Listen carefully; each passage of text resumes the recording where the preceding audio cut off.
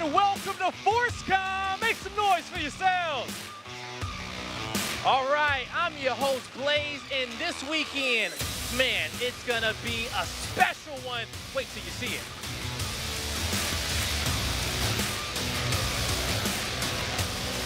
How everybody doing today? Yeah. Now, this weekend is so special because FORCECON is the first federally recognized esports event. And I know my service members out there love that one, and all my future service members out there. And we got 6 awesome branches that's about to battle it out on this stage for your hearts, for the trophy and the prize. So let's bring them all out right now. Everyone make some noise for the U.S. Army.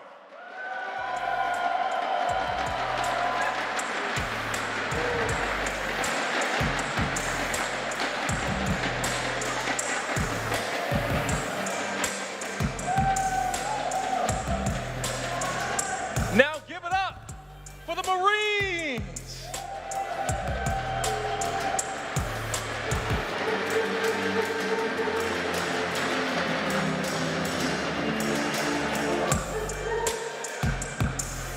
Now make some noise for the Navy.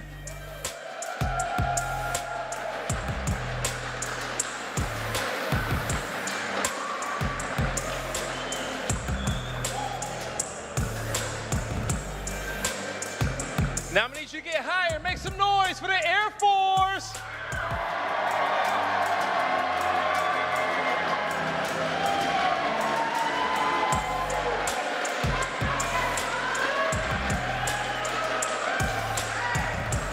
Now I need you to go beyond. Make some noise for Space Force.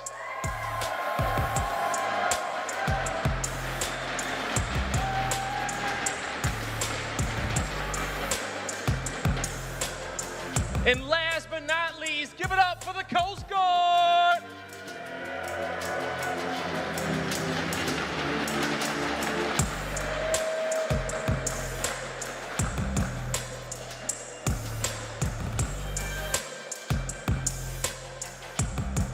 Now at this time, we ask for everyone to remove your hats and stand on your feet as we get ready to sing the national anthem, who will be sung by Airman First Class Adriana Parson.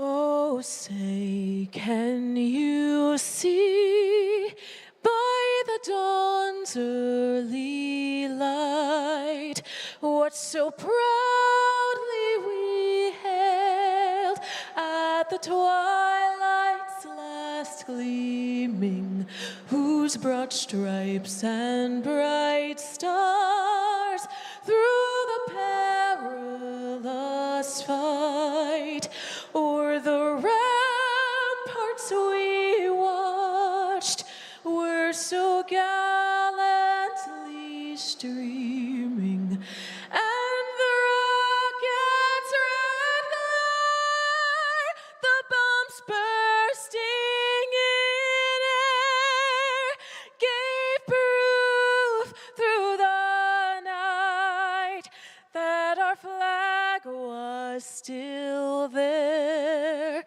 Oh, say does that star-spangled banner yet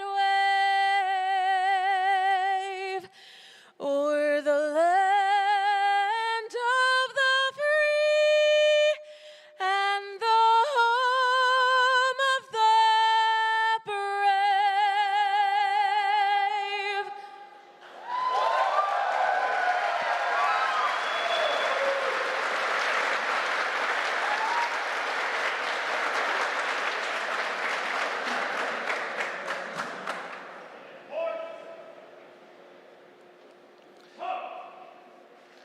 Now I'd like to ask you all to join us in a moment of silence, the recent tragedy in Uvalde, Texas, and to remember and honor our fallen service members who have made the ultimate sacrifice for us.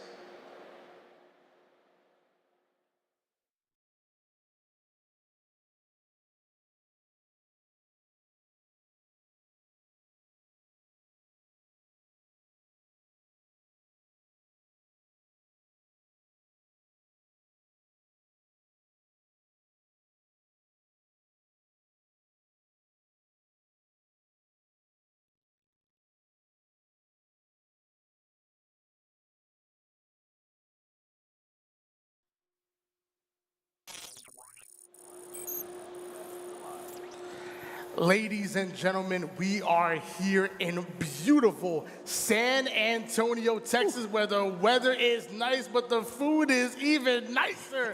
But that's not why we're here, though. That's not why we're here. We're here for gaming, technology, and innovation. That's right. It's FORCECON 2022. Garrett, are you as excited as I am? Oh, I cannot be more excited for today's competition. We have the best of the best from the armed forces. Everyone's out here and ready to compete today. We have so much competition ready for everyone at home to enjoy, and it starts right now. I'm Why Not Be Reckless, aka Why Not Be Casting. This is my man Garrett Tools, Old Tool, and you know, these events, they didn't start just today. It didn't start just yesterday. I mean, even going back to last week, we had the honor of commentating over the Patrick Finals. We actually had the Air Force and the Space Force duking it out, dwindling down to the final 10 players to make it out here in FORCECON. And let me tell you, that event was crazy. And this one's going to be even better than that one. And it's crazy. Last week, we were in Florida where these teams battled it out. Space Force and Air Force. 4 teams came in, 2 came out, and they're here today at FORCECON, which they were selected by their coaches, ready to compete today. It's the top of the top competition in the armed forces. It really is. And like you said, it's actually all of the armed forces this time. It's not just Space Force, not just Air Force. We're bringing in everybody. And why don't we take a look at some of them? Let's start on board with looking at Army. Well, the Army, they selected 8 players to come here to FORCECON, which 4 of them were selected by their head coach today to compete on the main stage and to try to take it all. And very similar to Army, we got to talk about Marines. We actually had Hoaxer, our professional coach, coming in and bringing us down to our final 4 players out of 8, and they're going to be competing today. And well, the Navy, they did things a little bit different, right? They had 3 tryout sessions in which the best 8 players from there were selected to come compete today at FORCECON, which was whittled down by their head coach, Eli the Ninja. The top 4 are going to compete. And we got to talk about Air Force. They actually had a 6-week-long competition from each region, NA, EU, and Asia, to break us down and to get us down to our final 4 squads. Watch out for Air Force. They are dangerous. Well, speaking about the Air Force, we can't talk about not the Space Force. These guys, they had a 4-team elimination bracket at Florida last week. The top 2 competed here today. Top 4 from those top 2 teams are going to be competing, led by their head coach, Elamite. And last but not least, we have the Coast Guard. 10 teams competed in a single-day qualifier, finally bringing us down to 2 teams where Coach Lunchbox, what a legend, Lunchbox brought us down to our final 4 players to make a 4v4 unit. Coast Guard are no one to be sleeping on. And now these 6 teams are going to be slotted in a double elimination bracket in which they're going to have to compete against each other all day today to see who comes out on top. All right, you're talking about the bracket. We got to take a look. Let's take a look at the bracket here. We're going to have Air Force and Space Force already starting off in round number 2. Meanwhile, in round 1, we're going to have the Army going up against our Navy, and then Marines up against Coast Guard for the right to make it in to the semifinals. And speaking of the U.S. Army and the Navy, that's going to be our first competition today. I'm more excited than any. You know, the U.S. Army, the U.S. Navy, well, they like to fight each other sometimes. We're going to be seeing it on the stage behind us. I'm excited here. the Army are looking strong. I've been hearing a lot of trash talk in scrims, not even in the tournament, in scrims. They out here talking trash in scrims, and I can't wait to see them prove it on the ultimate stage. Yeah, their journey didn't just start today. It started earlier this week, in which they competed at a combine. Scrims, left and right, the coaches getting them ready for today. So they're at the top of their level today. You know what? Let's meet our team here. Let's talk. We're going to talk about Army. Let's talk about the Army. We're going to take a look at Team Army.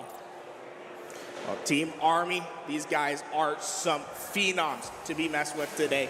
These guys are ready for their competition. They have been training left and right. Their coach, alumni of Optic Gaming, he has one of the most prolific coaches in all of Halo, and he's got these guys ready and whipped into shape.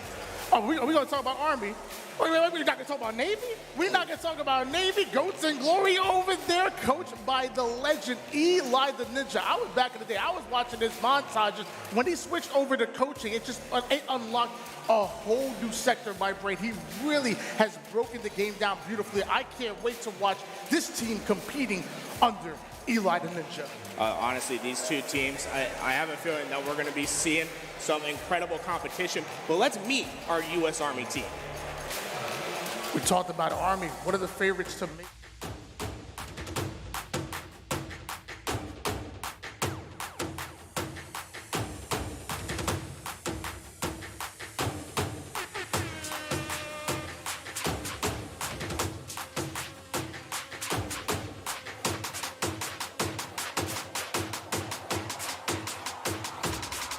Let's get it.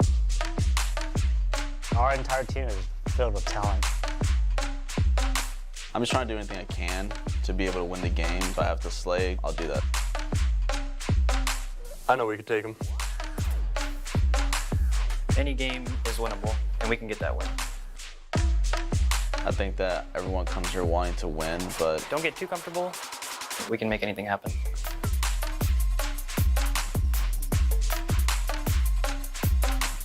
If the Navy thinks they can bring it, get your scrims in, and then come see us.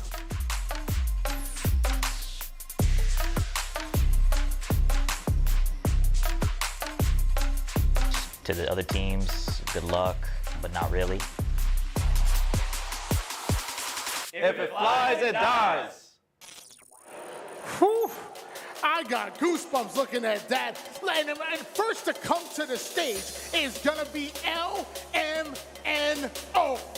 Whew. LMNO out of Fort Bliss, Texas, ready to take on the competition today. He's been playing Halo since he was 10 years old on Halo CE. Next up, gonna be Fakey coming out of Fort Hood, Texas.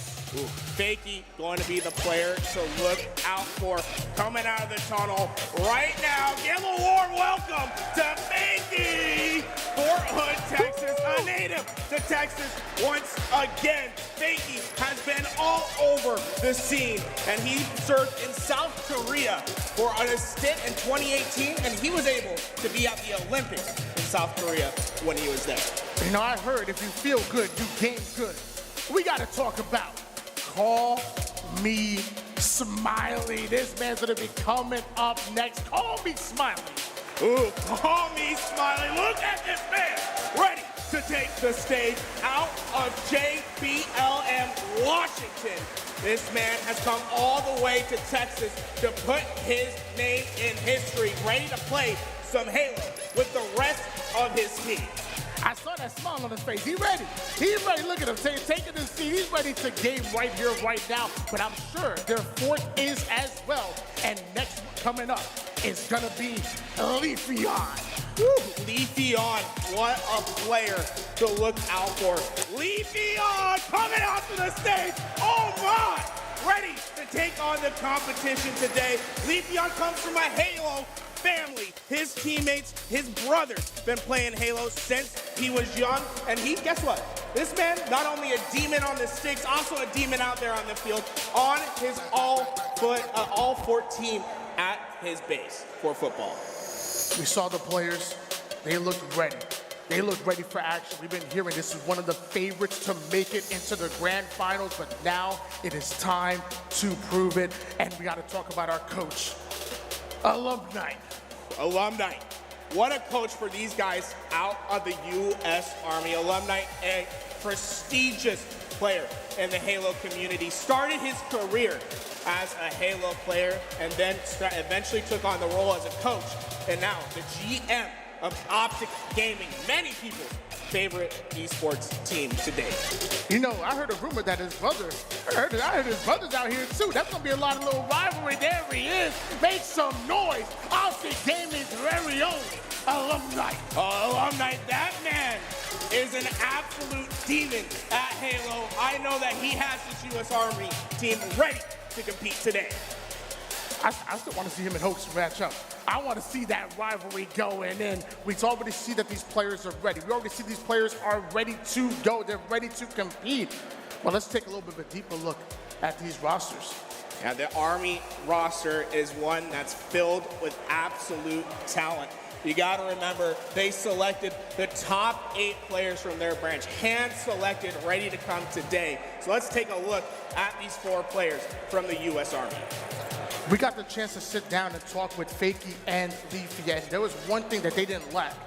That's confidence. They're coming here knowing that they're one of the best teams. They let us know about it. I was ready. They converted me to a fan. I'm going to be honest with you, Garrett. I'm a fan of these boys. Yeah, I think U.S. Army has an opportunity to go farther than anyone else today.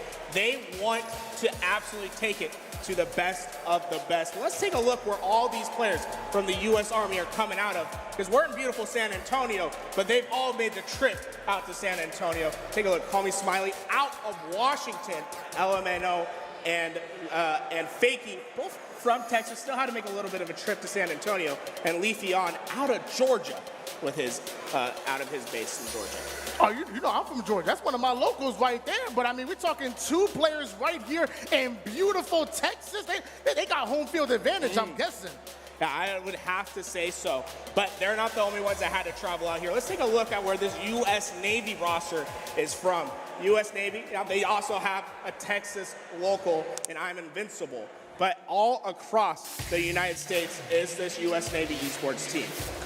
Love the fact that we're bringing in talent from across the U.S. to come in here and to compete with the best of the best. They had to earn their spot here. But again, this right here is the ultimate stage. You see how beautiful that main stage is? That's what everybody's going to be competing on. And take a look at our roster right here from the U.S. Navy Esports. These players are ready to take on the competition today. Look at Breakaway just staring at me right there. That man is ready to take on the competition.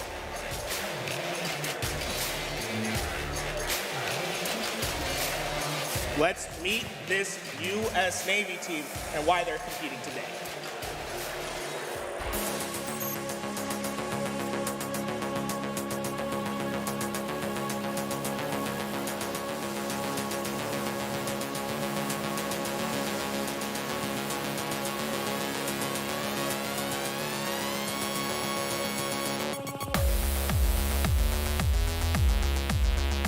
I'm always interested in the strategy and mindset and the hard work that goes into becoming one of the best in the world. I want to frag out. I want to actually see my name and my little turnaround pose on the big screen. Don't let them get too far ahead. You know, really playing together as a team is going to, you know, separate us and put us ahead of the other teams here. I know that we can definitely make some waves, and if we're on our A game, we can cause some upsets and turn a few heads.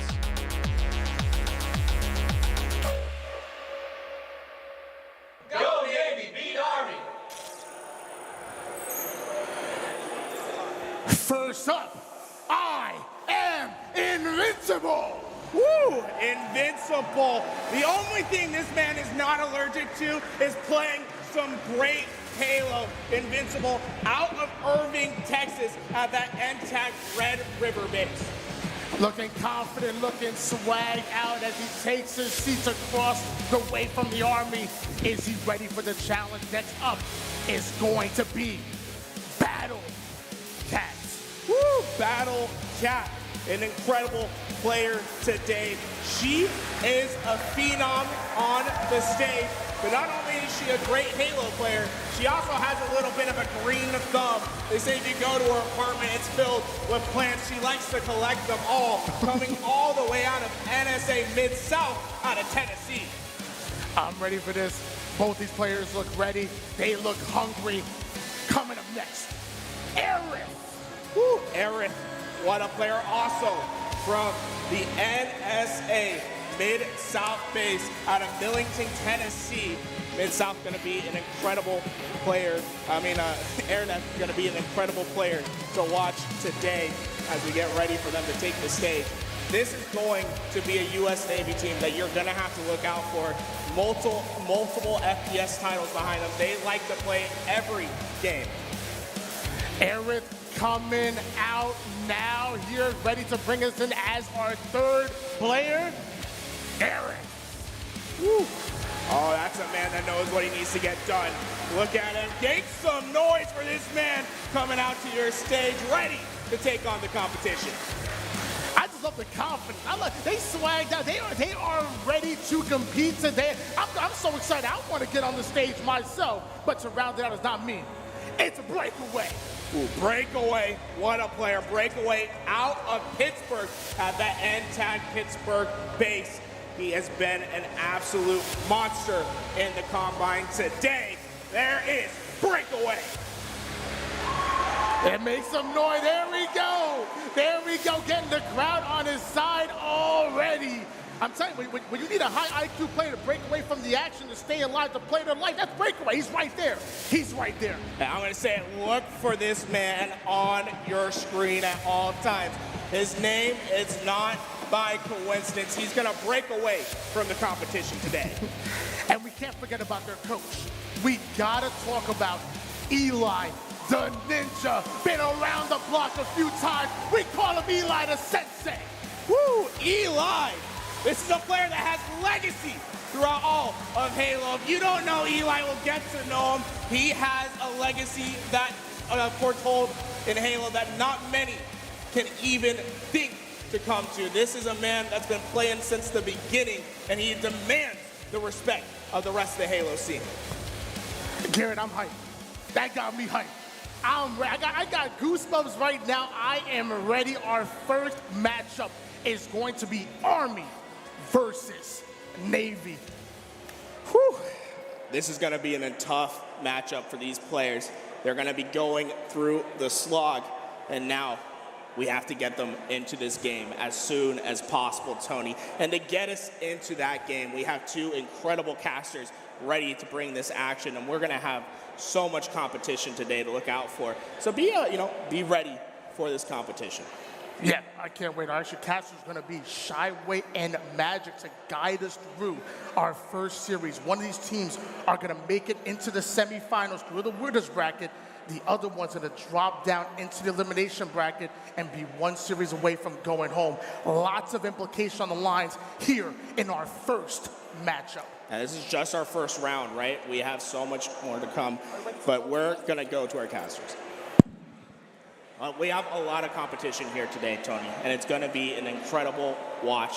And we have incredible coaches that were able to take these players throughout the combine today, right? Getting here earlier this week, practicing Halo through and through. We're talking about the most rigorous boot camp possible for these players that play at their highest competition. We actually got the chance to literally walk around the LAN center. We saw them practice. We saw them putting in the work ourselves. And we've enjoyed them for a few games. I was sitting down putting in that work as well. But it's time to leave it on the line. It's time to get onto the main stage. Shyway, Magic, are you ready? Tony Tools, damn right we are. How you guys doing? Great to be here. Of course, FORCECON, the U.S. Armed Forces tournament. We are armed and ready. By the way, I got a needler. I got Magic with me. And I can't help but feel like this isn't a fair fight. I'm pretty sure I'm winning this 1v1, Shyway. I don't know about the teams out there, but I am ready with this energy sword. I'm kind of mimicking a breakaway. His pose right there with the energy sword over his head. It looks fierce, and I want to see if they bring that to the battlefield. Yeah, just give me a long hallway, and I think I might have a shot. And while I'm not not well equipped. I think what's for sure, Magic, is these teams are very well equipped. Of course, we got the Army, we got the Navy going head to head. Now, should be a hell of a series. Yeah. And the only thing I'm thinking, though, is Army. They came to play. They're pushing to win this thing. Navy, on the other hand, a bit of a question mark as to whether or not they can take them. What are you thinking? I mean, I think it's going to be a great matchup. What a way to open today's competition with these two teams. When they're walking out those player intros, they just looked ready to fight it out. They're confident. They're having a good time, which I think is the best thing in the end of the day. Just come bring your A game. Let's see them make plays. Let's see what the the U.S. our armed forces can put together. Let's take a look at our map and mode for the series as well. Of course, very important. Our series, every single series, is going to be a best of 3, and the maps and modes going to dictate how this might go. We got a chance to talk to Army a little bit as well, and I got some insight on some of the game plan, the strategy that we might be seeing out of them. It turns out they like the grapple. They like the repulsor. So does Fakey. So Fakey might be looking to make some big plays with him. But here's our series layout on screen. We got Oddball Recharge, Slayer on streets, and then Strongholds on streets as well. So back-to-back streets in this series, of course, if we get there. Yeah, I mean, 3 different modes, and I like that we're starting off with Oddball. You mentioned the grapple. That is going to be in play here on Recharge. So right out the gates, we're going to watch and see, do they race each other, you know, trying to steal that grapple from one another. But I personally love starting off with an Oddball. I think it's a great mix of you need to get the slays, you need to play the objective, and it's just an all-around kind of standard in the Halo game types. Right, a great opportunity for some good team coordination. We get to see who really came to play as a unit, right? In the end of the day, Halo comes down to team synergy and chemistry, and this is the opportunity for Army and, of course, Navy to showcase their stuff. Even though I did hear a couple things from the Army about them maybe wanting to go for style points just a little bit with that grapple. We'll see what they do, and maybe that gives Navy an opportunity to kind of punch through and find a weak spot here. I mean, that's very possible. We saw a little bit, just a hint of trash talk there in those intro videos, but I got to respect Army. They're saying if it flies, it dies, but they're the ones with the grapple, so they're leading the flying. So we'll see how that plays out when they get their hands on that equipment. But we're diving right into the action. Oh, Magic, here we go. Our first game of the day in our FORCECON tournament. We got LMNO to kick things off, and look at the position he's got already. Great high ground position up on that A-side ledge, and then Smiley here flanking around, so I like they're a little bit spread out, and they're not going straight for that objective because they know they got to put the slays on the board first. Leafy picks up one, Fakey picks up another. Ooh, and we talked about getting slays. I mean, this is so important in controlling the ball. Even though he doesn't get them, though, the coverage he's got with his teammate right next to him is going to give him that ball in the back pipes in early time. Going to go to the Navy. Army, actually. Yeah, I mean, that first delay, it was a full team wipe. It was just kind of staggered out, but they have the 4 kills on the board. That's going to get them some objective time. Also, Leafy holding that shot rifle. It's amazing at long range, but even at close range, you can deal out some heavy damage. Yeah, right now this is Leafeon with the shock. He's got 3 kills to his name. And by the way, Leafeon, this man came to play. I've heard he might be one of the most individually skilled players in the tournament, and we're already seeing why. There's a double out of him. I mean, the electrocution damage coming out from Leafeon with the use of that shock rifle. He has some competition, though. It looks like Aerith is approaching this attic position, but the defense is holding strong. We're already at 40 seconds of oddball time here for Army. It's first round of oddball. This is a little best of 3. It's like a mini-series within the series, but this first round, the defensive force is really impressive. You see the clock ticking and more oddball hold time. Now the oddball is passed to Fakey. Yeah, I mean, we talked about it, the Army being arguably one of the top teams in the tournament today, so not going to be easy to take down. You can see why the coverage right here at a Call Me Smiley. He's going to lock things down from center. They still got the ball in hand. You still got Leafy up top in the attic, and a coverage on A as well, so a full perimeter, making it very difficult for Navy to find an access point, and if they don't do this quick, they're running out of time here, Magic. Oh, this is such a great line of sight right now with that shock rifle at long range, and now active camo is also in play. We're on board with Smiley. He might be smiling, but I don't feel like the enemy team is as they see him scoop up that camo and sneak away. Dare I say it, Magic, we still do have a player that doesn't have a kill on the board, a Goose there, and hopefully we see that change. What we're seeing, though, are big plays out of Leafy. Leafy already on a frenzy with a double. He's living up to that confidence he showed us yesterday when we were chatting, the confidence as he walked out onto the main floor, and now he's bringing it in the game. You love to see it all. Like, all the dots are just connecting. And round 1 goes straight to Army, 100-0. Navy have a chance to come back, though. Okay, well, they have a chance, but it's not looking too hot off that first round, if we're being honest. That said, though, they do have their coach, Eli, in the background, feeding them some info, hopefully giving them a little bit of confidence to get back into this round. Like you said, they can bring it back at any second, but they're going to need kills to do it.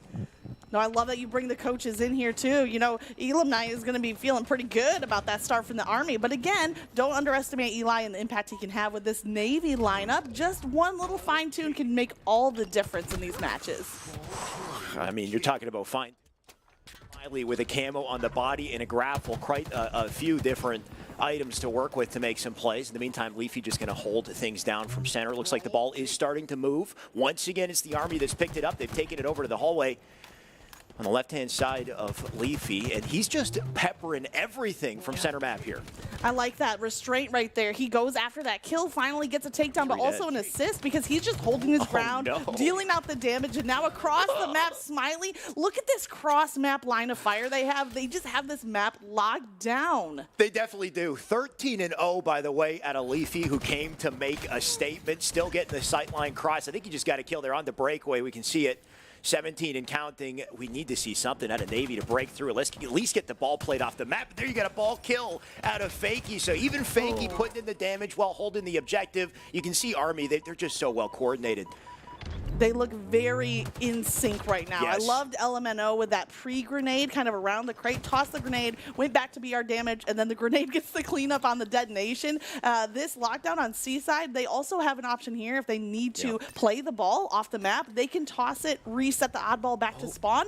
I don't know if they're going to need to as they hit that 48-second mark, but here comes that offensive force from the Navy. Right, and we saw a sneaky flank out of there. I think it was out of I'm Invincible trying to find an opening on the ball, but you got to be so careful in these team-based games, especially with Oddball. He flanked alone, right? He had no teammate to draw fire or take attention because of it. They're all dying in unison here. We got 2 down in the feed. 1 trade did go out thanks to Navy. And I believe that is our Arieth who's going to try to find the flank opportunity as well. I really like this approach from Aerith because all the attention was on the opposite side of the map, and he's kind of flanking through long tunnel, but he's going to go up against the sword. Leafy with the sword takedown, and what looked to be a great flank was cut short, quite literally. And here goes Fakey just to add insult to injury. There's a double and a spree out of him. He's already got a lock on the spawns too, so you can tell Army there in complete control of this game, 75 and counting. And man, he's trying to be sneaky here. Call me Smiley in the back of the base. While the ball's on the other side of the map, he doesn't care. He's still going for kills. Even if you don't have the camo, you can still make a sneak attack, and that's what Smiley did, getting right up behind the players, catch him off guard. Here comes the melee, though, and there's another takedown. LMNO said, you might break into our hold, but we're going to come right back with that melee. You know what? I've got a goal for this one, Magic. I hope we see we get 1 kill by the end of this. Hopefully we can find a... called them out. Wow. Oh, no, it's not going to happen. Instead, we are going to see a dominant performance in Game 1 out of Army. And I mean, we talked about it coming in, but man, when you see it in action, they came to play. Absolutely a huge first game, and I think they're just setting the tone for this tournament. We have a lot of great plays going on, and I liked what you mentioned, how in sync the teams seemed to be. They seemed like they were all mentally on the same page, and it showed in that gameplay. Definitely. They had to control the map. They had to control the ball. And every time we saw that ball control, we saw a setup around it, right? Especially the coverage in that first round from Attic all the way over to A side. And then the weapons they would control as well. The grapple, the shock in the hands of Leafy making plays at the start. And the energy sword, yeah. Didn't see a needler. And I'm happy I didn't, because that thing, I don't like getting killed by this thing. It's devastating. But it just makes me wonder what's next for Navy. Now, I think in an objective-based game like Ball, the better team can definitely lock down the game in a more oppressive fashion. But in Slayer, I think you get a couple opportunities, here and there to break away. Yeah, I think there'll be some chances for a little bit more back and forth, right? Game number 1, Oddball, you lock down the map. It's a runaway, including that killing frenzy. Shout out to the Observer for swapping over to catch the end of that one. And we're just going to cycle through highlights, and it's pretty one-sided with Army having the map on lock. I mean, I believe it was 100. Oh, no, they did get 3 points we can see in round 2 here, but yes, definitely a very dominant performance in that first game, and I'm sure it'll set the precedent for the series going forward. But Navy, I hope they bounce back. The best place to do it would be Slayer here on Streets.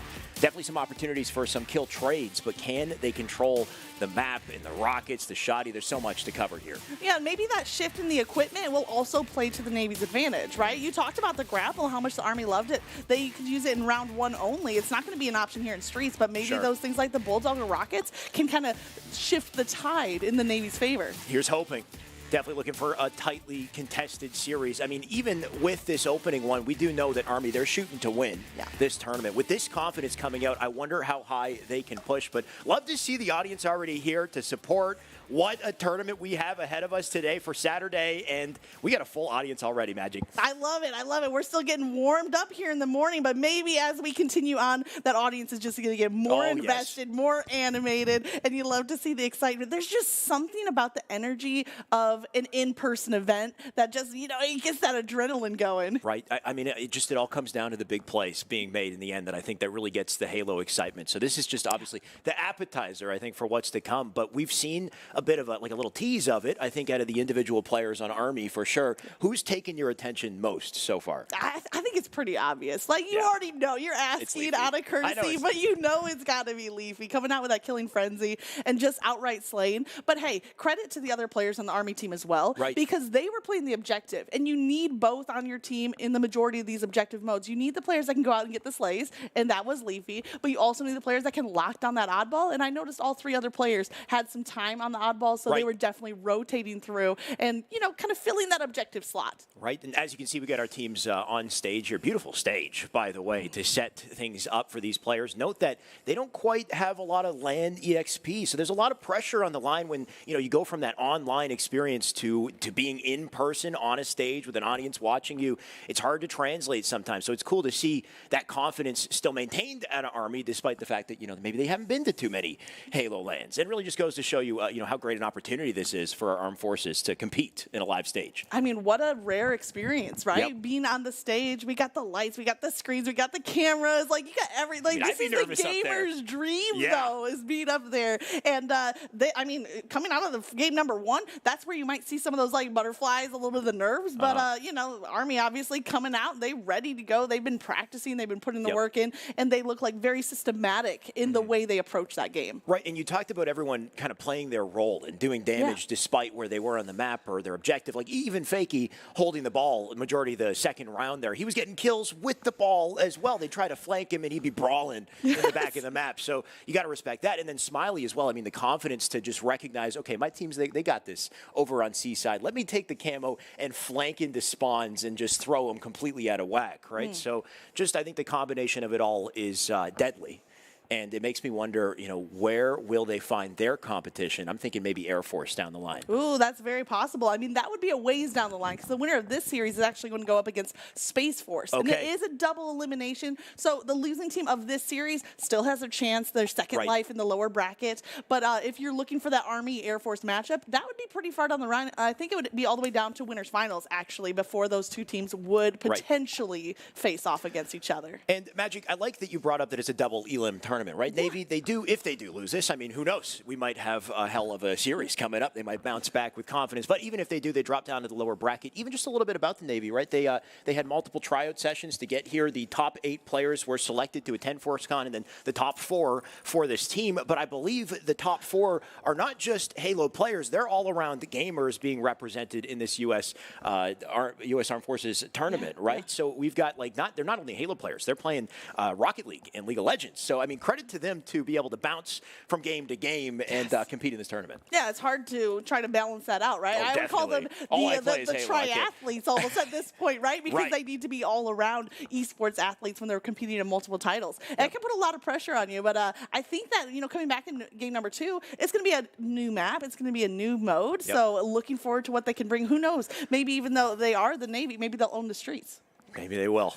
It's going to be a brawl for sure. I can't wait to see it. And like we said with Slayer, because the only objective is to get kills, then, hopefully at least they can play for a couple trades. Slow things down a little bit. Don't let that snowball start rolling, especially with the weapons we've got on the map to control here. But it looks like we are just about ready. No, we are ready. We're jumping into game 2 on Streets, and we've already got 2 kills on the side of the Navy. Make it 3. What a start. Oh, wait, you know what?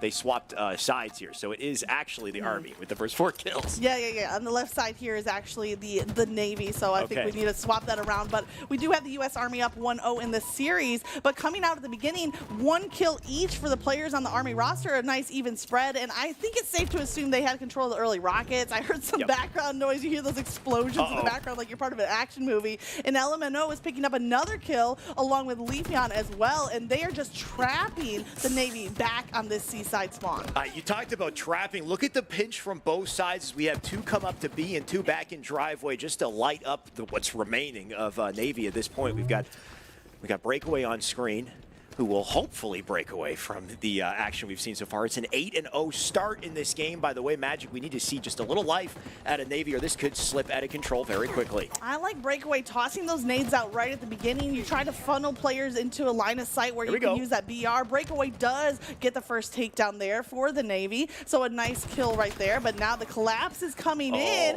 Aerith also taking a kill, but LMNO is the one with that stalker rifle. Very heavy damage at mid to long range. You see those red lasers coming across mid-map. There he is, sitting up in the top tower. You said it, LMNO with the Stalker in a great position to use it. He can light up center map, and he's also got B-rail access, the alley on his left-hand side. I mean, so much damage you can do, and you can see that they can feel the pressure trying to tiptoe their way in. Breakaway just looking for an angle there to do some damage. But while it happens, you've got the rest of the U.S. Army finding a perimeter to flank and to pick them off from the sides. And here the Rockets now spawned. This rocket pull is going to be so crucial. Looks like Smiley's the one to break away. 2 rockets at the ready.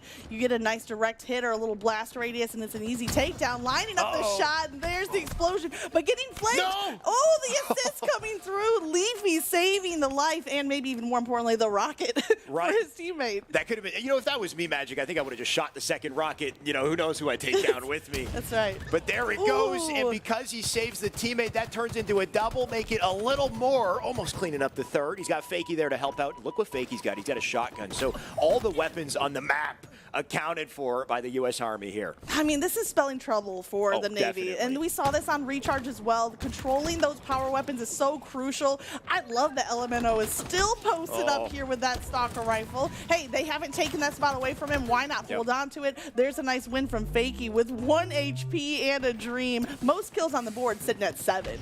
I mean, if it works, it works, and their game plan clearly does. There's 2 dead on the feed. New spawners. Looks like they're up behind A, and you can see Army are intimately aware of where these players are spawning and where they're going to be at all times, just trying to hold things down from the back line here. Fakey looking for a high ground to help out his team here. Now on board with LMNO, and just patiently playing his life. Despite the scoreline, they give a lot of respect to this enemy team.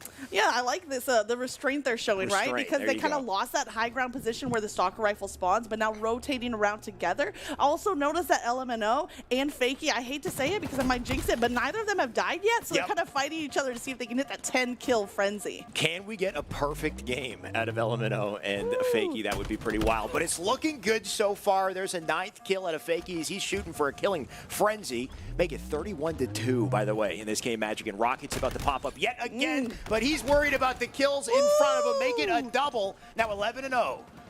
That Bulldog pair with some melees in close quarters, you do not want to find Fakey with that shotgun at the ready. And he does pick up that frenzy, and they have control of the rockets yet again. This is the 3rd set of rockets on board. There's 1 takedown. Can he survive this? The reload coming through from Breakaway. Unfortunately, his undoing. And Fakey's now sitting at 13. Magic, not going to lie, I winced a little when I saw that coming. The entire team of the Navy were so close together. You know when he's got a rocket launcher, he's about to do some serious damage. Breakaway tries to escape from the fight but you can see the teamwork out of Army with LMNO already locking down ATM, making sure he's got the cutoff and a back smack coming in too, and we did not see that one coming.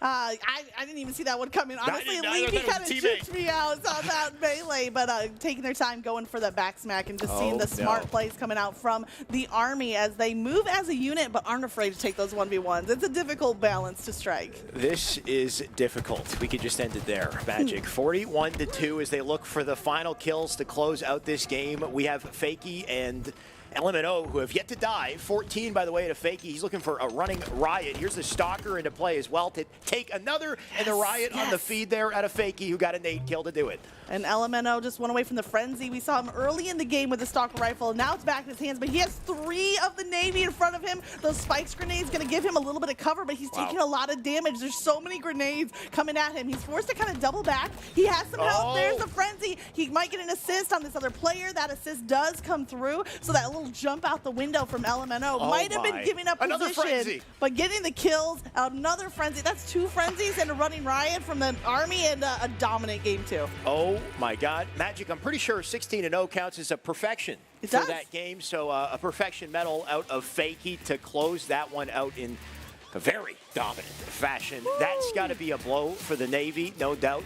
Not expecting that level of competition. The Army, they came to play, and it makes me wonder if they're here to win this whole thing. I mean, look at it. After that win, you see a couple smiles on their faces, but they're still calm, cool, and collected because they know that the work is still out there in front of them. If we got some Army fans here in the audience, can we get some noise from you on that first series going over to the Army? A lot for them to be excited about, and some amazing players. I mean, just that preserving of the life in game number 2, pairing that with the aggressive kills, I'm impressed. I love to see the confidence out of these players. We saw it in the walk-in, and it translates directly into their gameplay, and it spells good things for the remainder of this tournament. We've got, of course, another team like the Air Force, for example, very dominant team in this tournament as well. Can't wait to see how they play head-to-head. But like you had mentioned, Space Force is the next competitor to go up against. So Army, now that they've won this, they're going to move up in the bracket to Space Force. Navy, they're not out. They're going to drop down to lower bracket. They still do have a shot. But they're going to have a little conversation, I think, with Eli coming out of that series. Yeah, that conversation is going to be key. But maybe, again, it goes back to those nerves of, being the first team out there on the stage. It's morning, get some caffeine in your body, you get back in the action. So they might just be getting warmed up. Maybe we just have not seen what the Navy can bring to the table just yet. I mean, Army, they pretty much delivered on the promises. They were talking up their game yesterday, and they sure gave us a show for match number 1. And you know what? From what I know of the Navy, I believe some of those players are used to over 500 feet worth of pressure underwater. Ooh. So this can't be too bad, right? I'm sure they'll find a way to bounce back in the lower bracket. Either way, it's been a great show so far. And, even if it's dominant, it really just means we get exciting gameplay out of Army to talk about. Yeah, they got a nice little highlight reel, I feel like, out of that one. I mean, and it was fun getting to hop around to multiple players and seeing them work with all the equipment. I mean, we saw Bulldog plays, we saw Stalker Rifle, we saw rockets. We got some backsmacks in there as well, but I felt like it was just a little bit of everything working. Speaking of the Army and that dominant with all the equipment on the map, we're actually going to get to talk to one of the players. We're going to toss it to Blaze with an interview ready with Fakie. Thank you so much, Magic and Shyway, for the awesome cast. I'm on the main stage with Staff Sergeant, a.k.a. Fakie, as we just watched the U.S. Army. That was a dominating performance right there. The Army a little bit far ahead than the Navy, huh? Yeah, we are. There's a big skill gap between Army and Navy right now, so, we're just playing our game. We know that skill gap is there, so we're just trying to stay disciplined, play our own game, and definitely when we play Air Force, same mindset, that's what we're shooting for. And that was my next question, okay? Because I know you guys are excited to play Air Force, and they are in the next step of the bracket in winners round 2. That's your next matchup. How you feeling about that one coming up, and how are you feeling about you and your team's performance? Me and all the guys, we just try to stay consistent, play our own game, stay there mentally, don't lose focus. And then looking forward to playing the Air Force, we know they're really good players. They have all these accolades and everything. So as long as we play our game, we play together, we play on the same page, every game can go either way. All right, good luck on your game coming up against the Air Force. Any last second shout outs? Shout out to my unit, shout out to my son Jackson back home. Shout out to my paper champs in the Discord, all the boys that be grinding the sauna on Discord. And support us, guys. All right, give it up one more time for Staff Sergeant. Best, take this and break it down for us. They're already looking forward to their next matchup. Armor's looking good. We heard the rumors. They put it to work right there. They proved that they are one of the best teams that we have here in this tournament. Yeah, Army not looking just great. They're looking unbeatable. They look primed to take it all. It wasn't close in Game 1 and Game 2. They look like they're on a mission. I think everyone's been hyping up this Air Force squad and the U.S. Army. Well, they're ready to say, look at us. This is our time. This is our championship.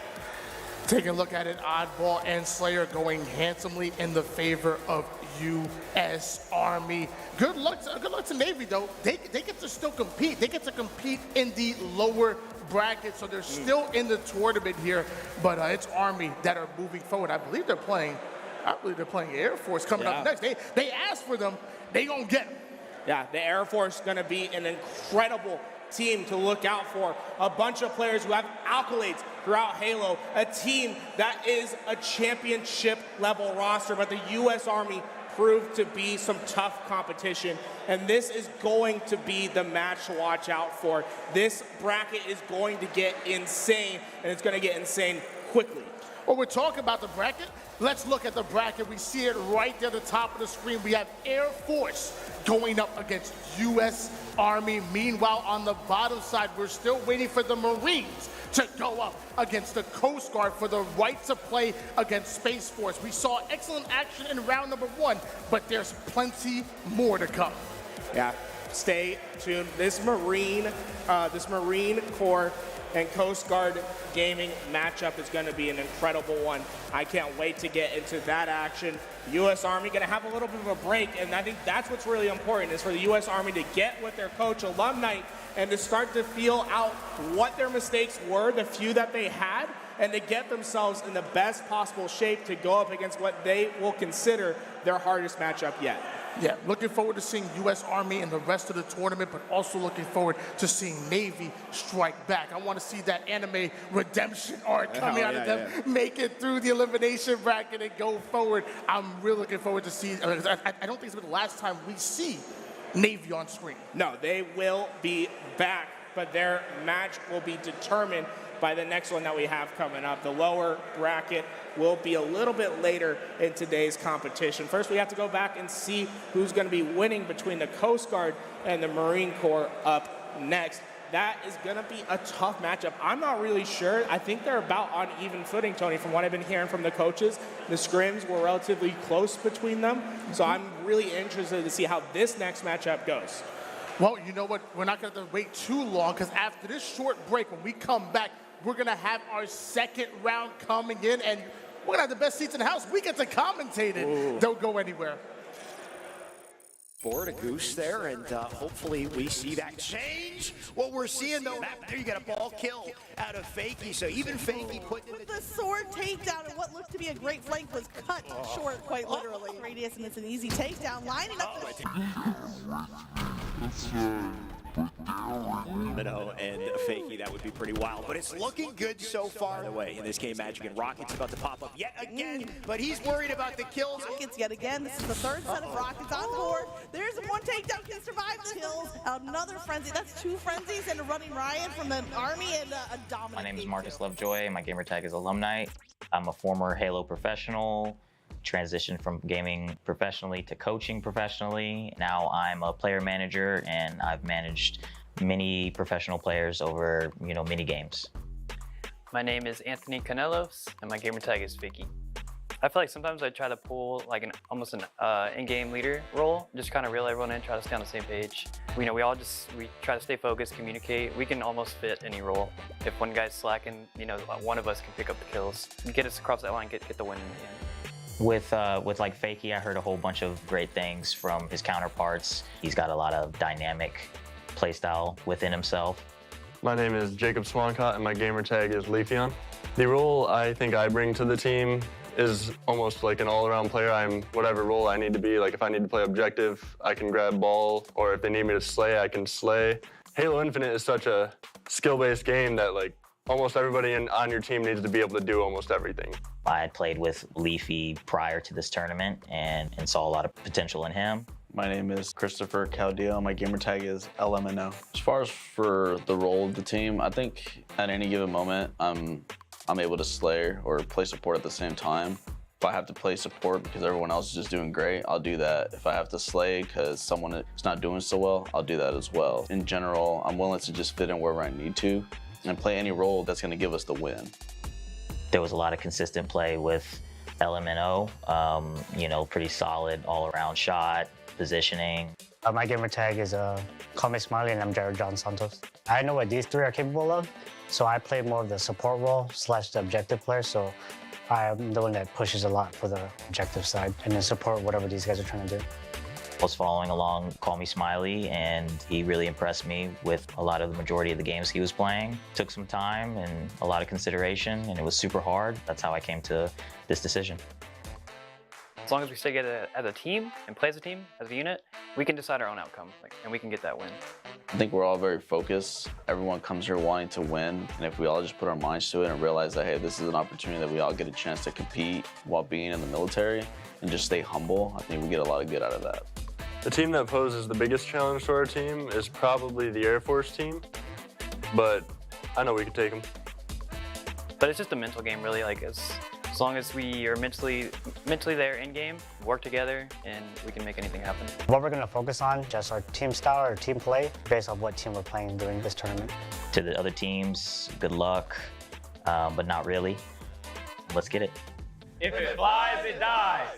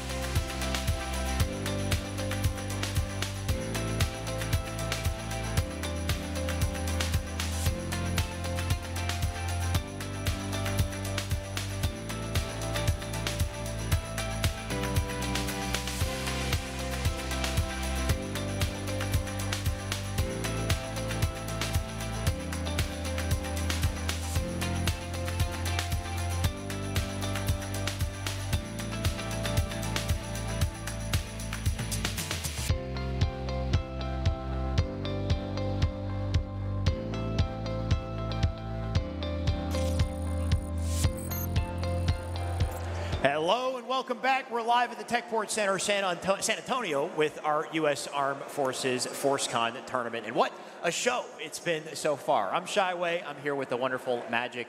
Can we talk a little bit about what's happened in this tournament? I mean, it's amazing. Like, the facilities here are absolutely pristine. Yeah. We got this new arena. We got the LAN center just down the hallway. Got to test out some games over there. But everything coming together for this event, it's about as beautiful as you could want. High-quality center, high-quality players and teams in this matchup, no doubt. And we've got our bracket that we can take a look at as well, just to see what's happened so far. Of course, just previously we had the Navy and with the Army go head-to-head, and the Army, man, did they come to play with a dominant 2-0 in that series.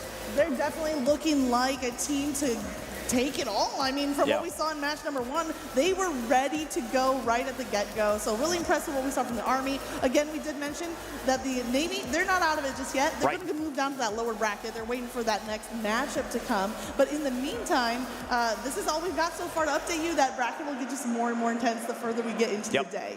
And where our focus will be specifically is, as you can see on screen, Marine Corps and the Coast Guard will go head-to-head in our next series. And this one, Magic, I think is going to be a little bit closer. I feel like the same thing. I think these two teams are very evenly matched. I think we're going to see some back and forth. You know, I can keep my fingers crossed that we'll make it to that game 3. Would love to see it happen. But really excited about these 8 players and what they can bring to the table. Oh, yeah. On Marine Corps, you can see Waffles, Ezalon, Rain, and Hero to round out that roster. What do we got here for Coast Guard? I mean, to Coast Guard, we're looking at Toros, we got Gambit, we got Scotty Nose, and we got Sick Pulse. I mean, I have to say, Sick Pulse might have my favorite name in the whole tournament. It just kind of brings that edge, brings that idea that he's going to come out and do some damage. I don't know what a Sick Pulse is just yet, Magic, but I can't wait to find out what it is a little bit more in our series as soon as that's ready. I believe the first team that we're going to be looking at is the Marine Corps, and as soon as we're ready, we're going to get to meet them. Oh, he didn't say.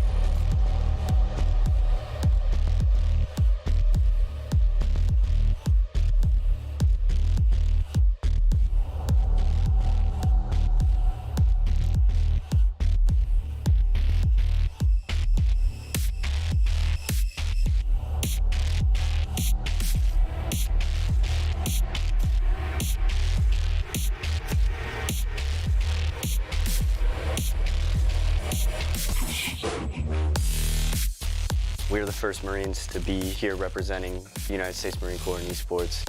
It's just an honor to be here. We have a lot of determination. We're going to make our names for ourselves right off the bat. These guys displayed energy and aggression. We get very good at playing numbers. Doesn't matter who we're playing against. Doesn't matter how many kills you get. We are all skilled players. It's going to be nasty. Hoorah! All right, you got to see the Marines. Let's see them walk out one at a time. Our first competitor, Hero, JTR.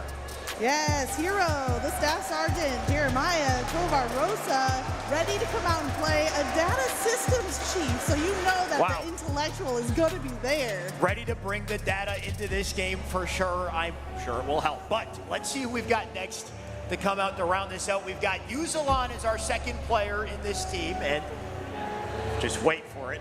Little suspense to bring him up. There he is. Uzalon. Let's go, Uzalon. Lance Corporal Sean Tober has played Halo casually for 15 years, but competitively ever since Halo Infinite launched, so we know that he's ready to go on the stage. Wow, so a ton of experience in Halo. Look at that, he's already warmed up the crowd as well. Comes in, gives a couple props before sitting down and joining the team. He'll round out the second member of our roster. Our third one will be walking out, and I believe he is a better part of your breakfast, by the way, Magic. We've got Waffles Let's walking go. out. Love to see Waffles. This is Corporal Houston Burns, and Waffles coming out of Camp Lejeune is a radio operator, but when it comes to the gameplay, I personally want to see Waffles come out with a pancake. Fair enough. I mean, you know what? You said he's a radio operator, though. One of the most important things in Halo is your communication, so I guarantee you come to bring that as well. But not last but not least, we've got Rain as our fourth walking out. Here he is, Rain, and he looks stone cold, by the way. Oh man, that focus is in full effect when it comes to Rain coming out. Lance Corporal, Jariah Bonelli, passionate not just about competing in in Halo, but also creates his own Halo animations using, software like Blender. I love to see that creativity and that competitiveness together. Creativity, always important in Halo. And you know what else is important is their coach to round out the team. We've got Coach Hoaxer, the coach of C9, and he'll be walking out. Sure, take the stage. Here he is, Hoaxer. Love to hear the crowd getting into it. I wanted to give them a minute to kind of get that rally behind Coach Hoaxer from Cloud9 itself. You see he's repping the hat, but he's here for the Marines. Man, I've listened to Hoaxer's comms as a coach before, and he is good vibes. He's going to bring a lot of calm, cool, collected energy, I think, to this team. When they're under pressure, if things are out of line, Hoaxer, he can pull them back together, make sure they're well coordinated, ready to dominate. Absolutely right. When it comes to these best-of-3 series, the coaching is still important, but I think it's more the ground laid beforehand that's going to show out in this first matchup. Definitely. Let's take a look at that roster one more time. I guarantee these boys came to play. And here they are on the screen. Waffles, Ezelon, Rain. Love the text there for Rain. And then Hero to round it out. And, of course, Coach Hoaxer. They look ready to go. They got their brows furrowed. Their focused faces at the ready. And I want to see what this Marine lineup can bring when it comes to this Halo competition. They're going to have quite a competitor to go up against. That competitor is going to be actually, before we get there, let's see where these boys are from, right? All across the U.S., Magic. Yeah, we got some Illinois. We got some, I don't know if this is Arizona or Southern California. I'm trying my best here to read. I didn't know I was going to have a geography test. Know. Give me a math test any day, and I'll handle that one. But we also have Rain actually coming all the way over from Japan. Wow. So not shown here, but players international, players domestic, coming from every corner of the world to get on this stage and compete. Multi-talented, multicultural, you love to see it, and I'm sure they will represent when they come together on the main stage. I'm expecting a close series, Magic, and I can't wait to get into it. Here's Coast Guard Gaming, by the way. Their competitors also from the U.S. Looks like they got a pretty even split this time, though. Yeah, players from all over. We got East Coast represented, West Coast represented, and again, Coast Guard, this is our first time kind of looking at them as a group of four, not just geographically where they're coming from, but we got, the headshots, we got the player names, we mentioned Sick Pulse being just awesome, and I think it's the positive version of Sick, like Sick plays, Sick Pulse coming out. Yeah, you know what? That does sound like the right kind of pulse to have for a gaming tournament. So can't wait to see what they put together. And I mean, just being on opposite ends, like you said, West Coast, East Coast, finally here on a LAN, getting to work together with that perfect, ideal Halo connection. It's got to be the best setup for them to make the biggest plays. But let's meet the Coast Guard and see what they're all about.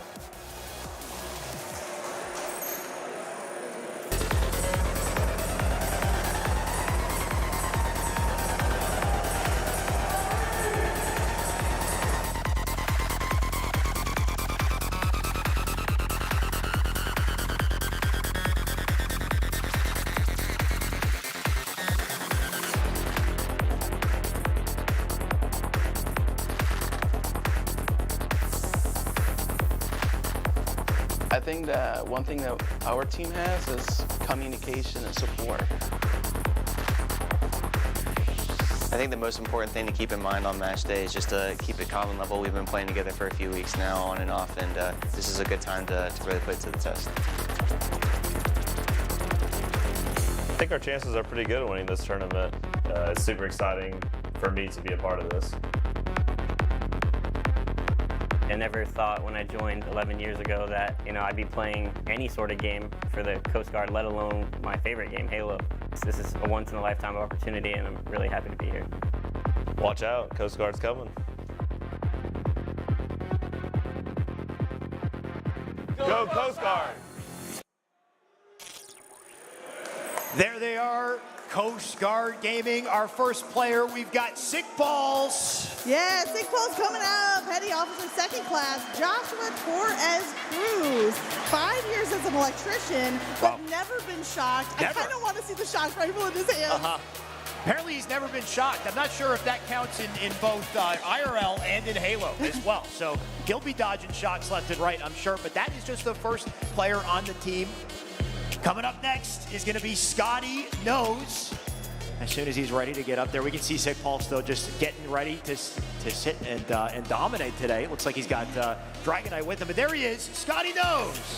Yes, Scotty knows. Lieutenant Scotty Kenny. No surprise there that his first name is Scotty. He's coming out. He sailed ships across the Atlantic, but I think this might be his first time with a LAN tournament playing on the big stage, and I love all the experience coming together. Let's see how it translates into Halo Infinite. I'm sure it'll be a great translation. He came bearing gifts, too, by the way. Generous guy, threw a couple T-shirts into the audience, and maybe he's trying to earn a couple fans and get you guys riled up for the series. Of course, Coast Guard, they came to play today. But there you have it, our first two members of the team on screen, getting ready to focus up. Like you said, maybe their first time on a big stage like this, an awesome opportunity.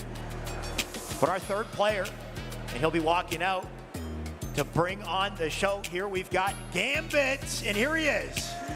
Petty Officer First Class, Alec Alfonso is Gambit. He's gone cross-country for every PCS. So moving across East Coast, West Coast, wherever it takes him, he's ready to move with the Coast Guard and ready to bring the heat to these matchups. Man is well-traveled. He's been places, and I wonder if that will translate into his gameplay. Maybe we can see some big rotations out of the man, too. Either way, there's Gambit rounding out the team. 3 out of 4 members. Our final player to finish this one off, last but not least, we've got Toros. And here he is. I love the entry of all these players. Come on, let's give it up for Toros. Petty Officer Third Class, Freddy Sorto. Look at the focus and look, more T-shirts. I'll tell you what, the Coast Guard know how to win some fans over. You think if we reach really far, we can catch a T-shirt from here? Maybe, if he throws it a little farther. I didn't know they could do that, though. They're coming in there earning fans on their walkout, but here are the boys on screen. Can't wait to see the energy they bring, and they are going to bring that energy with one hell of a coach, Magic. I can't wait to bring out Coach Lunchbox. Absolute legendary Coach Lunchbox coming out for Optic Gaming, and you can hear the audience is getting hyped, and he well deserves that energy. Let's go. Give it up. And another T-shirt. I still didn't catch this one. A legend in the Halo scene. We know him well, a coach for Optic Gaming. We got the coach of C9 on one side, the coach of Optic on the other. What a matchup this is going to be with Coast Guard and Marines. A legendary matchup between Marines and Coast Guard, and then both represented by these amazing coaches. They got here early. They've been practicing. They had to do some tryouts to be the top 4 in this matchup, and those coaches are ready to lead the way. I think it's going to be a close call between these two teams, and I'm excited to see that happen. I definitely think it will. So much experience coming into this series. Finally onto a main stage, onto a big stage like this, an awesome opportunity, a lot of pressure, I'm sure, maybe a little bit of nerve coming into this series, but we'll see who can ice up when it really counts as they get ready to jump into their best of 3 matchup, Magic. Yeah, you see them grabbing those controllers. They're getting ready to go. We got the headsets in place, and you want to make sure everything is geared up so that you're comfortable, you're in the zone, and ready to come out and compete. I want to see what happens. There's a few players here I have my eye on, but I'm looking forward to see how they operate as a whole. Right. I mean, as a team, the chemistry is so important at the end of the day, but let's, if we were to focus up on single players, I think Sick Pulse is who you were looking at. It seemed like you had your eye on him. I mean, the name alone, right? The gamer tag is delivering, but also watch out for Azulon. He said that his favorite weapon is actually the sniper. So especially if we get a live fire in the mix here, keep your eye out because you know he's going to play for that power weapon. Right. I mean, live fire, you've got recharge with the shock. We've got a skewer on Catalyst as well, so a lot of sniper-like weapons to work with. But let's see these boys play. Let's send it back over to our casters. We've got Tools and we've got Tony to cast the action. Sorry. Well, we got to cast some Halo. I'm sorry about that. Sorry, I got the energy sword. I thought I was in lead for a second. It got wild. Ladies and gentlemen, we are ready for some action. We get to see another 4v4 on the main stage still in the winner's bracket. Oh, we have 2 incredible teams ready to take it today. The Marine Corps versus the Coast Guard. And 2 awesome coaches. I was seeing them coaches over there, and I was like, dang, these guys are really getting the practice, and they look laser focused. And you have to know, these coaches, they're the best of the best in the Halo scene. And you have to know there's a little bit of a rivalry between them as well, right? These coaches really want to win against each other, and they're going to do it with their squads in tow. Well, see, I got a problem, though. I think Lunchbox and Coast Guard, there was a little bit of foul play. They out here throwing merch into the crowd. They're trying to get the crowd on their side, and I didn't get a shirt. I don't know what's going on. There's a little bit of foul play. play on that one, Coast Guard. Hey, Coast Guard? Just hit us up after, you know what I'm saying? The Coast Guard jerseys look fire today. All these teams coming out to do their best, and it's going to be a best of 3 to start their competition today, in which they're going to have to go the gauntlet. I have a feeling this match is going to be a very close one, in my opinion, Tony. I think we're going to be seeing some back and forth competition. That's what I want to hear. I don't want to see blowouts. I want to see close contested games. I want to see them going down to the wire where every single decision you make matters. One false move and you can cost yourself the win, or you can make a play that solidifies your name in esports. I mean, this is the first time that we're seeing this funded coming here for FORCECON 2022, and I'm excited. I can't wait for next year, the year after that. I will keep doing it. Yeah, you know, what I'm going to say is this needs to be every single year, and it's going to be changing titles left and right. You know what I'm saying? It's not going to be the same teams every time. We're going to see the title change multiple times, but there are some fierce competition out here. And you remember, these guys' journeys didn't start today. It started a while back. This week, they were able to go through a boot camp, a combine with their coaches today throughout this entire week, and really get trained up by the best talent in Halo. And that's one of the reasons why I'm so excited. That's one of the reasons why I'm so excited for this matchup right here, is that we haven't seen these two squads going at it yet. You know, back in Patrick, we saw Space Force, we saw Air Force, we saw them go at it. We have not seen these two squads. What's most important is this map and game type rotation. We have King of the Hill here on Livefire, a new game type here to Season 2. The meta still being defined right now in game number 1. I wonder how both of these teams are going to approach it. Yeah, King of the Hill on Livefire is going to be an interesting one, but also the sniper rifle going to be in play in both game 1 and game 2. Livefire, the only map that has that S7 sniper rifle. So we're going to be able to see who is going to be taking some heads today with that long rifle. Map so nice, we put it in twice. Livefire coming in game number 1, game number 2. And then if necessary, we're going to see strongholds on streets. You know, whenever you're looking for a fight, you got to take it to the streets. I love me some streets. Streets on game 3 is every player's dream, right? You have so much to work with on that map. Rockets, shotgun, thrust, stalker rifle. It really is the mastery of the toolbox that'll put you through on game 3 if we get there. But that's a big if, right? These teams, once they sell first blood, they're going to be trying to take it in 2. There is no game 3 on their mind. They're coming out strong. They want to make sure that they can make a statement on their first match on stage. Now, while we're waiting for the game to load up here, Livefire, King of the Hill, what are some of your keys to success? How are you going to succeed here in game number 1 if you're one of the coaches? You're not Lunchbox now. Right. King of the Hill works a little bit differently than we've had King of the Hill in past Halo iterations, right? So imagine a mixture of strongholds in Halo Infinite mixed with oddball, right? So we're going to be fighting for 60 seconds of hill time. When you capture those 60 seconds, that gets you 1 point. It's going to take 4 points to win the game. And you have a 5-minute timer that starts when that game starts. But if you're in the hill, that timer pauses itself, a little bit like how Oddball plays in Halo. So expect to see teams setting up for hills and see less of the rotational style Halo that you expect in Strongholds, but rather getting a strong setup on the map, making sure that you can control everything, and from there, getting your 4 points to win.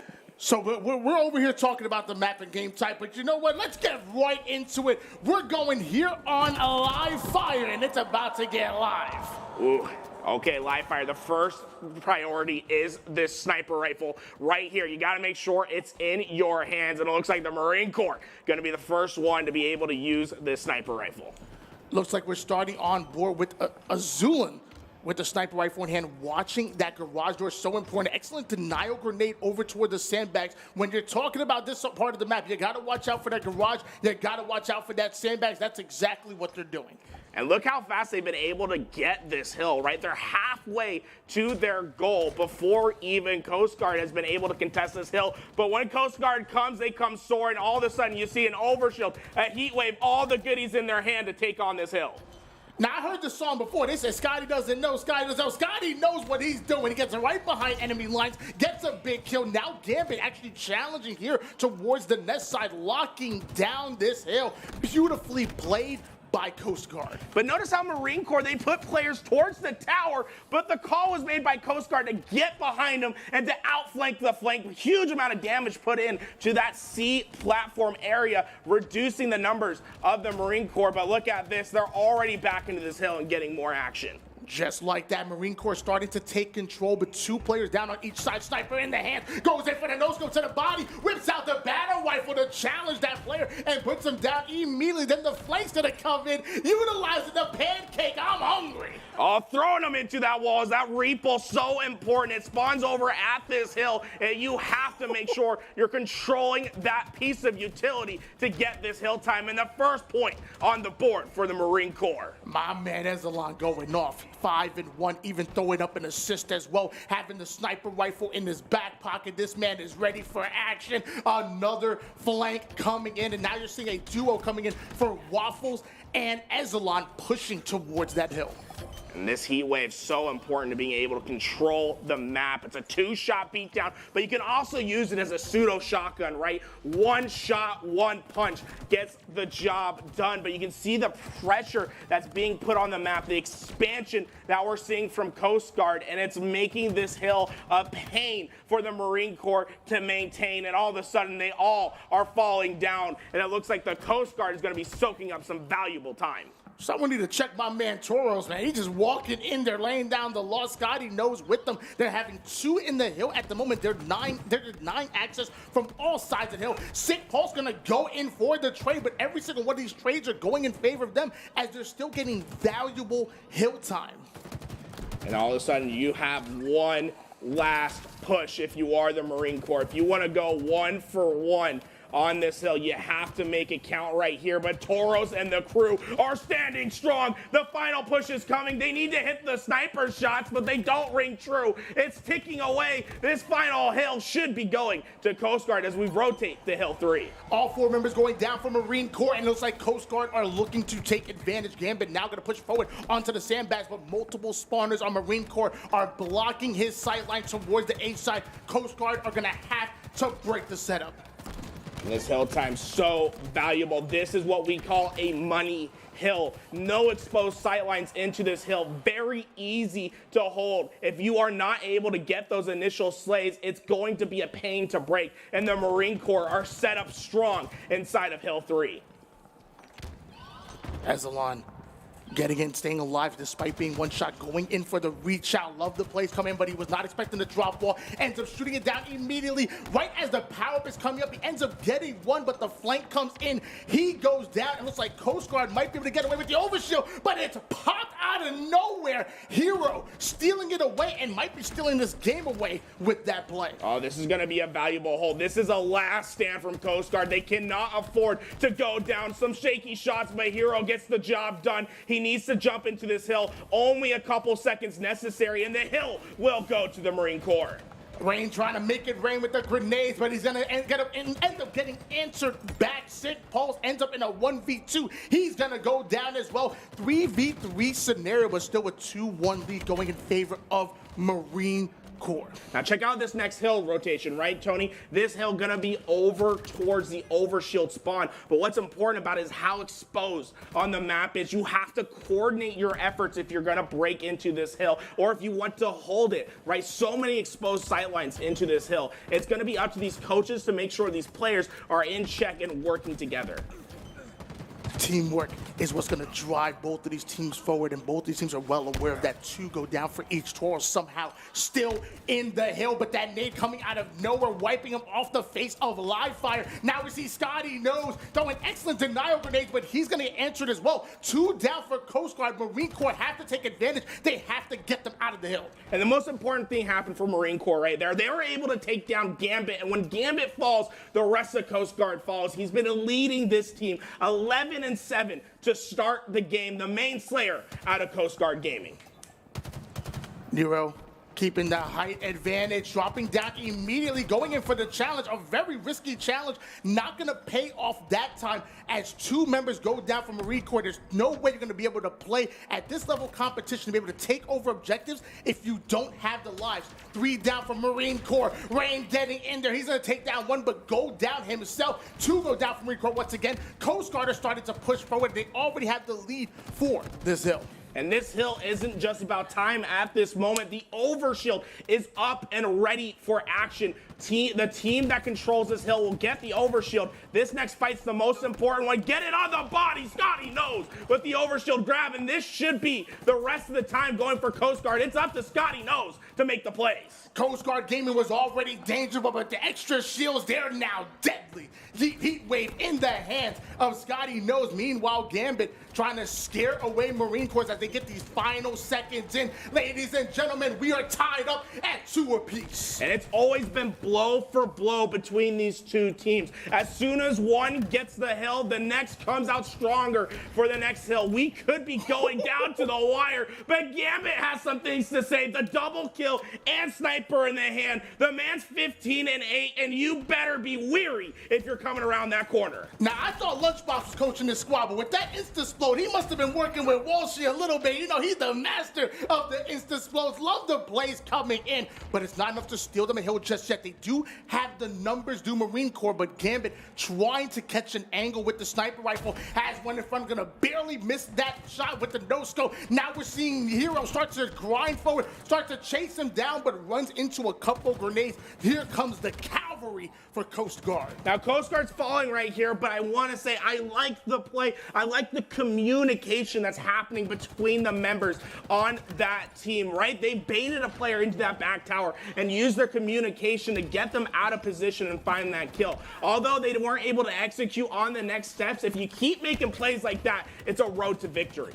15 kills out of Waffles, but his 13th death just hit there. Scotty knows with the heat wave in hand, this Promethean style shotgun. It's a close range, deadly weapon. You do not want to mess with that heat wave. And Scotty knows that he's denying access here toward the sandbag. He doesn't have a player in front of him, takes down 1, but the nades are still coming. Somehow Scotty knows is alive and still putting valuable points onto the hill for this team, but they're finally going to shut him down. Ooh, the Marine Corps are going to be able to get back into this hill just barely. One thing to note there, Lunchbox has been winning the fight for the overshield. The timers have been so important, and that's a reason why Coast Guard has been able to get this final time just a tick away. Hill going towards the Coast Guard. This is bad, Garrett. All 4 members go down from Marine Corps. Coast Guard are now 1 hill away from taking game number 1 and momentum in this series. I'm a firm believer in momentum, and they are stealing it away. I think we had a crash on the stage. We'll have to be going towards our referees and seeing how they decide to play this next hill. I think we're going to have a reset. I don't know if they're going to play this all out. We'll see some more of this action, but right now I think we did have a crash over towards Marine Corps. Either way, one thing we did notice is Coast Guard were up 3-2. And not only that, but they even got Marine Corps 4 down. They were positioned to get some early, valuable time into that next zone. They were looking damn good. Yeah, they were looking really, really good. And, you know, we're going to go to the reset. Now, what the blessing is that the lag out or the crash happened right when the next hill started. So we don't have this question of how much time they had in the hill before the crash happened. So I think it's going to be a relatively easy call for our referees today to make sure that we get that game state repaired as best as possible. You know, I love hearing us talk. I love the sound of my own voice. You already know that. But I want to hear what the players think about the match. I want to get into the mind of the players. I believe we have Rain talking about live fire. Why don't we get into his thoughts?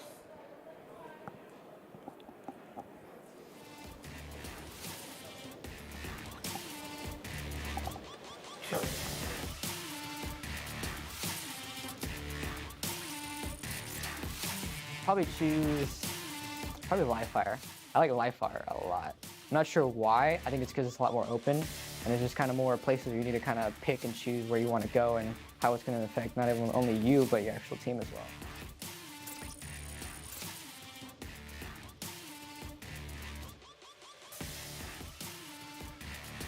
We're going to see it in game number 1, game number 2. Not only is it exhilarating, not only is it always good matchups, but I feel like it's a really good warm-up for these teams. It could really get into your own on King of the Hill live fire and kind of set you up for that game 2 or possibly game 3 if we end up seeing it. And what's so important, right, Tony, is that this iteration of this tournament is going to be a little bit different than some of your other tournaments. We have a veto system here today. So the teams and the coaches are getting together. You know, they've had a week of a combine. They know what their weaknesses and strengths are, and they can go into this veto system and make sure that they play their best maps. Now, what's obvious from this best of 3 rotation is both these teams feel very confident on live fire. And I'm not mad at that. Like I said, one of my favorite maps here, but also one of them are feeling even more confident on street. So if it goes the distance, maybe they have that advantage into game number 3. We're looking at Rain right now. Favorite Halo map is Blackout. Okay, you got some good taste. I'm a Halo 2 kid myself. Let me tell you, them 1v1s on the original Lockout were absolutely insane. And then Blackout was that remake going into Halo 3. Not as good, Rain. I'm sorry. We'll talk about it afterwards. But Blackout, definitely not as good as the original Lockout. Come on. Some hot takes from Rain over there. Now, hey, I did get word from the admin. So it's going to be 2 hills for the Marine Corps. Okay. Only 1 hill necessary for the Coast Guard to win. So the Marines have to come out and play perfect. There's no mistakes to be made. You cannot give up 1 hill. It's all or nothing in this reset. How many times do we talk about how important starting strategy is? How many times do we talk about how you're setting the tone for the game? And now at this point, one team only needs 1 more point, and that's going to be it. We're talking about 1 good starting strat and then continuing that momentum from there, being aware of where the spawns are and then putting pressure on it, and game can be over. This could be one of the fastest King of the Hill games we've seen as it's our version 2 of game number 1. And before we get back into that game, let's get back into the minds of these players. Let's hear what Tauros had to say. All right. In Kodiak, Alaska, there's a pretty big Coast Guard presence there, and I mean, originally, from high school, I didn't initially join the Coast Guard. I joined the Marine Corps and then transferred over to the Coast Guard. I didn't really want to go to the Coast Guard, and then later on, realized it was more family-oriented, so chose Coast Guard right after. Oh, look at Tauros. This man breathes Halo. It's in the military for 7 years. And his favorite map, the Pit. What a classic. And the Halo 3 sniper going right in tandem with that. That's my kind of guy right there. That's my kind of guy right there. I love me some Pit action. One thing I feel like we are missing in some of the newer Halos is those classic 2 sniper maps. But Live Fire does have at least 1 sniper, and we're going back into a reminder that our Coast Guard team actually needing 1 point. Meanwhile, Marine Corps needing 2 to become game number 1 champions. Well, Coast Guard striked into the hill first, but it might have been a bit preemptive, right? They immediately go 3 down, and the Marine Corps takes over. Hoaxer leading that charge. You know that he told them, bait them into the hill, let them get comfortable. We'll come back, get all the utility on the map, and retake our position. We talked about how important that starting strategy can be towards Coast Guard, but it was just as important for Marine to set that tone, for Marine to take control of the pace of game, and that's exactly what they did. Marine Corps are in that hill. They are locking it down, but the nades come in, end up putting them 2 down, and Coast Guard Gaming now getting their butts in the hill. Hey, well, Marine Corps, they got a great chunk of time, but they're going to have to coordinate themselves on this retake. Look at that kill feed, though, Tony. All players, only 1 player with kills, Ezelon, getting 4. The rest of the Marine Corps going to need to be able to find some slays for the retake. This reminds me of back in the day, King of the Hill, we played that in football. Whoever had, you just toss the ball in the air, whoever has that ball, everybody attacks them. Whoever's in that hill, everybody is attacking them at the moment and trying desperately to get them out. It's a point-based system, and Coast Guard Gaming, once again, are 1 point away from taking game number 1. Scotty knows the position to be in, gets behind 2. An easy kill, and now look at how the Coast Guard are collapsing into this hill.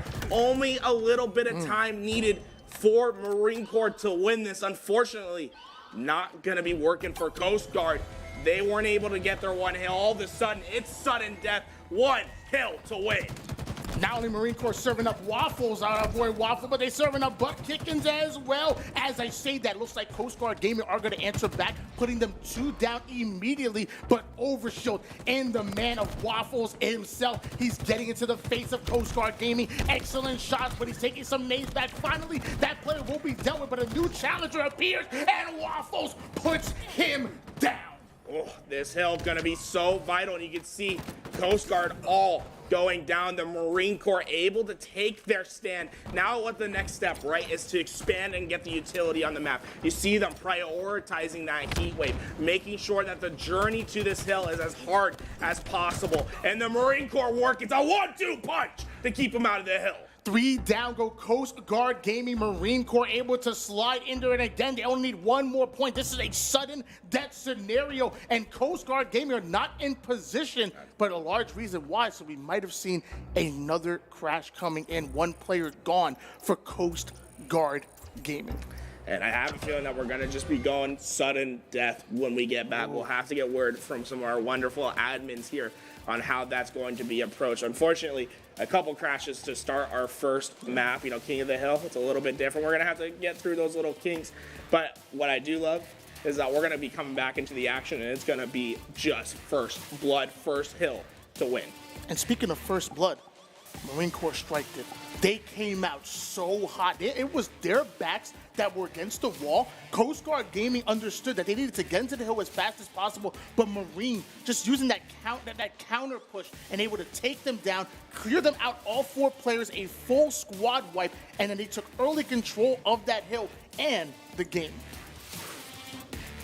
This is going to be tough, right? And this is where it falls on the coaches. I think that the Marine Corps had a successful retake at the start of that reset because of what Hoaxer told them. We saw them prioritize the expansion on the map rather than going straight for that hill. Coast Guard went immediately for the points. And I think Hoaxer said, hey, we're going to let them have that hill. We're going to let them get the first couple seconds.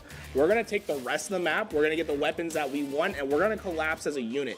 And it was wildly successful for the Marine Corps. Now, it's going to be up to Lunchbox over there, the coach of Optic Gaming, to try to get these boys on Coast Guard ready to play the mind games against Hoaxer and his crew. Big fan of Lunchbox, but like you mentioned Hoaxer. For those of you guys aren't familiar, Hoaxer, coach of Cloud9, back-to-back LAN champions here in Halo Infinite. There's only been 3 of them, and they took 2 out of those 3. Cloud9, one of the strongest teams that we have in the league, and they're gonna look good in Orlando, I'm sure. They coming back for blood. They coming back for that belt.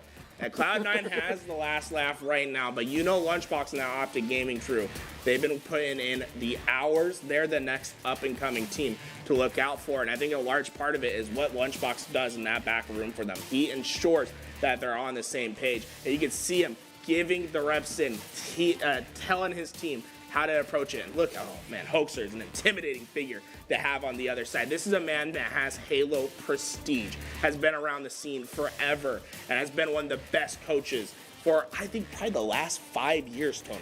He's been absolutely killing the coaching scene. He really has, and the players that they're coaching over have been incredible here in this first round, and they're leaving online. It's actually a shame that someone's at the drop down to elimination bracket, because this game has been so close so far. So far, we actually seen 3 caps out of both of these squads, so it may be a sudden death 1 cap take, so I'm still waiting on official wording, but that just tells you how close these teams have been. Whoever makes it into the winner's semifinals will definitely have earned their position.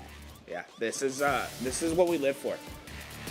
For it to go down to the final line, for it to come down to the individuals at the last moment, sudden death. How do you respond when you have no rope to give? When you're on that last inch, how do you come out the gate? How are you swinging?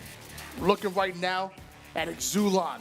This man, he was actually leaving it all on the line. Let me tell you, he was absolutely putting in that work in the game, and he's one of my players to watch. By the way, favorite map, Sanctuary, another double sniper map. You know about it. And of course, his favorite Halo weapon is the sniper rifle. Sanctuary came with 2 snipers. He wants it all.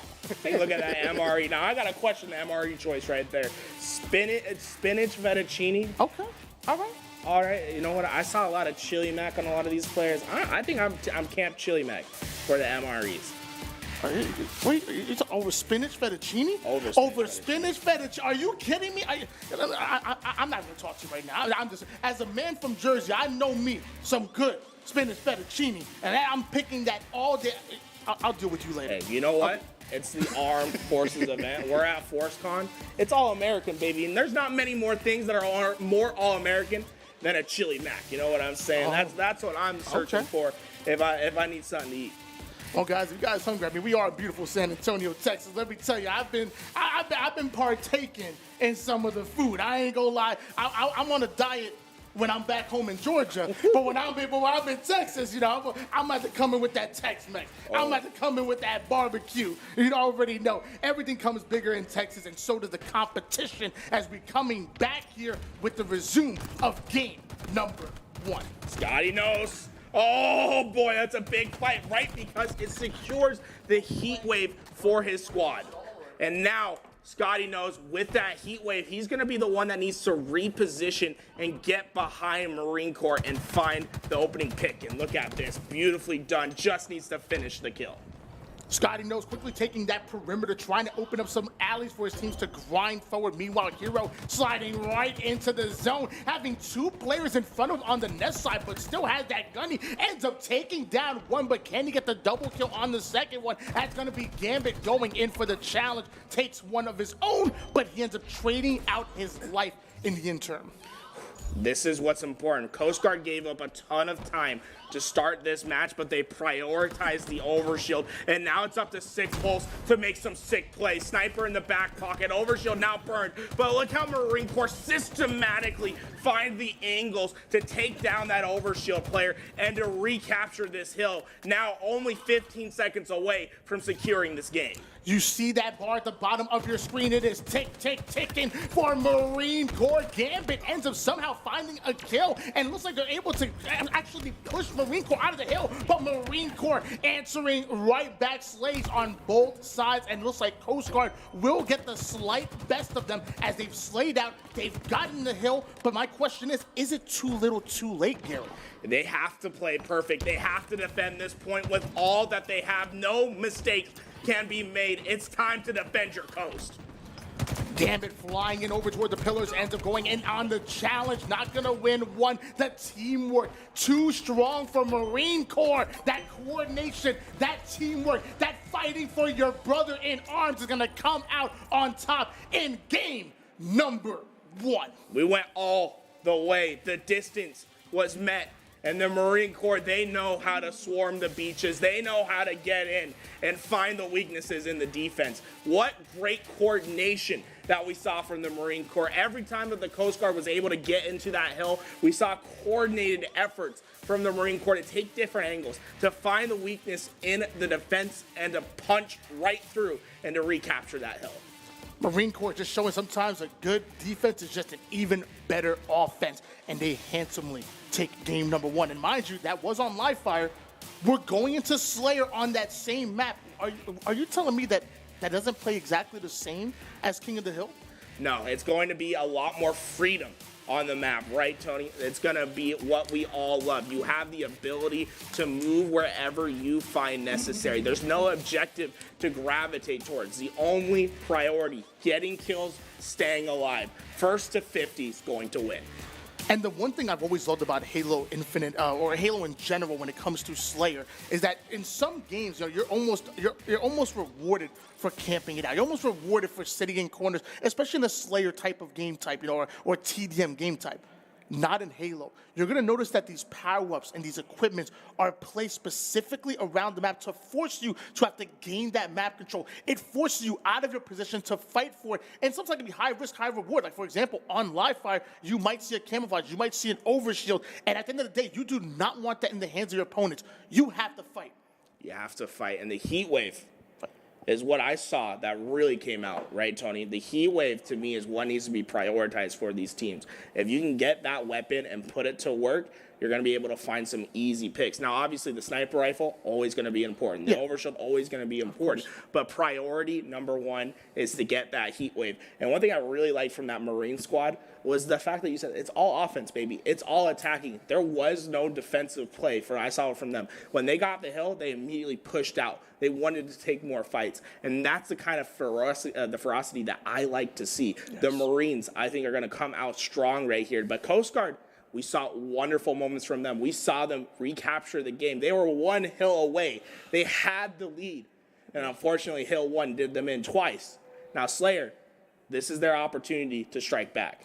And with that aggression, with that offense, the first thing that pops into my head, coordination. Because no, you can't, let's be honest, you can't be a one-man army. You can't do it by yourself. You could be a leading Slayer, but no man can win a game by himself. It takes a unit. It takes that coordination. And honestly, I think Marines really had it, especially towards that end of game 1. And you know what's really important is for individuals to step up on the team, right? It's about the players who can step up to the task, who can take it. And there's no better player than a Zulon. This man is as competitive as possible. Let's hear a little bit about him.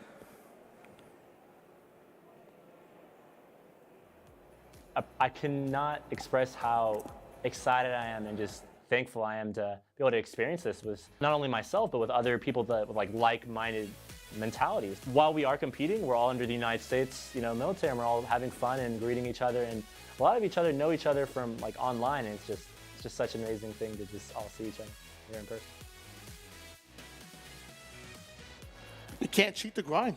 You simply can't cheat the grind. This is one man that puts in that work, and they have been doing so all weekend long, especially in the LAN center, but also at home as well. There's no way you're going to be able to come out on top and win if you're not grinding, if you're not understanding this game, and clearly they do. Zulon, he was playing incredibly well in game 1, and I want to see him step up and take the charge for his team. The Marines need him. And then on the other side, we saw a lot of plays from Scotty Nose. He wasn't leading the slaying column, but I'd like to see him take the next step, take the lead for his team. I think there was a lot of great coordination from Coast Guard, but I think they need that one player to step up. And I want to see Scotty Nose take that position. I'm sorry, every time I see his name, I think of the song Scotty doesn't know. I'm sorry. I'm singing it in my head right now. I'm not even joking. I really am. Game number 1 went to Marine Corps. Despite the fact that Coast Guard had the lead, if you're in the ears of Coast Guard, what do you think their coach is telling them? What do you think they have to do to bounce back and recover in game 2 after losing that so important momentum? You know what? If I'm Lunchbox right here, I'm looking at my players. I'm like, Lucid couldn't even do that. You know what I'm saying? You get your players in. It's like you start hyping them up. You start letting them know. You start giving them that little bit of gas because you know there's a fire there. It's just about providing the fuel and making sure that these players can play at their highest level. I guess my man Scotty does know. I guess he does know because look, I love the mix up here. Favorite map? Guardian. That tells me he's been playing Halo for a long time. That tells me that he's one of the OGs in Halo, coming back from Halo 3. But he also got some good taste because he didn't specifically say any sniper. My man said that Halo 5 sniper. Let's be honest, with that extra aim assist that you got, you could really make some plays. I like this man Scotty. This is my kind of player. We gonna talk, Scotty. He's got a smile that can kill. I'll tell you that. What a handsome man over there, Scotty. Knows how to win the game, and he needs to lead his team. Lunchbox is back there. He's going to be able to give them the comms to keep the team as a unit, but it's about the individual coming up and showing leadership for their team and leading the charge, being the leader that's necessary for them to be confident enough to take this game too. And I want to make sure we got cameras and stuff on Lunchbox's hands. We saw Scotty Nose start to make some plays. I want to make sure he's not trying to steal the controller from his team. I'm saying because Scotty knows he was looking good. But clearly, with that good taste, he talked about Guardian. He talked about Halo 5 Sniper. That's my kind of player. Clearly, he knows what he's doing, and hopefully we know what we're doing here going into game number 2. We're talking Slayer on the very same map that we saw live fire. I'm ready. It's one team either going to win the series or maybe send us into a game number 3. right? And we're going back to live fire, but it's not going to look like anything you saw before. With it being Slayer, there's none of this objective to orient these players around. It's just about getting kills and staying alive. So imagine some more unorthodox positions, some unorthodox pushes, because at the end of the day, if you can get the kill and stay alive, you're doing your job. Now, if you get those slays and you're able to be aware of where the enemy team is spawning, you could have that advantage. What are some of the important spawn points that you're going to be watching out for throughout this game? Expect to see players take up the tower position towards back C. The elevation and the sight lines are so important, and you can funnel the spawns towards the A spawn, towards that back garage area. From there, you can try to make a chokehold towards the sandbags area. That's where you're going to see a lot of this action take place. But what's priority number one right now is getting away with this overshield. My man Shyway and Star Wars told me you got to keep the high ground. The top tower, you got yourself the high ground. Waffles going in for the challenge onto Key Door. Not going to able to win that one. Meanwhile, not only was Rain able to secure that kill for his team, but also securing himself the overshield. That's going to be so important early here in game 2. And what we saw there, right, is we saw a push from the Marine Corps to get up, and it cost a life, and they didn't get a kill out of it. But what was important is it secured the overshield for their team. It's about making the sacrifices necessary to take ground and to get the utility that works. But check that kill feed, a sniper rifle in play, and it's a Zulon who's finding the kills. What started off as a 3-kill lead is now just gaining. They are adding Marine Corps, not only getting the slays, but also securing that C-side setup that we're talking about, that tower side setup. Scotty knows, tries to go in for a flank, but looks like they're watching all angles. Ain't nobody breaking through.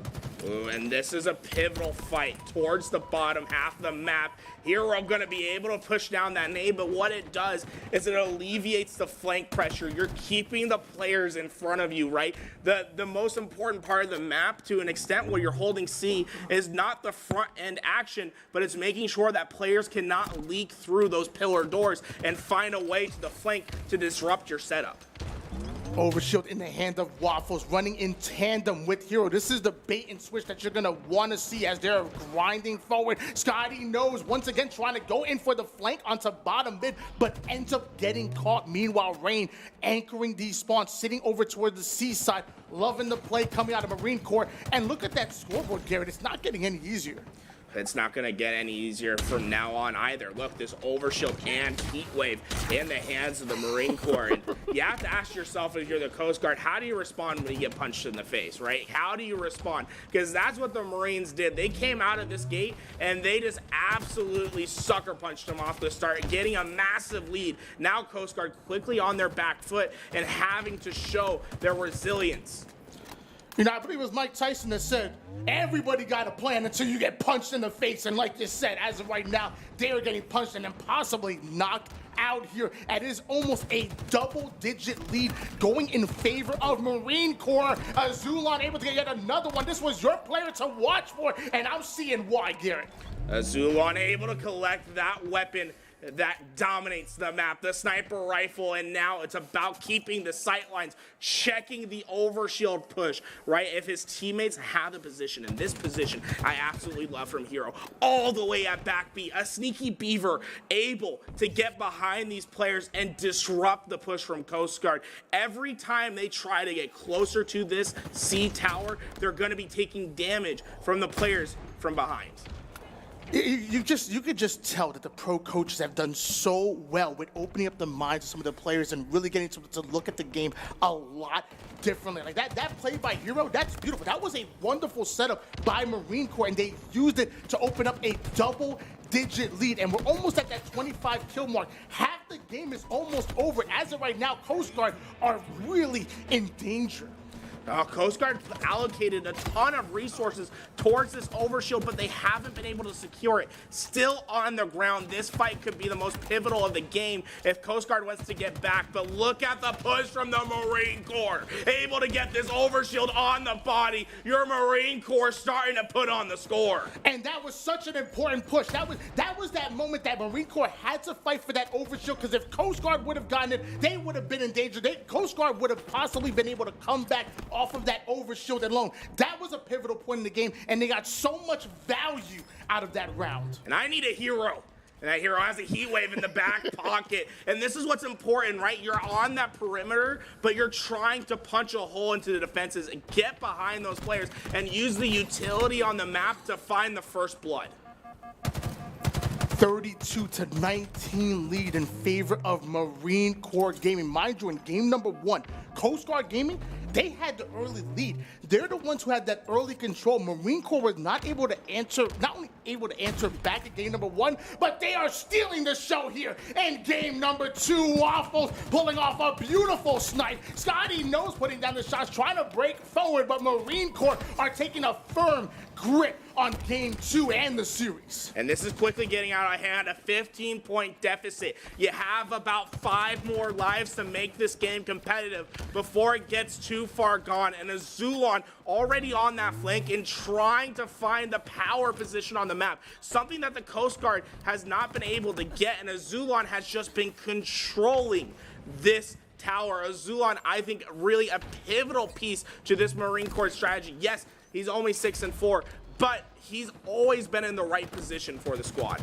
You know, I like my Halo players the way I like my breakfast. Nothing but waffles. 13 kills, 5 assists, only has died 6 times. He is a large reason why Marine Corps are coming in hot and we are approaching the late game. At this point, if Marine Corps gets to that 40 kill mark, Coast Guard Gaming will really have to make some pivotal plays. They need to make their stance right here, right now. They need to line up the defense. Otherwise, they're going down into the elimination bracket. It's not too late, but this next couple slays are what's going to tell the story, and the story is the Marine Corps. They push 4-2, going down, and it's going down to the end. Coast Guard quickly seeing the respawn screens, and the Marine Corps able to grab that sniper rifle once again.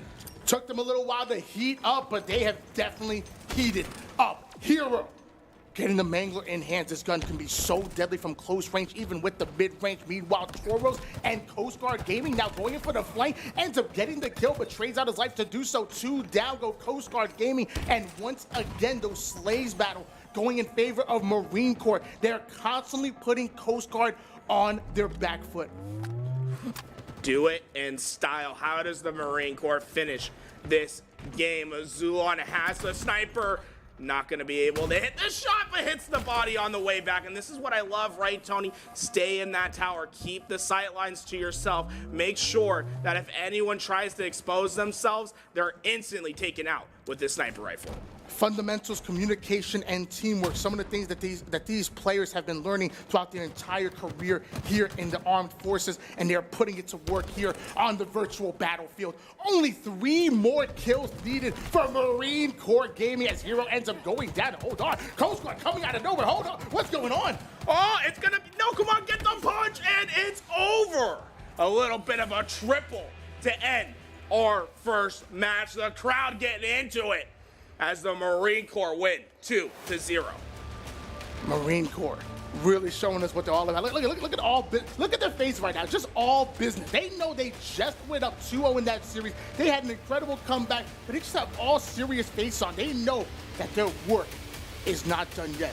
They still got the semifinal. They still got the winners finals. We still have a lot of Halo to be played.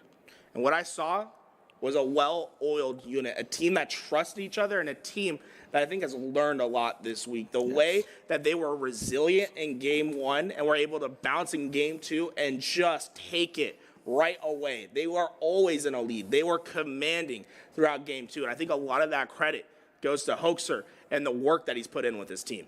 Yeah, I've always been a big fan of Hoaxer. Hoaxer, not only just one of those coaches that knows what they're talking about, that can have the clipboard, but you know what? He'll toss the clipboard. He'll put it to the side because he grinds the game. Sometimes he grinds the game more than some of the professional players. That's why that's my kind of coach. I want a coach that not only knows what he's talking about, but has been in the trenches with me, that really knows what he's talking about. It's almost like if you're playing basketball. You know, I love Jason Kidd as a coach. You know why?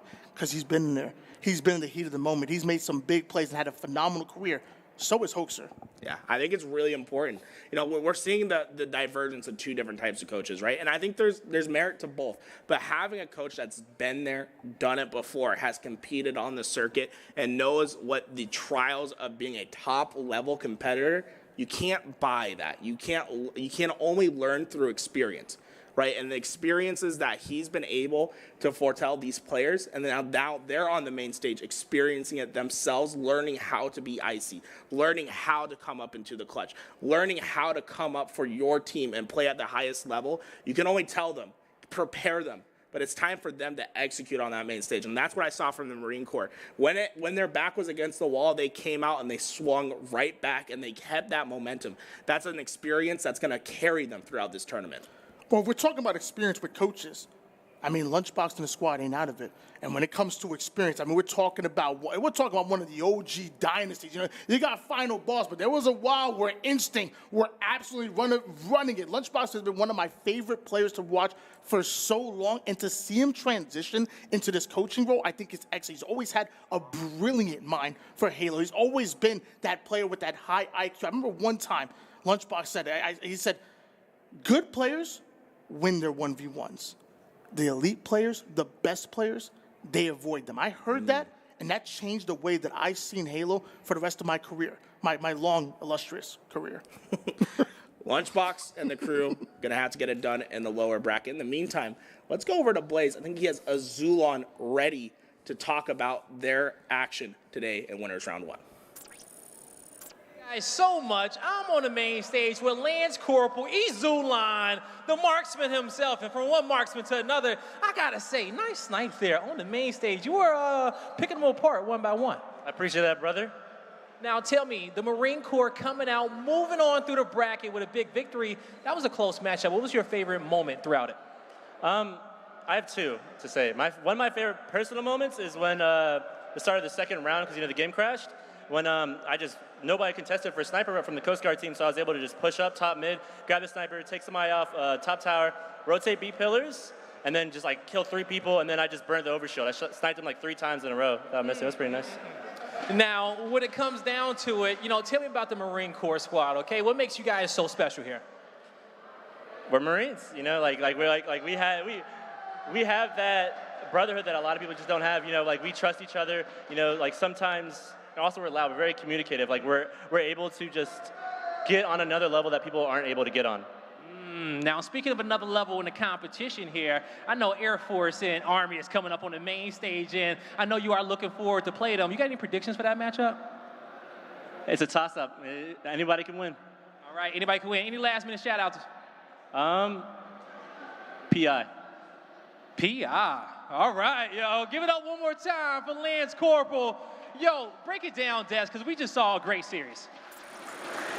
Thank you, Blaze. The Marines are looking confident. Azulon's looking confident, making plays with this snipe, by the way, as well. Magic, what was that you were saying about his name? Yeah, his name might be hard to pronounce, but it starts with EZ because he makes it look easy on the field. Making it look easy. Well said. He definitely did that with the snipe. And I got to love the fact that that was a more closely contested series, right? That King of the Hill match to start the series, the back and forth we got to see. And I love how King of the Hill just the focal point for the action, right? These 4v4 brawls in center map or outside on OS, just wild to watch. Yeah, even when it came down to that sudden death hill, the Marines had it about 95% of the way. Then we see a little bit of comeback from the Coast Guard, but Marines ultimately sealed the deal. What a great matchup between these two teams, and it just makes me that much more excited to see what's coming up. But let's run through the maps right there, the modes, and kind of break down a little bit of what happened. Obviously, Tony and Tools, amazing job over at the cast. Right, we have a map recap we can take a look at real quick, and here it is. It was, of course, the best of 3 series, live fire back-to-back. Both King of the Hill and Slayer we got to witness. King of the Hill, like we said, very close and very entertaining to watch. Slayer is where we saw the Marines pull away just a little bit. I think that the sniper had a big impact on that result. But a 2-0 once again, and the second 2-0 of the day. Something that I think we expect with some of the earlier games, right? As the dominant teams, they'll find their way in fashion. Yeah, just we see 2-0s right now. That doesn't mean that that's what's going to carry through the rest of today. And really hand it to Marines because that game won incredibly close when it came back and forth with that hill. But they said that they want to dominate in every domain. They came out and they secured the victory. And I feel like that momentum carried them through the game 2 and the Slayer as well. That momentum definitely matters. Let's see where it carries them in the bracket. Of course, to start the day, we had the Army up against the Navy. The Army took it in a 2-0. They'll be going up against Air Force. That's going to be one hell of a competition. And of course, the Marine Corps and the Coast Guard with the duo as well. Marine Corps, their next competitor will be Space Force Gaming, which I think might be our matchup coming up very soon. But Magic, what a show it's been so far today. It's been a non-stop action, and now we have those two lower bracket teams. They're ready and waiting. We don't know who they're going to match up with just yet, but we'll find out after we get through some of these semifinal matchups. And I have a feeling we're going to see some not sweeps. We're going to see some back and forth series. You don't want to go anywhere. It's about to get much closer in this tournament, in this venue. So stay tuned. We'll be right back after a short break. And put some down immediately. Then the flank's gonna come in, utilizing the pancake.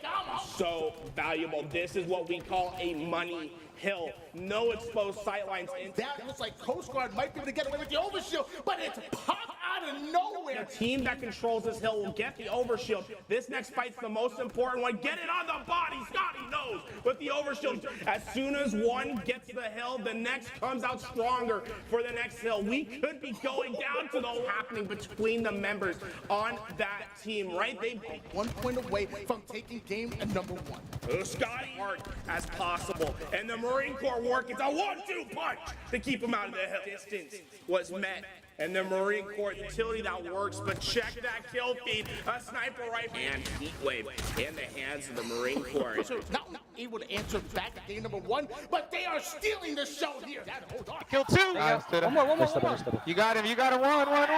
Come on, Walker. Let's go, bro. Let's go, buddy. Good shit, boys. Yeah, let's go.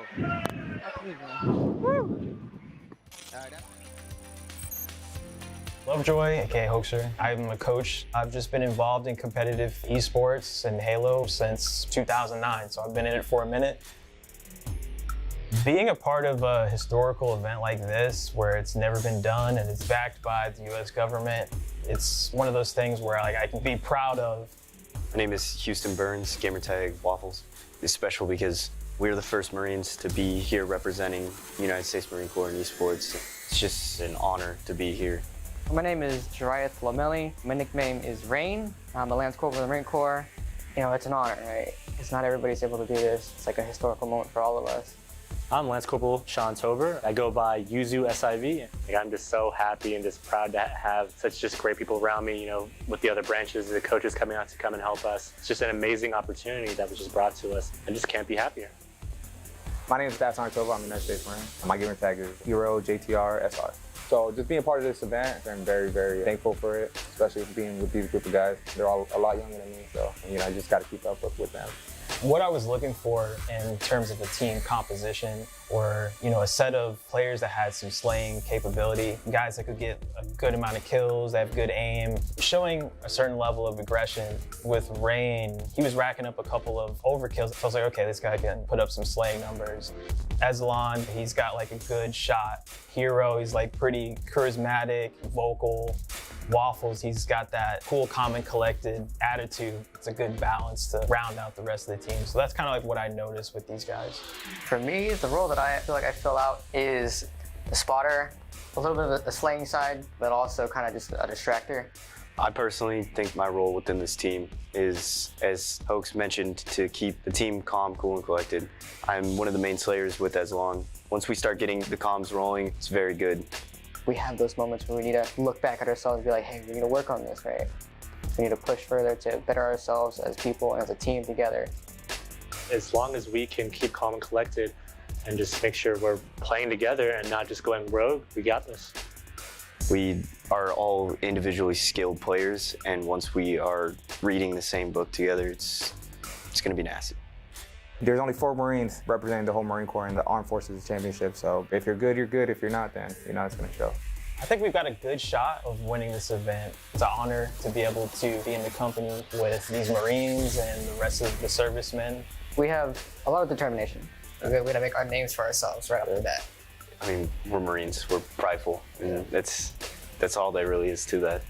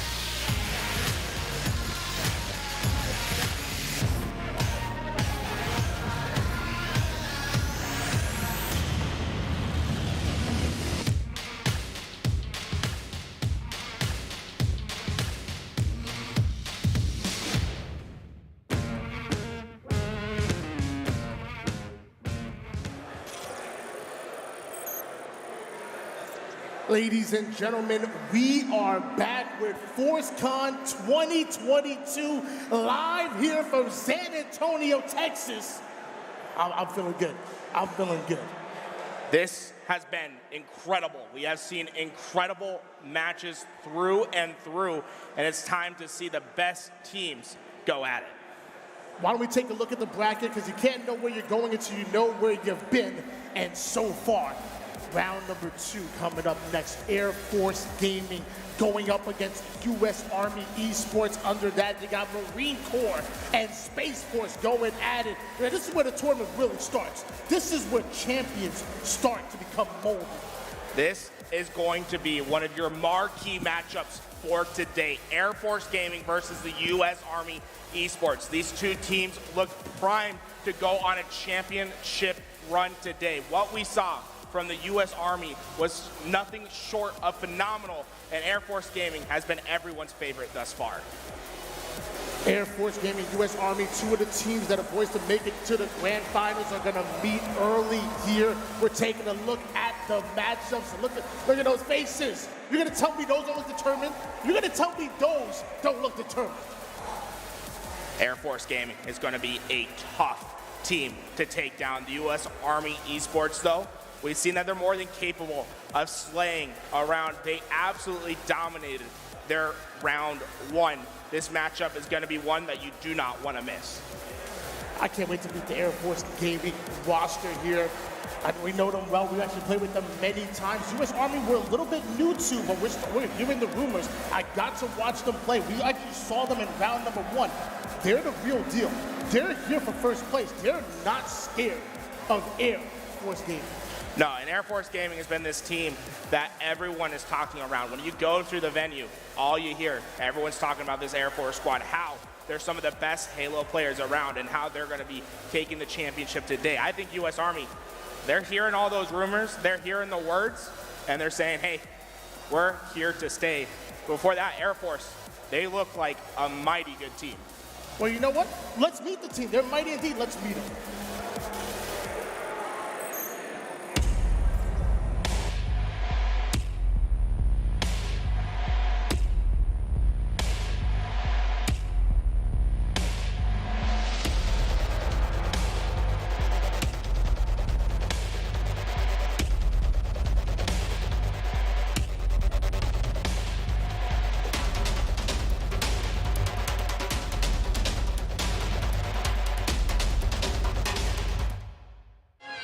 Can you remember any of the rap that you did? My money don't jiggle jiggle, it folds. I'd like to see you wiggle wiggle, for sure. It makes me wanna dribble dribble, you know. That's what I'm here to do, just execute. Anytime we can help each other out, we know like what we're about.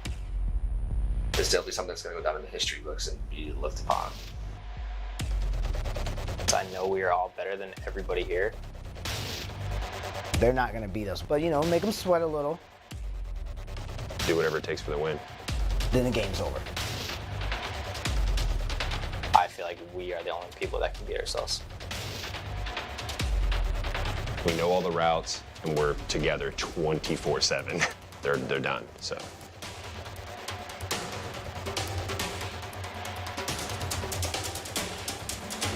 I'm just here to play my game and represent the Air Force. Air Force! And first up, ladies and gentlemen, give it up for Halo 1 veteran, Slaves. Schlag's an incredible player here today. He's been grinding Halo since the beginning. Local to San Antonio out of JBSA. Laughlin, give it up for Schlag. Hoodie up, hands in pockets, he's ready for business. I'm looking for that. I'm ready to watch Slaves in action. Almost just as much. We got to talk about my man, Trey, professional coach for Oxygen Esports. Trey has been around the block. When you think of Halo veterans, you think of Trey, former pro player, current head coach for Oxygen Esports. This man is going to lead a team to victory. And next up, we got my man, Posey. Posey has been making an absolute wave throughout the Halo scene. Many consider him to be one of the best upcoming amateur players in the scene. Look out in the pro scene for this man eventually. Posey has been an absolute force out of Florida at Buckley Space Force Base. He's one of the crowd favorites. I heard that crowd. They were loud, but let's get loud for last but not least 31-time champion, Command Station. Command Station, there's not much more you can say about this young woman. She is an all-star in the making. Was considered one of the best 2v2 players to ever touch the stick. She is an absolute phenom in the making, and she's looking to lead her team to victory today. Any team that challenges her with the BR in hands, I feel bad for. That's gonna be a mistake. But that is your Air Force gaming. So we gotta talk about Coach Clutch. Coach Clutch has been leading Bear Claw Esports since the beginning. Coach Clutch has been working with this squad, and he has a talented squad to work with. But let's give it out for Coach Clutch, repping Air Force Gaming today. And as I have to say, this is a home crowd through and through. Coach Clutch looking to lead this team, be in those comms, and make sure that they're running on all cylinders. My man is dread locked in. I'm ready. Air Force Gaming, one of the favorites here in the tournament. But I heard we got a special guest. I heard we got a special guest. I heard we got WWE superstar Xavier Woods. You can't talk about no one better than this man, Xavier Woods, here in the building. Look at this man, an absolute monster on the scene, looking to cheer his Air Force Gaming squad, repping it out. Make some noise for Xavier Woods. Look at him command that. And he got some merch with him too. Let me get one of those. I didn't get that one. I didn't get that one. That's Xavier Woods. We're going to see more from him going forward, but he's already here. He's already making some noise. And listen to the crowd. They love some Xavier. Now stick around because we will hear from Xavier Woods later on in the broadcast. This man's hanging out, watching some Halo, and being able to see what branch of the armed forces is truly the best at Halo today. Air Force Gaming, the first time we're seeing them on the main stage, but not the first time we were seeing them. We saw them back in Patrick. It was amazing. It was about last week. We got the chance to commentate them, and they won hands and going undefeated through the winners bracket into the grand finals and earning their spot here in San Antonio, Texas. It was a tough tournament, and these four were the ones that were able to make their way all the way through and be able to rep the Air Force today. And this is a mighty good squad. It really is. And it's funny because we've been talking about Air Force. We've been talking about Army Gaming. This is a squad that people wanted to see in the winners finals. This is a squad that people wanted to see in the grand finals. They're meeting here in the semifinals. One of them is going down into the elimination bracket early. But why don't we dive a little bit deeper into that Air Force roster? The Air Force roster's through chock with talent. Starting with Command Station, made her name in the Halo 5 2v2 scene. Posey, who's been absolutely lighting it up in Halo Infinite as a top AM. Schlags, who is a monster on the sticks. And of course, head coach Trey, he's here playing today, but you can see him on the HCS main stage behind Oxygen Esports. I've got the chance to play many games with Trey Try. Let me tell you, not only does he have a brilliant shot, but he has a brilliant mind for Halo. To not only have such a strong player in the game, but also as an IGL, on top of that, another pro coach. I mean, come on, there's no wonder why Air Force Gaming are one of the favorites. And take a look at this map, and take a look at Schlags in particular. The hometown kid out of San Antonio, just down the street. He's ready to win in his home base. That's not fair. That's not fair. He got the whole crowd. Look at that. Look at the crowd. Listen to them. That ain't fair. Oh, we got to move the venue. Oh, man. This is going to be a matchup to watch. Now, we talk about this Air Force Gaming squad and how talented they are and the expectations behind them. But there's someone creeping in the dark, someone who's trying to make some waves their own. The U.S. Army Esports roster is here to try to make an upset. U.S. Army coming in to challenge Air Force Gaming. They are not afraid, and we're going to go right into the action. We have Shyway and Magic going to be guiding through what's going to be one of the most amazing series here in this tournament. Okay, she's got both the weapons. No. It's just a little beard trim. It's Look, fine. I haven't shaved this beard in 10 years, Magic. All right, we're not.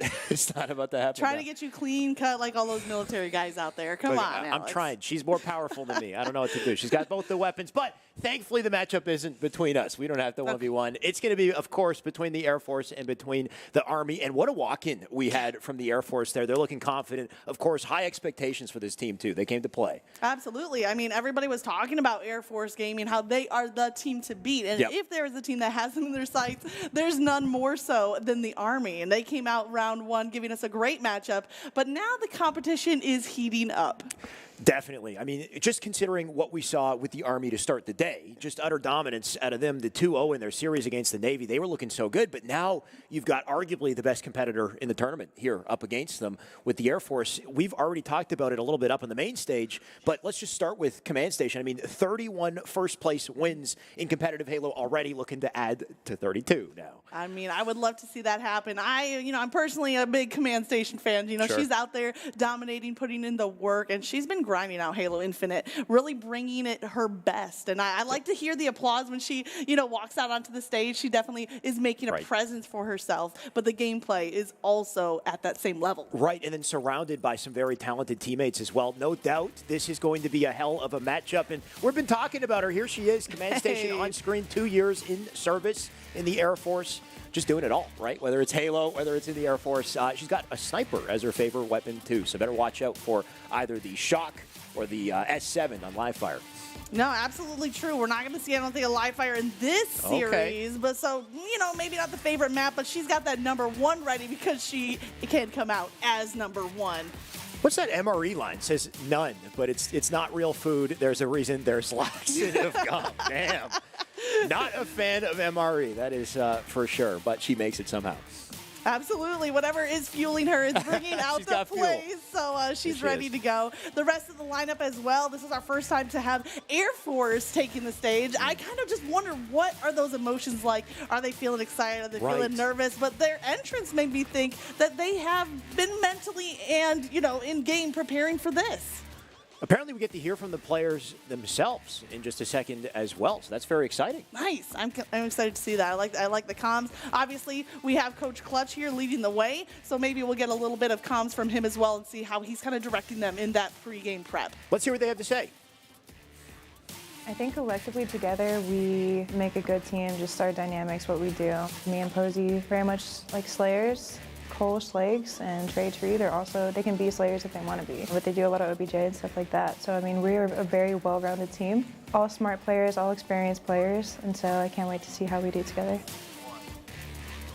You gotta love it, Magic. Command Station, of course, on screen. We got to hear a little bit about herself and very confident in her teammates as well. Looks like they perfectly kind of round out this roster, and it sounds like they're ready to really bring their A game because of it. Absolutely right, and I think we saw in the video earlier as well that the only people they're worried about is beating themselves. So they might not have not a lot of respect maybe for the competition, but they do need to make sure that as a unit they're operating in harmonization with one another. And I mean, you talked about it just before we got into that little interview, main stage pressure and how that might change things. So, can they stay coordinated when they've got a different kind of pressure on the line, different experience for them? Even for somebody like Command Station with the wins that she has, I don't think she's been on a stage this large before either. So definitely can be, a beast, I guess, of its own to manage. And then you've got the Army up against you, who are looking like one of the strongest teams in the tournament as well. And here they are. Yeah, I mean, looking at this FORCECON lineup, it's interesting to me to make that parallel between that military experience and how does it translate when they get to the big stage. That mental awareness, that teamwork, all of it has to be firing in perfect harmony for them to get the best result. And this is going to be an intense matchup. When we look at Air Force, we look at Army and these rosters, we see them prepping. They're going to give us a good show. If you're just tuning into the live stream, if you're just sitting down in the venue, this, I I think, is the biggest matchup to watch, and hopefully one that we're going to see a little bit later as well. But let's take a look at the maps and modes and see how this will truly play out. It's King of the Hill Recharge to start the series. Slayer on streets, and then Oddball on streets as well. So, like I think you had mentioned earlier, Magic, this team, the Army team, loves streets. Made sure to put it in the series here. Yeah, we did see 2 streets maps in their first matchup as well, even though we ended up only getting to play on one of those, and that was that Slayer Streets, where you got to watch out for LMNO posting up with the Stalker Rifle. I want to see if he brings that back when we get to game number 2, but not before we can see King of the Hill on Recharge. King Recharge is going to be very interesting, Magic. Can't wait to see it. Of course, there is a shock on the map. Maybe not an S7 sniper over on Livefire, but still a snipe that can do some damage. And then just the fact that it's King of the Hill, something very new to competitive Halo, at least for Halo Infinite, and how that'll focus the action to different sections of the map throughout the game. I believe it starts in bottom mid, which is a hell of a way to start the game. I mean, you got camo center map to fight over, and then just do you risk it going down there in the hill when all the setup, all the power is above? Yeah, you might want to see players that kind of rotate outside to go pick up that sword or the shock rifle, the grapple. All of those are items in play. But the attention at the get-go is going to be that bottom middle of the map where the camo spawns. But what I want to see, Shyway, is does a player pick up the camo? Do they sit in the hill or do they grab camo, rotate out, and play defense? That's a good question, right? I think with the camo in the hill, of course, they don't know where you are. They're not sure where to throw nades. But if the moment you get hit, you get revealed, you can get killed immediately and then lose that important power weapon. Whereas the alternative is, do you stay around the hill and make that flank position happen, bait with your teammates, let the teammates go bottom mid, and then use your camo to sneak up and do some damage from the sidelines. That's kind of the beautiful thing about King is, yes, there's a focal point, but how you play around it and kind of flank and be elusive is generally the key to success. Well, I think that I have a little sneak peek in Army, if we take that Recharge Oddball map as an example, where Leafy was the one going out getting the slays, but you often saw them playing cross-map and not really all focused in one place. They really wanted the map control, and I think that would apply in King of the Hill as well. You'll most likely see 1 or maybe 2 players sitting on that hill, but a lot of players covering the rest of the map because you want to control those spawns and the power-ups. And I think that perimeter that you're talking about is going to change depending on where the hill goes throughout the game as well, right? Because bottom mid, you might be able to set up a perimeter and get some sort of coordination around the hill while you've got players there. But what about that hill next to the repulsor that we'll see a little later in the game? There's a hill in a tight hallway, and there's no way to set up a perimeter around it. It's just going to be a bloodbath, basically. We're going to be brawling. Well, speaking of Hopefully a bloodbath, you might get a literal bath because the repulsor spawns in that tunnel right on the edge of the map. So you grab the repulsor, you can get a mind the gap, toss somebody out in the water, and they're getting that literal bath. It can be a part of that spawn in particular. But this is a great idea for your next video, Shyway. Give us the defensive post-up positions for the different hills in each map. I mean, I'm just throwing it out there. That's a freebie. I mean, I'm learning as I go, to be honest, Magic. I can't wait to see what Air Force and Army put together when they do start to control these hills, because I'm just going off of my matchmaking EXP, and I currently don't play too well with my team. I'll just be honest. I don't believe it. I don't believe it for a second. No way. As you can see on screen, we do have a bit of a technical pause. There was a disconnect as we're just getting started with the game. Magic, I think it's better we get the disconnect before the series starts than, during. Yeah, absolutely. Let the players have a little more time to take those deep breaths, calm their nerves, maybe even a little bit of rallying from the coaches. I mean, we got Coach Clutch over here with the Air Force. We have alumni here on the Army side, and we know that they're going to use this time to the fullest, right? Any last pointers they need to make, any breakdown of strategy, and maybe they're even talking about specific hill spawns and how they want to treat them. That's a good point, Magic. While they talk about strategy, though, let's talk about one of the most interesting people in the venue here. We got Blaze on the stage with Xavier Woods. Let's see what they have to say. All right, everybody, one more time. Give it up for WWE superstar Xavier Woods, a.k.a. Austin Creed himself. My guy, what you doing in the building today? I wanted to come check out the games. Y'all are doing it right in here. This is for the first time ever having an event like this, and I'm not going to miss that. Exactly right, and we are doing it right because this is the first time that we've had an esports event federally recognized, and that is so important. What did you say, so? Definitely, of course. It's seeing the culture change seeing things come to light that people didn't think would ever happen, you know? And so to be a part of that is just insane. It's wild. Yeah, you've been a gamer for a long time, so I know you've been watching how esports have evolved over the years, and so it's so dope to have an event like this. Now, I hear that you got a pretty awesome gift for the MVP of this event, yeah? So if we could, please, we got a little something for somebody special. If you are the best, if you are the greatest, then you will be going home with your own WWE World Heavyweight Championship. You need that. You need this belt right here. And we're giving this belt away to the most valuable player of this tournament so you could be a superstar as well, all right? Well, Austin, yo, it's been great up here talking to you, man. So, you know, everyone, give it up one more time for Austin Creed, and give it up for Air Force and Army as they're about to battle it out on this stage. Let's go. Let's go.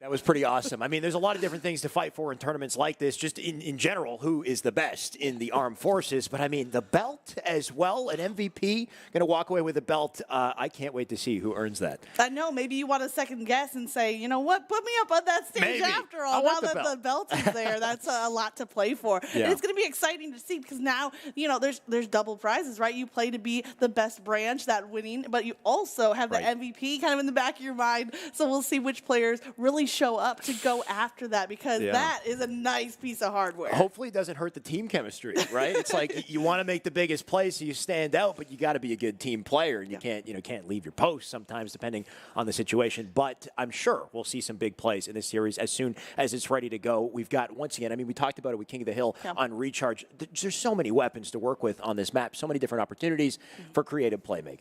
Well, in series number 1, we really saw Army kind of setting the pace, and they had amazing domination of those power weapons like you're talking about. So I feel like they're going to be ready. Going back to Recharge, something very familiar. You got the shock rifle from long range. A lot of times you'll see the player posting up there at the attic position. But opposite side of there, too, that A-Ledge can give great cover fire. I'm really expecting to see Army taking those high ground positions and then sending 1 or maybe 2 players to try to actually attack the objective. Right.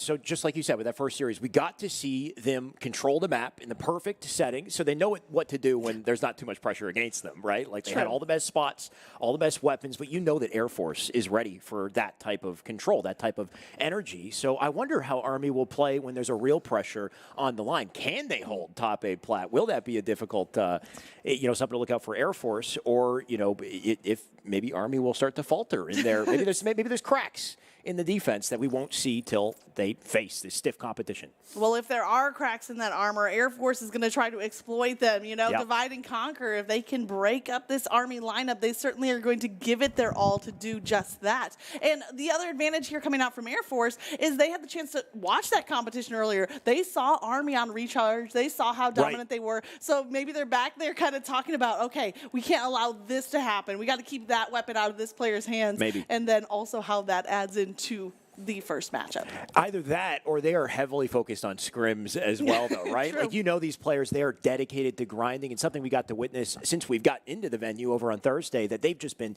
heads down, focused on the game, any opportunity they could get. And, I mean, what a great venue to support this. When these players aren't on the stage, we've got, multiple venues for them to, like a LAN center environment, separate rooms where you can scrim with players, just a great environment to bring the best out of you as a player, but also, kind of build your confidence and your just experience your readiness for the main stage once you finally get there.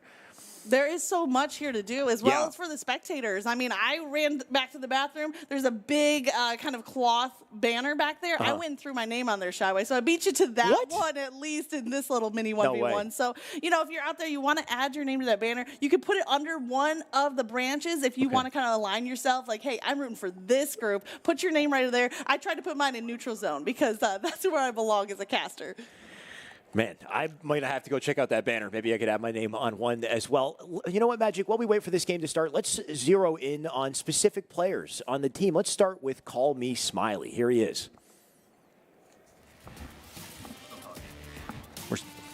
What do you think of Call Me Smiley, Magic? I mean, he looks pretty focused in He does right look now. focused. We have a little bit of player info about Smiley, and he's kind of living up to his name, right? That kind of lighthearted, smiling, and even right now, pretty relaxed, in the zone, ready to go. But what I know about him is he likes island music and even going out and grilling. Wow. So, you put some kebabs out there on the grill, put on some island music, and that's the kind of, ambiance I could go for.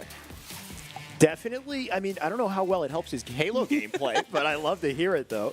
You know what? There he is on screen. Call Me Smiley. Spinach fettuccine, by the way, his main MRE of choice. So apparently he is a fan of it.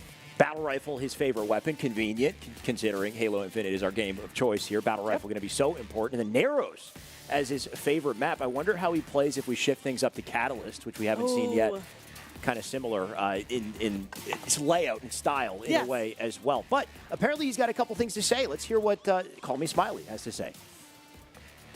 Gaming growing up was a bond for my family. Made me build bonds with people where I'm from. Playing LAN tournaments and all that stuff. It built the hype. So I love that feeling. I love that feeling of being able to compete against other people. There he is. Just getting ready to go, getting the yawns out before the match starts, right? This is going to be very fast-paced and energetic once we do kick it off. Yep. And a lot of experience, it sounds like. He's been playing games all his life, and no doubt that translates. What a way to start with Halo, for sure. No, I love to see that. And, he's out here with his team getting all prepped and ready to go. I'm really curious about what those team comps would sound like in-game. We get these little clips of the players, a little glimpse at their personality and their style. But I think that also adds into those player comps and the call-outs. So whatever it was from Series number 1, they just need to try to replicate that here in this new matchup. You know what, Magic? Well, Call Me Smiley might be a great, focal point on the team. What I'm more focused on, just off of that last series that we saw with the Army, is Leafeon. I want to see what he can do up against Air Force, and I think that's what's going to matter most against a team of this fashion is Leafeon and his ability to control some of the most important weapons like he had with the Shock in that first series. If he's making plays with the Shock in that first series, in this one coming up, then, Air Force have a problem to deal with. They definitely will have a problem to deal with. I feel like Leafy's kind of living up to the Halo Season 2 Lone Wolves theme going on here. We saw him rotate around, get some back smacks on people unawares. It might be a tougher, task in front of him here with Air Force as the opponent, but Leafy has shown us that he can go out, he can get the slays, and some of that competitive ability might be due to the fact that he has two siblings that also play Halo. So you get that sibling rivalry going, that really helps you fine-tune your game. Here's Leafy on screen. We can get a little close-up on him. But like you said, he's a Halo kid through and through, right? He's grown up in a family full of Halo players, and no doubt that skill translates. Been playing since Halo 3, actually. It's his first video game that he's ever played. What a way to start and get into the franchise. Arguably the most beloved Halo game, but also on the football team as well. So multi-talented player here. Yeah, I like to see that crossover between traditional athletics and the esports. And either way you're out there competing, that drive to win is going to push you forward. Speaking of forward, he's pointing it right at the camera. I feel like he's sending us a message. Kinda. I feel a little bit nervous. The man's confident, right? And you feel it in his gameplay and his presence when he walked out on stage as well. Looks like his favorite weapon is also the S7 sniper. So we saw Command Station earlier. That's her favorite as well. I think there's a little bit of a head-to-head here, right? Whoever gets this snipe definitely has the opportunity to control the pace, the momentum in the game. So don't let Leafeon pick it up if you're, on Air Force. No, absolutely right. So we don't have live fire right now, but we talked about Shock Rifle kind of playing similar to that sniper. So we might see a fight for those long-range weapons. But let's hear a few words from Leafy himself. I came across U.S. Army Esports by somebody actually reaching out to me, noticing that I was in the Army through my stream, and he was like, hey man, you look really good. You look like a really good player. We could use you on the team. And then I kind of came in like that. Nice and easy. Easy breezy, right? You look good. I think we're going to have to pick you up. You know what? Sometimes the gameplay speaks for itself. You don't really have to say too much. You just show them what you're capable of. Yeah, I would say actions speak louder than words, and if you can show them what you're capable of, that's enough to get that first opportunity, and that's the way we see Leafy taking the stage. No doubt this man's capable. He's been making plays all day. Can't wait to see what he puts together against, like we said, arguably the toughest team in the tournament. But that's not all we got in the roster. Let's keep going. Well, we can, right? We've got Fakey as well. Actually, we got both rosters on screen. Yeah. But, what do you see here, Magic? I mean, I'm looking at these 8 players, and I think they're arguably the most intimidating lineup that we have here today. But on that note, we are going to dive into the action. You called it, that first hill right there in the bottom mid. Right. Action finally on screen here, of course, best of 3 series. The Army and the Air Force head-to-head, and bottom mid is the place to play. You can see 2 members of Army already down. They're going to try to contest it, but risky business as well. Ooh. Very, nade territory, right? Nice double out of Fakey. You're going to see a lot of grenades on this first hill. I mean, there's not many places to hide. There's maybe a little box that you can get a little bit of cover from, or if you have the use of that active camo, but a nice double kill coming out the gates there from Fakey, who also now has the shock rifle, some grapple to work with. 2 players coming up against him. He is taken down by Trey. Interesting game plan, though, out of Air Force there, right? Sending 2 players into pipes to make sure they secure the shock, losing some hill time in the process here, but if they get the map, then they can jump in the hill safely and start to control it. So here we go. We got Air Force in the hill, command station with a kill on Leafy, and we talked about it coming in. That's a bit of a head-to-head. You like to see her come out on top there.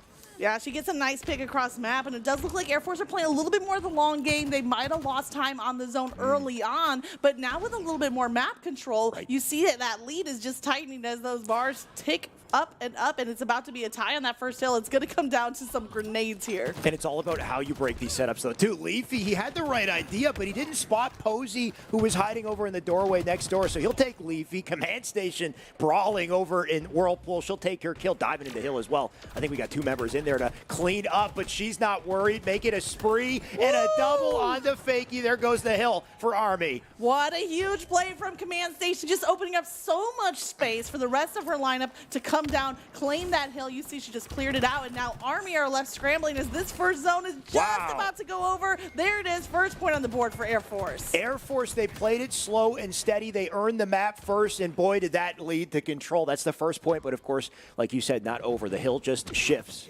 We see, I believe it is over on the long haul right behind Schlags, and he's got the perfect weapon to control a hill here. Yeah, this is a more close quarters as we're right in the corner here. A nice takedown. Watch the plasma. That could stick to your teammate if you're not careful. He gets the takedown, but I think LMNO also with a kill, and here comes Schlags with the use of that energy sword. We're just trading kills back and forth. You know what? When they said that our greatest enemy is ourselves, I didn't think it was literally. Like, I didn't think they were trying to kill each other, but either way, Schlags making sure Posey is awake and ready to play. Call me Smiley. He'll take a couple nades as well. There he goes, tagging out the sword, make sure his teammates get it. But here's a little 2v2 into control. Schlags looks like he'll get the best of that one as well. There's still 1 player left. It's Leafy on over here on C side. Ooh. And that beautiful grenade up the stairs gets the takedown, going for the double. This player's at 1 HP, another player up at Sneaky, and Leafy's just peppering them with damage left, right, and center, opening up an opportunity for Smiley from the opposite side. Smiley does get the kill, but it's quickly traded. You can see the hill is still being held down by Air Force. LMNO, he'll try his hand. It leads to a trade. That's going to neutralize the hill, but you can see the advantage here for Air Force. They're going to get back to it. One of the biggest things I've noticed so far, Magic, is the coverage of that nade spot up above. And Fakey, he's trying to get to it. He knows it's a power position. Yeah, this sneaky passageway is great for a quick rotation, but also if you run out of grenades, there's 2 fresh ones right there waiting for you. You see Smiley picking up the double kill as Fakey gets an assist, so really some good team fire coming out of Army as they close out on this zone, but they have some ground to make up. They definitely do, but I like the coverage here. Look at this. You got LMNO hiding back C. 1 player on the hill, 1 up above over in attic, but here we got LMNO. They're looking for him, though, Posey. You can see him searching, but he doesn't catch him in time. LMNO with a kill. Command station, she's aware of it.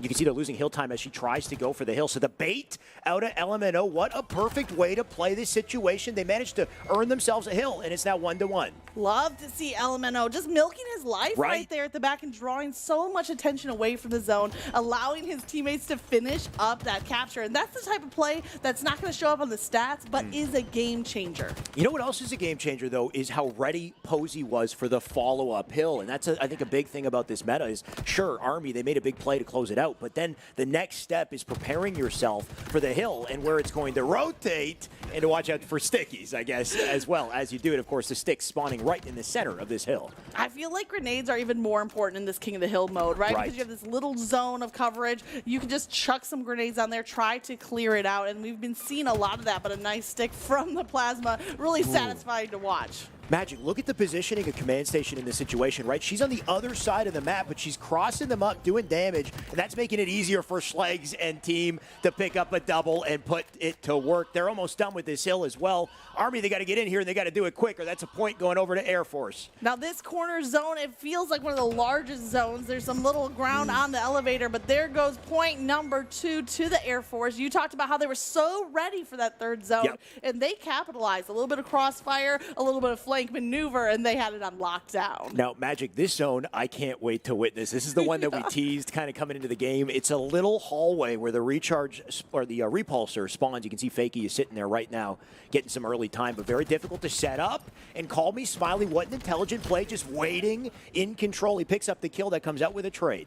And there's the grenade that takes him down. You do like to see that first kind of trap play in the control room coming through. Here's Leafeon getting some damage out, gets a takedown, covering this middle, but nobody's on the hill right now. So Leafy, I think he would probably rather sit back and kind of patrol, but he gets on the hill because when you need to, you take that objective time. Right, and you can see he had a bit of a double dilemma. The camo is now up as well, so I think he wasn't sure. Does he go for the camo?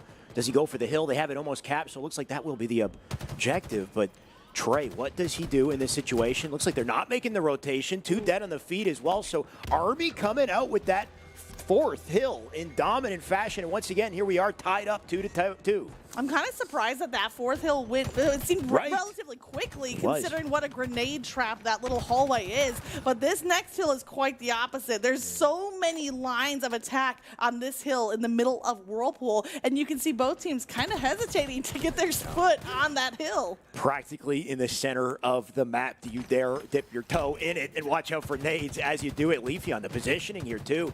Right above in heaven, not too much Trey could do. Schlegs in Command Station, they'll drop as well. And Posey, the 4th, he's outnumbered. There he goes. Hill presence for Army to start our 5th hill. And not a surprise that LMNO is going to be the one picking up that shock rifle. We saw him just dominate with a stalker rifle over on Streets. They play pretty similarly with that long range type of play. You can see him kind of posted up here on the left, the shock rifle at the ready, but there's 2 players from Air Force coming around right behind him. He has to be a little bit worried about that close quarters combat.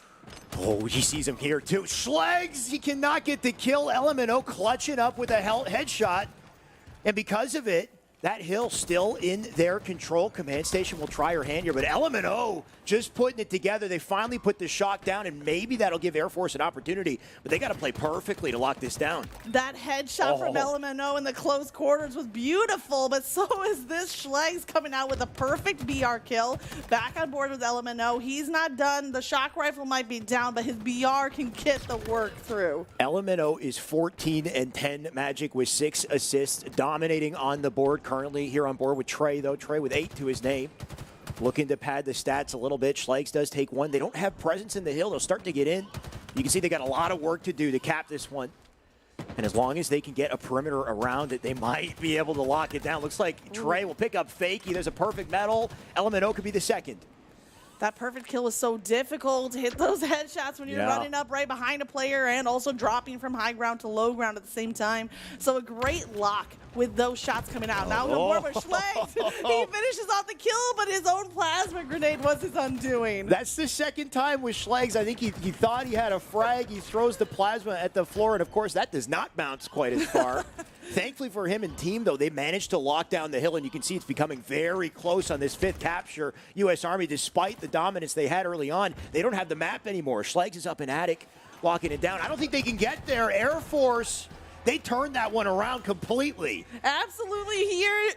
You hear the crowd getting excited. Both zones 1 and 3 for Air Force. Their first point, their 3rd point were slow and steady. They waited, regained map control, and then came back for the capture. This is something that Army have to have in the back of their mind as they get some early time on this hill. And Magic, because of this, they now have 3 points, 4 to close the game. They're at match point right here, bottom mid. The point of contention, and once again we saw it with the opening strat. Deadly spot to be. Kill's going to be so important in Air Force right now. They already have presence on that hill. You know, LMNO might be the most impressive player right now for the Army, but he is taken down, and Schlegs has kind of locked down this position. Again, not much cover to work with, so forced to back out and try to milk that life, regenerate that shield. I mean, for good reason. Schlegs has been doing damage. The man's got 19 kills to his name with 10 deaths. No doubt part of the reason why they've got control of this final hill. But can the Army break it? We got Leafeon on screen.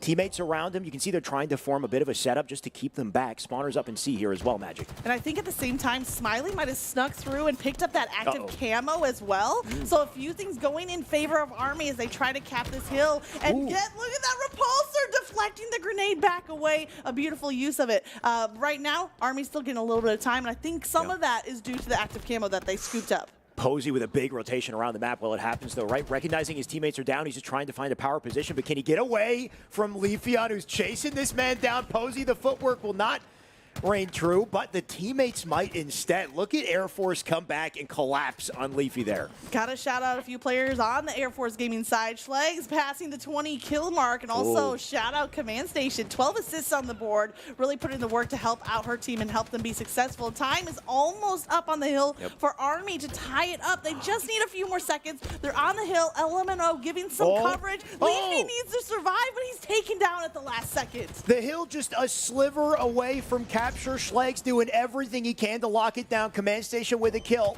Can they hold this down? They got to play perfect Halo magic to keep this hill in session. I mean, I hate to say it, but I kind of want to see Army come through on this hill just to take us to that King of the Hill we saw earlier, where it came down to the final hill. Whoever takes it gets the win. Here comes that force from Army. They need about 2 more seconds. They pull it out. They tied it back up 3-3. You know what, Magic? I wouldn't have it any other way. The final hill of the game, we got less than 2 minutes on the clock to fight for it. Now, remember, if they're sitting in the hill, the timer will freeze.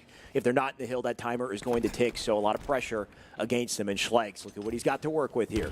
Love to see Schlegs. You've got the shock rifle in hand. Any player that walks around that corner is going to have to deal with him. And not only him, but Trey, who's ready. Here comes Schlegs, tossing out a grenade, but he sees 2 players in front, choosing instead to hold that map position versus rushing in. And again, that's what we're seeing from Air Force, that restraint, that contained excitement. Army managed to break through, though, right? Schlegs, unfortunately, didn't hit the shot. He had to back down to help Posey, and because of it, Army, they slipped into the hill, looking to make it past the halfway point on the capture. Schlegs trying to get aggressive, but he can't quite do it. LMNO locking it down, tagging it out. Command Station, she'll try her hand.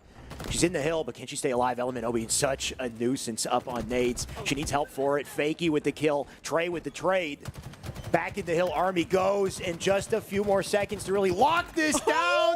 LMNO, what a double to do it. Not just the double kill, locks down the zone, and also is now the kill leader on the board. LMNO just popping off here in this King of the Hill recharge, but it's not over yet. Here comes that wave of force from the Marines. A beautiful takedown. You see the assist come through there for Command Station, and she's holding the zone as much as she can. Did she shoot that grenade? She did. What a smart play at a Command Station. We had a player challenging her. She shot the plasma. They backed him down immediately. They need to play their hearts to their hearts get down. I don't know. They got to put it all on the line here. Magic double. 2 went down. Once again, they're still got favorable trades on the slays here. Fakey is alone, and he can't take them. Everyone locking down this hill. If they hold on to it, Magic, this might be it right here. That full team wipe, I think, is going to seal the deal for Army. They need to full sprint to the zone, but it's not going to be in time. Air Force Gaming, hold on long enough to take map number 1. Magic, my heart. What a game 1 to start our series. Both these teams came to play, and you know what? No doubt this is going to go the distance. And I can't wait to see them face off later if we do. But, man, first game done and dusted, down to the final cap, down to the final second on the cap, too. All the pressure you could ever imagine up against them. I mean, if there's one player that stood out, it had to be LMNO. I mean, every time we went over to him, he's getting a double kill. He's getting a shock rifle kill at point blank. But the grenades came out in full force. Yeah. We saw that double kill that led to that team wipe. Army goes 4 down. Air Force take advantage, and they take the game. Man, and what a way to clutch up, too. Just a sliver away from closing it out. Like you said, LMNO, a big slayer on the side of Army. But then on the other side, we had Schlegs making some big plays. I believe the kill leader on his team as well. Saw him with the shock a couple times in game, and you talked about the nades and just how powerful they are. I think that's one of the big things, too, is King of the Hill still a very new mode in the HCS. Many of these teams kind of playing and experiencing it for the first time just in this past month. So strategy still being coordinated, trying to figure out, the best times to control that hill, that one focal point, and how dangerous it can be.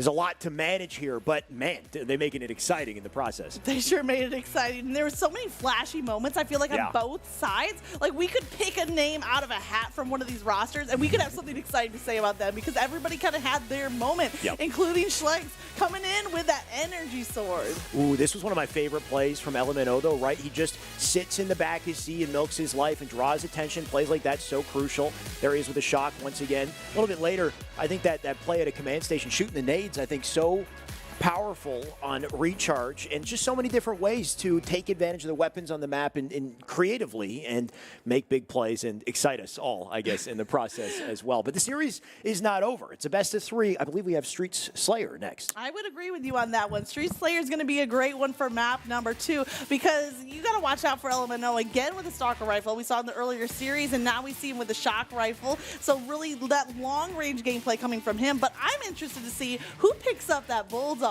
and who fights for the Rockets, because all of these weapons on Streets just keeps mixing up that variety. Right, and that's kind of the beauty of Streets is it's just such a brawl, right? Close quarters maps, the spawns are so easy to access. You talked about the Rockets in center, and no doubt the opening strat is going to be played around those Rockets. You don't want them in the hands of the enemy, but then throughout the game, the shotgun is so devastating. Just like you said, I think the biggest, most important weapon to control on the map is going to be that shotty, mainly because of how consistently it spawns, how much ammo it has. It just dominates close range. Yeah, absolutely right. It's going to be a huge factor in this next matchup. And with how close game number 1 was, the difference could just be one weapon pickup. Like, that could be tipping the scales when you have 2 lineups that are this neck and neck. Right. If that first game is any indication, we might be going the distance to game 3 with this one. Now, Street Slayer, just in comparison to other maps and modes, it can tend to snowball, though, right? When one team gets ahead, they get around to slay, especially off that opening strat. It's more easy to predict and collapse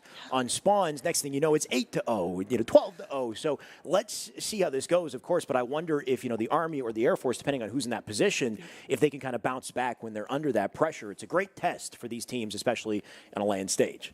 Well, earlier on Street Slayer, we did see the Army, and they were playing it very carefully, but they were also hitting those killing sprees. We had 2 players get to the 10-kill mark. We had 1 player that went 15, and they ended up really kind of snowballing in that match like you talked about, with control of those power-ups. I don't think we're going to see the same thing here yet today, but they're going to go after those strong weapons. Army, I mean, they did snowball it first time around, so it looks like they know their game plan coming into game 2 here. Fakey with the first kill on the board, and the shotty, like we talked about, in his hands. Where did the Rockets go? I think it was in the hands of Army as well, looking to pick up some early kills. But a 2-2 to start, despite the pickups on the weapons here. It's an even game.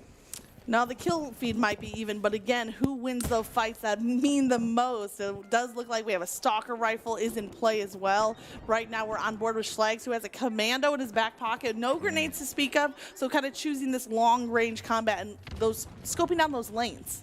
Magic, a lot of respect at the start of this game, right? It's still 2-2, make it 3-2. Now we got an opening kill.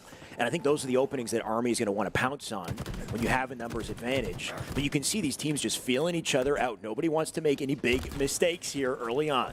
Yeah, Posey playing his life right there. Both players were down to 1 HP, 1 shot. Right. But instead of kind of trying to ego challenge that, chose to back away. You see the spike grenades are in play, as well as the Sentinel beam, a weapon that we haven't really talked about much. We don't get to see it too often, but I think in close range, that Sentinel is pretty devastating. So Trey, he does have it in the back pocket. We'll see if it comes into play here, picking up the spikes as well. Both teams sticking together. You can see them separated with their own perimeters. Top map controlled by Army, but Air Force, they're looking for a pinch. Fakey might be the victim. He'll try to back off. Trey sinking 2 nades in.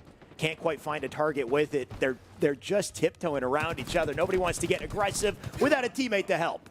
Well, there's the 2v1, talking about waiting for the teammate to help. That's what we see from Air Force as 2 players round the corner. They take down the kill, but now Fakey posting up, kind of holding a defensive position, watching a little bit on the mid lane, and Rocket's about to spawn in just 4 seconds. Wow, Magic. Very uncharacteristic for a Streets Slayer game, considering how fast-paced these tend to be. We've been waiting for this second rocket launcher. And I think this is where it really opens the floodgates. This is the opportunity to make big plays, and Command Station is the one to do it. She's still got a rocket in the chamber. What a smart angle on that rocket, Yeah. hitting that side wall to get the kill with the blast radius, because a direct line of sight, a direct hit is almost impossible from that low ground. LMNO is going to take down Command Station, so that leaves one rocket sitting on the ground, presumably going to the hands of the Army, but Schleg's making it hard for them as he picks off a kill on B side. Right, that's a big kill on Command Station. Not sure where those weapons went. It looks like they did go in the hands of Fakey. He did get a kill with it, so Schleg's not down for the count, making 11-7 on the board. LMNO patiently plays his life and lets Fakey do the damage. And you see this man already with the body disrespect. I think we expected a little bit of this coming in. I'm kind of surprised, it's coming out now, but Fakey kind of earned it with the 7 kills already on the board, almost double of anybody else. But we still see Air Force fighting their way back, only down 3 points after what looked like to be a strong push from the Army. Here's Leafy with the Bulldog. You talked about this being a huge factor, and I tell you what, that Bulldog won the fight against Posey. Ladies and gentlemen, pressure in Halo comes in many different ways, and sometimes it's just about getting the kills, but sometimes it's about the damage that you do after the kill, the mental damage. How do you get in their heads and make it very difficult to bounce back? And it looks like Army are playing the mental game right now with their 5-kill advantage. They certainly are, and I think that shows a little bit of a level of respect for the opponent, too. They know that if they have that 5-point lead on Air Force, they're feeling good about it. That's a respect to the opponent as well. And now we see things, just for a brief moment, slow down. We might see a pick here, or even waiting for that next round of rockets to kind of open it back up, which they're about, can't even see it, 12 seconds away. Thank you, Posey. I appreciate you stopping right there on the rockets. And it looks like he is going to post up, waiting for that rocket spawn. Playing it so slow, does not want to reveal himself. But Leafeon with the first kill, that's a big pickup. Going to give him a numbers advantage for Rocket. Schleg's, you can see, is trying to hold it down. Posey has been found. He's now dead. That is just going to give Army access to the Rocket Center map. And they're starting to get aggressive on C all while they do it. There goes Command Station, thanks to Fakey, who's been locking things down with the weapons. He's now got a Stalker to work with. Trey, he's going to have to back out of this. Game number one might have been LMNO with the show, but right now Fakey is the one leading the way for the U.S. Army Esports. 10 kills on the board, but also 4 assists, still helping out his teammates. No doubt this is a tough spot for Air Force, but the only gift they've been given here is high ground. You can see they spawned up on PD's side. They got a perimeter too. Not the Rockets, though. Leafy does have them. They're going to have to watch out for Leafy making a play here. Command Station down on the feed. There goes Posey. Couple trades in favor of Air Force here. They're not out of the running, but they're down 6, Magic. They can't afford to make any big mistakes here. Well, Fakey finds himself last alive, and again, kind of playing cautious, maybe hiding, waiting for the Air Force Gaming to try to push at him, or waiting for his teammates to respawn. It looks like the respawn is going to come in before he is outnumbered, but look at all of U.S. Army trapped back in the spawn. This is a great opportunity for Air Force. If they can pick off one target and then just full send into this spawn, they could get a team wipe, which would put them right within arm's reach of this game. Air Force have them right where they want them. They just need them to make a mistake, and you can see they're covering their sight lines. There's a Stalker coming into play. It's Fakey who's been locking it down. Fakey, by the way, with 10 kills to his name, leading the board on the score here. Looking to add to the stats as well. They are respecting that enemy team, though. You can see Posey spotting the spikes as he go for him. Oh, he found the Rockets. That's a nice little gift. There goes 2. They can start to get aggressive. There's one takedown, another takedown from the other side. I think there's a player damage. It's LMNO, and Schleg's is wasting no time to come through and clean up. One player left behind him, actually on the commando spawn. Great damage, but waiting for the teammate to trade in and finish off the kill. Trey sweeps in. That's the team wipe we were talking about. Oh, some beautiful teamwork out of Air Force Gaming as they start to bring this back. The Rockets are now up, Magic. They're all getting to center map to fight for him. There goes Command Station with 1.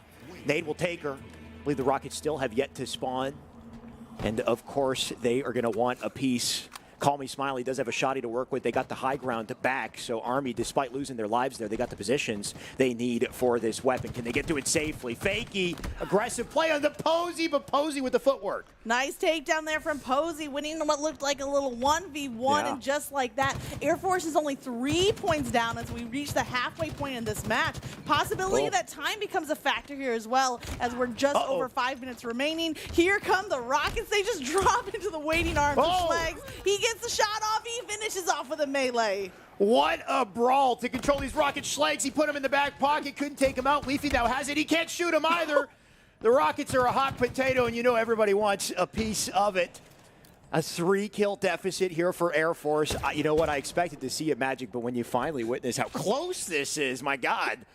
I'm still mentally stuck on what a piece of a hot potato would look like. I'm sorry, Alex, but enough. It looks like Trey is going to win the hot potato in this scenario. It's a positive thing. Yeah, I mean, typically the hot potato you want to drop immediately, but I don't think he wants to drop this. I think he wants to hold on to it.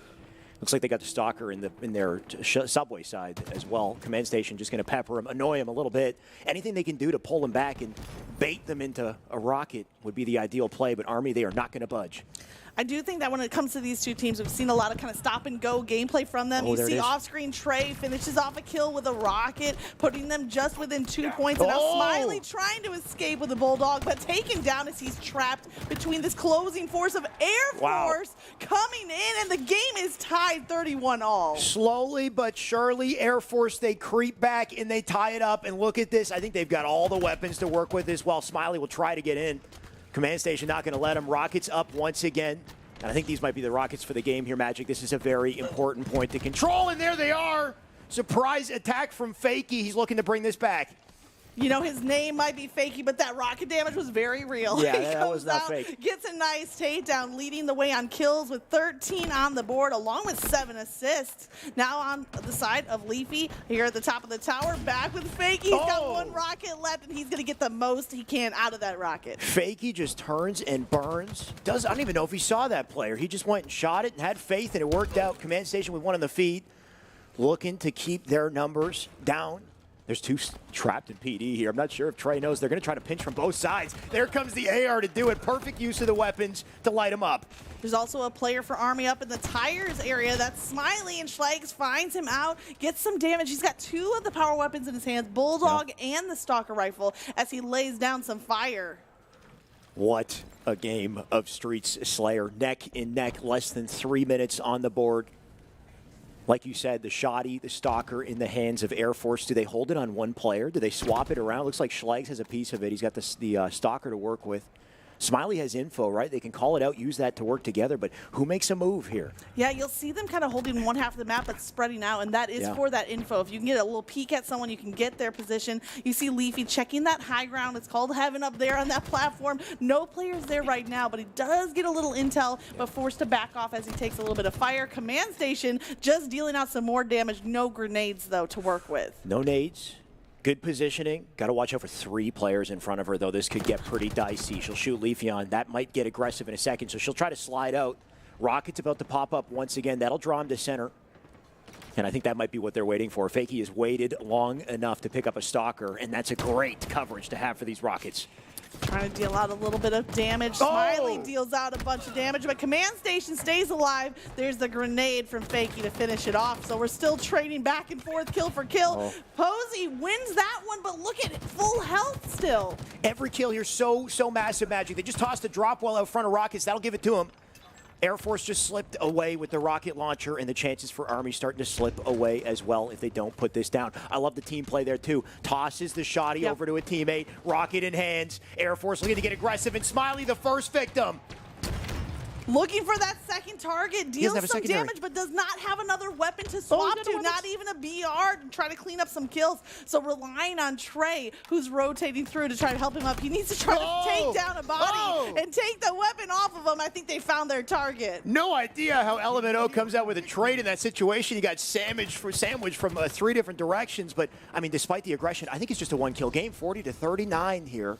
Command Station looking to finish off another 1 minute on the board, 42 now. Air Force with the advantage, and time not in the favor of Army here. No, time is in the favor of the team with the lead, and now that lead has been increased to 4. I think that's the most lead we've seen from the Air Force side, as they've kind of been making a comeback through the second half of this match. Command Station being one of those players, putting more kills on the board here towards the late game, but Schlags using that Sentinel beam, ready for some close quarters action. You said it, Magic, a late game glow up here out of Command Station. She's looking to stay alive as well. 30 seconds on the board. He's going to put pressure on the Army, and down they go. A double for Command Station, and Schlags He's making him feel it. Magic, you were wondering, what do you use the Sentinel beam for? Well, there you go. You just shoot the bodies. Oh, man. You know that Air Force is feeling good after those takedowns. And look at the clock. We only have 12 seconds to go. A creative use of the Sentinel beam, I have to say. Clock not working in Army's favor. They need to play aggressive, but as they play aggressive, they're still getting taken down. Clock ticks down. That's game number 2 to Air Force. What a game and what a series, down to the wire, back to back. I think if this one happens again, it could go either way, Magic, but a performance out of Air Force and a well-deserved victory. I love to see the crowd getting involved. They are hyping up the Air Force. We got signs. We see the GOAT tray being raised up nice and high. And you know they're proud of their team.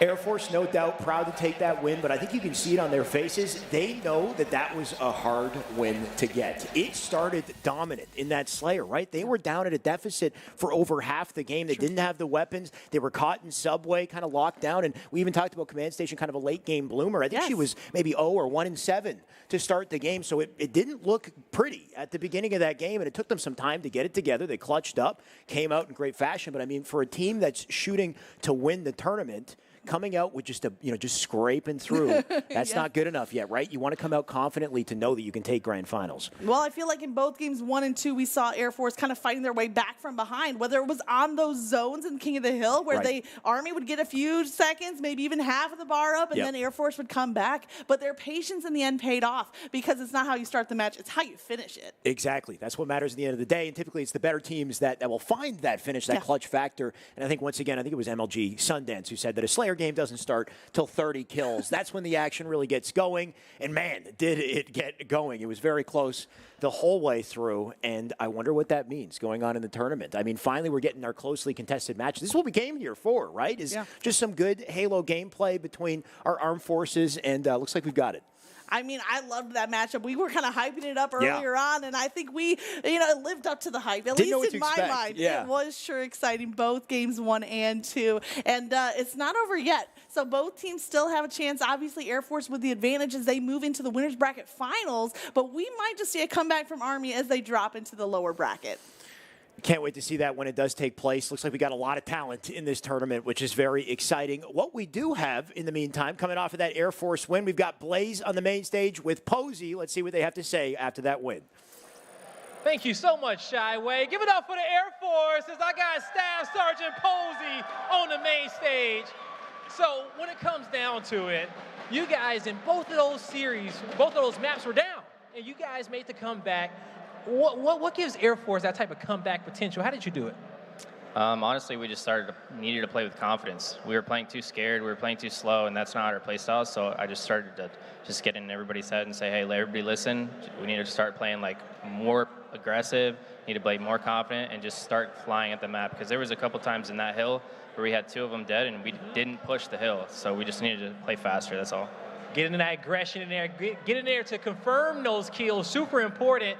Now tell me a little bit about your team, because I saw the commander, and she was up there tearing it up on the stage. How does it feel to be a part of Air Force Gaming?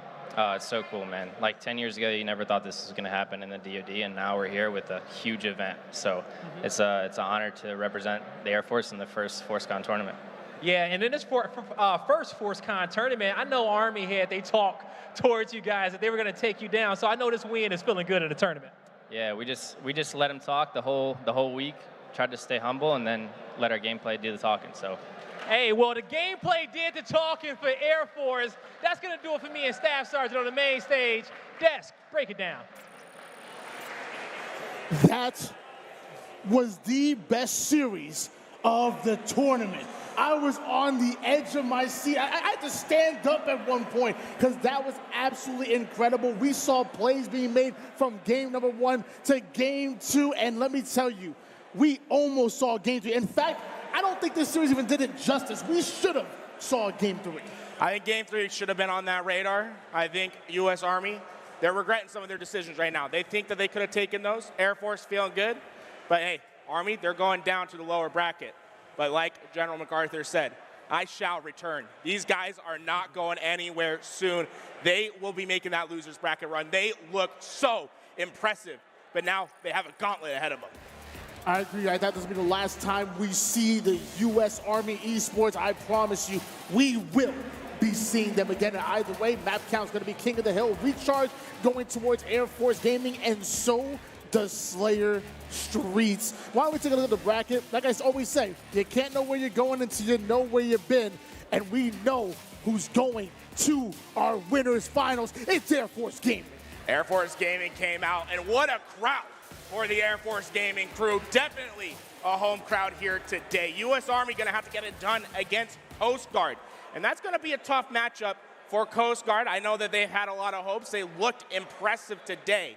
But they're going to have a hot U.S. Army Esports down there who want to get revenge through that lower bracket. I wish you guys at home could hear how electrifying this crowd was. I'm talking every kill, every turning point. The crowd absolutely exploded. We know who the favorites are. They're going to the winners finals. And how do you feel about U.S. Army, though? They had to fight the elimination bracket, but I think they still looked really good. There were moments that they wish they could take back, pivotal fights, that if it goes one other way, both those games go to U.S. Army. We're talking about a razor-thin edge that they walked, and unfortunately they fell to the wrong side this time. But if they meet again, let's just say history might not repeat itself. Is it truly losing if you're learning?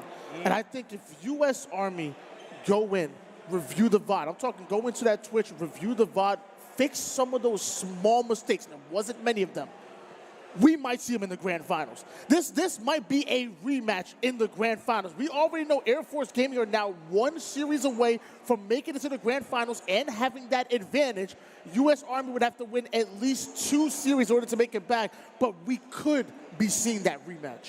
I think it's a real possibility, and I think it's going to come down to the general behind the lines. Alumni needs to get with that crew and find out what the mistakes were and fix those mistakes, because there was only a few, but if they are able to clean them up, well, this is a team that can take the championship today.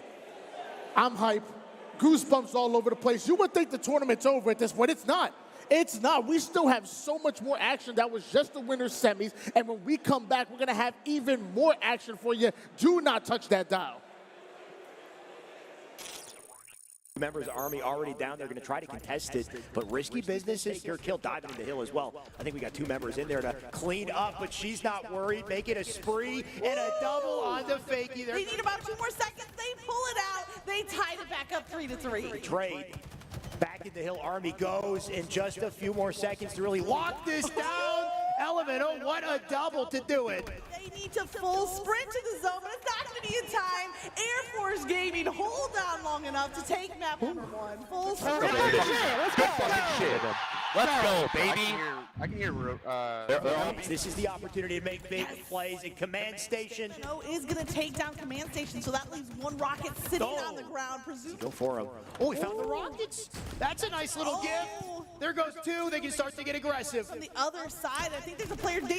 It's LMNO, and I mean, here come the rockets. They just drop into the waiting arms of Schlegs. He gets the shot off. He finishes off with a melee. Bulldog, but taken down as he's trapped between this closing force of Air Force. She's looking to stay alive as well. 30 seconds on the board. He's going to put pressure on the Army, and down they go. A double for Command Station. And clock ticks down. That's game number 2 to Air Force. What a game. That was easy, boys.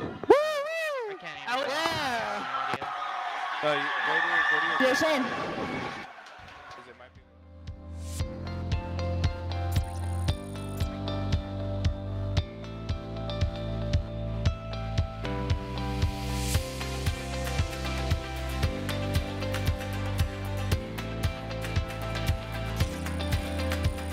My name is Marcus Lovejoy. My gamer tag is Alumni. I'm a former Halo professional, transitioned from gaming professionally to coaching professionally. Now I'm a player manager, and I've managed many professional players over, many games. My name is Anthony Canelos, and my gamer tag is Vicky. I feel like sometimes I try to pull like almost an in-game leader role, just kind of reel everyone in, try to stay on the same page. We try to stay focused, communicate. We can almost fit any role. If one guy's slacking, one of us can pick up the kills, get us across that line, get the win in the end. With like Fakey, I heard a whole bunch of great things from his counterparts. He's got a lot of dynamic playstyle within himself. My name is Jacob Swancott, and my gamer tag is Leafeon. The role I think I bring to the team is almost like an all-around player. I'm whatever role I need to be. Like if I need to play objective, I can grab ball, or if they need me to slay, I can slay. Halo Infinite is such a skill-based game that like almost everybody on your team needs to be able to do almost everything. I had played with Leafy prior to this tournament and saw a lot of potential in him. My name is Christopher Caldeo. My gamer tag is LMNO. As far as for the role of the team, I think at any given moment, I'm able to slay or play support at the same time. If I have to play support because everyone else is just doing great, I'll do that. If I have to slay because someone is not doing so well, I'll do that as well. In general, I'm willing to just fit in wherever I need to and play any role that's gonna give us the win. There was a lot of consistent play with LMNO, you know, pretty solid all-around shot, positioning. My gamer tag is Call Me Smiley, and I'm Jared John Santos. I know what these three are capable of, so I play more of the support role / the objective player, so I'm the one that pushes a lot for the objective side and then support whatever these guys are trying to do. I was following along Call Me Smiley, and he really impressed me with a lot of the majority of the games he was playing. Took some time and a lot of consideration, and it was super hard. That's how I came to this decision. As long as we stay together as a team and play as a team, as a unit, we can decide our own outcome, and we can get that win. I think we're all very focused. Everyone comes here wanting to win, and if we all just put our minds to it and realize that, hey, this is an opportunity that we all get a chance to compete while being in the military and just stay humble, I think we get a lot of good out of that. The team that poses the biggest challenge to our team is probably the Air Force team, but I know we can take them. But it's just a mental game, really. Like as long as we are mentally there in game, work together, and we can make anything happen. What we're gonna focus on, just our team style or team play, based on what team we're playing during this tournament. To the other teams, good luck, but not really. Let's get it. If it flies, it dies. Live fire, because that's the only map right now with the sniper rifle. I think Catalyst has it sometimes, but live fire. I love going off the rip, G sliding for the sniper rifle, getting a sniper rifle in your hands, and just looking for the next kill. Have you done any 360 headshots? All the time. Halo, Call of Duty, I'm the sniper. I always try to be the sniper. I always want to be the best sniper. That's my passion. Like, especially, I always look up to like Snipe Down, Halo 3 Days. Follow his footsteps. He's amazing. So my name is Eli the Ninja. I've been competing in Halo games for over 15 years now. Played a lot of Halo 2 and Halo 3 as a young kid, and made some waves on the pro scene then. I've been playing Halo ever since, watched it even in the times that I didn't play. I've just loved video games through and through, and I'm always interested in the strategy and mindset and the hard work that goes into becoming one of the best in the world. I feel like my knowledge I can impart on the younger generation to build a new group of pros for the next era. My name is Emily Courtois. Being a part of this event is amazing. It's such a unique experience to be able to come together as other branches of services and get to talk about the mutual love of video games, because I love video games. I'm Petty Officer Palacios. I am in the tournament. I'm actually getting to go compete. The military's paying me to be here to play video games, to compete against all the other branches. So win or lose, I can take that again and go back to real work and say, hey, now you could watch us. You could watch our streams. You could see that we're actually doing stuff in the esports community. My name is STS2 Sam Zglushka. Yeah, I kind of had an idea I was going to make the team, and I wanted to come here, and I want to be embarrassed. I want to pose on the big screen. I want to actually click some heads and actually make some waves. My name is Jonathan Figliola, and my call sign is Breakaway.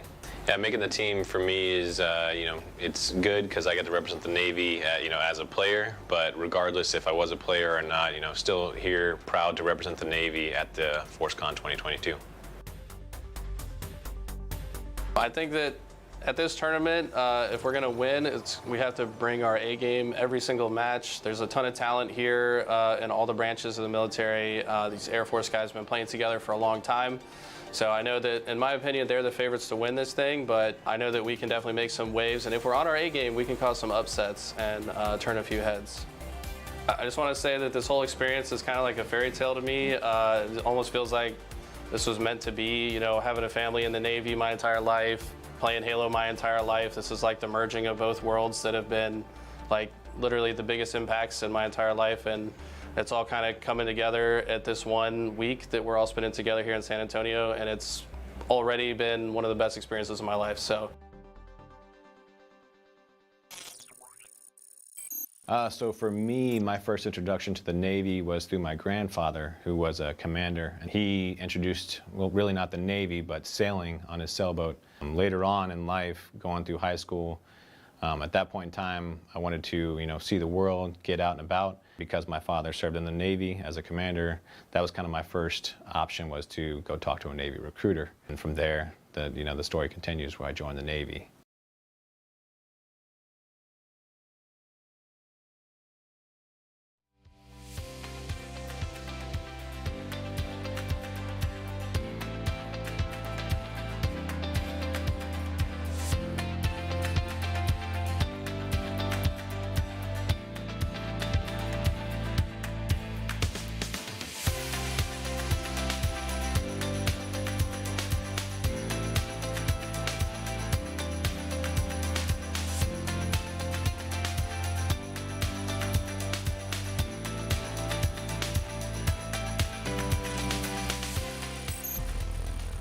My name is Jason Brown. My gamer tag is Lunchbox. Been competing since 2007. I recently transitioned into a coaching role for Optic Gaming's Halo team. Been through 3 events so far with Optic, and yeah, looking to get our first win in Halo Infinite.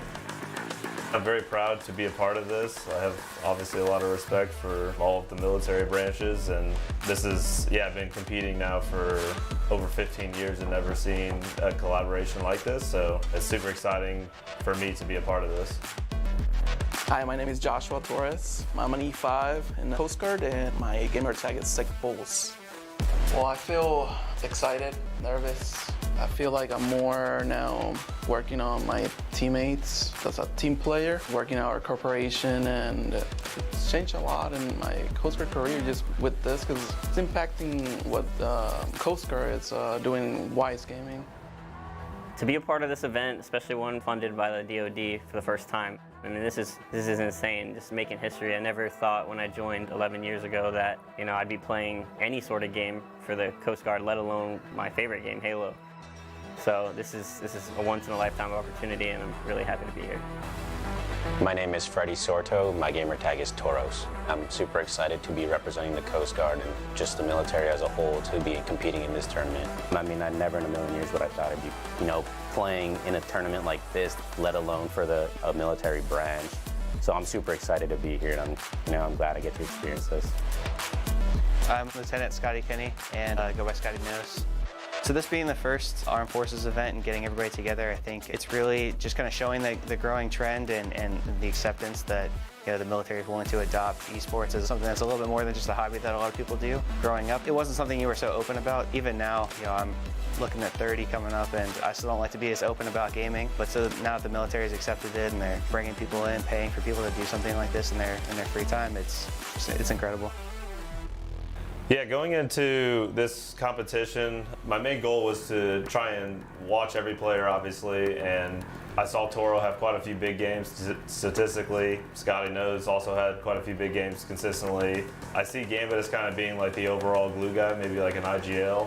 I was very impressed with the communication when they were scrimming, calling out spawns, calling out rotations and objective game types. So that was what drew me to these 4 players. I knew they had played together before in the qualifiers, so I thought it would be best to just keep these 4 together and try to build off that chemistry that they had playing in the qualifier leading up to this event. Moving forward, I think our team should definitely focus on just overall map knowledge and just predicting spawns. I think the most important thing to keep in mind on match day is just to keep it common level. We've been playing together for a few weeks now, on and off, and this is a good time to really put it to the test. This is my first time actually playing competitive. My goal is to support them, all their moves and spawns. You know, if we utilize these next 2 days well, I think that we have as good a shot as anybody. Watch out, Coast Guard's coming. Go Coast Guard! So right now I am a recruiter through NTAG Pittsburgh. A normal day for me is normally you start work at 9 a.m., work until about 5, 6 p.m. Then after work I go home, I spend time with my wife, and then every night me and like my group of friends who I've known almost 15 years now, we always make sure we get at least an hour, kind of just play video games and just catch up and talk. It's our way to connect since some of us are in different parts of the country now.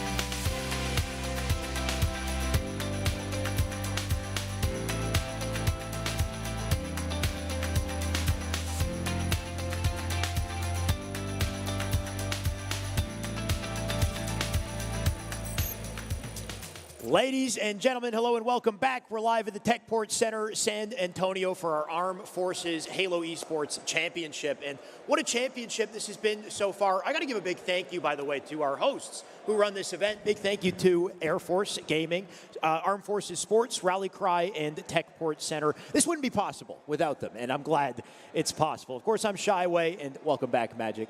Hey, thanks so much. Absolutely a big thanks to all of the people involved in making this run, including the amazing facilities here at Techport Center. This is actually the first ever U.S. government-sanctioned Armed Forces Esports event. So everybody who's here, you're part of making history, and we love to see this come together. So a big thank you to everyone who's been a part of the action, whether behind the scenes or on the stage.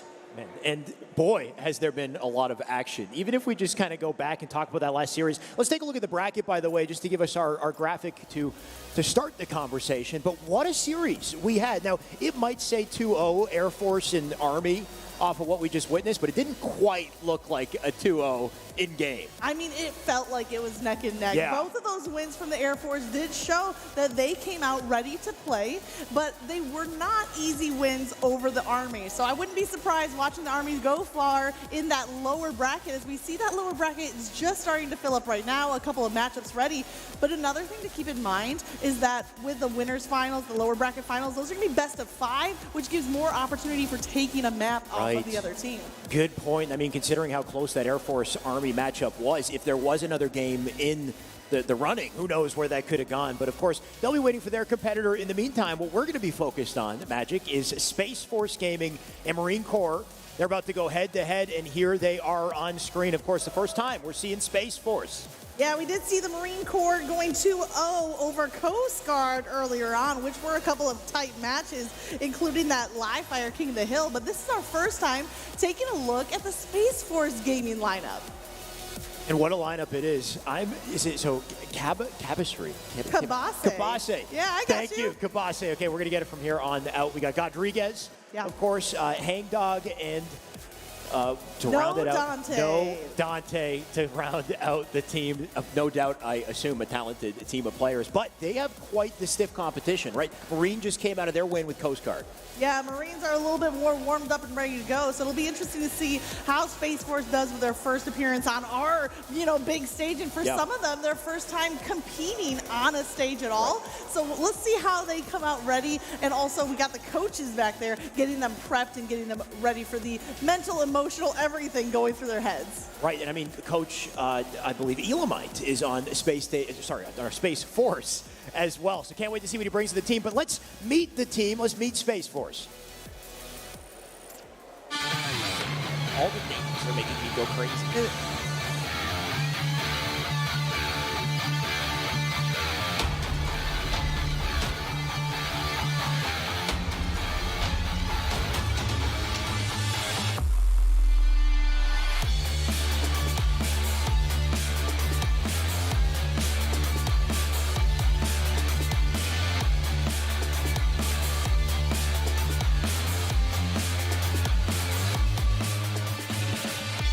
I feel more excited and more competitive more than ever. It's definitely going to be nice playing on the big stage.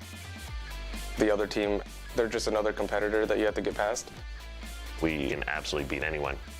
Doesn't matter how good you are. When it comes to Halo or esports in general, we can still slay better than you. Air Force Gaming is a pretty stacked squad. There's guys in there that I've competed against as a professional player myself. I might have smacked them around on that level. I think there's definitely a chance to upset them and take them down. And regardless of how talented a team may be, we can beat them. Semper Supra! Space Force are looking calm, cool, and collected. Let's see if they have what it takes to bring out the win. And one at a time, here we go. Our first player, No Dante. No Dante. Love to see him from Buckley Space Force Base. He's an intel analyst, and he is ready to bring that intel into the game of Halo as well. Something about him, though, looks a little bit sus. Oh, yeah, maybe apparently he plays Among Us. Ah, that's it. He's an Among Us player. So is it him or is this an imposter? I don't know. We'll have to find out when that series kicks off. But our first player of the squad there, of course, on screen, No Dante. Next up, and definitely a tough competitor to go up against as well, we've got Kabase. Yeah, Kabase is ready. This is Specialist 3, Ryan Kabase. He is ready to roll, coming also out of Buckley Space Force Base as a cyber detect operator. Wow. That sounds really impressive as a job title. Cyber detect operator. I wonder if that will translate into Halo and what it means for his enemies. We'll have to get some intel from them, maybe after the matches as well. Sounds but fierce. Kabase is ready to roll, taking a seat on the stage. No Dante, Kabase on the stage. Next up, we've got God Rodriguez. Rodriguez, Specialist 4, Troy Rodriguez, coming out. He's known for liking chili mac and cheese. I can go along with that. But he also says he beat his teammate, No Dante, in a 1v1 and even said it was easy. So the trash talking might not be from one team to the other, but even within the team itself. A lot of competition within the team, but that only makes players better. So can't wait to see what God Rodriguez brings to his team. And just walking up, no emotion, right? Calm, cool, collected. This man might be devastating on the sticks. Our fourth and final player on the team here, we've got Hangdog. Hangdog also out of Buckley Space Force Base. Actually, 3 of the 4 players here coming out from Buckley is a space systems operator. Specialist 4, Dalton Rivers is Hangdog, ready. Look at this just confident strut, just calm, cool, collected, ready to take his spot on the stage and deal out some damage. He was he is a space systems operator, he said, but also now a Spartan operator as well. And no doubt, I'm sure the skill will translate, but that skill is going to be brought to the next level with their coach. We've got Coach Elamite. Elamite, appropriately the coach of this Space Force Gaming, because he's also the coach of Space Station Gaming. So, you know, we stumble over that. He is the ruler of all space. All things space. Elamite's got it covered. And here he walks out. Looks like he has been here, done that. But what can he bring to this team? Because we know the Marine Corps, they are no slouch. They've already won a game today. Well, Elamite's going to be bringing the strategy. He's going to be assigning those roles to the players as they need it. And as a team, they're coming out with that Semper Supra motto, always above. Will they be always above in this matchup? Hard to say, Magic. These are best of 3 series. These can go by very quickly. As we've seen, nothing but 2-0s today, by the way, as well. So the moment you get on that deficit and the pressure's against you, things can slip out of your fingers very quickly. So you want to start fast. You want to start hot. And we'll see who does that very shortly with our best of 3 series. Well, there's not much time to get warmed up. Yep. And with the Air Force, Space Force rather, being their first time up here on the stage, they're going to have to come out the gates ready to roll in this best of 3 series. We're going to have some tough matchup, but I'm also interested to see what these players can bring to the table, because they need to fight as individuals and as that team whole. Right. We got a good look at Space Force, and here they are once again, all in one little beautiful graphic. You get to see them on screen. Kabase, Rodriguez, Hangdog, and No Dante. What will they bring to the story here, Magic? I can't wait. I mean, this is interesting here, just kind of looking at the shots right now. We see a lot of more smiles, maybe a little bit relaxed, but you know internally that they have the fire lit under them to come out and compete. A quick look at the kind of overview of the map and seeing where a lot of these players come. As mentioned before, 3 of the players coming out from that Buckley Space Force base. Spread out across U.S. Finally, they get to come together and play together. Don't have to worry about the distance. Now this is the perfect environment to bring out their A game. But of course, we've talked a lot about Space Force. They got their competitors to go up against. We can't forget about the Marine Corps. And the Marine Corps, of course, also spread out a little bit around the U.S. I'm sure we'll see them in a second. Yeah, Marine Corps warmed up and ready to go. They had a little bit of a break after their 2-0 win over the Coast Guard, but hopefully that didn't get them iced too much because they still need to bring the heat in this next matchup. As we talked about, the heat and intensity keep on building as we go, and there's a look at the Marine Corps gaming.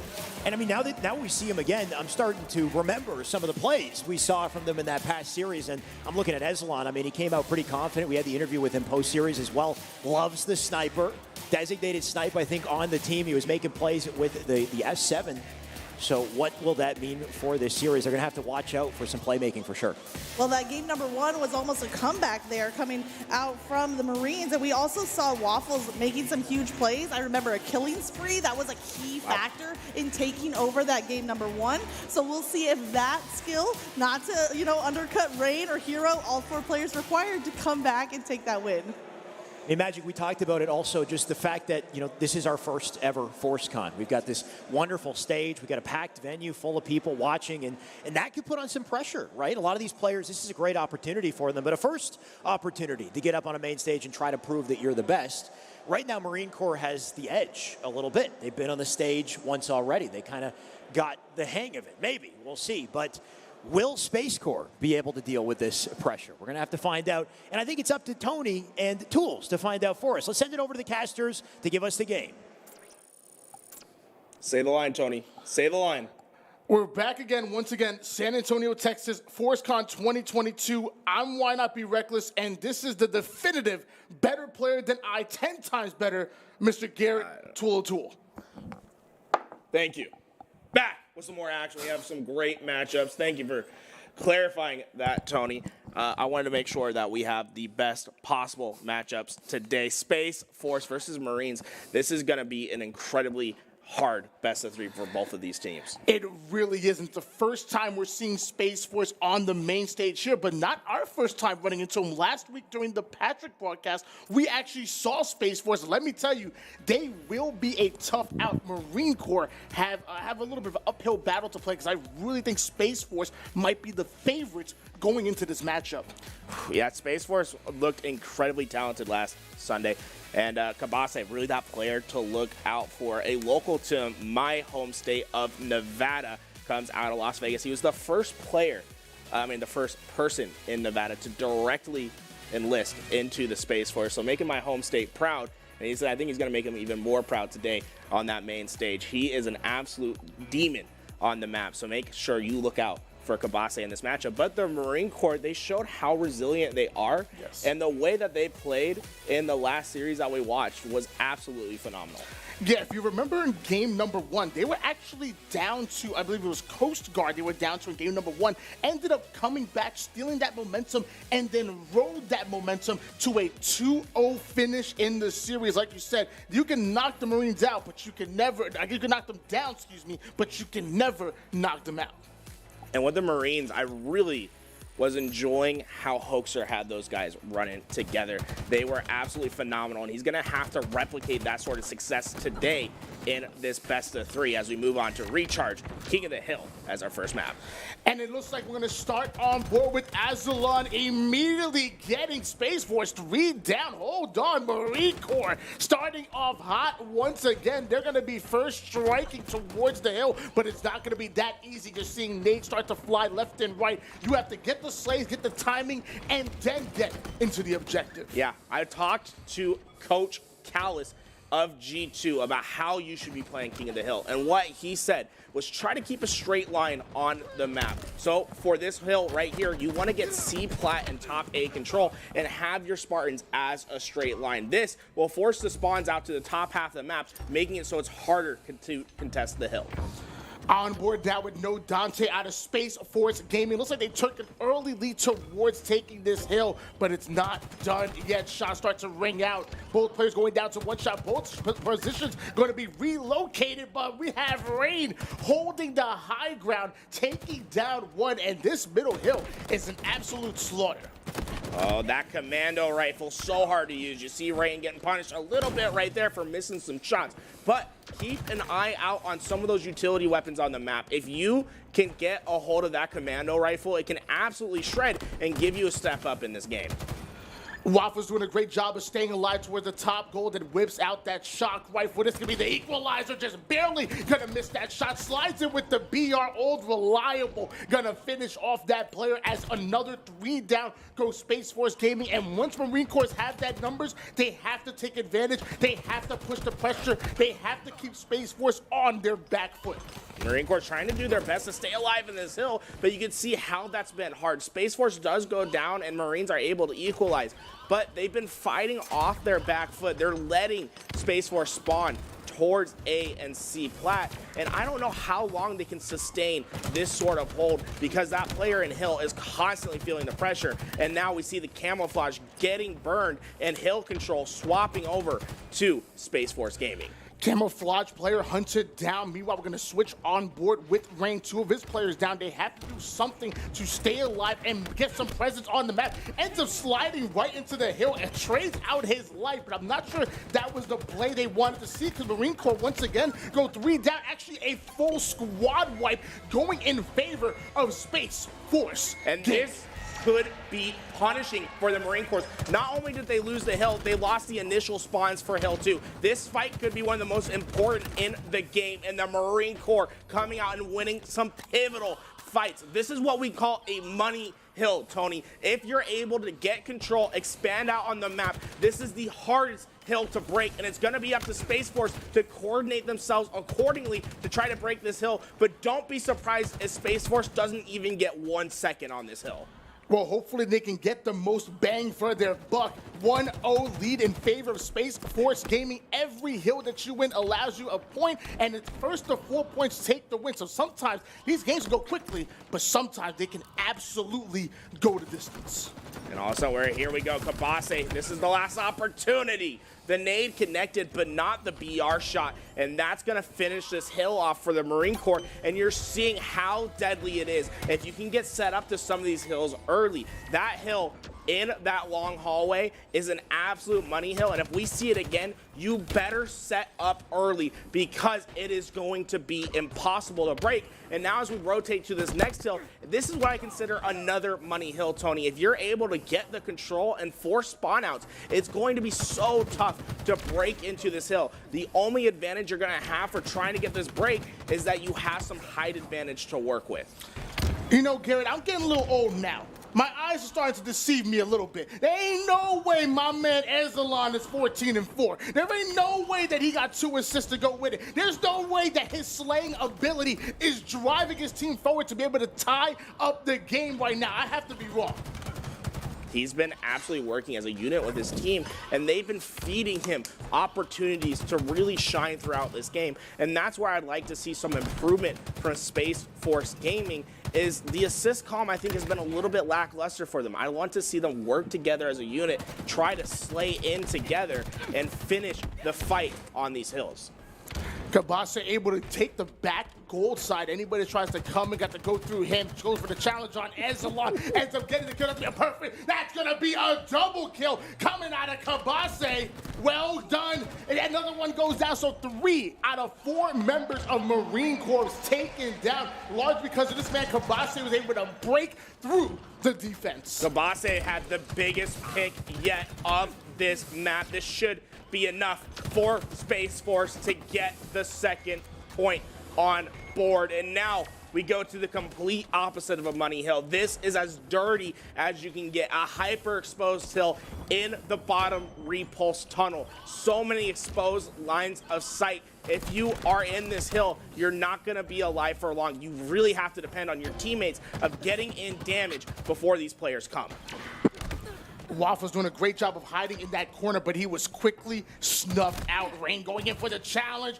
Big melee, but can't connect on the headshot. And you notice Rain started to hesitate. He wants to make sure he gets the kill, gets right behind. Beautiful flight, gets himself the assist, and now you're seeing the entire Marine Corps watch that backseat. This should be valuable time going in favor of Marine Corps Gaming. I love this position from Ezelon, right? He's all the way towards that shock rifle. He has so much of the map in his line of sight that if anyone tries to contest this hill, he's going to be able to get damage. And in fact, he should have also gotten that shock rifle. Unfortunately, he falls down, but it's no Dante behind everyone throwing in the damage. Despite the fact that Ezelon and Waffles are combining for 28 kills, they still do not have the lead. In fact, they actually just went 3 down. Space Force Gaming clearing them out of the seaside base and now taking over. It's a 2-1 lead in favor of them, and they're about to go on to match point. Marine Corps needs to stop them. And one thing you want to see, or I want to see more improvement from Marine Corps, right, Tony, is it's a 1-2 game in favor of Space Force. But when you look at that killing column, that slay column, they're clearly dictating the pace of the fight. They're outslaying Space Force, but they're not able to capitalize on the objective. And in fact, Space Force is just moments away from going up 3-1 in this game, even though they're being heavily outslayed. Not one player is positive for Space Force Gaming, yet they have a 3-1 lead in this game. That's objective efficiency. That's having a plan and executing it. That's putting it to work. And that's what Space Force Gaming are doing. Match point for them. One more hill, and they're taking game number 1 in this best-of-3 series. And you're seeing the players, Kabasi actually going off, ends up getting another melee. But hold on. I think we have an issue here, Garrett. Looks like we have a last-second lag out from the Marine Corps. The crash happens. We're going to have to take this back. It was 3-1 when that lag out happened. So I imagine that we're going to reset that lobby, and it'll be 1 hill for Space Force to win that game. While Marine Corps, they're going to have to get the next 3 hills in a row. And that's going to be a tough task because Hill 2 in particular, Tony, if you get set up there early, it can almost be impossible to break. So Space Force, they can almost give up Hill 1 for free and just set up for Hill 2. It's definitely a possibility, definitely a strategy, and it's unfortunate that we did see a crash there. But you know, this might go in favor of Marine Corps. I think they needed a reset. I think they needed a breath. And obviously, we don't want to see crashes in any situation. But I do think it's a time for them to go to their coach, kind of reevaluate things, maybe switch up the game plan just a little bit, and come out hotter than they did before. And honestly, that's what they did in the winners bracket. Remember, they did the same thing to Coast Guard and ended up coasting to a 2-0 victory. One thing about the Space Force team that I'm really loving is how they play with each other and how they're playing their positional game. They're oftentimes playing for the favorable spawn instead of the kills. And it's been showing in the killing feed, right? It's been a dominant game from the Marine Corps when it comes down to the kills. But Space Force has had the better positioning. And I think that's a lot of that goes to Mr. Elamite coaching them in the back. He has so much experience with that space station roster, and he's bringing that experience over to Space Force. And even though they're not getting it done in the killing feed, they're getting it done in the objective, and that's all that matters. How many times have we seen Space Station Gaming, the professional team, get behind enemy lines and pull an off flag and end up grinding that flag forward? How many times have we seen them out-rotate an enemy team on strongholds and somehow able to hold on to a double cap? It's not about the slays. Again, slays are assisting you with getting the objective, but they are not the full objective. And Space Force Gaming are showing us how to be objective efficient. I love to see Coach Elamite. He is getting his words in. He knows what the mistakes were, and he's cleaning them up. If Space Force can start dominating the killing feed as well as play that positional style Halo, this could be a deadly squad, one that we're not talking about. It's all been Air Force and U.S. Army from what we've seen thus far. Space Force trying to make a name for themselves right here as a contender for the championship. Now, on the other side of things, hold on, we got to talk about this man Kabasi on screen. We got him on screen. Look, he's looked determined. He looks like he's ready to go. I'm excited to watch it because he's one of the slayers on this team. Whenever they're dropping that double-digit slays, whenever they need a multi-kill to kind of fire them up or equalize the situation, it's this man on screen right here. He's the one to make plays. Kabasi is, I think, one of the premier Halo players that you could ask for on a squad coming out of Las Vegas, Nevada. Only 1 year in the service, but he directly enlisted with the Space Force, doing my home state of Nevada proud. And honestly, he's just been an incredible Halo player, and I see him as the player that breathes life into this roster. We see the stats, we see the info, but let's hear from the man himself. Let's get on board with Kabase. It's definitely changed me in a positive way. It makes me be more professional in that environment because, when you're gaming, you're more casual, but, when you're playing with other people who are in the military, you tend to not go crazy. Trying to be more encouraging, stuff like that. Trying to uplift and help people improve instead of, like gaming with just randoms and, just going by and stuff like that. So I think it's changed me for the better, yeah. Wise words from the man Kabase right there. And again, not only is he a smart mind outside of the game, but also in the game. High IQ player, main slayer. I'm looking forward to watching this man from the rest of the tournament. But I think we need to shed some light on the other team. But mind you, we talked about how objective efficient Space Force Gaming has been. They weren't winning the slays. So that tells me if a team is able to win the slays battle, having 3 players in double-digit slays before the game ended, I think just a few mistakes and maybe they start to come on board. Maybe they start to steal things away. This Marine Corps squad is just so talented, and I know that Hoaxer can do his best to get these guys on the same page. And I'm really excited to see how these guys approach this next map. Space Force Gaming going up against the Marines. This is going to be one heck of a series. I'm excited about that. I really am. Why don't we look at another side of things? We're gonna actually pinpoint Godriguez, which, by the way, one of the best names that we have in the scene. I'm about Godriguez. Godriguez is incredible. Let's hear some words.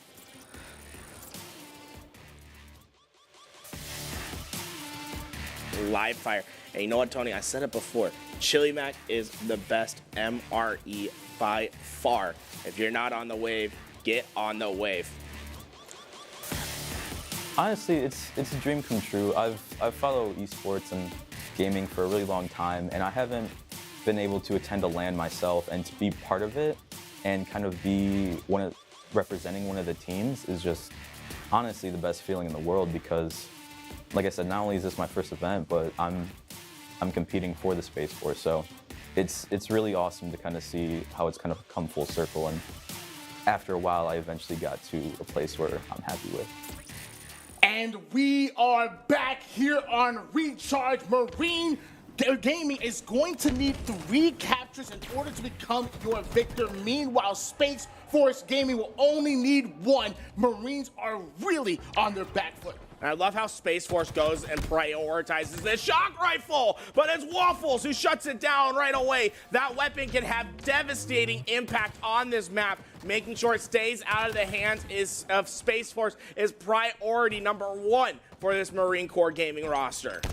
Godriguez pushing down the long haul, ends up getting the stick right off of the floor. What a play coming out of Godriguez, but 2 down goes Space Force Gaming. That's going to allow Marine Corps to sneak into that base. That sticky off the ground, it gives me some flashbacks to Jason Kidd giving some dimes with the bounce pass. And now this hill gonna be heavily contested, but you're still seeing the positional game of Space Force Gaming coming through. They're controlling the C plat, and as long as you can maintain a C plat or a spawn, that's how you can dominate this game. But Godriguez is dominating the kill feed thus far.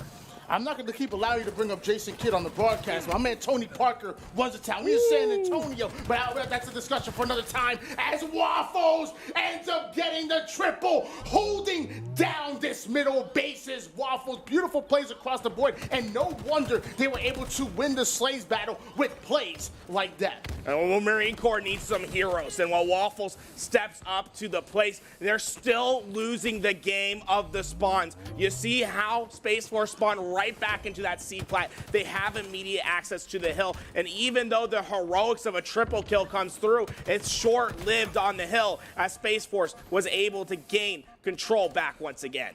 And once again, just proving that kills are not everything, but somehow Marine Corps not only able to get the slaves, but also getting their butts in the hill. We have Hero sitting up high, just putting down shots on everybody, and then relocating. Love that. Beautiful plays coming out of Hero.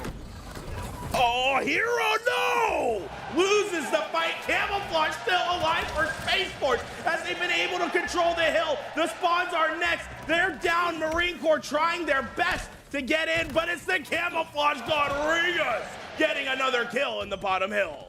Marine Corps got to get them out of the hill. Looks like they're able to do so. Rain gonna slide into that hill, and now he's occupying so much space. It's a 1-0 lead, and then a big slay coming out of Rain again, making it rain. Marine Corps has to stay perfect, and now we move to the so pivotal Money Hill. This initial fight will be the most important of the game. Space Force getting initial time, but you can see the kills going in favor of Marine Corps as they're the first to set up a Space Force, answering back and breaking the hill immediately to gain control. All 4 members of Marines going down, and there's no way they're going to be able to occupy space if they do not get their lives together. Rodriguez already watching the bottom control cut off. Meanwhile, Waffles trying to take an off angle here from the C stairs, gets right behind enemy lines. Beautiful shots onto the first. Now goes in for the second one, gets the double kill, does Waffles. It looks like Hero takes down another one, and just like that, Marines taking over. And that was a coordination at its best. You saw 3 different players from the Marine Corps take 3 different routes. C plat, C stairs, and top glass. They were able to coordinate at the same time, and it alleviated the pressure of putting it on one player. Gets the break, and now they're inside this Money Hill. We said it before this game started. Marines need to put 3 back-to-back bases on the board before Space Force Gaming can put a singular one. They are poised to do so. It's a 1-0 lead. Ezalon ends up finding the backside with the sword slice and dice as he gets himself a double kill, and that's going to be a killing spree. We have a 2-0 lead. Marine Corps are on game point. So are Space Force Gaming. This next hill will be it. You had to be perfect if you're the Marine Corps, and you're 2/3 of the way there, but now when it's all on the line, you have to respond with your best ability. Space Force get into the hill first as they look to maintain their control, but the flank comes in. Hero being the necessary player for his squad. He's able to get 2, not the 3rd, but he was able to at least find the break. San Antonio made some noise. Both of these teams leaving it all on the line. Another double kill coming out of Ezalon. Ends up getting himself a 10th kill, but also getting himself the camouflage. Look at this play, just keeping his pressure, keeping his presence down low, getting behind enemy lines. They're making winning plays. Marines are here for the win. This is what you want to see from Ezalon. He got the camo, and he's immediately putting it to work. Cannot stay alive as this Kabase trying to be the hero. Double kill, Kabase. Hill break for Space Force. Big plays coming in out of Space Force Gaming. They're going to get themselves in the hill. They have 1 to deal with. Excellent shots, but they're not going to be good enough. Waffles able to take down 1, but can't get the double kill. Meanwhile, Hero just waiting over to where the corner ends up being spotted. Doesn't matter, wins that battle. That's a pivotal gunfight. They are almost there. Look at the bottom of the screen. That time is ticking and is going towards Marine Corps. Kabase has to be the hero. He's the only player that's able to get into this hill, but they're already Marine Corps just slicing them down. They've done it. They were perfect. 3 hills back to back to win the game. Back to back to back hills in favor of the Marine Corps. Their backs were against the wall. They were on their back foot. Everything was going against them, but they clutched up. You cannot take down the Marines. It's just so resilient, and it's what we saw in game 1 of their previous matchup, where they were down early. They were down, and they had to come back, and they play a perfect game. And it's that man in the back, Coach Hoaxer of the Marine Corps Gaming Squad. His day job's with Cloud9. His dream job is here at FORCECON, coaching these 4 Marines to victory. I'm loving the way this team comes together. You know, you got your main slayers from what I've noticed. That's Waffles and Ezalon. They put in the work when it comes to that slays department. But then you have Rain and Hero just playing great, unselfish Halo, willing to do the dirty work, willing to put their lives on the line for their brothers. Like, it doesn't matter about who gets the kill. It's all about as long as that kill gets hunted down and that kill gets put down. I'm loving what I'm seeing out of them. This has been a phenomenal way to start. And this is what we expect from the best. And, well, we're moving on to Slayer next. And there's only one objective, get 50 kills, don't die 50 times. No objective to orient around. And it really is going to come down to individual skill of these players. Individual skill, map control, that awareness as well. Because again, once you have those slays, you have to know what to do with it. You have to know where the enemy team is spawning, and you have to know how to punish them for going down.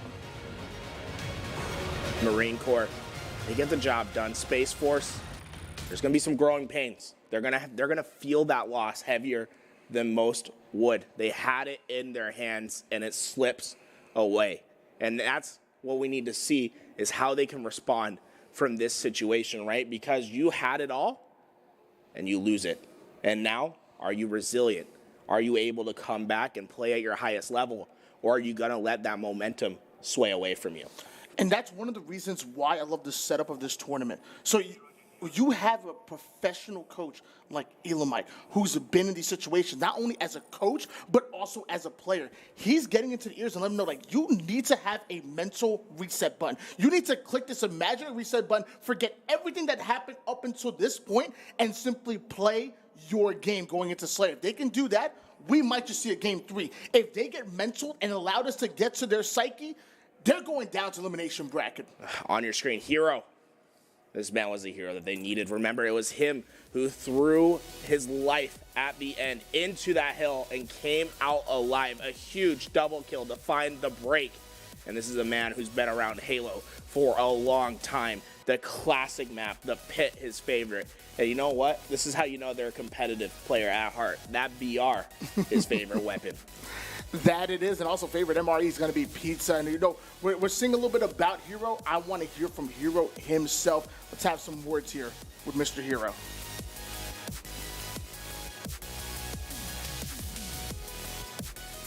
I got my first Xbox, like we were poor, right? So we didn't really have money. So I ended up buying an Xbox when I had a part-time job, and I started playing Halo, and that was the first game I ever actually played because my friends wanted to play. So that's kind of what introduced me to the whole gaming scene. I can relate to that. It was tough. It was tough for me to get my first Xbox. I had to make sure. And then once I did it, it was tough for me to find the time in gaming. But look where gaming is right now. That time you put in, that effort you put in. Look where we are. Look at this stage. Look at this crowd. It's absolutely insane. I can't wait to see where esports is going to go from here. I think it's great to see that we have some of the best esports players in the world in our armed forces, in the DoD, doing the work for our country and making sure that we stay safe. Because what we're really seeing is the service members are just like you and me. They always have something that can tie back to us. And you know, hey, I love playing video games. These guys love playing video games, and they're happening to be able to play on one of the best stages in the world. We do have a little bit of a bracket update. We want to go through to show you guys how we got here and what we're actually playing for. Right down here, we have Space Force Gaming going up against Marines. The winner of this is going straight into the winners bracket finals, where Air Force is sitting there and waiting for them. This tournament is coming down to the kind of a dramatic conclusion here, because at that point, once we get to the winners finals, we're simply one series away to finding out who makes it, who guarantees a top 2 finish, and who makes it to the grand finals with that competitive advantage. And in the lower bracket, what you're seeing, the U.S. Army and the Coast Guard had their match, and it looks like the U.S. Army came out on top 2-0. Now, waiting in the other lower bracket is the U.S. Navy Esports. They're going to be competing against whoever loses this match. It's going to be a tough matchup for whoever takes on that lower bracket. Yeah, so far this tournament has not disappointed whatsoever. We've seen some incredible series, and we're in the middle of one right here. So far, 1-0 in favor of Marines, but it's Space Force Gaming that you are seeing on screen here that are looking to recover, that are looking to strike back, and maybe send us into a do-or-die elimination game number 3. They have to respond strong, and that's what's going to get to them, because this Marine Corps squad, we've seen it before. The game 1, they were down in their previous series, and they came out game 2 stronger than ever. And you have a feeling that history is going to repeat itself, that this is sort of, they start off a little bit slow, they get the momentum going, Hoaxer starts getting in their ears and telling them the plays, and then they start to dominate. Space Force is going to have to find a solution to this right away. You cannot go down early in the Slayer. And the one thing that helped Space Force Gaming in that game number 1, it helped them have such an amazing lead, was the fact that they were so objective efficient. But you pointed out before, there's no objective in game number 2. Your only objective is to put 50 kills on the scoreboard before your opponents. You only have 12 minutes on the clock, and that to me kind of plays to the advantage of Marine Corps. We saw how strong of Slayers they are. We saw some big swings going their way. Even when they were losing, they were still winning the Slays battle. How do you feel, what do Space Force Gaming have to do to come back in the series? They have to play together as a unit, right? There's no individual heroics. It's about making sure that you have your brothers back, that you're making sure that you're checking the same angles, but from a distance. If you can be a long distance pair and work with each other from across the map and have that sort of coordination, that's going to alleviate a lot of pressure on individual players. Yes, we know players like Kabase are really talented and that they can win the one-on-ones, but you never want to take a one-on-one. Every single time you want a 2v1. You want your teammate by your side. That you do. Well, hopefully they could put that objective efficiency to work, specifically my man here, Kabase. You know, they were able to steal away multiple objectives. Maybe they can steal away these power-ups, these power weapons, and the equipment that are going to spawn across the map, because we talk about it all the time. Sandbox control is key in Halo Infinite. It's key. And let's go into the minds of Kabase. I think it's pretty cool. I've been in it for only a year. I never would have thought I'd be playing in something like this, that I'd just be working and stuff like that, not being sent on like TDYs to go play against the other branches. So I'm pretty excited. Kabase, he is just a gem. I am quickly falling in love with Kabase. I think he's going to be one of my favorite players to watch today. He really is. And by the way, we found out game number 2 is going to be on the Street Slayer. We talk about how the whole map gravitates around this rocket launcher, but how important are the other weapons like the Bulldog or even the equipment like the Thrust? How important are they to game number 2? Rockets are always important, right? You get 2 of them, you can find immediate kills, but the game is run through the Bulldog. It spawns over towards Cafe, but the thing about the Bulldog is you get 2 clips, 8 bullets in each chamber. You're going to be on the map as a devastating force, and you can keep that shotgun in your hands. The rockets are great for finding initial breaks or to keep your momentum, but they're only going to guarantee you 2, maybe 3 kills if you get lucky. The shotgun can be a perpetual playmaker for your team. And especially when you combine the shotgun with some of the other equipment, like, you know, like if you're not close enough to your opponent, drop a drop shield, play through that drop wall. If not, if you have the thrust, using the thrust and the Bulldog is probably one of my favorite combinations that we have in Halo Infinite. You can really close the distance on your opponent in a moment's notice, and most of the time, they're not prepared for it. You go in, that's my note. Now, on Streets, what I want to see from the Marine Corps is I want to see Waffles step up once again. Waffles was a player that was really turning my head in that last game. He was making play after play, critical double kills back to back. I'd like to see him step up as the leader for this Marine Corps gaming squad and lead them to victory. Now, I'm not going to say it's going to be easy, but with what I've seen from Waffles is he's a very impressive player with a ton of upside. I mean, so far we've seen him absolutely go off, and I mean, also my man, I believe it's I know I'm pronouncing it right. I think it's Aslan. Aslan. Aslan. Either way, what's not confusing is the amount of kills that he put on the board. At one point, he was like 16-3, even had 4 assists. Like, he was just dominating on the map, getting so much value, so much real estate. I promise you, Space Force Gaming felt his presence, and he was a large reason why he kept his team so close into it that eventually stole away that game number 1. And they have individual talent in spades, right? But it's that man behind him that's going to lead the charge. The way that Hoaxer can bring a team together is why we've seen his rosters continually have success in the Halo Championship Series. We've seen Cloud9 be back-to-back champions. We've seen his rosters in Halo 5 have tremendous success as well. Hoaxer is a player, a coach, and a leader that can really make a difference for your squad. We talked about what a main Slayer brings to the roster, and it's always impressive. Like, you know, when you see the likes of Ezreal dropping that 16-3, how impressive it can be, how much energy it could provide for your team. It's valuable. But I think what's even more valuable is your other roles on the team and how important. Would you mind talking about maybe what an IGL brings to the squad, or even what a main slayer like Waffles brings to the squad? You have to be weary of what these players can do for your team. You cannot let it slack. Waffles is a player that I know is vocal for his squad. He's an IGL. And let's hear some thoughts about how Waffles handles the game of Halo and what he can do for his team.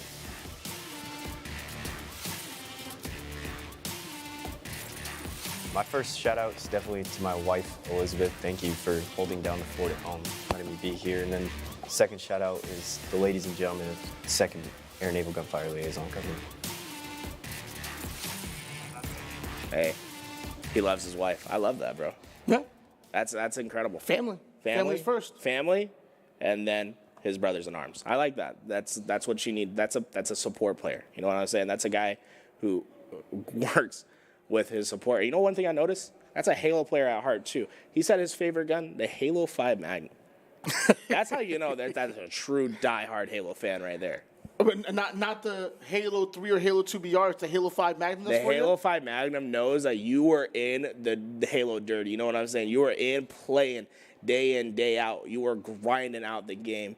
And, you know, I like to say it, you know, if I had to choose a favorite gun, I think I'm with him. I love that H5 Magnum. I love it, too. I'm just saying, ain't nothing like, reliable, get yourself a BR. When I think of Halo, I think of a burst fire weapon. I think of a battle rifle. That's what I think of when I see Halo. But I would like to see the Halo 5 Magnum maybe make a return. Maybe, who knows? Maybe I see it. I would love to see a 5-shot single fire weapon. You know what I'm saying, Tony? Because I kind of miss it from the Halo 5 days. You know, I love Halo Infinite. I love the BR. I love everything about it. But that 5-shot, that satisfying kill, that perfect medal when you hit 5 perfect ones, it's tough to replicate.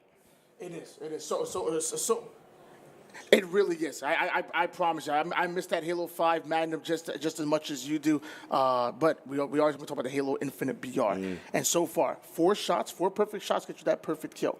2 shots into a melee will get you that close quarters kill. The battle rifle is probably the best weapon that we have as far as in the mid-range. There's going to be other weapons like the rockets, other weapons like the bulldog, which can really take control of the game close range. And I think of long range like that skewer or that sniper rifle. But to me, that perfect mid-range weapon is the battle rifle. If you can hone in those skills, you can really be a nuisance on the map. That's the weapon we start with. The battle rifle is a jack of all trades, but a master of none, right? It has one of the slowest kill times in Halo Infinite, which means, yes, it's a great weapon because it's easy to use and you're going to be able to get damage across the map, but there's other weapons in the sandbox in which you're going to have to prioritize as well. The commando rifle, even though it's harder to aim, you can get much faster kill times with it. So if you can master not only the battle rifle, but all the weapons in the Halo Infinite sandbox, you can really become a force on the map. I'm going to give them a tip of how to get better with the commando. I'm going to give them a tip real quick.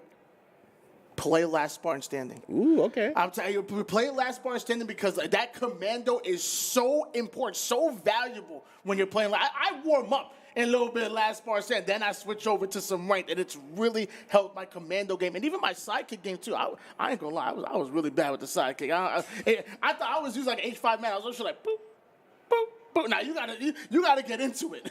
No, it's honestly, Last Spartan Standing has been an absolute incredible game type in the Halo. And, Season 2, shout out. FORCECON 2023. Maybe we have a little Last Spartan Standing action before we get into these matches. You know what I'm saying? Okay. See not only what branch is the best, what player is the best. Have one player who comes out on top. I'm just throwing out some ideas because I love that Last Spartan Standing game type. I think it's been a ton of fun, and like you said, it really helps you hone in that commando skill. My problem is with Last Spartan Standing, it's missing the most iconic weapon in Halo. And some people might say it's the battle rifle. Some people might say that. It's not. It's Fear the Pink Mist. The needle. Don't even go there. No. What? The Pink Mist. What are you, Walshy out here? Yeah. You got a little thing for me to feed the Pink Mist in Halo Infinite? Oh no. It's the best gun in the game. It's legitimately. This is the most iconic weapon in Halo's history. Are you kidding me? I thought you were gonna say a sniper rifle or something. Something like a man's weapon. That's for noobs. Oh. Give me the needler. Nah, no shot, no needler for me, baby. I want to get some sniper action. You know what I'm saying? Let's take a look over here at No Dante, a player who's been absolutely popping off for the Space Force roster. I'd say him and Kabase really take that main Slayer role for their squads.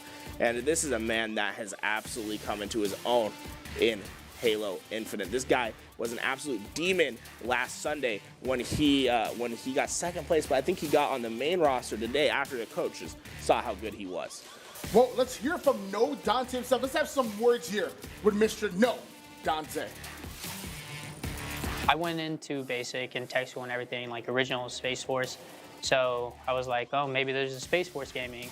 And there was, so I got introduced to Air Force Gaming originally in Regiment and all these different cool servers with some interesting people, and then kind of just like networked and socialized with a few, showed them that I was good at video games and was looking forward to like potentially playing in future tournaments. I talked to Air Force Gaming people and they led me on the right path to Space Force Gaming. No Dante coming in. And I'm excited to watch him come out. We're almost coming into game number 2, and that's going to be on Streets. And I want to see what No Dante does on a map like Streets. Now, Recharge, we saw, that's his favorite map. Shock Rifle, his favorite weapon, yet they weren't able to pull off the clutch win on Recharge game number 1. Let's see how he does on Streets without that Shock Rifle. Yeah, the Stalker Rifle really going to be a key weapon for some of these more high-precision players. It's a 3-shot kill. It's a lot harder to aim than, let's say, a battle rifle. A lot less aim assist, more finite reticle that you have to make sure is placed correctly. But if you are able to hit the shots, if you can be the most precise player in the game, that Stalker Rifle can absolutely transform that map into a playground. I've been trying to get more reps now. I've been trying to get better with the Stalker Rifle myself, but Streets game number 2 is the only map in competitive that has the Stalker Rifle. I just don't see it enough, so I haven't got enough practice with it. I want to become an absolute demon with the Stalker Rifle. Yeah, you see the players over in the HCS scene, like Spartan and them, take that Stalker Rifle, and you really realize that there are levels to how precise players can be. If you can really hone your aim down and just be an individually star-studded player, that Stalker Rifle becomes an absolute power weapon that just continually respawns for your team. Just to remind you guys at home, it's a 1-0 lead in favor of Marines. And as of right now, Space Force Gaming, although had that early lead in game number 1, couldn't clutch it out, couldn't finish off that game 1, and now they're playing on their back foot. It's a best-of-3 series. If our Marines win one more game, that's it. We are going to see Space Force end up dropping down to the elimination bracket a lot earlier than expected. This is a team that started off in round number 2. They are supposed to be the favorites, but you know, as of right now, it's Marine Corps that are clearly in the driver's seat. Yeah, and the Marine Corps gaming squad has been surprising people left and right. A lot of people were only talking about Space Force and Air Force. Some were saying, you know, U.S. Army is going to be doing great, which they are. Unfortunately, they had to go down to the lower bracket. But I think the Marines were under-talked about before coming into today's tournament. And I think that they've shown to be a formidable force to deal with. This is a team that has the opportunity to upset some better teams later, especially when you have a coach like Hoaxer in the back. Well, we saw map 1. We talked a lot about map 2, which is going to be Streets, by the way. Map number 3 is going to be Live Fire, specifically the game mode Strongholds on Live Fire. So you know, let's just say Space Force Gaming win game number 2, which hasn't happened yet, and we do see a game 3. Why don't we talk a little bit about that Strongholds Live Fire? What are some of your keys to success? Well, it's going to be about strong rotations, right? Making sure that you're able to get to C and B at any given time. I think tower control is still always so vital on Live Fire. And then obviously you always have to control the power weapons as well. The heat wave, the heat wave and the overshields and all the goodies on the map, as well as the sniper. Yeah, for those who might be new, I know we haven't seen too much of Strongholds. It's first to 250 points takes to win, 12 minutes on the clock. As long as you're holding 2 bases, you will put points on the board. Now, if you manage to somehow get all 3 bases, that's when things really start to snowball. That's when you really start to take control. It's so hard to get that trip cap and, more importantly, even lock it down. But that's when the time starts to double and you really start to take control. When it comes to Strongholds, are you more of a 2-base kind of guy? Or are you saying, you know what, we got our slaves, let's go all the way in for the trip cap? Trip cap all day, baby. It's about being fast, aggressive, and powerful on the map. Make sure that you're constantly pushing for those trip caps and pushing your advantage. I'm going to have to agree. If you have that advantage, if you have those numbers, you have to take over, and that should be what we see. Yeah, I'm really, really interested about how they approach Game 2 and Game 3 and how they can really get the job done, right? Making sure that you're on top of everything. And I think I just got word that Game 2 is ready to go. I think we're going straight into this Slayer.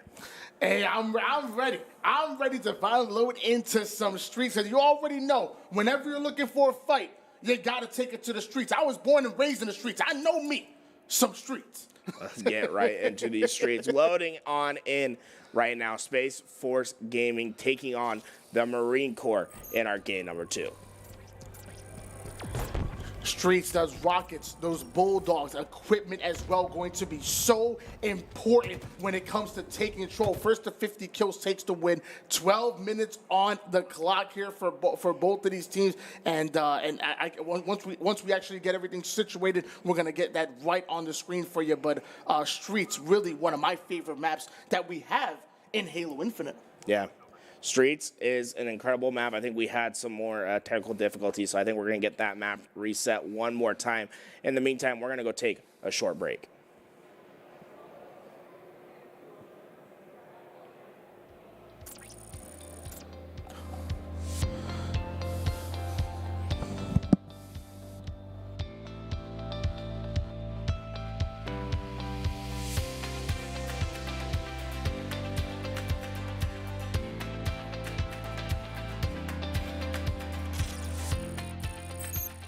So my name is Kyle Elam. Gamertag is Elamites. Currently with Space Station Gaming, coaching their Halo team.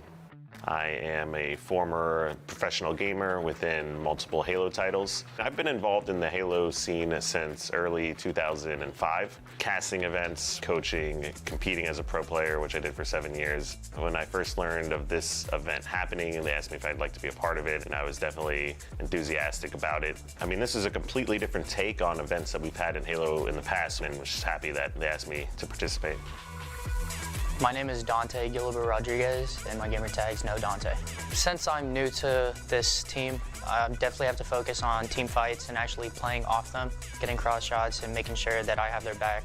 The only thing that's changed is probably that I feel more excited and more competitive more than ever. It's definitely going to be nice playing on the big stage. My name is Troy Rodriguez, gamertag is Godriguez. The mindset has kind of always been the same, especially with 3 of us originally competing and then now adding Dante to the mix.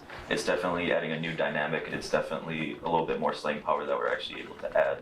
We want to win. My name is Ryan Cavase. More confident in the new edition. Think we could move things around and make things work. My name is Dalton Rivers, and my gamer tag is Hangdog. For adding a new player to the roster, I don't think it changed that much. We knew how Dante played with his other team. We knew he was a good player. I feel like we can still slay pretty well.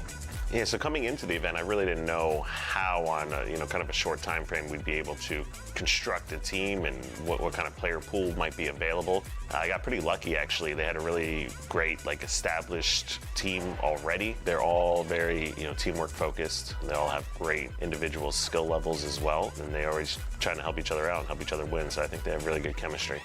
The most important thing that I think to keep in mind is don't think of the other team as better than you. They're just another competitor that you have to get past. We all just have to work as a team and we can get through it. When it comes to Halo or esports in general, one of the best things, the most exciting parts about it is the any given Sunday kind of scenario where you can come out, and regardless of how talented a team may be, you can beat them.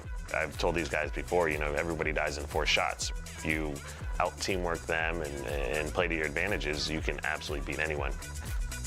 Air Force Gaming is a pretty stacked squad. I think there's definitely a chance to upset them and take them down. We basically played maybe a little bit slower. With Dante, we're able to, I think, play a little bit more aggressive, if anything, just because of the added slaying power that he's able to bring to the game. We're able to really rely on him in terms of helping us win gunfights, and it's actually a really good thing that, you know, we'll keep working on. You know, we have 4 people that can carry some type of slaying power with them. I feel like we can work the map a lot better. Semper Supra!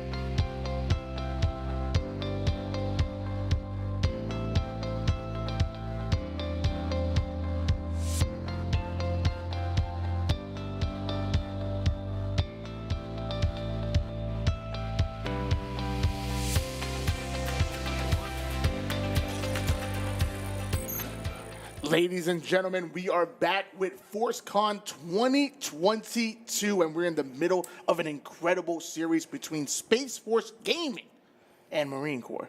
The Marine Corps look impressive, but the Space Force, they had opportunities. They were up 3-1 in the King of the Hill before it was slipped away after the reset. Now they're going to have to find that momentum once again going into game 2.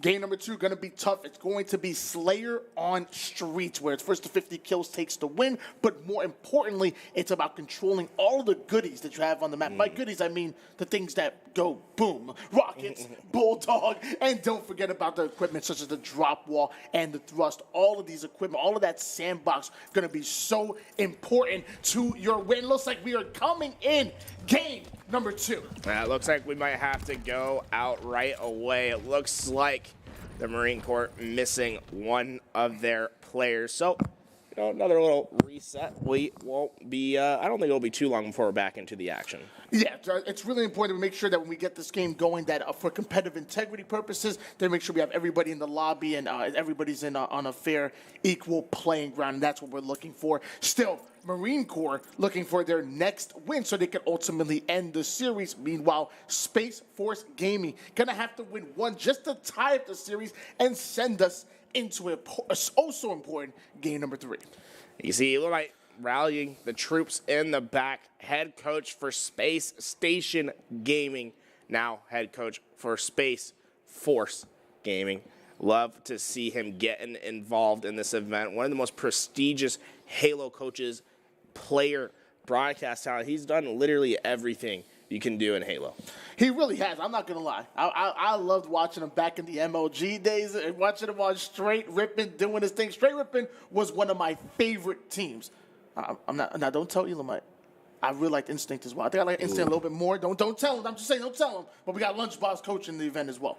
Yeah, we gotta make sure that we don't play too many favorites over here. But on the other side, the Marine Corps Gaming, they have Coach Hoaxer in their back, and Hoaxer's been a just prolific coach throughout Halo. Started in Halo 5 when he decided to hang up the sticks as a player. Said, hey, you know, I'm really good at being an in-game leader. I think I can be doing a better job as a coach. And he quickly transformed every roster that he touched.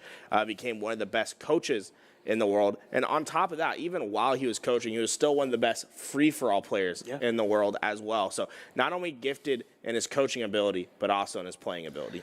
He and his brother, Alumni, are actually also both coaching here today. And both of my locals, I'm from the Atlanta area. I'm from Georgia. I've got the chance to meet up with him multiple times, also on the battlefield. And let me tell you, like you said, there's a reason why he's a free-for-all champion. He puts in that work. And Azalon, he's going to be playing underneath Hoaxer today, and he's been that main slayer for this Marine Corps squad. And well, you got to look out for this guy. He's going to be all over the map. He's going to be trying to get kill after kill. Azalon is a name that you cannot forget.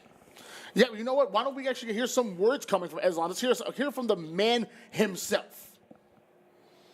So I was really like down and out. I was just going from gamer tag to gamer tag. I like to change my tag a lot. And I found like my permanent alias online, Azalon, after watching Avatar: The Last Airbender, and I just changed the first letter of somebody's name, and Azalon was created. And he got his name from Avatar: The Last Airbender. He got some good taste. I'm a fan of Avatar: The Last Airbender, one of my favorite animated shows. Yeah, I guess he took it from Azulon from Avatar: The Last Airbender. It's good to see where the inspiration came from. You know, there are always those prolific gamer tag hoppers. Looks like Azulon is one of them, as he says he's always changing that gamer tag. But you can see, once again, man, it's the Spanish fettuccine that gets me every time about these MREs, man. It's a good MRE, but come on. You got the chili mac, you got the pizza. You're going with Spanish fettuccine. I know, Tony, I'm offending you as a Jersey native, but come on, man. I think the chili mac is the all-American option. And I promise you, I will fight to the death. You're right to be wrong. Ooh. It's 100% spinach fettuccine. My man right here knows his. Yeah, we're talking. He loves Sanctuary, great map. He loves the sniper, great weapon. He also loves Avatar: The Last Airbender. Clearly, he has style. Clearly, he has taste, and you know, you don't. It's fine. Would you eat the tuna MRE though? No, absolutely No? not. I'm not a savage. It's a very popular choice. I was reading through the what all these players MREs, what their favorite are. A lot of them put down that tuna, and I have to say, man, seafood, it gotta be fresh. You know, there's one thing an MRE ain't, and it's fresh. There is nothing fresh about an MRE. Now I'm in the mood for a tuna melt. Not an MRE tuna. I want a real nice fresh tuna melt. Oh man. Either way, we got to learn a little bit about Azulon, and yeah, I'm happy. I'm happy. Yeah, he's a cool guy. If you were a bender, which bender would you be? You have air, fire, earth, Is and it like, water. what would I want to be, What would or you want what to be? would Yeah. I be? What would you, give me both. You know what I'm saying? Because I don't want to be that firebender. You know what I'm saying? Going in and out, but I'd be a rock. You know, the earth, earth, rock. makes sense. I think that's what it'd be for me. What about you, Tony? I'm not a good swimmer, so I just want to be a water bender so I can skate around a little bit. Man, you still- turn your no. weakness into your strength. What if you're a waterbender but you still didn't know how to swim? You know what I'm saying? Then I'm in trouble. Yeah. That would be the best.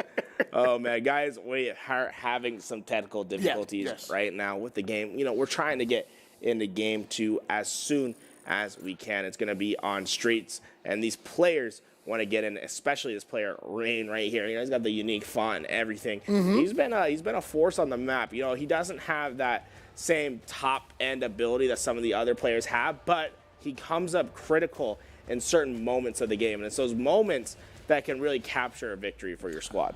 Why don't we actually speak with Rain? Why don't we hear from Rain and actually find out how we actually got into playing Halo?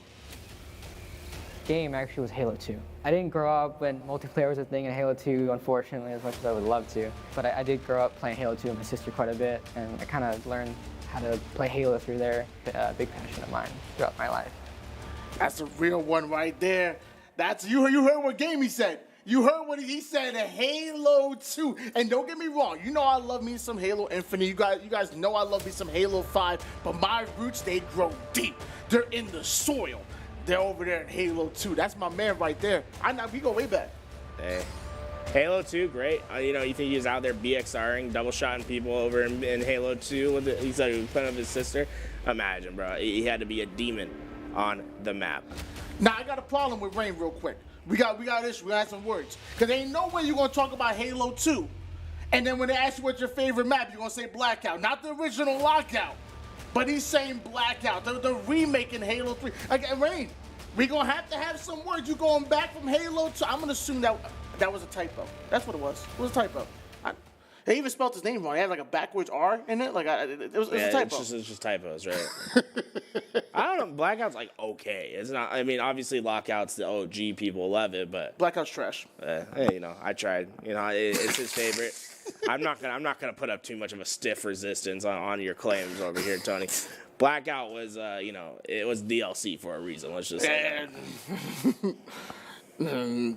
Downloadable content. I don't know, man. I'll leave it behind content. But you know what? Halo 3 has some amazing maps. I love me some Narrows. I love me some Pit. And I love me some Streets.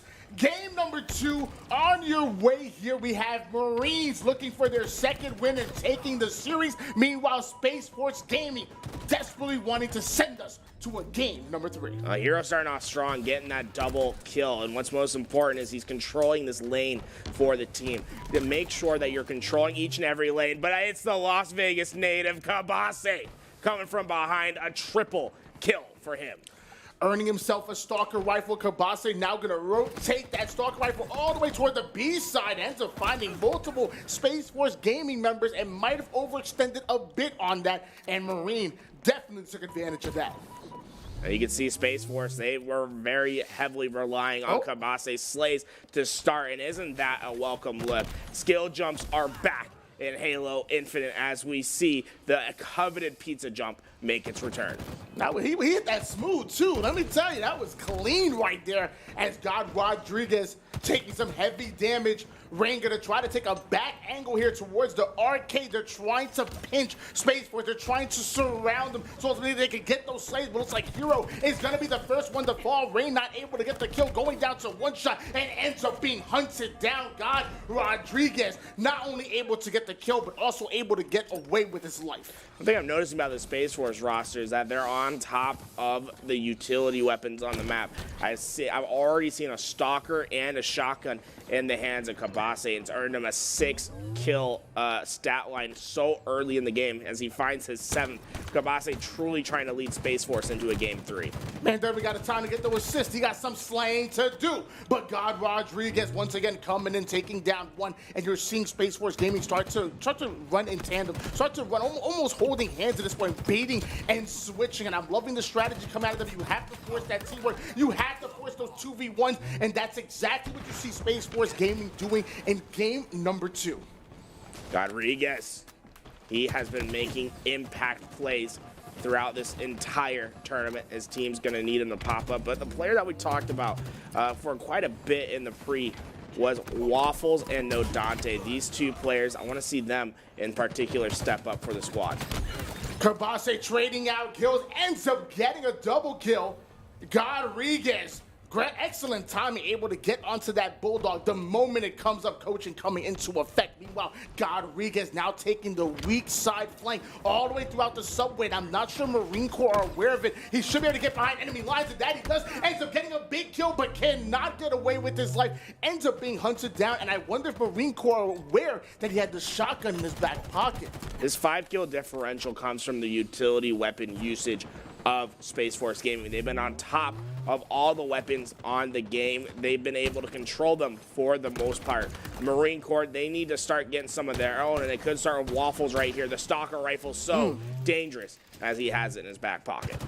Remote detonation coming onto the kill feed, a 23-19 lead, putting the 24th on the board. That's a perfect shot coming out of Kabase. Meanwhile, Hand Dog trying to catch an angle towards the arcade. He ain't playing no games. Shots go in, the assist goes down. Space Force Gaming are playing excellent team and fundamental Halo right now. And look at that as Zulon goes down, and that make a clean wipe. Space Force Gaming able to get all of the Marine Corps onto that respawn screen as they start to find some separation in this game.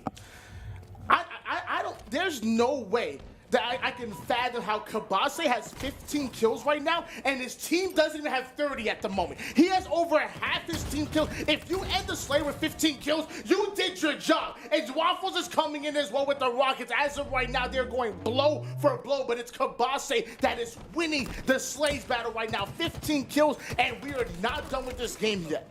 That rocket play has an immediate impact, right? Not only does it get the 2 kills for the Marine Corps Gaming, but it also gets Space Force out of their momentum. Now they're going to be on that respawn screen. They're going to have to figure it out how to break into the spawns once again. And you can see the power weapons starting to shift hands over to the Marine Corps Gaming as they start to tighten up this game. Now only 1 before we're even. Marine Corps Gaming making some waves later on in this game.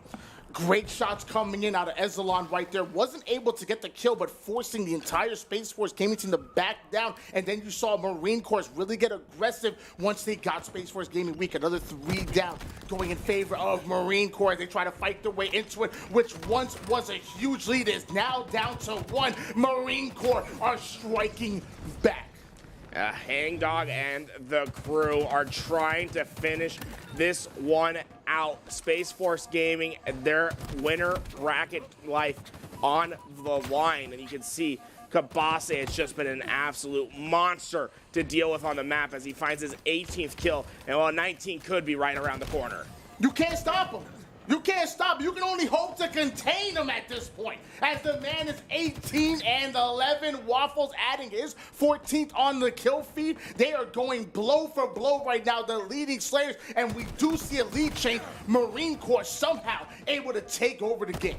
And all it is about how you finish the fight. The first half doesn't matter. As long as you can keep it competitive, it's only the 50th kill that'll matter. And Marine Corps know that in their hearts. They started to coordinate with each other. They're starting to gain momentum on this map. Space Force, this could be a second game that slips away. We're going down to the end game. It looks like Marine Corps are going to be the first ones to get past the 40 kill mark. 42 on the board. Hero shutting things down. Big plays. 3 down goes Space Force Gaming. A fresh 3 down. Kabase, the only player alive, spawning over toward the PD. They recognize him. They hunt him down. Marine Corps are coming in. They're trying to 2-0. Space Force had the lead for a considerable amount for this game. In fact, had it almost to a 10-kill deficit at one point. Now, looking at the other end, they're down by 4. A clean team wipe is what's necessary just to tie this game. And Kabase, he led the charge at the start of the game. He's going to have to find a second wind as well as he quickly approaches the 20th kill mark. Big backstack coming out of Kabase, even earns the assist. Ends up getting the LBR for the second one. Beautifully played by Kabase, putting his 20th kill on the board. But there is only 5 more kills needed for Marine Corps. And Waffle's going to add yet another one. Garrett, can they do it? Oh, this is going to be a tough look, but Space Force Gaming have the leader behind them.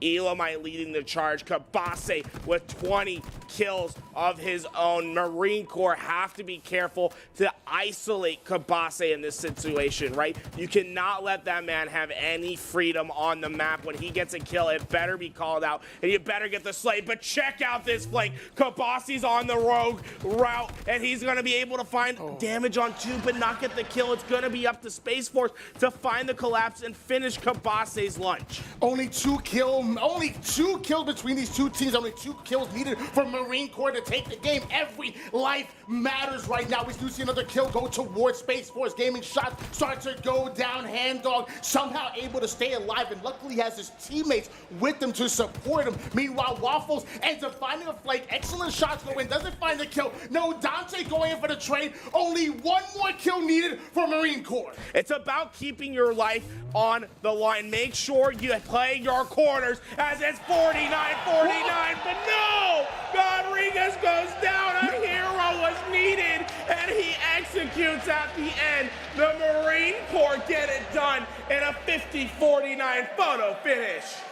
That was sudden death. They couldn't get any tighter in that game number 2, but once again, you can knock down Marine Corps, but you cannot knock them out. They're going to the winners bracket finals. It's about being icy. It's about being resilient, and that team is chock full of that resilience. Hoaxer behind them leading that charge, and Waffles able to play with Rodriguez towards that game. Those two were incredible in tandem, and well, the Marine Corps, man, they just look so nasty. How many kills did Kabase end with?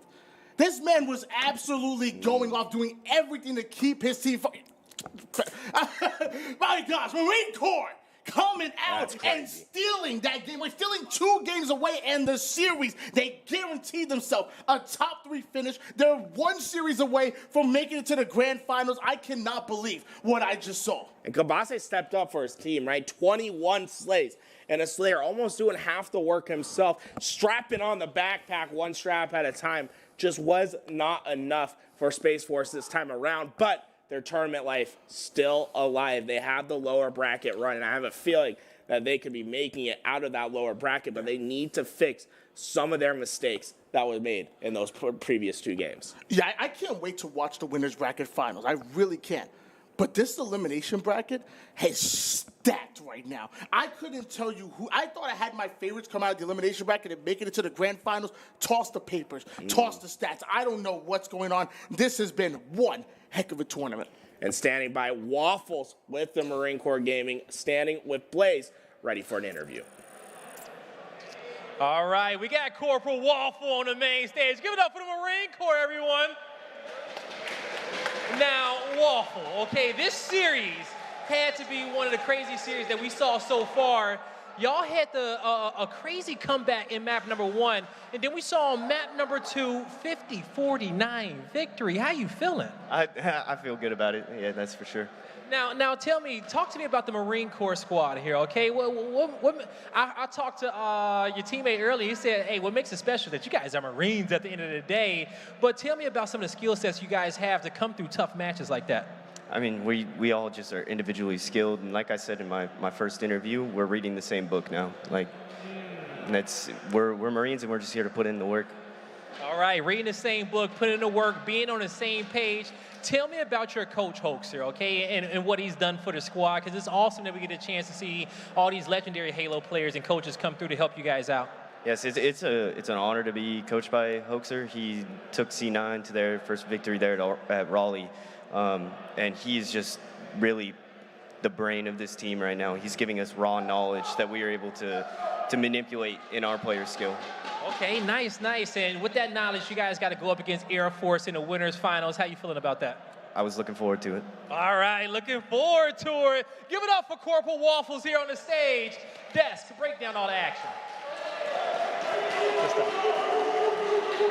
Waffles, of course, popping off in that second game, but the first game, of course, I think we had a dominant performance out of Marines, but the second game, down to the final kill, I don't think we've had a closer game yet in this tournament so far. I mean, literally the score was at 49-49, and you could just feel the arena, everybody kind of holding their breath for that final kill, and all I saw was Hero's name coming across the kill feed, and he really was the hero for the Marines coming out in game number 2. Of course, it's Hero that saves the day, but like we said throughout the game, I mean, Waffles with quite a performance as well. Everybody popping off when they need to, and Marines now taking 2 series back-to-back and 2 2-0s back-to-back. We can see our map layout on screen, of course. They took both King of the Hill on Recharge and Slayer on Streets. That puts them in a great position going on in their next series, but it's not going to get any easier up against Air Force. No, definitely not. We got a good matchup coming up, but I do want to also shout out Kabase coming out in that game number 2, that Slayer Streets. Even though Space Force didn't come out with the win, he put out an amazing performance and really kept his team in it down to those final seconds. Definitely makes you think that Space Force still has some potential. Of course, you also got Elo Mike. What's going on here, by the way? They are hyping up their team. We love to see it. Oh, my God. The energy. The dogs, these boys are coming out, barking on the stage. That's 2 series back-to-back, and that's the type of vibes you expect to see out of a team poised to take this thing. Yeah, meanwhile, we did have that lower quarterfinals match between the U.S. Army Esports and Coast Guard Gaming, with U.S. Army going up 2-0 in that series as well. So unfortunately, that's all we're going to see from the Coast Guard. Okay. But watch out for U.S. Army as they move forward in that lower bracket. Obviously, our attention is still on that match number 8, that upper finals, which is going to be a best of 5 now that we have both teams there. Right. And like we were saying, though, you got Space Force that they did lose that series, but they still pretty confident in it. They're going to drop down to face the Navy, and the Navy, of course, had a rough first series to start the day. So Space Force, maybe that's an opportunity to get back some confidence and momentum as they go up against Army, potentially waiting for them a little bit later. So a lot of very exciting matchups yet to come. But, I mean, Magic, I can't wait to see Air Force back in action, too. Absolutely right. They give us a great series right here. And then Air Force, who we watched earlier, also very competitive. And as we move forward to the bracket, whether that's the upper bracket or the lower bracket winding down, I think these matches are just like getting tighter and tighter, but we still have yet to see a match, taking off the other team. We haven't gotten to that game 3 or potentially the game 5 just yet, but it's come down to the wire. Still have yet to see a game 3, but you know what, Magic, like you said, I think we're going to see it very soon. So I think you should go anywhere. We're going to be back with more Armed Forces tournament very soon. Be right back. Gold side, anybody that tries to come and got to go through him, goes for the challenge on Ezalon, ends up getting the kill. That's perfect. Now Shock Rifle, unfortunately, he falls down, but it's no Dante behind everyone throwing in the damage. 3-1 lead in this game. That's objective efficiency. That's what Space Force Gaming are doing. Match point for them. 1 more hill, and they're taking game number 1 to need 3 captures in order to become your victor. Meanwhile, Space Force runs the town. We're San Antonio, but that's a discussion for another time. As Waffles ends up getting the triple here from the C stair, gets right behind enemy lines. Beautiful shots onto the first. Now goes in for the second one. They are poised to do so. It's a 1-0 lead. Ezalon ends up finding the backside with the sword slice and dice. Cannot stay alive as this Kabase trying to be the hero. Double kill Kabase. Hill break for Space Force. Onto the kill feed, a 23-19 lead. He has over half his team killed. If you end the Slayer with 15 kills, as the man is 18 and 11. Needed for Marine Corps. Make sure you play your quarters as it's 49-49, but no! Rodriguez goes down. That's game. That's game. That's good. Nice. Let's go, JT. Oh my God, bro. Let's go. Nice shot on that one, though. Hey, good game, brother. Hero. Good game. Let's go. Kills at the end. The Marine Corps gets.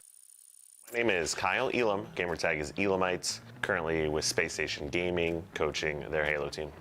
I am a former professional gamer within multiple Halo titles. I've been involved in the Halo scene since early 2005. Casting events, coaching, competing as a pro player, which I did for 7 years. When I first learned of this event happening, and they asked me if I'd like to be a part of it, and I was definitely enthusiastic about it. I mean, this is a completely different take on events that we've had in Halo in the past, and was just happy that they asked me to participate.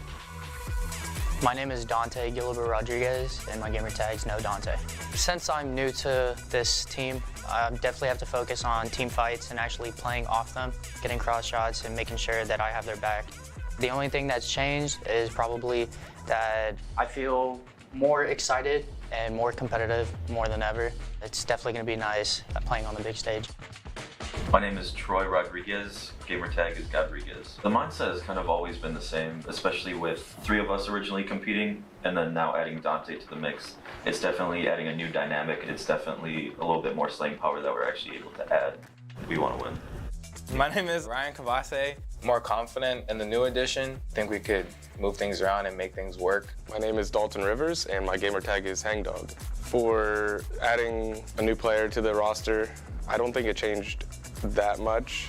We knew how Dante played with his other team. We knew he was a good player. I feel like we can still slay pretty well. Yeah, so coming into the event, I really didn't know how on a, kind of a short time frame we'd be able to construct a team and what kind of player pool might be available. I got pretty lucky, actually. They had a really great, established team already. They're all very, teamwork focused. They all have great individual skill levels as well, and they're always trying to help each other out and help each other win, so I think they have really good chemistry. The most important thing that I think to keep in mind is don't think of the other team as better than you. They're just another competitor that you have to get past. We all just have to work as a team and we can get through it. When it comes to Halo or esports in general, one of the best things, the most exciting parts about it is the any given Sunday kind of scenario where you can come out and regardless of how talented a team may be, you can beat them. I've told these guys before, everybody dies in 4 shots. If you out-teamwork them and play to your advantages, you can absolutely beat anyone. The Air Force Gaming is a pretty stacked squad. I think there's definitely a chance to upset them and take them down. We basically played maybe a little bit slower. With Dante, we're able to, I think, play a little bit more aggressive, if anything, just because of the added slaying power that he's able to bring to the game. We're able to really rely on him in terms of helping us win gunfights, and it's actually a really good thing that, we'll keep working on. You have 4 people that can carry some type of slaying power with them. I feel like we can work the map a lot better. Semper Supra!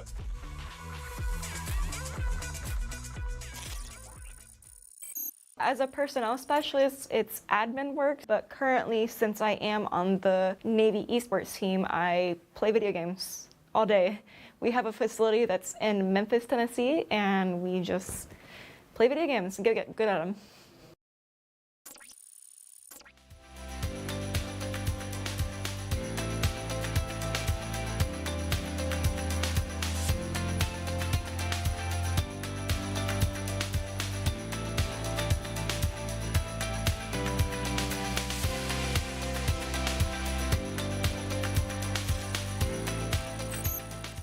This is the closest to Halo 3 and Halo 2 vibes for me, which I like. You got to be able to react to a lot of the situations quickly, and I love every part of it. Halo Infinite brings it back to where you start off with a BR, the mechanics running, and the special equipment you got to use. It's good to combine all those in one.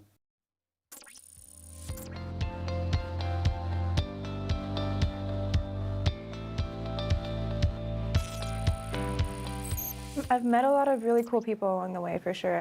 I met Mike and a lot of the top dogs, and they really kind of walked me through how to be a good ambassador. Just being able to be a part of the gaming community as well and get to know a lot of these gamers, and the Air Force is creating a community, and it's really awesome.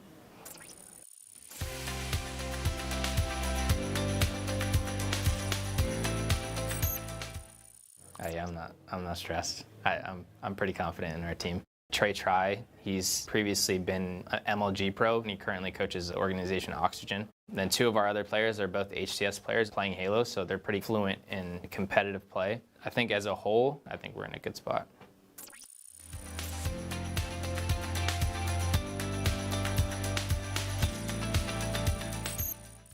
I found out about Air Force Gaming online. I had seen just small bits and pieces of it, but I was introduced to Oliver Parsons at the Kansas City HCS event 3 weeks ago. Found out about a last chance qualifier and essentially put together a squad, and then we just sort of dominated the tournament. And that's how I joined officially, but finding out about it a long time in the making.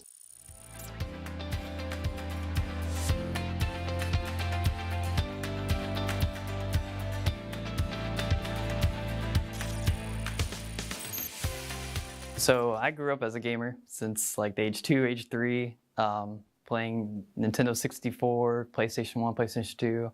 Then the Xbox came out, and me and my brother, we've played every Halo, every campaign together, grinded matchmaking, watched the competitive scene from when it started from MLG for Halo up to the current HCS for Halo. And me and my brother, we've always had a competitive passion for video gaming.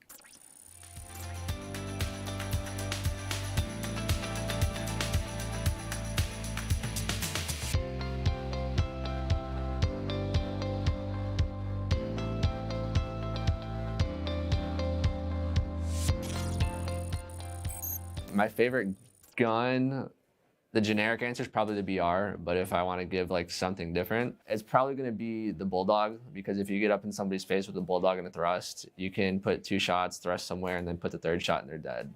So it's really cool that it was made for Infinite too, because they're going to have the original shotgun coming eventually, and then they have the Bulldog, which is the automatic shotgun.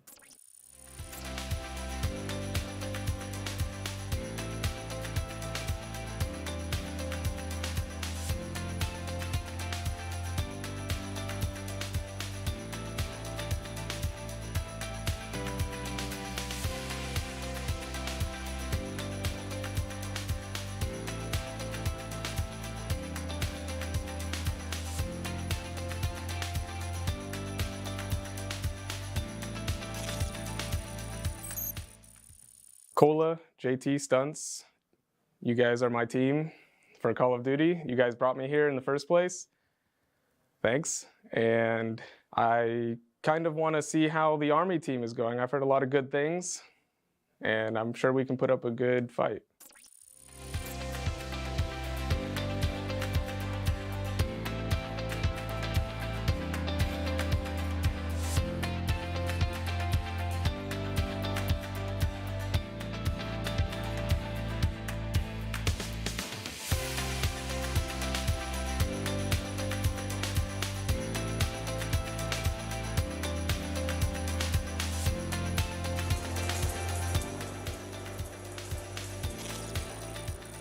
Ladies and gentlemen, welcome back to FORCECON 2022 live in San Antonio, Texas.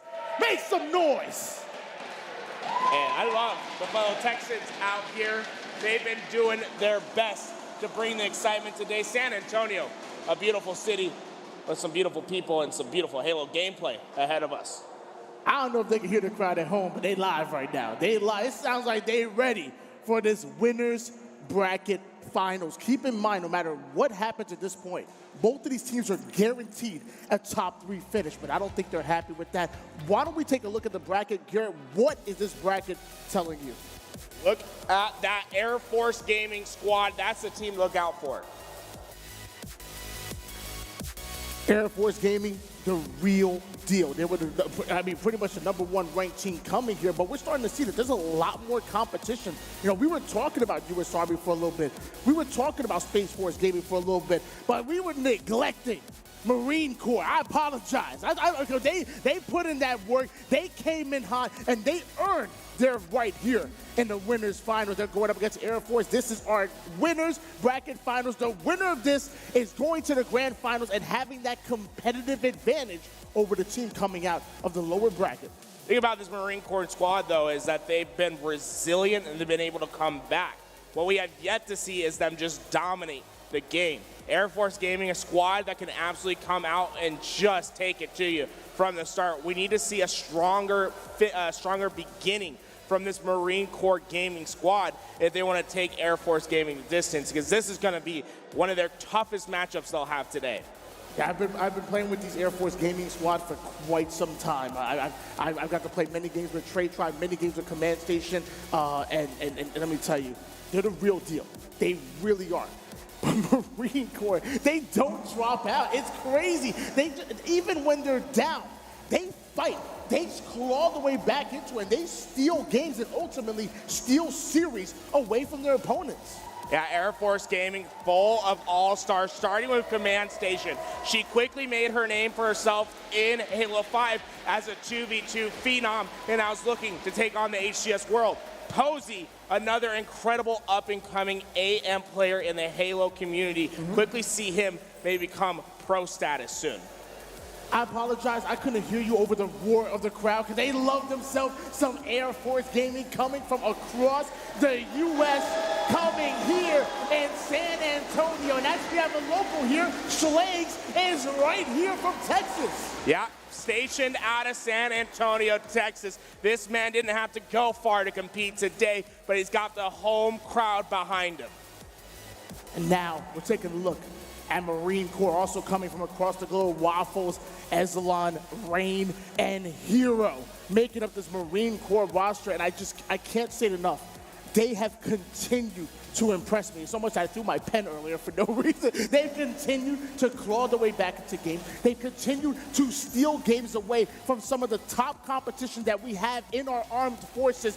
We got to show some respect. We got to put some respect on the names of Marine Corps.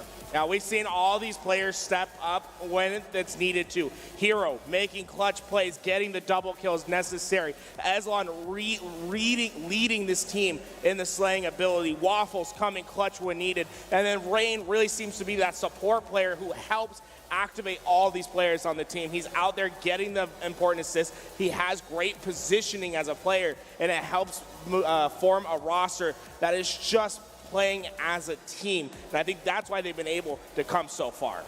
You talked about the slaying ability of Ezelon.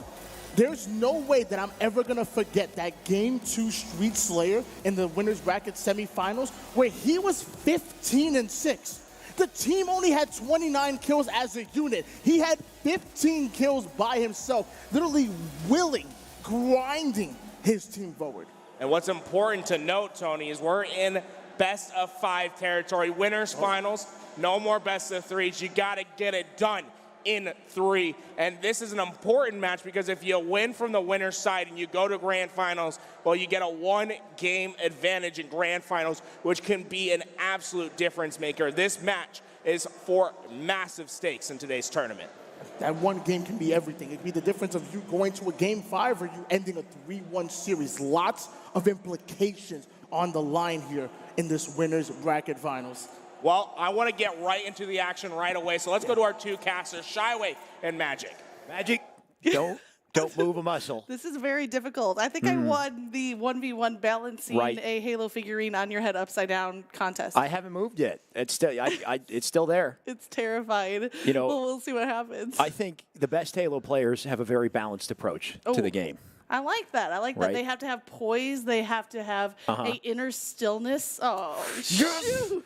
I will take my dub. All right. You win this time. But let's go. More importantly, who's going to win of the 2 teams that are getting stacked up and ready to go? That was just our fun, mini game, and it's all right, Shai. You can have this win. And just an extension of balance is, can they maintain that balance throughout the game? I think with all the pressure on the line and what we've experienced so far, especially Marine Corps kind of creeping up, starting to take the spotlight here. 2 back-to-back 0-2 or 2-0 series that they've had. Now they're going up against arguably the best team in the league, and as talented as Air Force are, they had a very close shave. Even though it was a 2-0, it was a very close series we witnessed with them. Yeah, I agree with you. Marines are really stepping up their competitive level, and they, especially coming into this Winners Finals, they're the team that has had the most time on the stage. So maybe that comfort level, that level of balance that you're talking about comes from now their familiarity with their surroundings and being up there having that stage presence. So We'll see how it pays off when Yeah. they head into. This is a tough competition for them. I think comfort on the stage is a big thing, and I think Posey's interview was a perfect answer to that. Is just coming off the series with Air Force, Posey,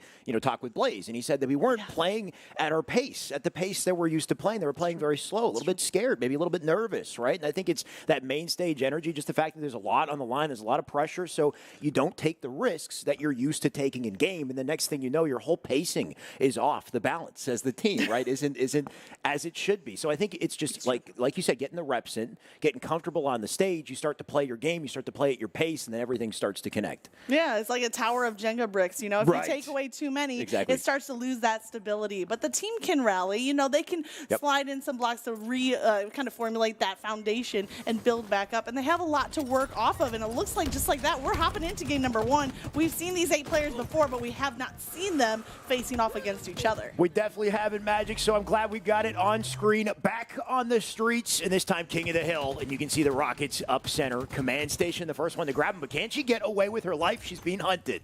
She is being hunted, but she's trying to escape away, and I think those rockets are going to create some space. It'd be tough to go up against her. She gets a beautiful takedown, and that's going to allow her to kind of dip back behind the tower, regen that health. We already hear some cheering happening because we know that this is the first best of 5 today, and these teams are ready to roll. Well said, Magic. Our first best of 5 of the tournament, the winners finals as well. We're going to punch their ticket into grands, and that's exactly where both these teams want to be. And I got to say, we talked about pacing. The speed that we're seeing off the rip out of Air Force, they definitely came to play. Here comes the zone capture, coming back with Hero rolling onto the zone. He gets a huge takedown, but immediately Command Station takes advantage. Now look at that bottom bar. Air Force is about to take zone number 1. Command Station needs to hold on for just a few more seconds. She's going to have some help from Posey with a nice grenade kill. Full command of the first hill, just a sliver on the side of Marine Corps. You can tell they're feeling the pressure early on here. Now, it looks like Marine were ready for the setup on the second hill, but as they're sitting there, you can see they're starting to drop like flies. Command Station and team, once again, they're right in it. There's a short intermission there between the hills, and I think in that time, Marines were really posted up on this seaside hill, but not able to get any time when the hill actually spawned in. Immediately, Air Force was ready. You see multiple players there holding onto the hill. One player up here at high ground, that is Command Station, and Posey on the right side. He's going to run into Hero. He uses the grenades for damage as he shoots out the spike and gets the double kill. What a smart idea out of Posey. He takes 2 for 1 with that play and opens up the opportunity for Schlegs to pick up rockets. And look at this. They got all the artillery. They're going to bring it into the back of C and just let the enemy come to him. Posey was taken down in that fight, but not before he stopped that onslaught that the Marines were sending. Look at the time on the hill now. Just a few seconds left for Marines to contest. 1 rocket, 1 kill, 2 rockets, 2 down. Schlegs gets a nice double. That's a nice little 2 for 1. He'll put it to good use. And notice how he dropped the stalker there for a teammate. So just the combination of it all. Marine Corps, they have a bit of a shaky foundation to work off of in this game 1, but can they find their footing? 2 caps so far in the favor of Air Force. 2 more kills on the feed as well. Exelon will be the first one to step in the hill, but he's down numbers. We saw Air Force earlier on the streets map. It was kind of a stop and go game. You almost got out of your seat on that one. Wow.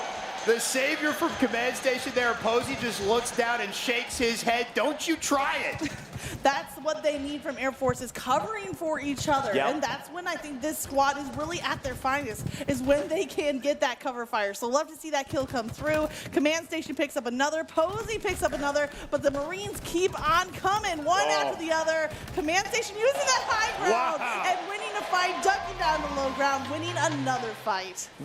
Now, Magic, they do call the Marines the Devil Dogs, all right? These boys are tenacious. I expect them to bounce back. But, on the other side, I think this is exactly what Air Force needed. We talked about their slow pace coming out of their series with the Army. Now that they've got their footing, we can see what they can really do, and it just seems like they're just getting started. It does seem like they've hit their stride. We were talking about that Street Slayer game earlier on where they did end up taking that series 2-0 versus the Army. But remember, the Streets game was very stop and go, very back and forth. Right. And now it seems like it's all go and no stop. Oh, it's all go. Take a look at the stats, by the way. Schlegs is 10-1. He's got a shotty to make it 11. The melee out of rain will shut him down early, but those stats looking pretty. You got 12-1 at a Command Station, only 1 death so far And you can see they feel the pressure in a big way. They need to get some slays. If they want any hope of getting to this third to fourth and final hill at this point, they need to win their fights. Yeah, as far as this King of the Hill match is concerned, this hill is do or die on the side of the Marines.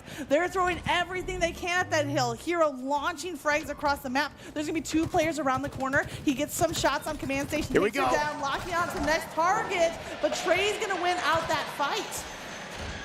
He's the hero they needed, but isn't enough, Magic. He's getting a couple kills there just to even the odds. You can see they do have presence in the hill, but Schleg's making it so damn difficult. And right behind him, he's got command station with the Stalker as well. The coverage here going to be so helpful in just getting presence in this hill. This is it for the Marines. I'd like to see them putting some time on the board. They know that they have to hold right here. Trey is just dealing out damage while all the attention is on that hill. He's coming right around behind the players, catching them off guard and picking up a nice double. I mean, what a well-executed play at Air Force, and they're still going. Coverage on the whole map. You got a pinch coming in back B. Well, command station lights him up from Subway. You can see she's in trouble in a 1v1, but not worried. There's always a teammate there as a saving grace, and what a dominant performance for game 1. It's already over, Magic. That was like a blink of an eye. Yeah. Air Force with 3 players in double digits for kill just had lockdown on this Streets map. I took a quick peek at those stats. I think I saw 14 and 1 at a command station. I think we saw 13 maybe at a Schlag, so just slays across the board out of this entire team. Very confident. It makes you wonder, you know, what happened coming off of that series with Army? They had a very closely contested series. They weren't playing at their pace. So what happens? They go back, maybe scrim, maybe talk amongst each other and you know, figure out what was the weak point? What was going wrong? How do we, you know, bring it back together so that when we come back up on the stage, we bring our A game? Whatever pep talk they had, it worked. Yeah, and I think we should credit Clutch, right? The coach there. So when they went back, they had that little break in between matches, and they can just fine-tune a little bit, and whatever that talk was, you have to give them credit because it is paying off in this series. Here's a couple replays on screen for one of the fastest games we've seen to start the series here, and what a smart play, right? One of my favorite plays in the game there at Posey, because look what it opened up for Schlags to do afterwards. You can see him just trading out power weapon after power weapon, but I think the combo of the team plays and the team fire as well was really the key to success in this one. I love that little shaking the head back and forth. Like, you might have had me, but I have my teammates. They got my back. And that's the teamwork factor coming through here. Even on the esports side, you have to watch your teammates back. Completely agree. I think that final play in that fourth hill was a perfect example. But here we go. The Air Force audience is looking strong. They came to support them, and for good reason. I mean, at this rate, who is going to stop Air Force? Marine Corps do have a shot in this series. It's our first best-of-5 series of the day. So, yes, they did go down, and yes, things do look rough at the moment. But 2 games left to turn things around, to give us a show, to gain back momentum. And I said it before, they call them the Devil Dogs. I don't think they call them that for nothing. I expect these boys to come back with a force. Well, hopefully their bark isn't worse than their bite, because they need to come out here with a ferocity in game number 2 to work their way back into the series. And we know that they're capable of it. You know, King of the Hill plays really well into the strengths, I feel like, of Air Force. Right. They have great map control, and they have a patience to push the zone control at the right time. But, you know, in a different map and mode, it might play back over to the side of the Marines. Well, you said it, Magic. Different map and mode coming up. It's going to be an Aquarius Slayer, by the way. We can see our maps and modes on the bottom of the screen here. Strongholds Recharge, Slayer Recharge, and CTF Aqua. Of course, if we get there at this rate, things have been a little bit one-sided. But Slayer Aquarius, very different vibe, right? You don't have rockets in center map. You don't have a Stalker to work with. Really just about that camo up on top mid, but also those dynamos spawn over on car side. The heat wave, basically a shotgun on the other side of the map. So definitely some points of contention to control. And then I think the snowball effect that comes with the spawn control and using the thrusts, I think, to get there quickly. I think that early map control is going to be even more important on Aquarius than it would be on Slayer, because you have just more routes of movement when it comes to the streets, rather. But here on Aquarius, that early top-mid control is going to be crucial, and want to see if Marines can fight their way to that active camo and also just lock down those spawns. Well, here we go. Game 2, like you said, top-mid going to be important to collect. And Posey's already collected the first kill, by the way. It's the heat wave to do it. Little trade comes in thanks to Rain and a commando. On screen we have Waffles, though. We haven't seen too much of Marine just yet. They've been having a tough opening. And maybe that's because look who's stealing the spotlight. Command station and a camo. I don't know if she's stealing the spotlight. She might be avoiding the spotlight with that active camo ready. And she is coming right. Drops down behind Hero, gets the backstab. smack. She still has active camo to work with, and meanwhile, Trey is doing some work. Even in the low ground, he's putting those grenades in that BR to work. You know what? Took the spotlight for the audience, maybe not for the enemy team. They can't seem to find her, and because of it, 6-4 to start the game. Now, Marines did get a couple crucial trades to keep this close, but you can see the result of going down to a deficit. Command Station is on the hunt. I think she might have just whiffed one down below. Can she find it in time? Couple trades in the feed here, still looking for a competitor. Right-hand side is it.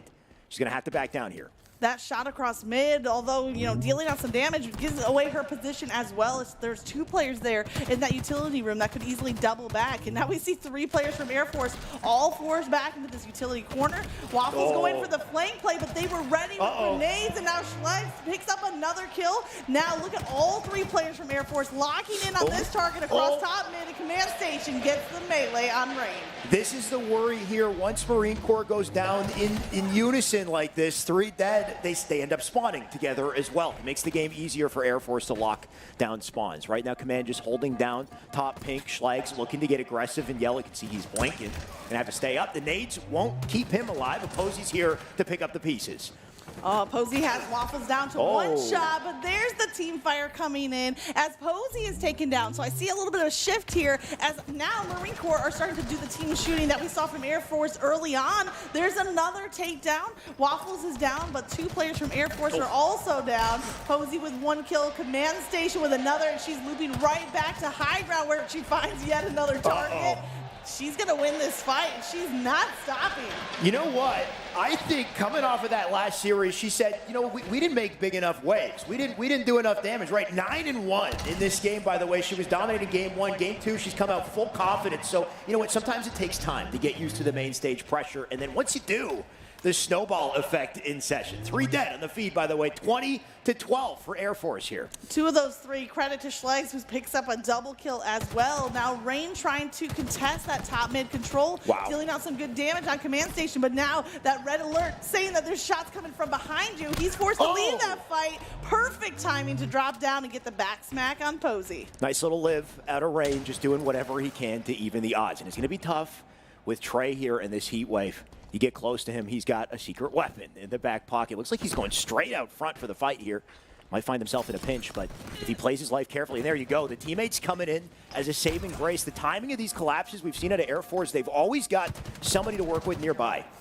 You know, you're talking about what is it that Air Force is kind of hitting that next level, their next stride. You see right there on that little camera, we saw Clutch right there, coaching his team, getting them ready, and maybe even telling them, go after those 1v1s. That's what I'm seeing from Air Force. They seem more confident in taking those fights. So much more confident. Because of it, Magic, this might be starting to snowball. 11 kill advantage here for Air Force. 26 camo about to spawn. Hero, he's got to turn around. There's a sneak attack behind him. It's Schlegs.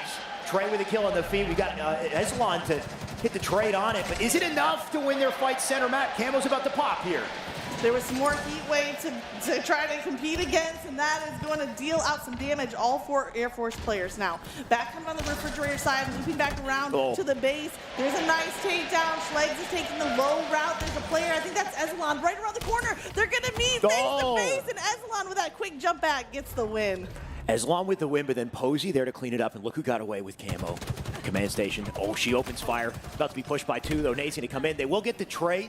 She'll walk away with 1 kill. Trades at this point. Money for Air Force. We can't see trades for Marines. At this point, they cannot afford mistakes, Magic. The only positive maybe in that one, even though it was a trade which, you know, favors the team ahead, but they did get camo out of play. So credit to the Marines for tracking down that camo player and dealing with them swiftly. We're seeing a lot of Air Force playing on the Dynamo side of the map over here, and even using that low ground to their advantage. Still some top mid control though, as you see players on both sides. The Marines are trapped back in utility. You do not want to be trapped in the close room with Dynamos in play. Yep, this is why we talked about car side control being so important. I mean, you see the electricity come in. It's the combo of the slowdown and the damage that it does makes it so difficult. Because of it, 41 on the board and 9 kills left to close it. We said it was a best of 5 Magic and that they had time to get their footing, but I mean, when you look at the pressure here, you wonder if there's anything Marine can do to bounce back. They don't have much time to find that bounce back. So if there's hope, they need to take down Schleich. They need to get advantage of that heat wave. It looks like they're going to do that. Now let's see what work they can put out with that heat wave. Just watch and listen. I love that sound effect coming out of the heat wave. It's so satisfying. You hear it there firing, and in this close quarters place, you can deal out some damage as the rounds come through. But again, trades are not what the Marines are looking for. Right, we see Marines picking up a couple kills here and there, but they're bleeding as they do it, and at this rate, it just seems unwinnable. Make it 48. That's Trey with a kill. Schleich looking to answer as well. 2 kills to close. It just seems like a matter of when it'll happen. Oh, big one out of Echelon, but there's the double out of Schleich to answer, and once again, a dominant performance out of Air Force. Air Force looking to be in their finest form in this match. They put the pedal to the metal, and they didn't let up the gas. That gives them the 2-0 advantage. But remember, it's a best of 5, so it's now or never for the Marines if they want to stay in that winner's bracket. Man, the pressure out of Air Force right now. You can feel it in the venue, the energy from the fans, and then once the game ends, silence, right back to focusing and just going back to the game plan. What can Marine Corps do to bounce back in this? You can see Coach Hoaxer behind them.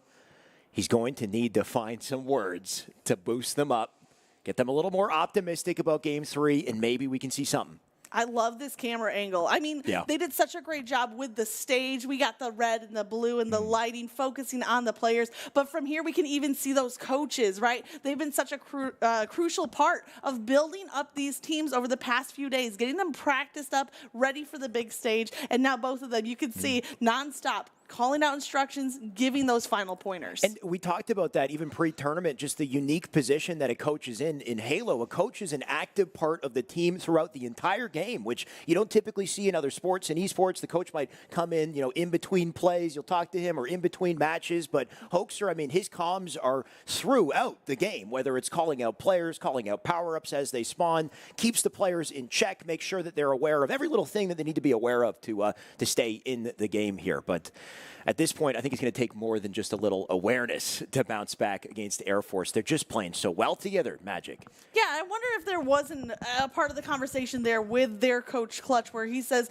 go after those kills. Play aggressive. Don't play scared of the other team. And again, it goes back to the Air Force talking about the only team that can beat us is if we beat ourselves. And right now in this series, they feel like they're actually on the same page. We don't see grenades going at teammates. We don't see them shooting themselves in the foot, literally or figuratively in the match. But now instead, we have that team fire coming through and a more aggressive pushes on the slaying side. It really just seemed like a matter of, like you said, can we conquer our own domain and get into our comfort zone? And because of it, things are looking great for Air Force. One more game potentially in this series for Marine to bounce back. And if they do, we got a little bit more to go in this series. But for now, it's a strongholds on recharge, Magic. So definitely something that could last a little longer, that could go the distance. Going to need map control in this one for sure to dominate the hills, and lots of weapons to cover while you do it. No, absolutely right. Recharge is one of the maps that has the most versatile equipment sets, in my opinion. And the way the map plays is there's just kind of this hallway almost running around the map at a big open plane out in the middle that's split between the pit down low where the camo spawns and then the top mid, which is B. When it comes to strongholds, B is one of the hardest zones to capture for that reason. There are lines of sight from every corner. It's definitely rough, and if you can find your opponents in a trap, forced to go to B, then that would be an ideal situation. But you got to get the weapons before you do it, so here we go. Game 3, Air Force looking to close this out dominant, or maybe the Marines have an answer. Well, Hero right there out the gates went for the active camo, but was not able to reach it to the camo. It looks like camo went into the hands of Air Force. Command station kind of circling around. You see B and C both actively being captured on the side of Air Force, but being stopped by Waffles dropping down. B is still being contested. Neither team has locked that zone down. Remember, Waffles and Hero, big part of the reason why Marine were able to bounce out of their series strong in the previous one. And maybe Waffles can be the one to make a play to turn things around this time. Though the first points, they're already on the board here for Air Force. You can see they've locked down B and C, and they're also moving as a unit as well. As good as you might be individually, if you run into 2 players, what do you do? And that's what Air Force are doing. They have 2 groups of 2, one in the back pipes, and the other group of 2 here rotating over to A. They might be able to converge, but again, if you're moving as a set of 2, you can pick off individual players, and that's what Air Force is doing as Trey rounds the corner. This player's already been softened up for him, finishes it off with a melee. You can just tell how well they're communicating together when you see how much confidence Trey has with the flank as well. And here we go, Posey putting the sword to use. Now that he's got the kill, he can safely get the C, but instead he wants two. And oh, Azalon, what a fight to win. But is that enough to get to a hill? You can see Command Station didn't let him live long. Azalon was so keen keeping that fight at long range against someone with a sword, but also at the bottom of the stairs, almost using it as a head glitch to be able to line up some shots over top. Beautiful win right there, and now Waffles trying to hold this top control in Attic, but Schleggs is going to take him down, and now the sword falls into the hands of Rain. He's making a hard push for A. Rain is full sprinting into A. Don't get in this man's line of sight, or it might get a little dicey. He'll finally get to A to do it, but can they get a capture, right? They get that A cap, they will get points on the board. You can see they have presence in B at the same time, and C is being traded. And here we go directly into Command Station. She'll get the melee, but note that it does not take him out. One of the advantages of having a sword here is you can survive those melee trades. That survivability is so key, and a great use of the sword there for now Marines to get some points on the board. An early lead coming out from Air Force, but we have to get all the way to 250, so plenty of time for the Marines to bounce back, and this B capture is going to be important. Command Station trying to take it away from them. She's got the zone up to 3/4. She's going to finish that capture, immediately make her way to the grapple. The crowd is getting into it. We need some cheering for Command Station. You can see who stole the heart of the crowd by the moment she comes up on screen, right? She's just capping the hill, and the crowd goes wild. But Command Station stealing our hearts, stealing the game as well. Can they lock this down strong? 78 and counting. Full map control here for Air Force. And as soon as you see that triple cap come through, if your team has all 3 zones, points count by double. So you'll go up 2 at a time. But it doesn't look like Marines answer back quickly. That A capture being really crucial to stop the bleeding. But now we see Air Force crossing that 100-point mark. Marines need to find an answer. They're not going to find it there. Definitely not. When it comes to close quarters brawl, it seems like Trey's got the edge. You can see Schleggs is holding the shock rifle as well, so just the combo of all the weapons, even Trey with the disruptor in the back pocket. Don't see it too often, but in strongholds, it can definitely do some damage. You can deal some solid energy damage with that disruptor. And it's kind of a pesky little weapon because it does that damage over time. Just makes it annoying for the opponent who's trying to regen back that shield. Speaking of the opponents, we see Azulon there at the bottom of the control room, but now Posey right around the corner going after. We got a little 1v1 here at Mangler spawn, and Posey's going to take advantage, but he doesn't even have a second to breathe. He's immediately looking for that next target. Right. I mean, what do you do if you're on Marine Corps right now? No matter, big kill out of Waffles. That's what you got to do, right? You got to win your 1v1s. It's your only chance at success. But the moment he pops out to get a shot and he's just melted, the entire map accounted for by Air Force. Eslon going to do what he can to cap B, and great days to just back off Posey, but isn't enough to hold on to the capture. He'll get to grapple. Teammates over on C side. He's getting aggressive onto Trey. Needs the kill, but Trey will ice up.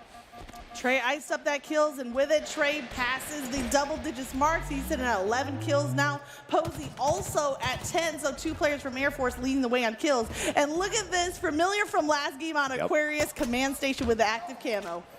Grapple back up the top, Matt. You can see spawners up on C as well. She's got a victim down below. And somehow the comm's not coming through fast enough. Can she get him? She will. That's 2 dead. And the remaining 2 members on C, they're going to have to scramble to get out of gunfire here. Well, those 2 remaining members, I think we're calling out. Warning, here comes the sword. Eslon fighting to keep control of the zone. They have C locked down, but C alone is not enough to get them points on the board. You see that also Marines now going for B, but at the cost of C. That's a net even when you trade one zone for the other. That's definitely the difficulty is just every answer we see from Marine Corps, there's always a counter answer at an Air Force. You get B, we'll take C. And while you get B, we're going to cross you up in B as well. But big kill out of Eslon just to take the hill back quickly, try to slow the bleeding. At this point, we're past the 200-point mark. They need 250 to win it, so very quickly, this is slipping out of control for Marine Corps. Not much time left for Marine Corps, but that's one of the beauties of Strongholds, is that it's not over until you see that 2-5-0 across the scoreboard. So anything is possible, but what is it going to take from the Marines for them to come back? You called winning those 1v1s, but also somehow finding that map control, predicting those respawns. Somebody needs to pop off, and I was looking at Eslon to do it, but unfortunately he now joins the black screen.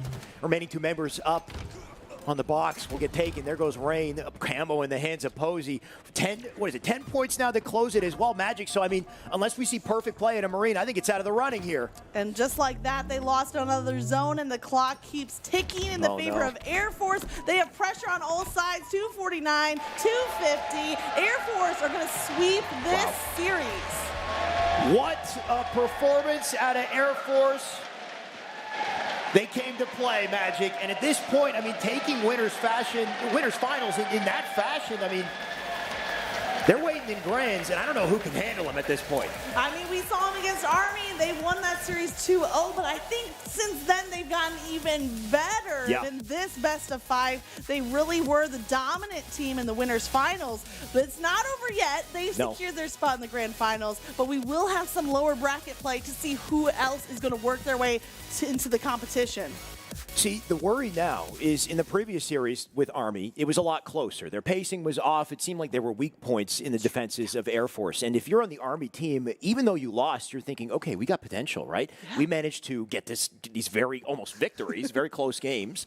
So maybe if we can keep playing our game, come in confidently, we can shatter them in grand finals when we come back. But the worry now is that Air Force just got the best series they could ever experience, basically, to give them the massive confidence boost that they need to punch their ticket into grand finals. Note that in grand finals, they have a 1-game advantage as well when we get into that final best of 5. So the combination of it all, I mean, they could not be more confident. If you're Army now, you might be a little worried that you can't shatter their confidence anymore. Yeah, I think if it came down to it, I mean, Army Marines, that would be a matchup I would want to see, but neither of those teams have been able to match the talent and skill level of this Air Force lineup. But it's left to be seen. It's not over yet. Although Air Force have everything going in their favor, they have that spot in the grand finals. They have that 1-win advantage, but we still have teams that are fighting to get back on this main stage. What a tally, though, in the end of that, right? So we can see the blue on screen, of course. We can't see the exact score lines, but if I could just try to go off memory, right? What was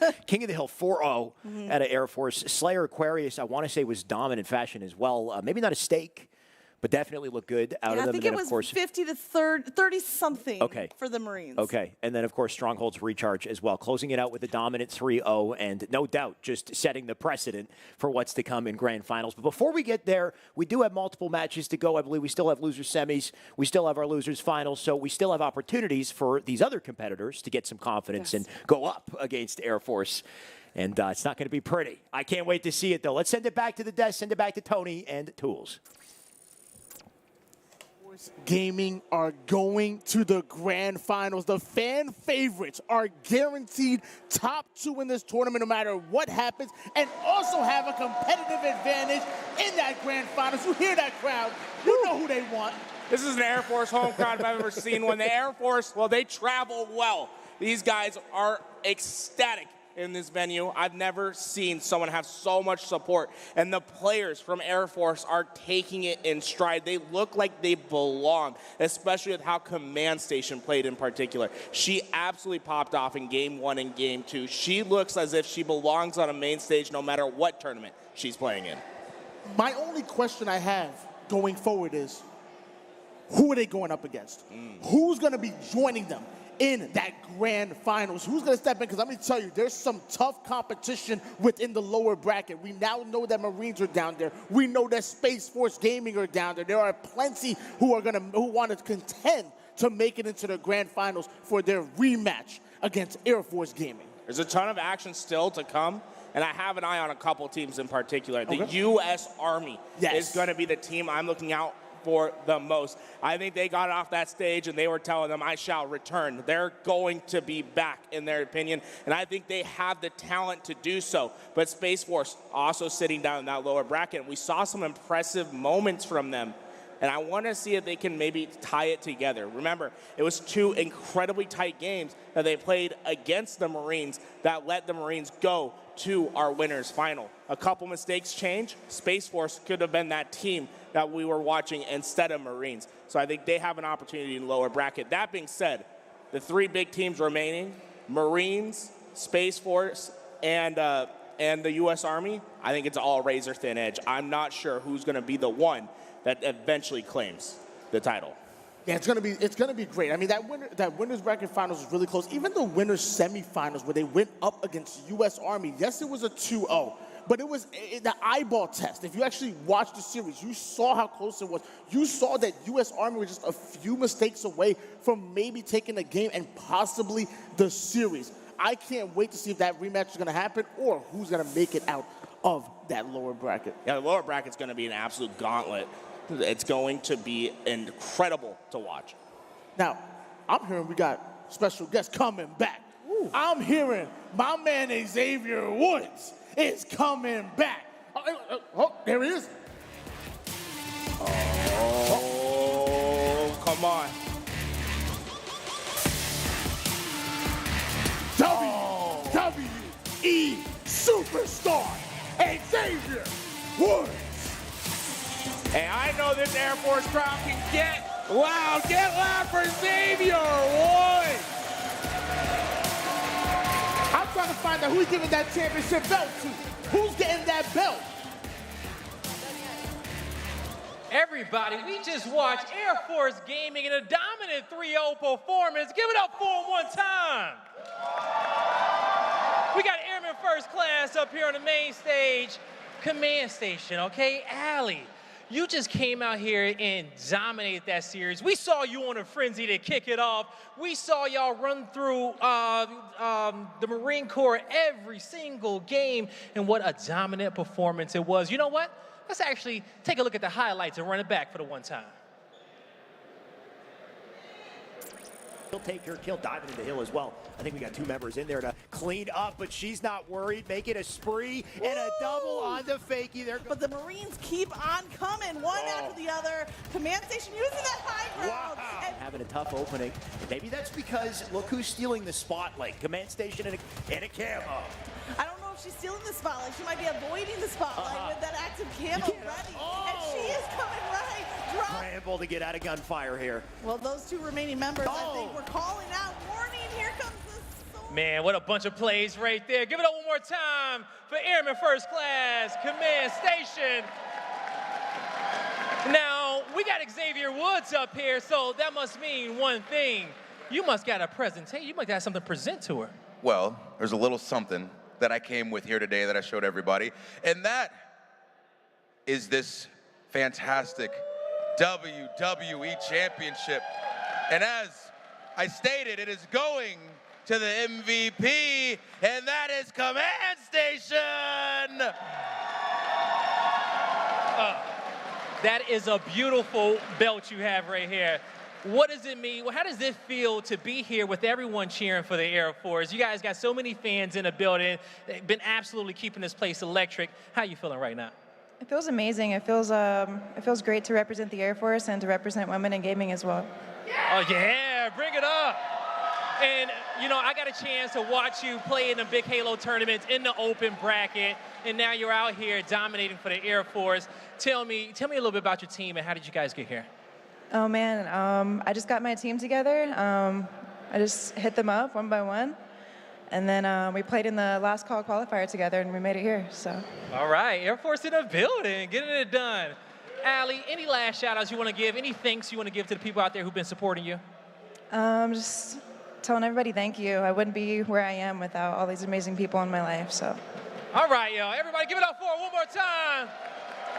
That's going to do it for us here on the main stage. Desk, break it down.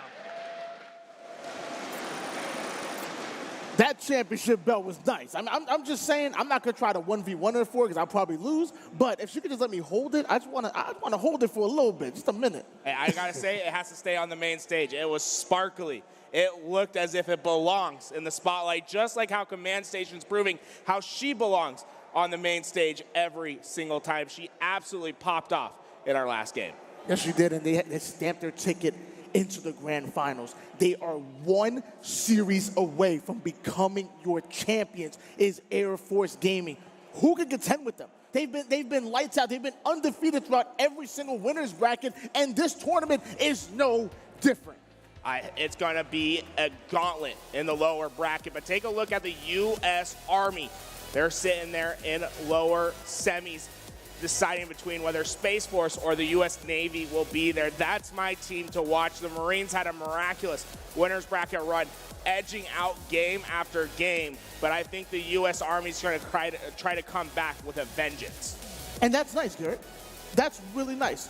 But again, undefeated going through the winners bracket. But we actually just got a live update here, and I'm hearing that Space Force Gaming are going to be going into the lower bracket match number 7 to play against Marine Corps, and the winner of that will be going to the grand finals. This tournament is coming down to its dramatic conclusion. Yeah, it's going to be a tough matchup for Space Force right here. They had a heartbreaking loss before. They're going to have to figure it out, get with their coach Elamite, and see what words of passion he can provide for these guys, because it's going to be a tough road throughout that lower bracket. Well, if there's anybody that I want on my side, I want as a coach in my ear that's giving me that advice and also making sure that I stay level-headed, it's Elamite. He just has a way with his words to not only hype you up, but also to keep you grounded. And I look forward to seeing what Space Force Gaming are able to do. And we won't have to wait long. When we come back, we're going to have that matchup, and we're going to find out who's going to your grand finals. Here comes the zone capture, coming back with Hero rolling onto. He's going to run into Hero. He uses the grenades for damage as he shoots out. This is a few seconds left for Marines to contest. 1 rocket, 1 kill, 2 rockets, 2 down. Schleggs. We saw Air Force earlier on the streets map. It was kind of a stop-and-go game. You almost got out of your... But the Marines keep on coming, one after the other. Command station using that high ground. And this is it for the Marines. I'd like to see them putting some time on the board. They know that they have to hold right. There's always a teammate there as a saving grace, and what a dominant performance for game 1. Having a tough opening. And maybe that's because look who's stealing the spotlight. Command station and a camo.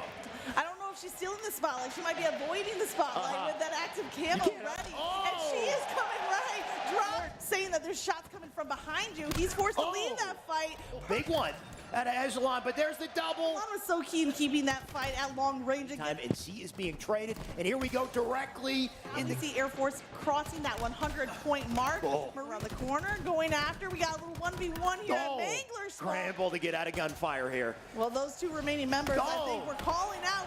249, 250. Air Force are going to sweep this series.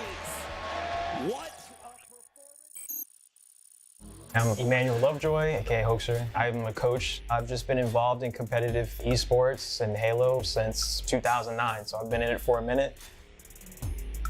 Being a part of a historical event like this, where it's never been done and it's backed by the U.S. government, it's one of those things where I can be proud of. My name is Houston Burns, gamertag Waffles. It's special because we're the first Marines to be here representing the United States Marine Corps in esports. It's just an honor to be here. My name is Jariath Lamelli. My nickname is Rain. I'm the Lance Corporal of the Marine Corps. You know, it's an honor, right? It's not everybody's able to do this. It's like a historical moment for all of us. I'm Lance Corporal Sean Tober. I go by Yuzu SIV. I'm just so happy and just proud to have such just great people around me, you know, with the other branches, the coaches coming out to come and help us. It's just an amazing opportunity that was just brought to us. I just can't be happier. My name is Stats Tober. I'm the United States Marine. My gamer tag is Hero JTR SR. So just being a part of this event, I'm very, very thankful for it, especially being with these group of guys. They're all a lot younger than me, so you know, I just got to keep up with them. What I was looking for in terms of a team composition, or a set of players that had some slaying capability, guys that could get a good amount of kills, that have good aim, showing a certain level of aggression. With Rain, he was racking up a couple of overkills. So I was like, okay, this guy can put up some slaying numbers. Ezelon, he's got like a good shot. Hero, he's like pretty charismatic, vocal. Waffles, he's got that cool, calm, and collected attitude. It's a good balance to round out the rest of the team. So that's kind of like what I noticed with these guys. For me, the role that I feel like I fill out is the spotter, a little bit of the slaying side, but also kind of just a distractor. I personally think my role within this team is, as Hoax mentioned, to keep the team calm, cool, and collected. I'm one of the main slayers with Ezelon. Once we start getting the comms rolling, it's very good. We have those moments where we need to look back at ourselves and be like, hey, we need to work on this, right? We need to push further to better ourselves as people and as a team together. As long as we can keep calm and collected, and just make sure we're playing together and not just going rogue. We got this.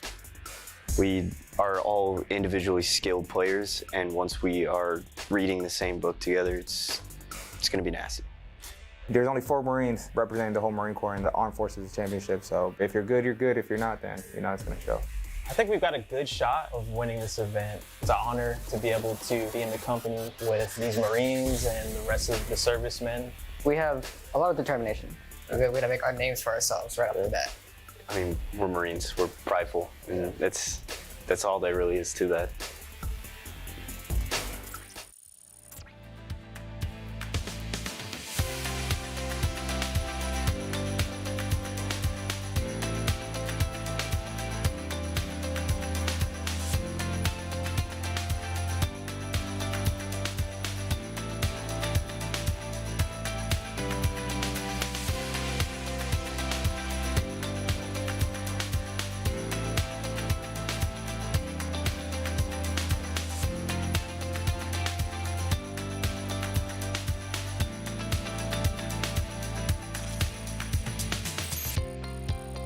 My dad had a original Xbox. That was my first console.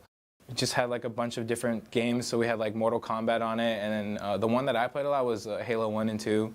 I just used to run through the campaign with my cousins and stuff. So that was my first shooter.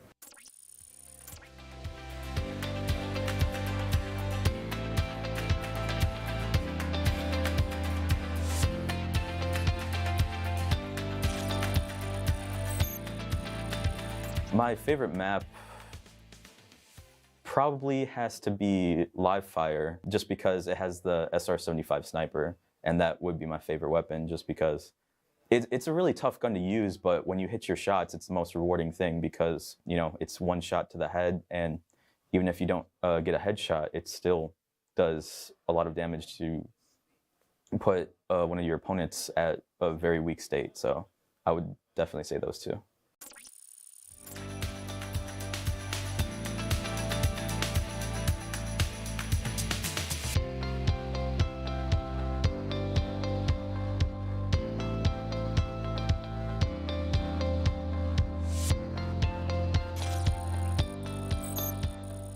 This is a dream come true. I always tell my mom and my dad, they would always yell at me for playing video games, so, I did my Army route, now I'm playing video games in the Army, they can't believe it. I love it. I love all the guys on the Army team, they're super cool. We have fun, just gaming. Big picture-wise, I think it's amazing for the branch, honestly. We can reach out and relate, to the civilian sector, kids in high school. I know they do it in colleges now, like the academy teams and stuff. And I honestly, I think this is just a perfect experience for the military overall, not even just the Army, just overall. And just really relate, from soldier to civilian and build that bridge and solidify it.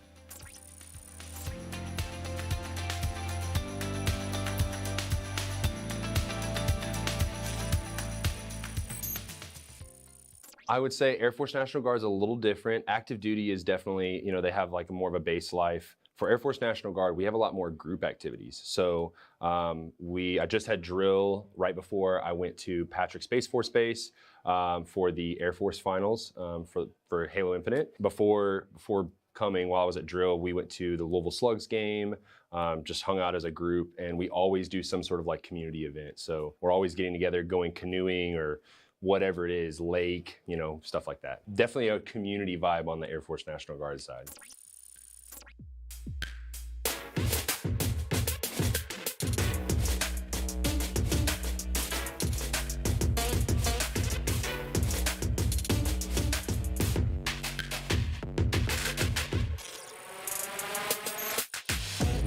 I actually have been playing in the HCS, which is the league that everybody else can play in. I just got asked by Schlags and Command Station to play, and that's kind of how I got into the Air Force gaming Halo part. I did play, I think it was 2 years ago when they started bringing it into the military. I played in one of the Apex tournaments that they had, but since then I haven't played anything else. So it was kind of Schlags and Command Station that kind of brought me into it.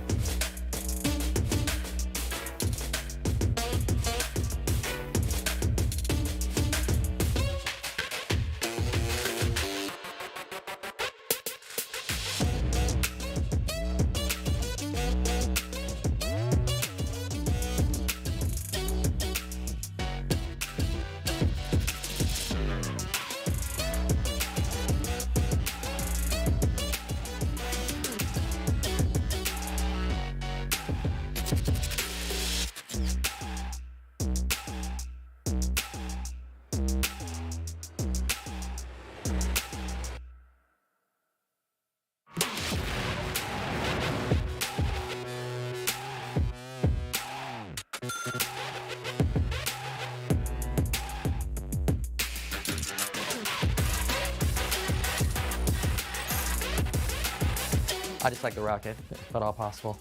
And if I'm not using that, then I probably get more kills with grenades than I do with guns. So it doesn't really matter what I'm using, honestly.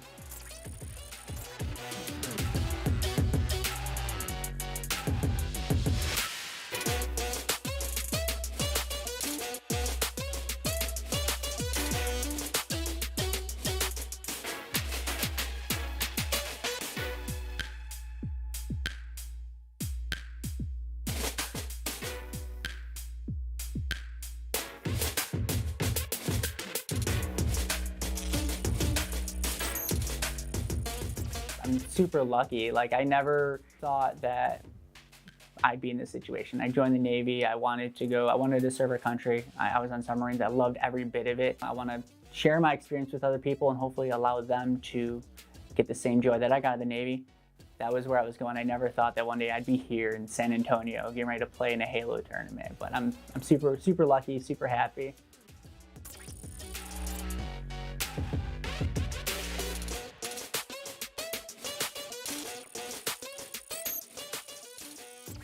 I'm one of the first Marines to step foot into this realm, and I really look forward to this just expanding more in the competitiveness between the other branches.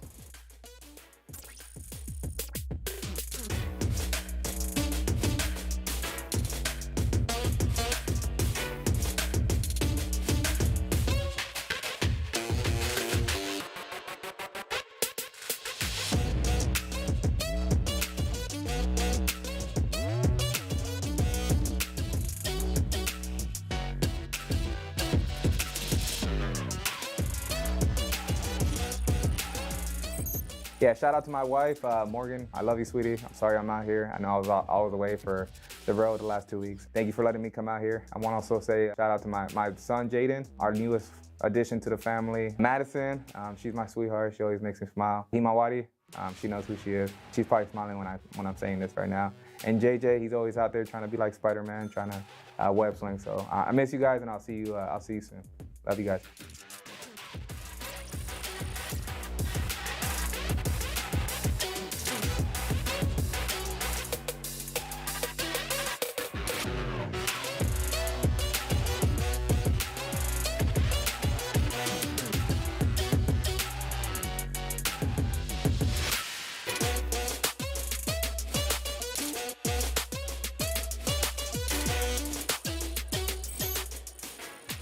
Ladies and gentlemen, we're live at the Techport Center, San Antonio, for our first ever FORCECON event. And what an event it's been so far. I'm Shyway. I've got Magic with me. Magic, can we just talk a little bit about that last series? My God. That's all we do is talk about stuff, Shyway. So this is going to be no different that we can talk about that last series. Yeah. It sure was intense from start to finish, but at the end of the day, Air Force really coming into their own. And every time we see them on the stage, I feel like they've done some improving even since the last time we saw them. Right. They just get better and better. They came out with a dominant showing. They now punched their ticket in the Winterside Grand Final. So they're waiting for their competitor. We're going to find out those competitors as we get through the lower bracket in just a second. We also crowned our MVP before we went away for break. Command Station coming out with a big WWE belt to take home as well. Yeah, I love to see that. With Command Station getting that win and well earned, we've seen her absolutely popping off out here in these games and being absolutely a game maker for the Air Force. And no difference. Love to see her coming away with that reward and that little shout out as well for the women of Halo. Right, and you can see the result of that on screen, of course, with the bracket. Air Force Gaming in a 3-0 performance. They are now waiting in grand finals. In the meantime, we're going to jump into the lower bracket. Our next matchup is going to be Space Force Gaming up against the U.S. Army. Now, you can see both of these teams have dominated in their own series, respectively, but this is a little different, right? Army previously played against Air Force. They had a very close series. Of course, Air Force looking a little bit different, but maybe this is Army's time to shine, or maybe Space Force has a storyline for us we haven't seen just yet. Well, both of those series that we saw were some of the more competitive side of things. So we definitely saw the Space Force in a competitive matchup against the Marines, as well as the Army going up against Air Force. So these teams can definitely bring the heat. We watched the 8 players right here. Love to see their faces right there back on the screen, but even more excited to see the gameplay. Definitely. Right back on board here with Cabase, Godriguez, Hangdog, and of course, One more.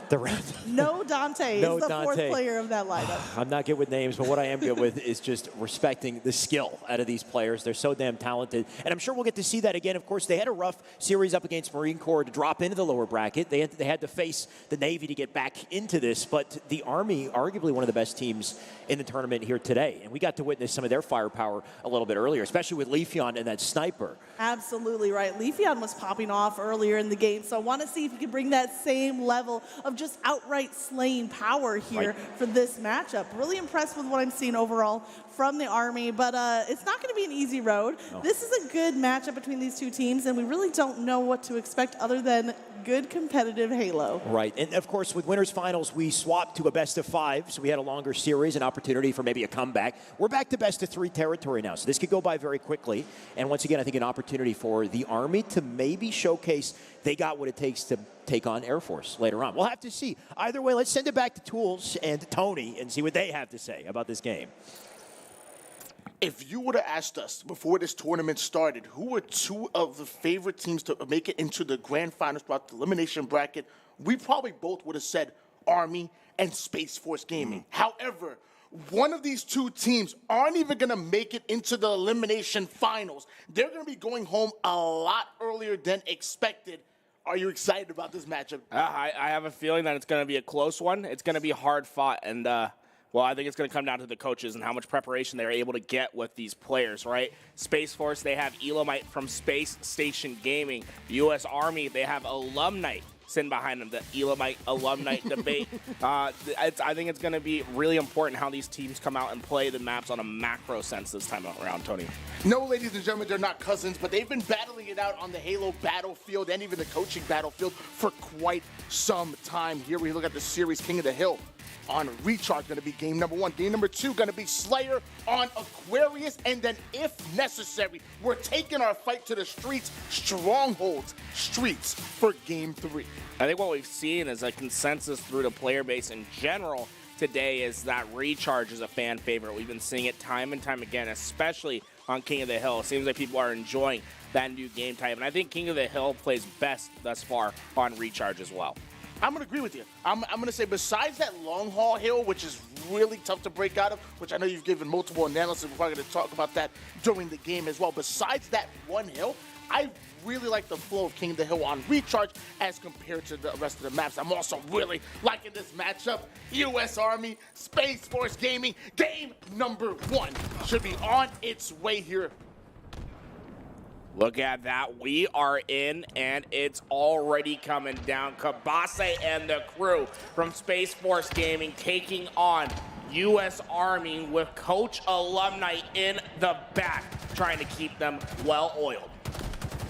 The winner of this will make it into the top 3 right now. Lots of implications on this matchup. Immediately, we're seeing 3 down for Space Force Gaming. U.S. Army really started to take control, and because of that, they've been able to make it into the hill. But the question is, for how long? And what's really important to notice here, Tony, is how they're setting themselves up on the map. Notice how Kabase and Space Force Gaming putting a lot of emphasis on that A to C side. Let's call it the BR tower half of the map. They want to control that side. If they're going to be successful on that, that's how they take away the first hill. But the biggest part of the equation is keeping up with the raw slaying ability of U.S. Army. LMNO able to get a big double kill as he puts his 4th kill on the board. Fakey able to get away with the shot rifle when he commands this top gold side of the map. Just barely going to miss out on that shot. Misses out on the second one, but eventually those shots are going to start to connect. Oh my, we're talking about PIV BR shots being won there by U.S. Army, but they still don't have the position on the map, and it's making this game easy for Space Force Gaming. They finally get wiped, but look at how many resources the U.S. Army had to allocate to breaking this hill and still not having control of this A spawn, but LMNO making the difference. He's been able to block the spawn. Space Force Gaming have been fighting well, but I mean, U.S. Army just put them 4 down. Now a fresh 2 down. They're still in the hill, and they're so close from stealing this 1-0 lead. It looks like they're going to able to get the kill. Leafeon slides in, and that first cap going towards the boys in yellow. And off of that, a fresh 2 down, so they're already going to start to move forward towards the next hill. This could be Space Force's most critical fight of the game yet. Winning the initial fight for Hill 2 is going to be vital towards your success. This is what we call the money hill. And guess what? Money talks. You have to be set up on this hill because it's almost impossible to break when you're trying to come on the way back in. Camouflage easily dealt with. Space Force controlling the hill already halfway to finding their first point. It sounds like what you're trying to say is money talks and scrubs walk. That's what it sounds like you're trying to say. 1-0 lead in favor of U.S. Army, and watch out. Fakey having the sword, ain't nothing fake about that. Call me Smiley, putting some excellent shots over the top goal, ends up finding one, gets the assist onto the second one. Long haul should be clear. It looks like U.S. Army are starting to surround it and starting to break through. There's only one more line of defense that to work through, but it is hang dog.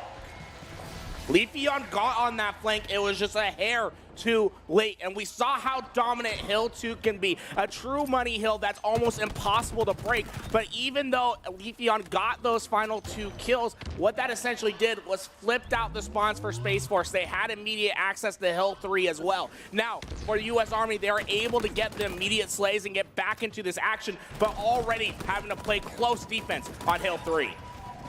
I don't know, dog. The boys could have hang. They steal away that long haul hill, and now they're working forward towards the A side. Once again, Space Force Gaming finding their footing, not only able to steal away that 1 point, but able to break the setup that U.S. Army were holding. We now see Space Force Gaming taking clear control of the A side, and they have the sword in hands. Dun-dun.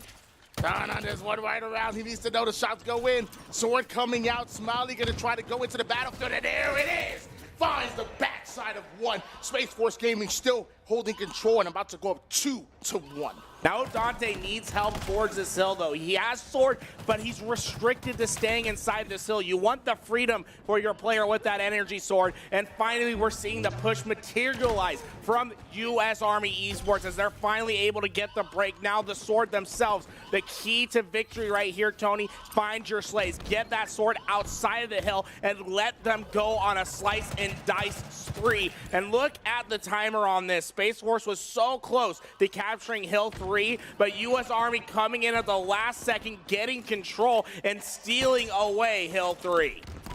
That boy named LMNO, I thought it was LMAO, because he's laughing his way to the bank right now, and they go up 2-1. The U.S. Army 2 captures away from taking game number 1 in this best-of-3 series. And look, we're out of the Money Hill territory. It's all about the scrap yards. How can you get time on this next hill? It's going to be pivotal as we see the sword making plays. Leafeon going down once again, but look at the location of this next hill. In the bottom half of the map in Repulse Hall. It's so hard to maintain this hill because you're exposed to nades and long sight lines. It's going to be important for the tertiary players from U.S. Army to find their slays.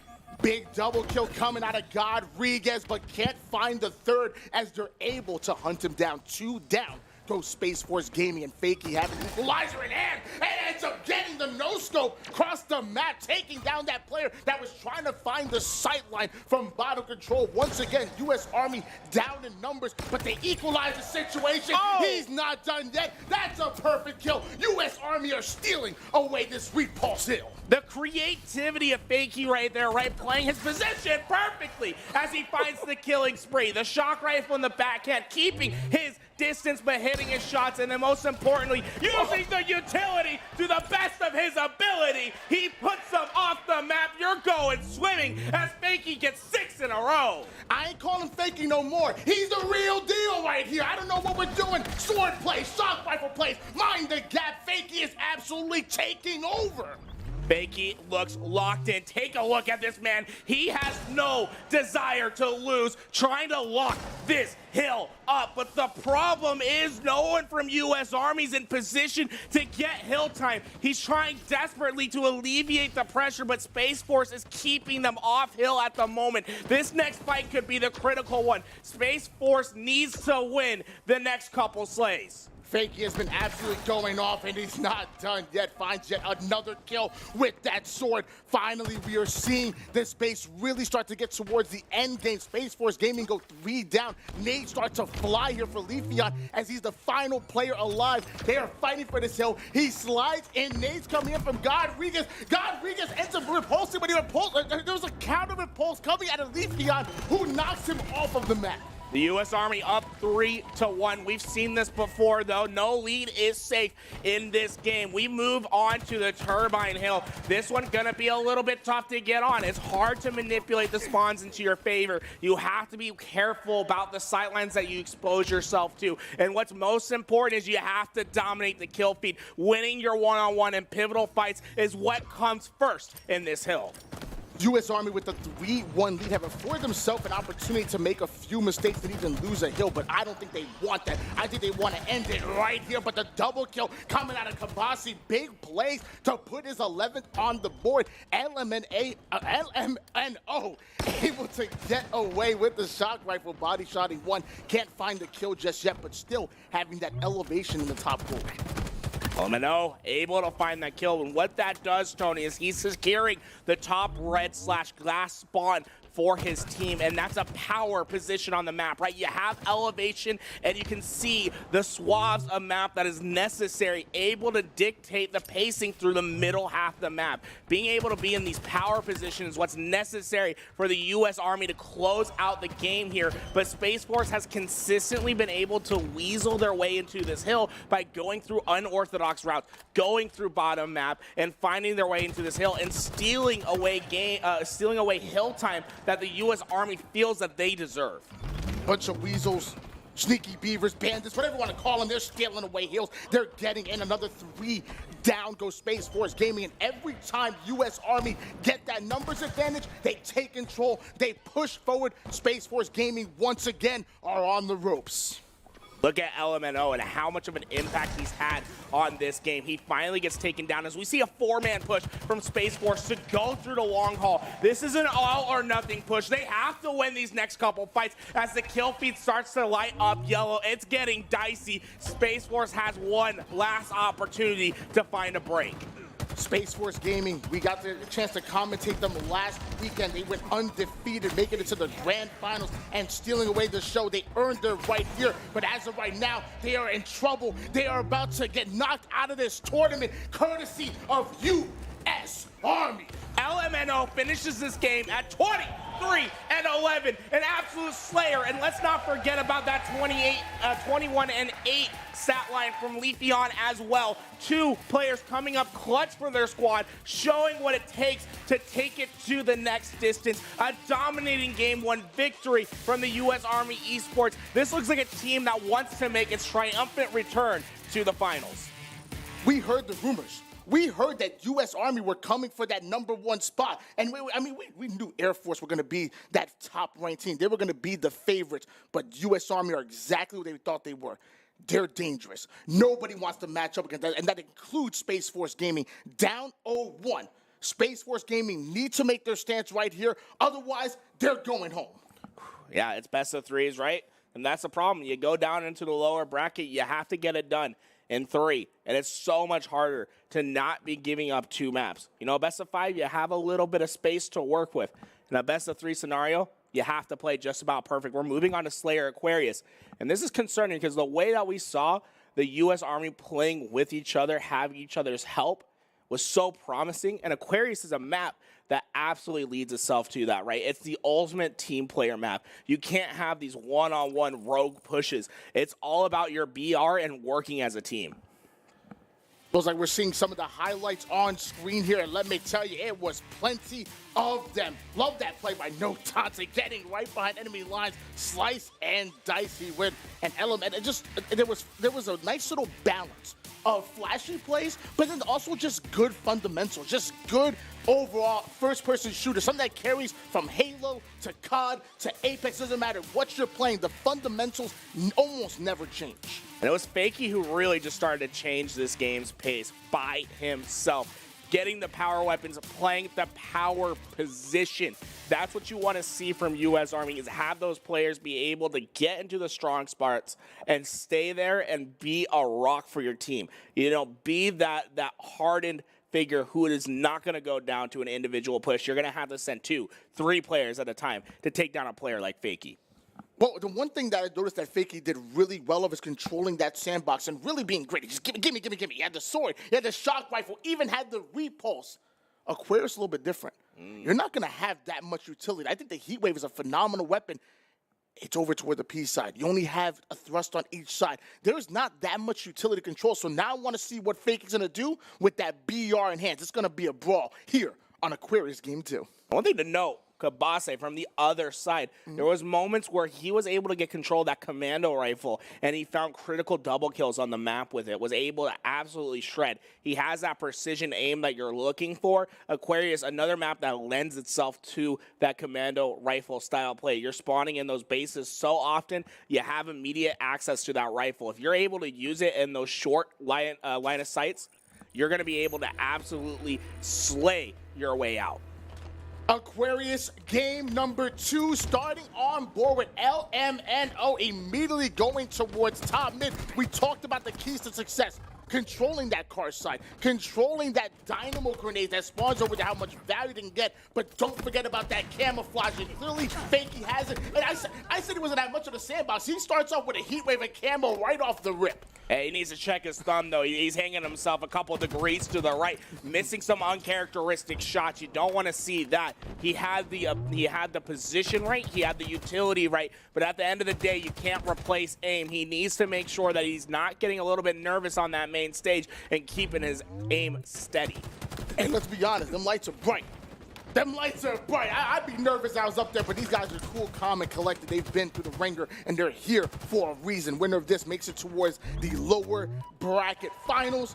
Loser simply goes home. LMNO once again getting the heat wave. Tries to heat that player onto the black screen. Not able to get the kill, but the assist is just as good.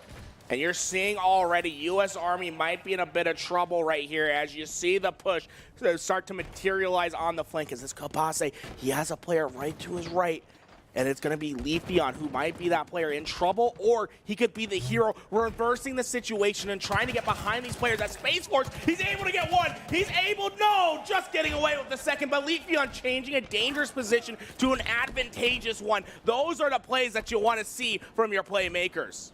Leafeon, what we thought was an overextension, was all a part of the plan.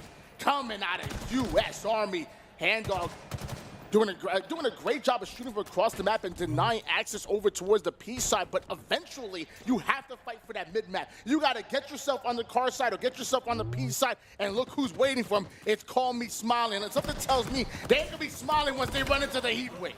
Oh, man, the Heat Wave has been a bit of a cursed weapon thus far. Usually a gun that dominates the kill feed on Aquarius, but we've been seeing some uncharacteristic misses, some missed opportunities, and it seems to be leading to people's deaths. Now, one thing I'm noticing, LMNO getting right back on top of this camouflage, and that's where U.S. Army has really differentiated themselves in this game. When it comes to controlling the thrust, the camo, and getting in the power positions, they have absolutely dominated. This is dangerous. What once was a 3-kill game here in the early game has erupted to a 13-5 lead going in favor of U.S. Army. Space Force Gaming need to find a way to slow this down. They need to find a way to change the pace on Aquarius. Otherwise, they're going home. It's all about finding that first pick and working together to get the job done. And that's what Space Force has done. They found the opening pick towards P-side. They've been able to get some tower control. Now it's about using that elevation to find the next steps. Get another pick or two, and then when you get that job done, you can start getting them into a slave rotation. Rodriguez looking to take height onto the P side, but immediately feels pressure coming from behind him, so he wants to locate over towards back blue, pushing forward with the commando. Finds one in front of a one-shot player. Looks like he's trying to wall jump for a second like it's Apex. Rodriguez takes him down, and now we're seeing Space Force Gaming start to create some kind of momentum, but they are still down by double-digit kills. Yeah, U.S. Army using that momentum from the first game to propel them forward, and it has made all of the difference. Building yourself a lead like this in the initial parts of the Slayer allows you to be a little bit more free with the way that you play. Hangdog looking around, trying to find an opponent. This map got really quiet for a moment as both teams don't want to make any mistake whatsoever. Fakey goes down, but takes one with them with that excellent place. Sticky grenade. 22 kills have been accomplished for U.S. Army, and I cannot say the same for Space Force Gaming. Space Force has just not been able to feel comfortable on the map. U.S. Army always tracking them down, finding the stragglers on the map. If you get weak in your Space Force, you know that the U.S. Army is coming, and they've been able to get weapon after weapon. Finally, no Dante able to stop the bleeding, but the lead just continues to grow for the U.S. Army. Rodriguez immediately taking this perimeter side here, but he needs his teammates with him. They need to formulate a push together. Excellent nade all the way towards LMNO, makes him one shot, but can't get the kill just yet. Meanwhile, Call Me Smiling getting very interesting with that angle, ends up running into two, so decides to reevaluate those decisions, backing down. High IQ play coming out of Smiley. Now take a look at Leafeon's stat line right here, right? 4 kills, 0 deaths. Insane to think about, but 9 assists. The guy has been putting on a performance for his team. Sometimes it's not the high kill stats that you have to look at. You have to look at the teamwork as Fakey puts in a couple bullets of lead into an unsuspecting Spartan on the ground. Some heat coming in for the final phase of this U.S. Army team. They are looking primed to get back into our grand finals. See, I thought that was body disrespect right there, but no, see, that's called the double tap. I watched Zombieland. You got to make sure them zombies don't come back. Double tap even when they're down. Well, the shock nades are coming through, and this is all that Space Force can do. They've just been feeling the pressure from U.S. Army, but finally finding some space on the map. But it's these next couple kills that are going to be the most important. Space Force can't afford to trade, and you see the kill feed light up. LMNO with the triple kill. Another assist coming in for LMNO, and now he has his teammate Fakey with him. Look at the bait and switch. Fakey starts the engagement, and LMNO tries to find an angle, and then ends up finding the kill. While this happens, Smiley is coming in as well. It's not just about the individual skill. It is about the willing to play for your team, the willing to play for your brother, the coordination, the teamwork. It is too good coming out of U.S. Army. Oh, man, I just love how the load has been shared by this U.S. Army Esports team. You look at the kill column, it's all about even. Then you say, oh, well, Leafeon's not carrying his weight. And then you look and he has 13 assists to work with. The man has been put in the damage. U.S. Army surely working together as a team. Space Force, they've just been consistently finding themselves on the lower half of the map. They haven't been able to find the power positions. They haven't been able to find U.S. Army on their back foot off of respawns, and it's made all the difference. And once again, a camouflage moving into the hands of Fakey and the U.S. Army Esports. At some point, you have to give the shout out to Alumni for keeping them on top of the power-up time-ups. I hate to call it early. I never want to be that guy, but at one point, this was a 20-kill lead. U.S. Army are just looking dominant here in your lower semifinals, and they are simply 8 kills away from coming out on top, and they're still playing such good Halo. They're not overextending. They're not putting themselves in terrible situations because they have a lead. They are sticking to their guns. They're sticking to what got them here to begin with. The U.S. Army has 200+ years of experience of being the sole defender of America. Space Force, they're the new kids on the block. You know, they got the fancy new toys, but you can't replicate experience. In U.S. Army, it looks like they're going to be primed to take this game away. There's nothing stopping them. Space Force Gaming was able to put U.S. Army 3 down, though, so showing some life here, definitely not giving up early. And we are seeing U.S. Army start to be trapped over here a little bit towards the blue base, and we are seeing Space Force Gaming trying to take advantage of it. Fakey, though, finds the opening, comes in with the sidekick. Melee comes in, double melee, in fact. He's throwing knockout blows. He's just taking jabs.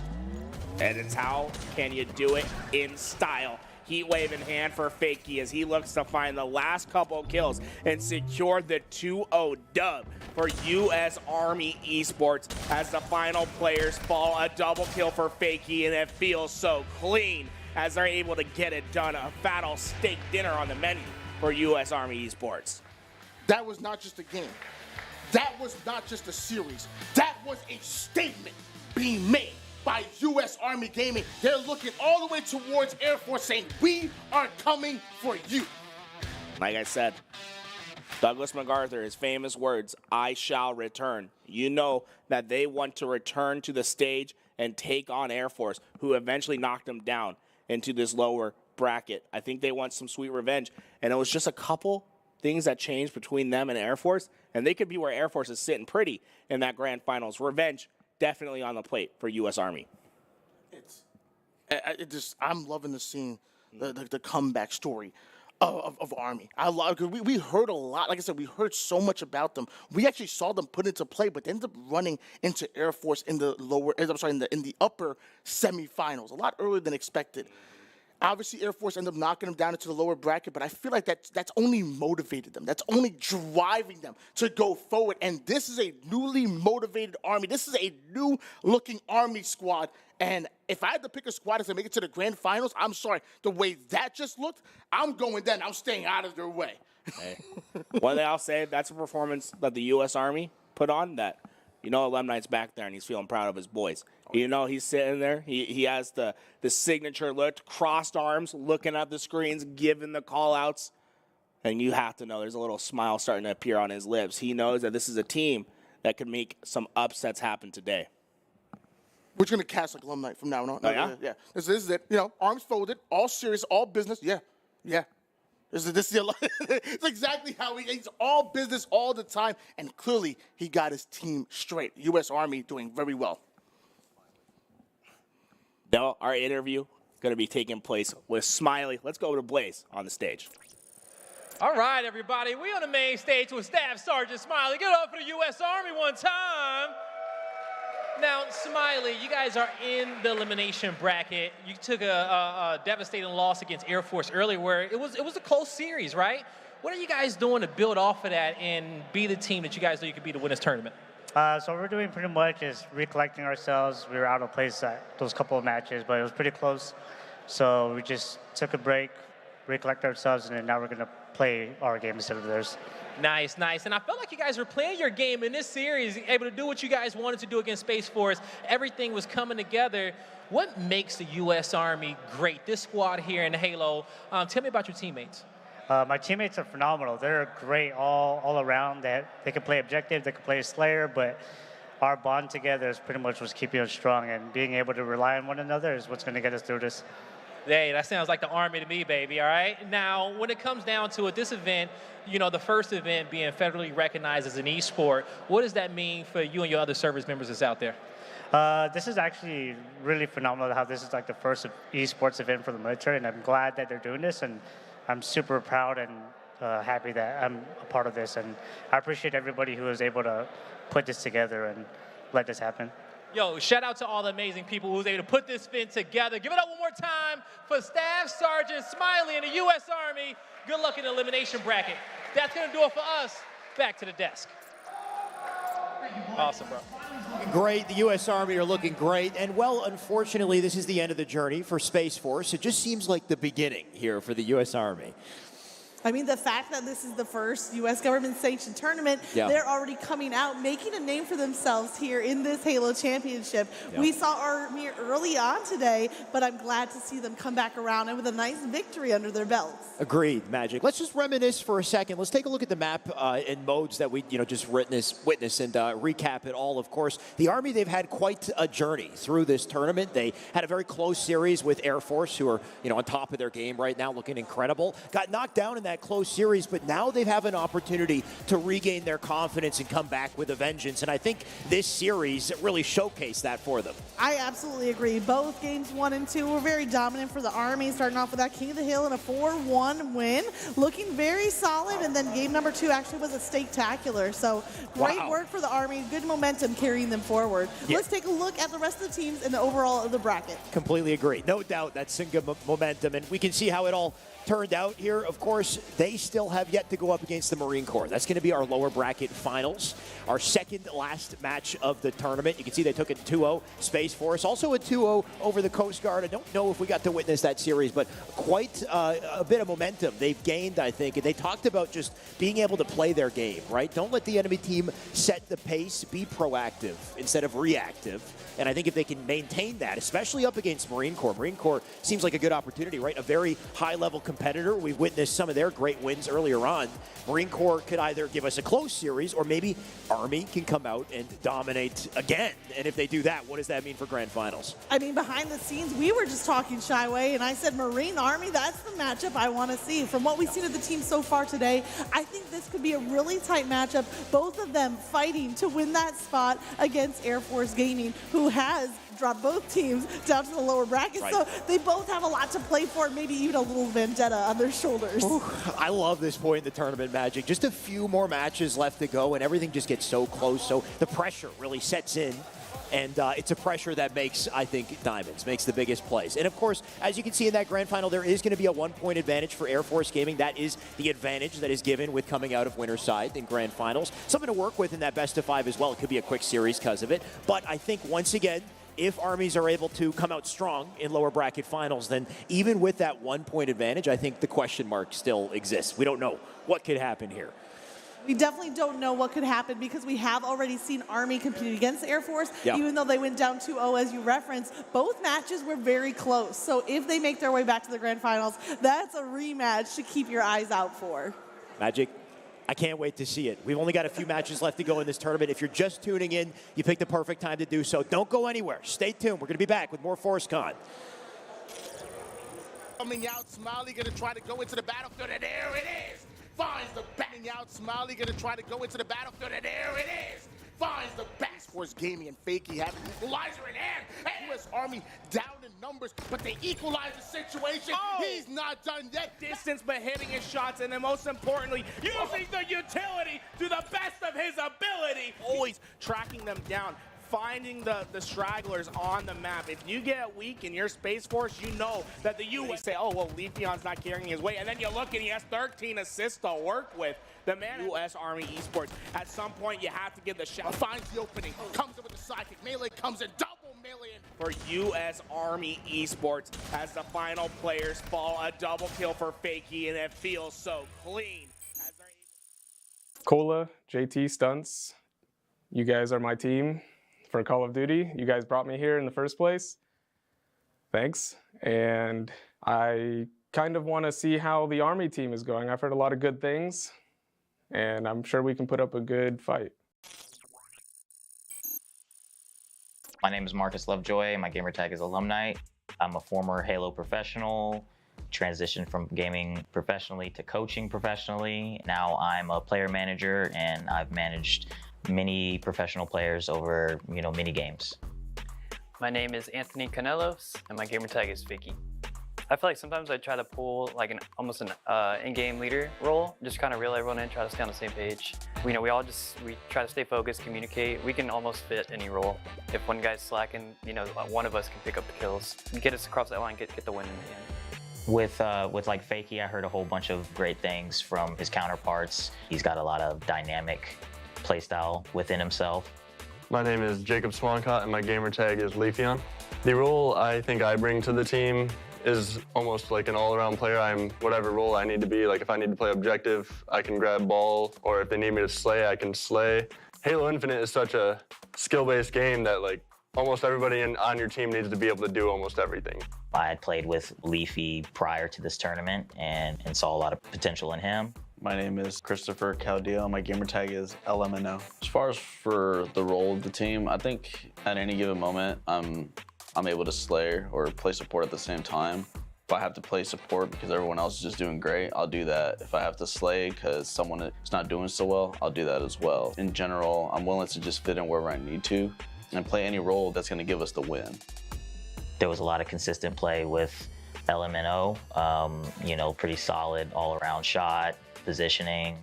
My gamer tag is Call Me Smiley, and I'm Jared John Santos. I know what these three are capable of, so I play more of the support role / the objective player, so I'm the one that pushes a lot for the objective side and then support whatever these guys are trying to do. I was following along Call Me Smiley, and he really impressed me with a lot of the majority of the games he was playing. Took some time and a lot of consideration, and it was super hard. That's how I came to this decision. As long as we stay together as a team and play as a team, as a unit, we can decide our own outcome, and we can get that win. I think we're all very focused. Everyone comes here wanting to win, and if we all just put our minds to it and realize that, hey, this is an opportunity that we all get a chance to compete while being in the military and just stay humble, I think we get a lot of good out of that. The team that poses the biggest challenge to our team is probably the Air Force team, but I know we can take them. But it's just a mental game, really. Like as long as we are mentally there in game, work together, and we can make anything happen. What we're going to focus on, just our team style or team play, based on what team we're playing during this tournament. To the other teams, good luck, but not really. Let's get it. If it flies, it dies.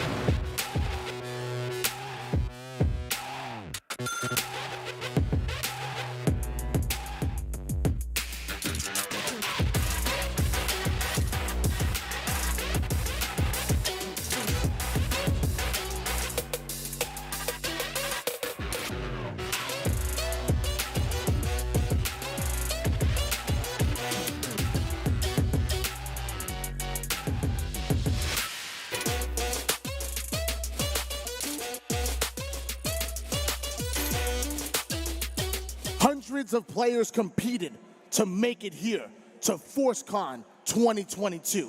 We started today off with 6 teams, just 6 teams, and now we are down to our final 3. It is time for your elimination bracket finals. Well, the Marines, they have a tall task ahead of them. U.S. Army Esports team looks primed to get into that grand finals. They looked incredible against the Space Force, but we've known time again not to count out the Marines. They have consistently played above their weight class. They are punching up today. Army Esports sent the message in that semifinals, but we already know, like you said, Marines, they always try to find a way to claw their way back into these games. Why don't we take a look at the Marines? The Marines, they had 8 players that they hand-selected to come here today. 4 of those players were then selected by their coach to come and take the main stage today. And now they're here and they're ready to go into this eliminations finals and earn themselves a spot in the grand finals. Coached by one of the greatest grinders we know, both in game and out as far as his coaching.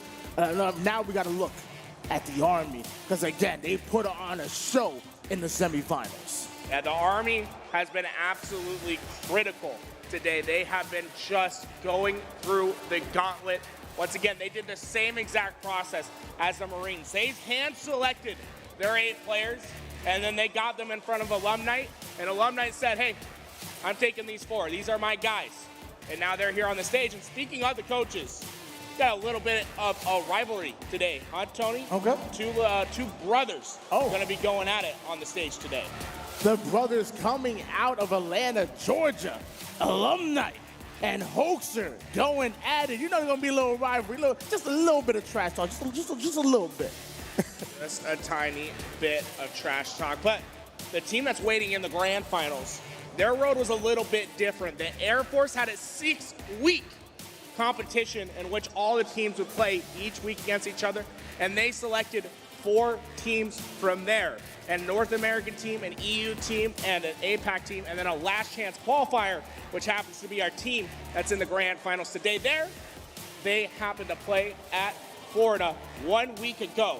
And the top 8 players from there were selected to come to the Combine, and they've whittled them down to the 4 best today, as they're going to be led by Coach Clutch. We got to see firsthand how strong of a squad Air Force Gaming is. It is no wonder that they have run undefeated, going all the way through the winners finals and making it to the grand finals. Air Force Gaming are serious, but why don't we take a look at Space Force Gaming? On Space Force Gaming, they had a similar road ahead of them. They also sent 4 teams last week to Florida to compete, and they had the top 2 head towards today to where they could play in the Combine and play at FORCECON. And we got to talk about Coast Guard Gaming, the real deal. They came in, they came to play. Obviously didn't make it over all the way to the elimination finals, but they definitely put up one hell of a fight. Yeah, they absolutely came to play their top game. Unfortunately, the road ended a little bit short. Let's take a look at how the road was for all these teams in the bracket today. Just the semifinals before, we saw the Marines going up against U.S. Army, and it was absolutely, it was a 2-0, I'm sorry, U.S. Army against Space Force Gaming, and we saw a 2-0 in favor of U.S. Army to make it into your lower bracket finals and to secure themselves a top 3 finish. But I don't think they're happy with top 3. I think they're going for the grand finals. I think they're going for that #1 spot. Something tells me that they want to continue to grind, they want to continue to compete, and their story does not end here. Grand finals is the only thing on these teams' minds. And well, the Marines, they had an incredible upper bracket run. The way that they were able to survive against Coast Guard and and the Space Force was incredible. They went down to the wire time and time again when we're able to clutch it up when necessary. Air Force Gaming proved to be too much for them now in the elimination bracket, in which they're going to have to play against the U.S. Army, who looks like they want revenge on Air Force in that grand finals. U.S. Army, Marines, going at it. You're looking at the players on screen. You're looking at the determination in their faces. Neither one of these teams want to go down. We're talking about a rivalry practically as old as time. And you have to look out for that young man on the bottom half of your screen. LMNO. Absolutely making impact play after impact play in our previous series. While you have players like of Hero and Rain, who are making absolute stellar plays for the Marine Corps. Yeah, we definitely saw Rain just really take control, and not even just in the slaves department, but also in that dirty work, that objective efficiency, doing everything that his team needed him to do to succeed. This matchup is going to be insane, Garrett. It really is. Yeah, the Marine Corps, man, it's time for them to show up at their highest level. The U.S. Army is going to take everything. It's going to take everything inside of this Marine Corps gaming group to take down this U.S. Army squad. They look to be a grand finals contender over there at the U.S. Army. And like I said, I think Coach Alumni has to be very proud of these boys and what they've been able to provide for him. Alumni had the training sessions with them. He tried to get them in the best shape possible. And, well, I think it's playing dividends out today. And I would say same on the opposite side with his brother Hoaxer. I mean, you got to think about it. To have those miraculous comebacks that Marine Gaming was able to do to get their way back into each and every one of those matches were absolutely incredible, but they can't find themselves too deep of a hole against U.S. Army. Otherwise, it might be too deep for them to dig themselves out of. We're going to pass it over to Shyway and Magic. They're going to bring the magic, going to guide us through our game. This is your elimination finals. Magic and I. Wait. I'm just going to say we're locked and loaded, okay? Magic for the series. Thank you, Tony, by the way.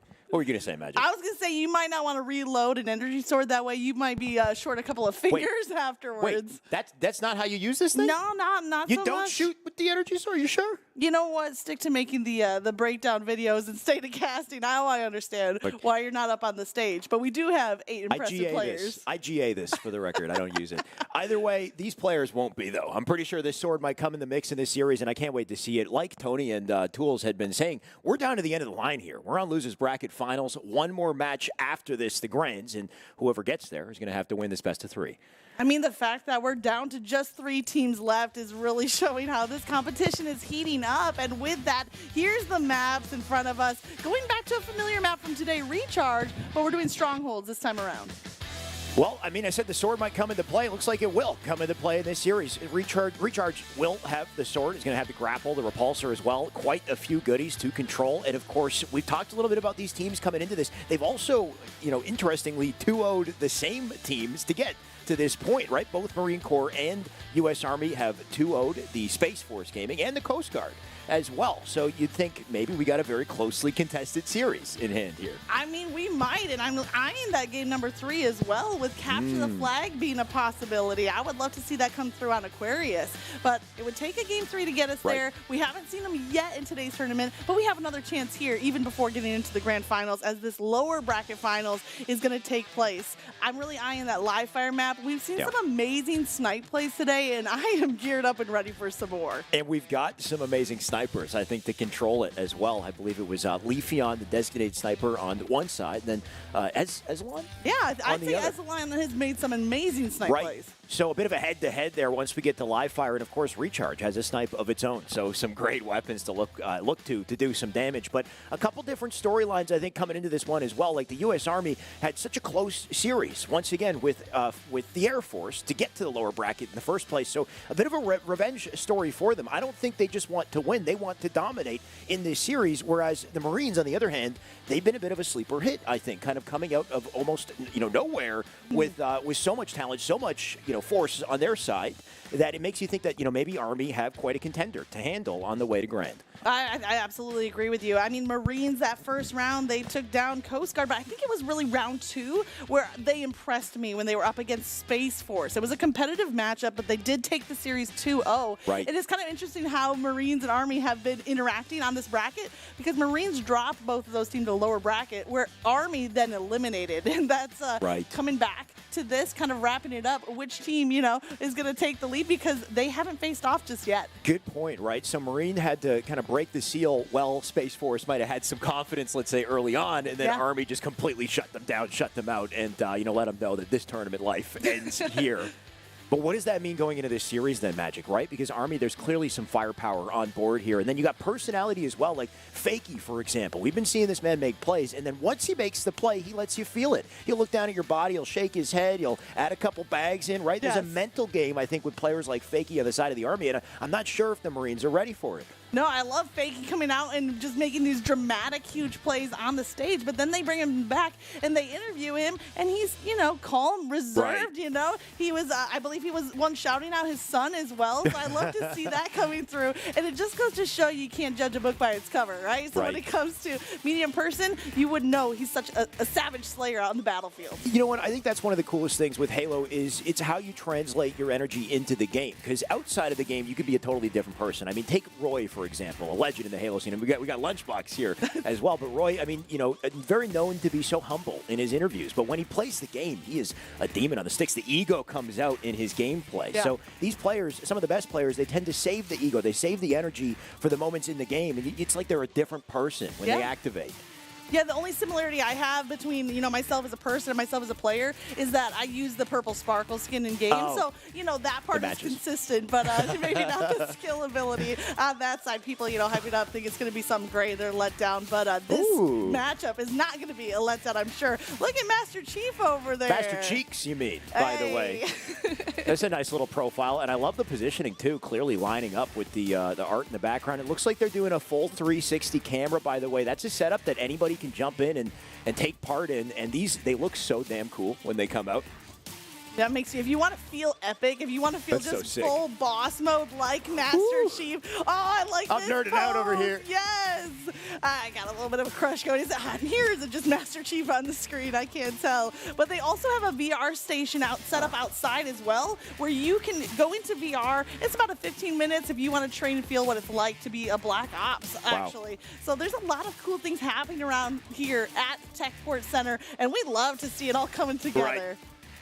Not sure how I feel about Chief taking off the helmet there to check the results. That's not allowed, right? You can't do it. The Halo series, they didn't like it, so, you know, once again, we got to keep Chief hidden. But what won't be hiding are the players on the map here. We are finally ready to go with Game 1 in our lower bracket final. And it is going to be a Strongholds recharge with players right out the gates making that fight for the active camo. Smiley taking down a nice kill and kind of trying to preserve his life there in the low ground. Tough place to hide. And here we see Edmulon. You said watch out for him as a sniper. Right. He already has the shock rifle. Oh, he beelined to it right off the start, so you know he's looking to make plays. But can he line it up? Of course he can. There goes Leafy. And of all people to take out with a snipe, what a way to start things by killing Leafy. And it's like add insult to injury. Right. Like, oh, you see this long-range weapon? Yeah, I'll deliver a straight shot to the head right there. And he's not stopping. He gets a nice pick, cleaning it up with a BR, barely dodging that plasma grenade. So watch out for some sticks down the road. But we do have an early lead coming out from the Marines. Right, and the Marines, you know, no doubt, despite the strong start, they've got a long road to climb, and it won't be easy, but I think the best way to ensure success is to start confidently, just like they've done. You know, those power weapons are a big factor. That shock rifle providing the coverage here for the Marines to capture B, and with that, they regained zone control. B was contested there for a minute, but U.S. Army still have to put points on the board. Waffles wanted back into that fight, but unfortunately the enemy team wouldn't let them. And if they can just get a little slice advantage, then maybe we can see U.S. Army start to bounce into a cap. Looks like B is the point of contention here. They're already in it. Leafy going to get a crucial kill with the help of Smiley, actually, to finish that one off. There's Fakey with a double of his own. So here's the answer you like to see at a U.S. Army. They've got some control. And this is what we saw in the previous series with the Army as well. Leafy, who came out strong today as the leading Slayer, kind of fell into the role of being the assist master. He had so many assists. I believe it was 14 in that last matchup. And he's kind of doing the same here in this next game. 1 kill on the board, 2 assists. We'll see if he comes out as the Slayer or assist. Either way, we do see 10 points on the board for Army. And I mean, good point, Magic, right? Because assists almost as important as kills in Halo. You're opening up opportunities for your teammates to finish things off, and that gives camos and other, you know, important options, I guess, for the enemy team. Let's see what Hero can do with this camo. Can he save a B, or is he going to get tagged left and right here? Just slipped by him. Barely jumped through through that doorway, which could be so dangerous, but still trying to play the life. And there's the flank play. Now Smiley has sights on the target, deals out some damage. I like this, strategic retreat, playing your life and regenning that shield. And honestly, a big live at a hero, though, right? That grappler went right by him. He somehow managed to stay alive long enough to get a second kill, and because of it, I mean, we're still seeing a lead on the side of Marine Corps, though Army are sneaking up. They do have AB locked down. Fakey. Speaking of being sneaky, Hero did not see that one. He probably should have checked his right. Yeah. Because of it. Oh, a double. Oh, nice plays here from Fakey. Kind of jukes left and right, maybe breaking some ankles along the way to secure A. And we see that fight has shifted off of the B spawn. Now over to A, a beautiful headshot coming out from Fakey. He already has 7 kills on the board. Uh-oh.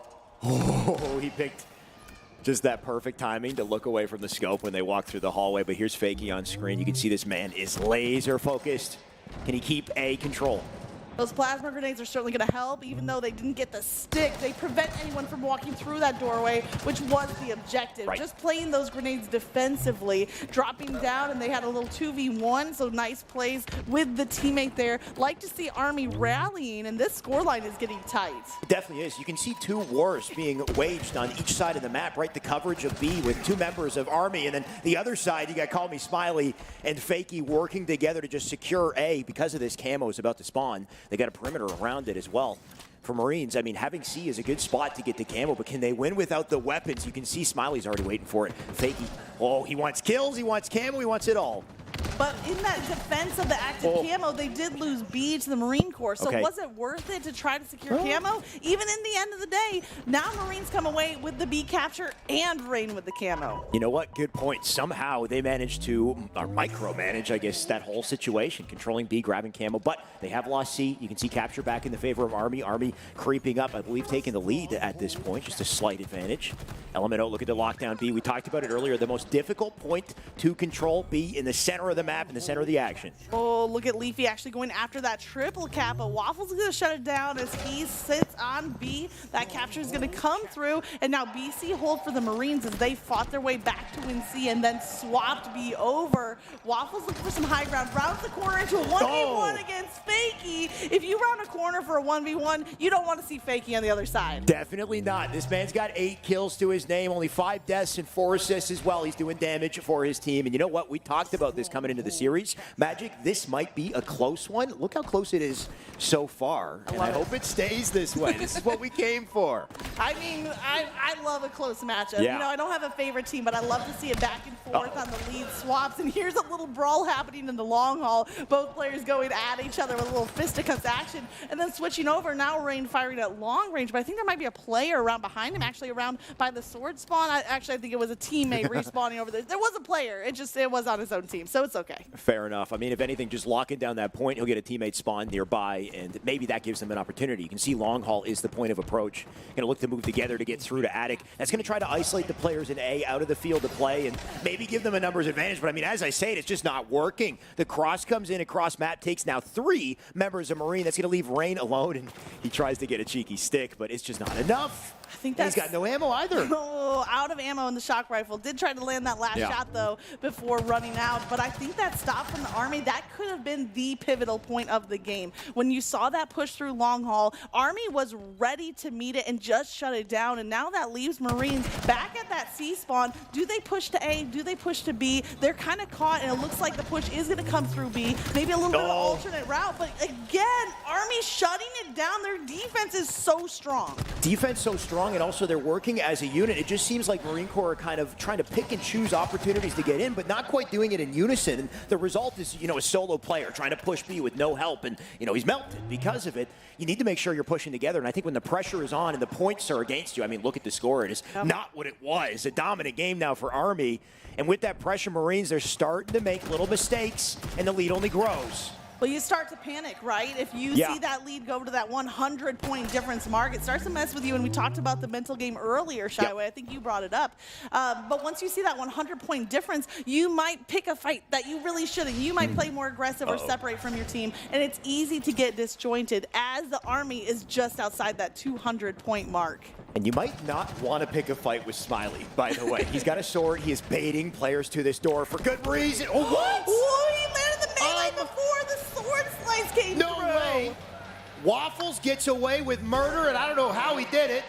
Maybe a little miss on the right trigger there, but somehow the sword player does not come out with the exchange, and the Marines are given a little second wind here. Can they hold it? A murder has happened on our screen, and we have a lot of witnesses, actually. So watch yourself, Waffles, right there, with just the steal on that kill and picking up the sword. So a nice little break there for the Marines, but, I mean, Army answering right back. They recapped A, and now they're even pushing for that triple cap with the shock rifle back in the hands of Fakey. Right, so Waffles might have gotten maybe 5 seconds of confidence off that one before Army said, nope, you know what, we're going to close it out here. 2:20 and counting as they look to dominate this game one. Camo just spawned up. Can Marines even coordinate for it? Beautiful nades. There goes Smiley. They'll take back A. Just a little bit of control, but they got to worry about the camo now. I love that pre-nade, just ready for the player coming around the corner, catches them with the fragmentation. AV hold now for Marines, but they need to win some of these fights. It's going to be hard with LMNO and the active camo. He can hide here on B, but they know a player is there, so those grenades coming by, dealing a lot of damage. Fakey again with a shock rifle takedown. And that's the double dilemma for Marine at this point, because they're down by such a deficit. It's hard to commit numbers to set center map to, risk it for the camo. So instead, you just see Army break away with it. LMNO looking to shut out this game with control of A. Marine are going to try to grab C to counter in the meantime. You got one member in B, but that's an easy perfect for someone like Leafeon. Leafeon with a huge takedown, and he's also passed the double-digit mark in assists. I cannot overemphasize the importance of that stat line coming out from Leafeon. There's only seconds left, and that's it. U.S. Army lock it down with some strong defense and solid offense. Solid offense, defense, no matter what you look at, it's just coming out in spades, I think, for the U.S. Army. We talked about, whether or not this would be closely contested, and to start the game, it definitely looked like it would be. Yeah. But U.S. Army, they pulled away, and they did not let go once they did. We saw coverage from A over to Attic, and that was a coverage that it just seemed like the Marines could not break through. And I think a big part of that was because of the staggered push that we saw out of the Marines. It's always, send one player to a hill at a time, or split your numbers, try to cap B and C at the same time, but you run the risk of not having help when you need the capture. I mean, it reminds me of Army in that very first series that opened up the day when they had that cross-map coverage, and it worked for them on Recharge. Right. It's working for them again. If I had to pick a best map for the Army, I think Recharge would be it. I love how they can control every area of this map. They're definitely comfortable on Recharge. We've seen them a few times now, but I think their favorite is Streets, though, right? When we look back at the series that we've had previously, they seem to love Streets. We've had Game 2s, Game 3. We didn't get to the Game 3, but we've had it set up for multiple maps on Streets back-to-back. And, maybe we'll get that in the series. I think we had our layout there just a second ago. But before we do that, let's just relive some of the moments in this game, because, man, were there plenty, Magic. There's plenty of great moments on both sides. I mean, I already know which play is, stuck in the back of my mind. It'll come up. Waffles getting the melee on the sword player. I mean, come on, that was beautiful. Here's Waffles again with that 1v1 against Fakey. But I have to say, Fakey was crushing those 1v1s. Yeah. Right, and that's a little worrisome for the enemy team for sure. We talked about, I don't know what happened there, right? Maybe a little hesitation on the trigger pull in a close quarter scenario where you'd expect the sword to dominate. It didn't quite work out, but despite the little opportunity that Waffles got, it didn't last, right? Army are so good at bouncing back from a deficit, from slight mistakes, and it was something we saw with the Air Force. It allowed them to get a very closely contested series. With this kind of dominance in Game 1, maybe they come back with a vengeance in Grand Finals, or once again, it's still up in the air. I still want to believe that the Marines have a shot here. I mean, we're going to hold out for a Game 3. Personally, I want to get to a capture the flag, but it has to be Slayer first, and it is going to be live fire. For game number 2. We talked about how important the sniper is, and from that last game, Shock Rifle was a huge participant in that win for the Army on Recharge. Now, you know what? That shock did start with Ezelon, right? Ezelon had a couple opening kills to start confidently. I think we had 20 or 30 points exchanged to Marines. So if they can open confident again, I think that's a great precedent to set, and especially with Slayer, it does tend to snowball. It's something they need to maintain when they start to lose their footing. It seems that when Marines are under pressure, when they're down numbers, they start to get a little anxious, maybe make a couple mistakes. But this is where it counts most. What might be the final game in losers finals. We need to see Marines bounce back. Would love to see Marines come out strong, but it does look like the sniper is going back in the hands of Fakey, who we saw with some lasers in the shock rifle in the last game. That is going to be a problem for Marines, especially as a couple of them are hitting the respawn screen. They need to find where that sniper is, avoid those lines of sight, and find a way to take him down. Find a way to kill Element. Oh, where you're at it, because he just won't die. There he goes with one on the board. Leafeon already with 2. We talked about his assists in that first game, but typically Leafy is someone we look to as a main slayer. So it might just be a second till this man wakes up and makes plays. But for now, let's let Elemento do his thing. One thing going in the favor of Marines is that overshield. I did see a very coordinated effort to lock down that side of the map. And now you see Ezelon kind of hanging out by Heatwave, watching for that respawn, that little blue meter. Once it fills up, that means the respawn is coming through. There it is. He doubles back, ready for the pickup. Still a little overshield to work with, landing so much damage. 3 players in front, they get the melt on the overshield. And despite the patience and the weapon that he had, I mean, he had a Heatwave to work with. It's just teamwork wins in the end of the day. In the U.S. Army, they're rolling together. The result, Fakey now has a snipe. And does he hit it? Oh, not quite. Hero will save the day. Nice job from Hero, staying alive, and then immediately taken down. Again, that team fire coming through. But we have a close start in this match. Just a 9-7 lead right now for Army. And right now, Sniper, 1 round left, no overshield to speak of. So it comes back to just straight up some BR plays and maybe some Heatwave. Smiley with a quick weapon drop. I already know you like that, Shyway. Oh, definitely. He's quick with it. He'll drop the weapon for the snap with the BR, but Ezelon still does have that shot we talked about. Can he land it? Not quite. Now he's in trouble. Got a bob and weave here. He's got multiple coming in. We talked about the teamwork. At least he'll get a trade, but the Army, they're just rolling together. And somehow, even though they are, Smiley gets the OS. What is this? Ezelon had 3 players busy, and the only player that wasn't occupied with him is Smiley. Sneaks through for that overshield, gets a nice pick. Second grenade didn't really work out so well, but immediately adjusting. And that ability to just adjust on the fly is really setting Army apart with that nice takedown. Definitely. Now, it's not out of the running yet, just a 4-kill deficit, but the confidence out of U.S. Army is undeniable. We need to see something change out of Marines.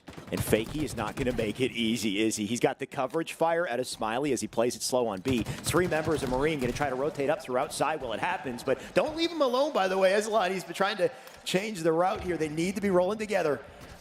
Interested to see if Ezelon makes a flank play here. Hero is taken down, but sitting at 6-3. Hero's having a great start to this game. Meanwhile, Fakey is lurking behind, going for a backspin, going for the grenade, going for both of them with the help of Elemento, and then turning it into a double kill. It's one of those moments where it's just too perfect, right? I got 2 victims in front of me. What do I do? Do I backsmack? Do I pre-nade? Like, he's got so many options. And thankfully, it looks like he chose the right ones. 21-12 because of it. Leafeon just going to pepper him from top ground. Fakey still being a nuisance at the scoreboard. They'll find him, almost sticks him. But Ezelon will take the kill. And, Smiley ready to answer. Ezelon so close on that next kill, but here's Smiley using that drop wall and Heatwave, so cover fire. But there's broken down as Hero takes the kill, sitting at 7-4. Has the most kills on the board for his team. Also see 7 and 8 on the opposing side, but going after this player in the top of tower. But can he do it? Tries to slide in, whiff the snipe, but just wasn't enough to stay up. That snipe's still in the hands of Army. It's going to be a thorn in the side of Marine if they can even get out of their spawn at this rate. Point of contention going to be the OS, but Fakey not going to let him have it. That's a double for him and an OS on the body. That double kill cleared up like half of the map. You know, he could have just stood up there on the top of that pylon, done a little dance, still got the overshield come out of there just fine. They say you have to fake it to make it, and Fakey is showing us just that. You know what? I watched a TED Talk that said you fake it till you become it. So let's see this man become the demon on the map and put it together. He's got a snipe. He's got it all, apparently. Thank you for answering my question, by the way. Jeez. He heard you through the, the audio here in the arena. Woo. He said, you want to see some demon level plays. Let me deliver this snipe. Now going after another kill, barely misses off of the player. Tossing a couple grenades down to help Smiley. Smiley barely survives. That repulsor almost sent him off the map. He just caught the little bumper to stay in play. Still 2 players in the back of B for the Marines to fight, taking them down. I see Rain on the kill feed with a nice takedown, and Ezelon as well.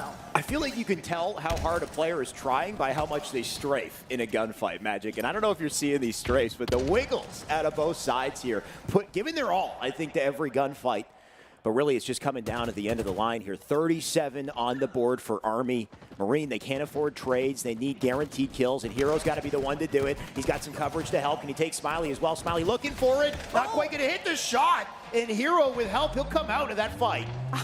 can't believe Hero's walking away from that fight. That's incredible. More players now from Army getting ready to round the corner. I like that defensive grenade again from Hero, creating enough space and time for him to regenerate the shield from the previous fight. But I think we're going to see the attention over here at the Overshield as both Sniper and Overshield are getting ready to spawn. Waffles is taken down, dealt out some damage, so maybe the assist still able to come through. The only hope that Marines have at a comeback is down to this Sniper and OS. They got to control it. They have put presence for it as well. Smiley gets back down, Ezelon on top of it, but a flank out of Leafy. He comes from behind, and that kill opens it up for his team, and there goes Fakey with the Sniper as well. It couldn't have gone worse for the Marines, and if Fakey lines it up, you know it's over. Oh, an extra snipe too. He doesn't even care that he burned an extra round of the ammo because he did it for the style points. He's feeling good coming back around with BR, and he lands another snipe going for the triple.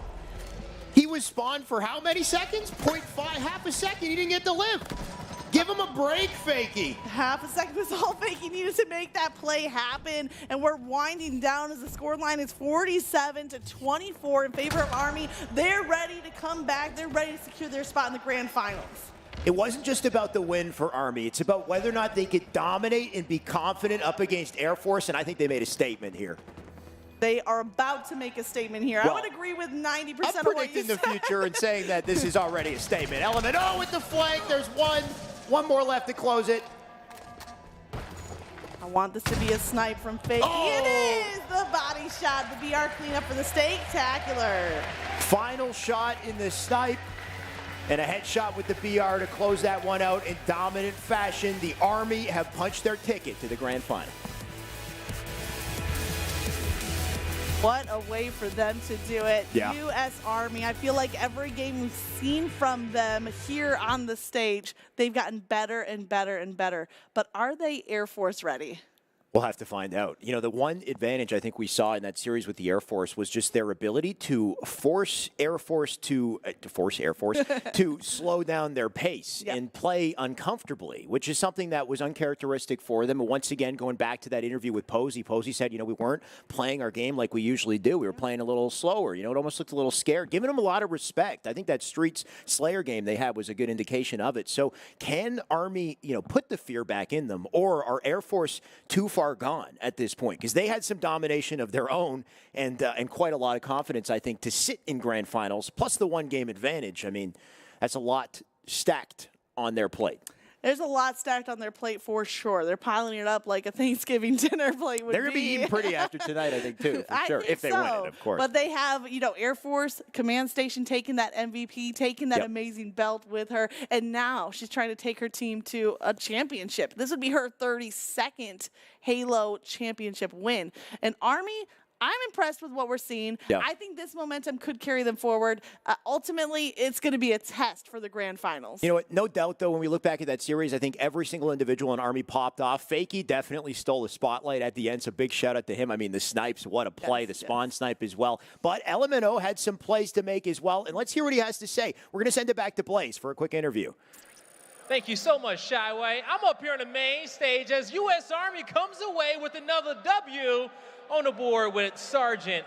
And LMNO, this was no laughing matter, was it? No, it wasn't. I mean, we're here for business, so we're just trying to take it.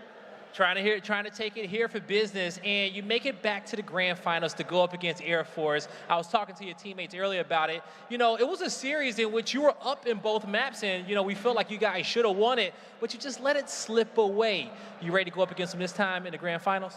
100%. Just minor adjustments. I think this time we went back, watched a little bit of video. I think we just correct those small adjustments, and we'll be good to go.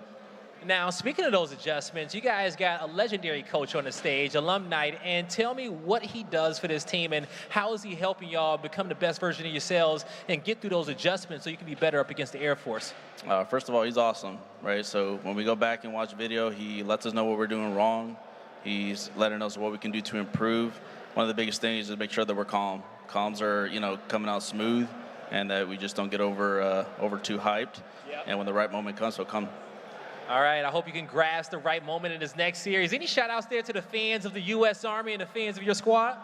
Yeah, you know, shout out to everybody here that made it. This is a big deal, and I hope it continues. And shout out to my team. I mean, they've been working hard for a week straight, so we're ready. All right, good luck, my guy. Yo, give it up one more time for the U.S. Army as they go to the grand finals against the Air Force. Desk, break it all down. Good stuff. The Air Force ran undefeated through the winner's bracket to make it into the grand finals, but I said it before. This is a different looking U.S. Army squad. This is a U.S. Army squad that's looking to contend with the best of the best, and they're going into the grand finals. The team that's aged like wine. The longer they played, the better they've gotten. Alumni has made sure that they have gotten better time and time again, and it was a journey for them to get here. Remember them starting against the U.S. Navy, where it was a dominant victory, and then a heartbreaker over at Air Force, and they had to make an early exit into the elimination bracket. From there, they've been flawless, taking down the Coast Guard, taking down Space Force, taking down the Marine Corps. It's truly a gauntlet. They played against every single team here. We projected these two teams to make it into the grand finals. These were the two favorites, but it's not just about the destination. It's also about the journey. And both of these teams have grown so much. They have both gotten better throughout this tournament, especially U.S. Army, and I can't wait to watch it. Now, keep in mind, Air Force Gaming do have a competitive advantage over U.S. Army because they made it through the winner's bracket. They're going to start up 1-0 in a best-of-5 series. 2 wins, and they become your champions. Essentially, they're doing the same that they've done all tournament long. Play the best of 3, win 2, you're done. Now for U.S. Army, it's a little bit tougher. You got to get 3 games in to win the tournament today. But they feel confident. I love that interview that they had at the end with LMNO. I think they are actually ready to take on this Air Force squad. I think they truly believe that they can take down Air Force. It's just going to come down to fixing the little mistakes that we saw in the previous match. What stood out to me is the fact that they said that they were doing film review. So in that short amount of time, they're reviewing their film. I'm all about grind, review, improve. And that's exactly what they're doing, and they're bringing their coach in. They're not shutting him out. They're bringing him in and really utilizing him as a resource on to find out what your strengths are, or what your weaknesses are, and how you're going to execute. This U.S. Army squad looks determined, they look good, and they deserve their spot here in the grand finals. Hey, and you know what? Fakey. I know you can hear me in the venue. Okay. That man, after he's done with the U.S. Army, maybe he should chant up face for some lessons over there. You know what I'm saying? That man with a sniper rifle was as dangerous as you could possibly ask. He was an absolute highlight reel in that last game. If I'm them, I'm looking for recharge and live fire once again. Get the sniper rifle in his hands and let him determine your game. He's absolutely dangerous, and when we come back, we will have your grand finals. We will be crowning a champion. Don't go anywhere. AB lockdown, Fakey. Speaking of being sneaky, Hero did not see that one. He probably should have checked his right. Yeah. Because of it. Oh, a double. Oh, nice play. We see that fight has shifted off of the B spawn, now over to A, a beautiful headshot. He is baiting players to this door for good reason. Oh, wound up. Can Marines even coordinate for it? Beautiful. Find a way to take him down. Find a way to kill Element. Oh, where you're at it. Just straight up some BR plays and maybe some heat waves. Smiley with a quick. Trouble. Got a bob and weave here. He's got multiple coming in. We talked about this. He's working behind, going for a backspin, going for the grenade, going for both of them with the help of Element. No, and then turning it into a double. It's going to be a thorn in the side of Marine if they can even get out of their spawn at this rate. Point of contention going to be the OS. The map. And put it together. He's got a snipe. He's got it all, apparently, for the Marines. And if Fakey lines it up, you know it's over. Ammo because he did it for the style point. He's feeling good coming back around BR, and he lands another snipe. I want this to be a snipe from Fakey. It is the body shot. The BR cleanup for the stage.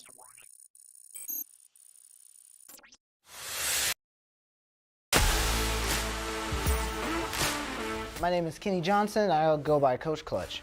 Way back in the beginning of Halo 3, I've owned a LAN center with my family, and then throughout having, I was approached by other Halo players, or like semi-pros at the time, and then they were saying that, we wanted to find someone to help direct the other players so that he could worry less about trying to teach them all and just play his game, and then by directing everybody, it will help them get up to his level.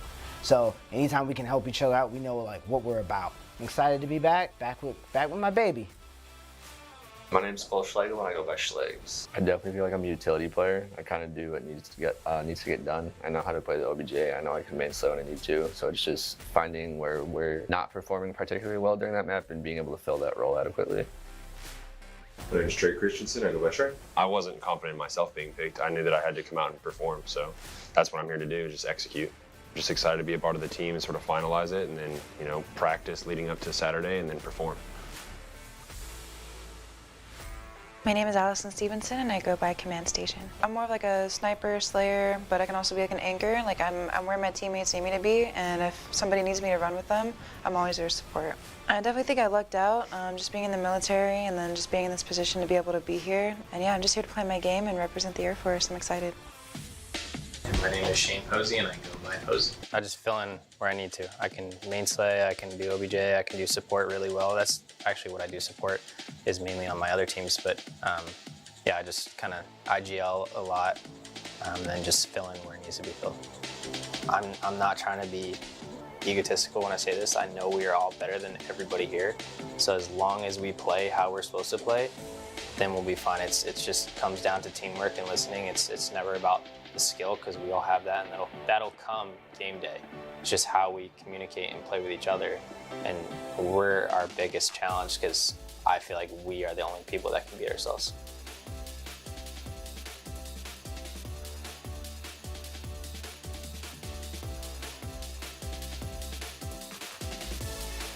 With Halo Infinite, it's a lot of teamwork. When we get on land, everyone's going to be able to shoot back around the same rim. But when we get to teamwork and everything, if we're shooting ourselves in the foot, that we're going to just lose the games ourselves. They're not going to beat us. We're just going to lose all the games ourselves.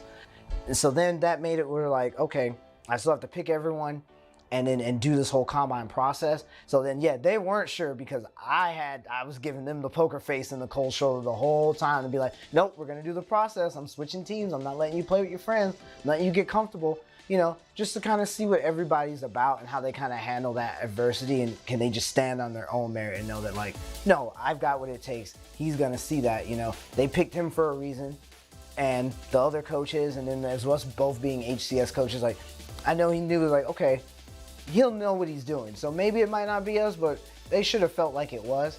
But then when you're looking at when I had him playing twos, you could see that those little individual things, that the reasons that would make me want to do that, they didn't necessarily exist. It was like, okay, they have that little bit of extra ceiling to grow for in the next 2-3 days, to where it's like, okay, I'm gonna keep the roster, but make them sweat a little, see what they can kind of do on their own, to really see how to get the most out of everybody when we want to grow this roster, and then go from there.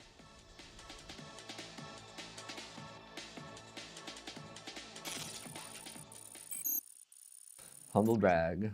I think we're going to take it all. Shout out to my boy Tyler Spartan, Tyler Gonza, plays for E United at the moment. Shout out to Lethal, he's the homie. Shout out to Trey, Shane, and Allie on the team. Shout out to Oliver for putting this all together. Shout out to everybody from services for putting it all together. There's a long list. We got Mario, Justin, Mike, all of you guys, and especially Rally Cry as well. They're behind the scenes doing a bunch of good work. And Bento, thank you guys as well. My name is Marcus Lovejoy. My gamer tag is Alumni. I'm a former Halo professional, transitioned from gaming professionally to coaching professionally. Now I'm a player manager, and I've managed many professional players over, many games. My name is Anthony Canelos, and my gamer tag is Vicky. I feel like sometimes I try to pull like almost an in-game leader role, just kind of reel everyone in, try to stay on the same page. We try to stay focused, communicate. We can almost fit any role.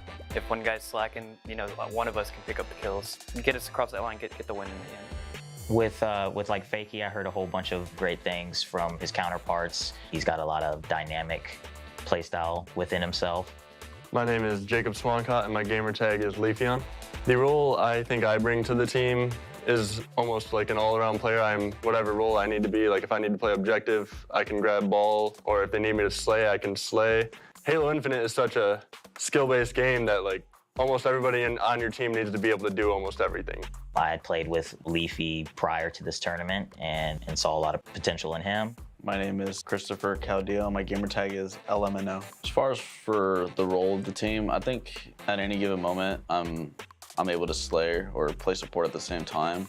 If I have to play support because everyone else is just doing great, I'll do that. If I have to slay because someone is not doing so well, I'll do that as well. In general, I'm willing to just fit in wherever I need to and play any role that's going to give us the win. There was a lot of consistent play with LMNO, you know, pretty solid all-around shot, positioning.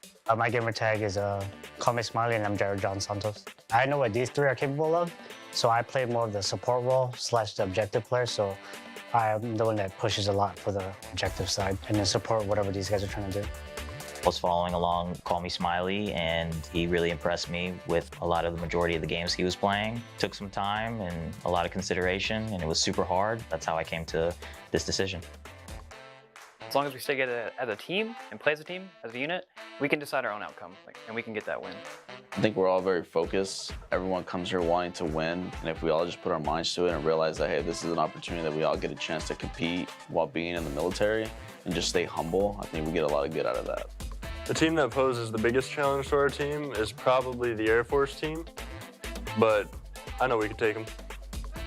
But it's just a mental game, really. Like as long as we are mentally there in game, work together, and we can make anything happen. What we're going to focus on, just our team style or team play, based on what team we're playing during this tournament. To the other teams, good luck, but not really. Let's get it. If it flies, it dies.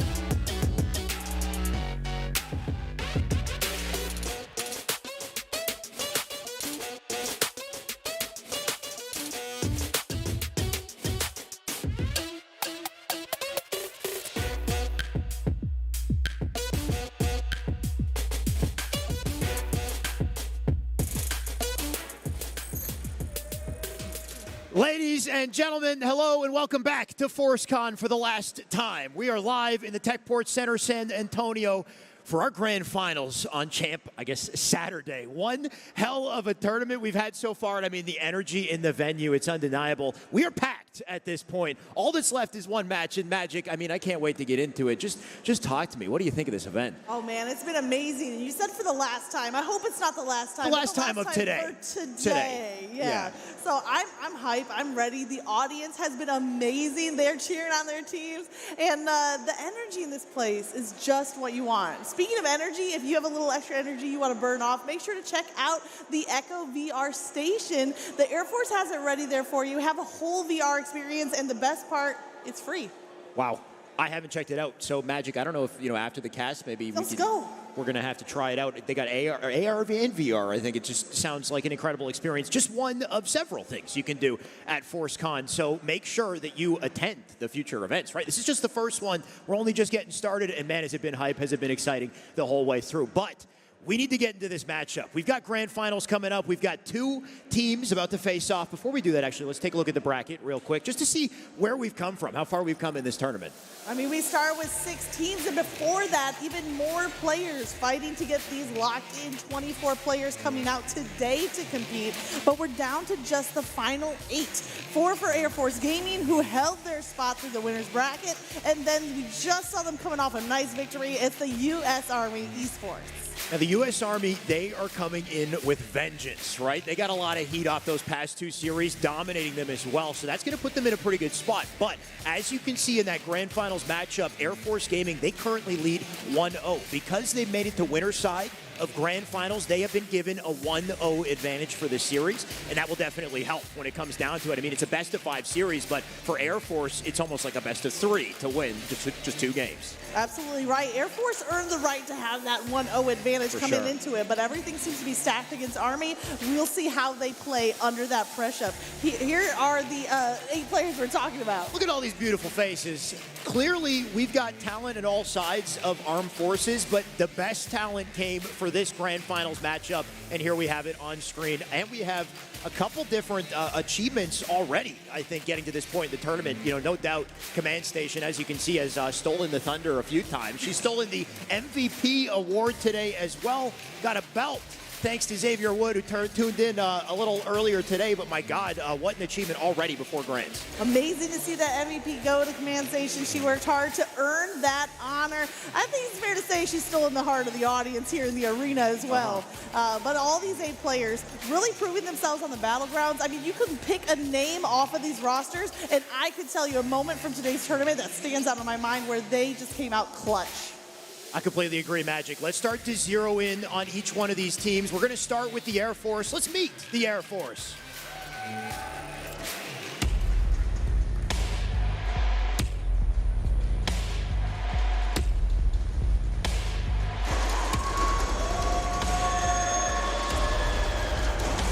Pretty cool.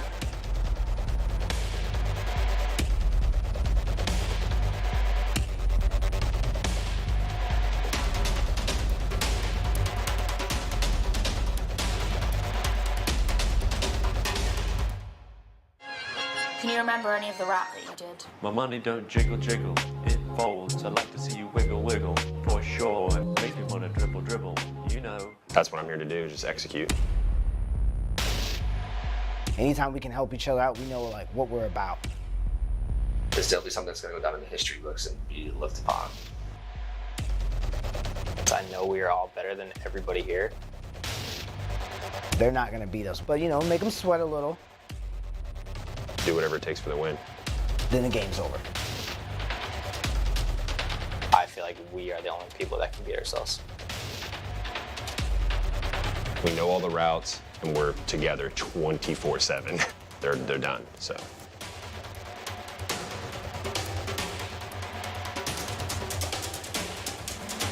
I'm just here to play my game and represent the Air Force. Air Force!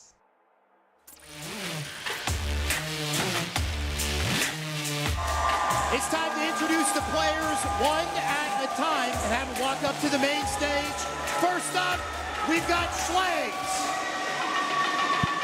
Schlegs absolutely coming out strong in the tournament today. His first FPS was Halo Combat Evolved, and you can see how that experience is starting to pay off. We've only introduced one player, and it's very clear the audience is happy to see him. But man, Schlegs, he'll intro the team for us. Let's keep it going, though. Our second player up to the stage, we've got Trey. All right, audience, don't let us down. Keep that energy up. I tell you what, Shyway, this is it. This is grand finals. If I'm going to lose my voice, let it be about talking over this audience. Here comes Trey, that confident, eye set, straightforward, ready to go. Trey bringing a lot of personality to this team. We got to see it in that little intro, the little Meet the Team video. Guarantee he'll bring that personality in his gameplay, the second member of the roster. Let's bring on the third, though. Next one, we've got Posey. Posey brings it all the way back to playing GoldenEye 007. That's a throwback for me. I have great memories of that match. And so whatever shooter you're playing, he's bringing it out in Halo Infinite here today. And he's trying to get the crowd going. Let's go! Hype them up. They're going to need him. This is a hell of a series coming up. And I think the one individual to really bring the hype, our MVP of the tournament so far. Let's bring in Command Station.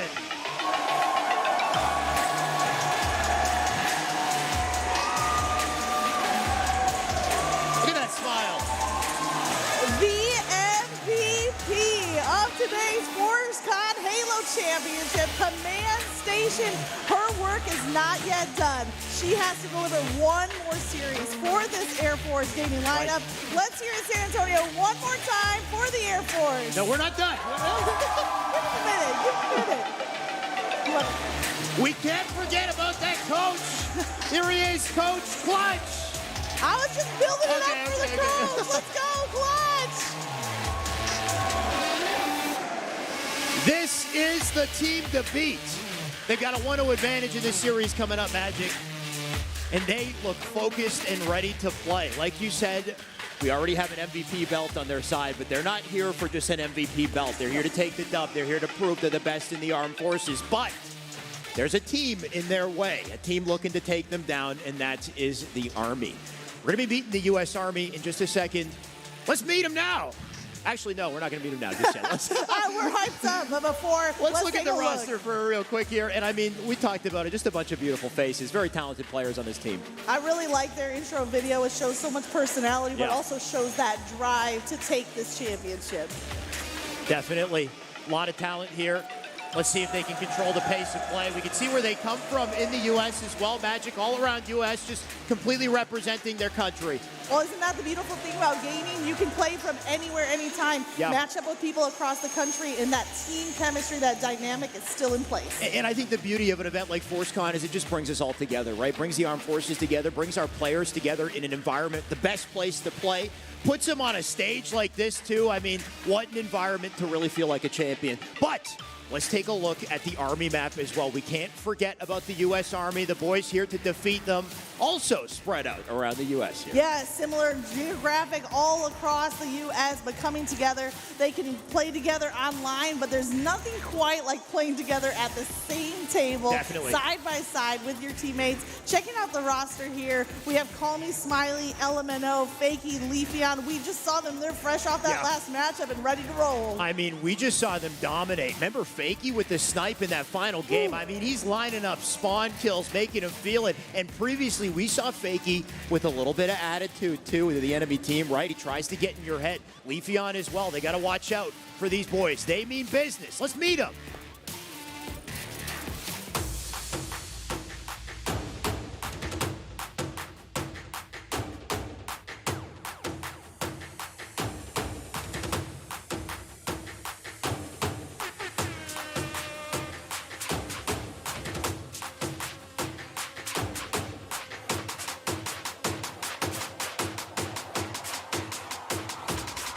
Let's get it.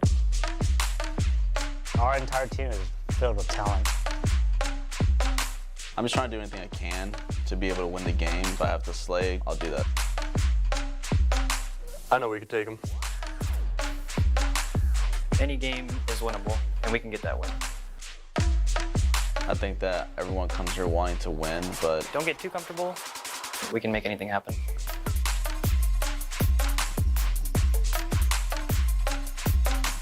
If the Navy thinks they can bring it, get your scrims in and then come see us.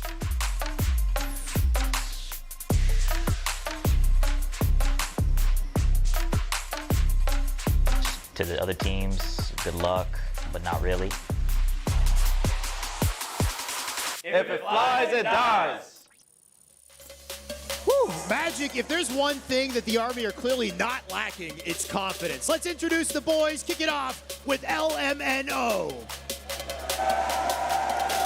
LMNO has the right to some of that confidence, playing since Halo Combat Evolved when he was 10, and we've seen some amazing gameplay today. I still picture him on streets with that Stalker rifle. Oh, for sure. He's been making big plays. He'll go sit down, get ready to focus up. Of course, quite a competitor up against him. But let's keep it going with this roster. Next up to the plate, we've got Fakey.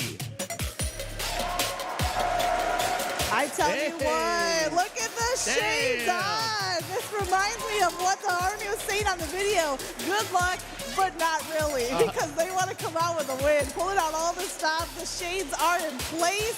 Fakey is ready to go up there.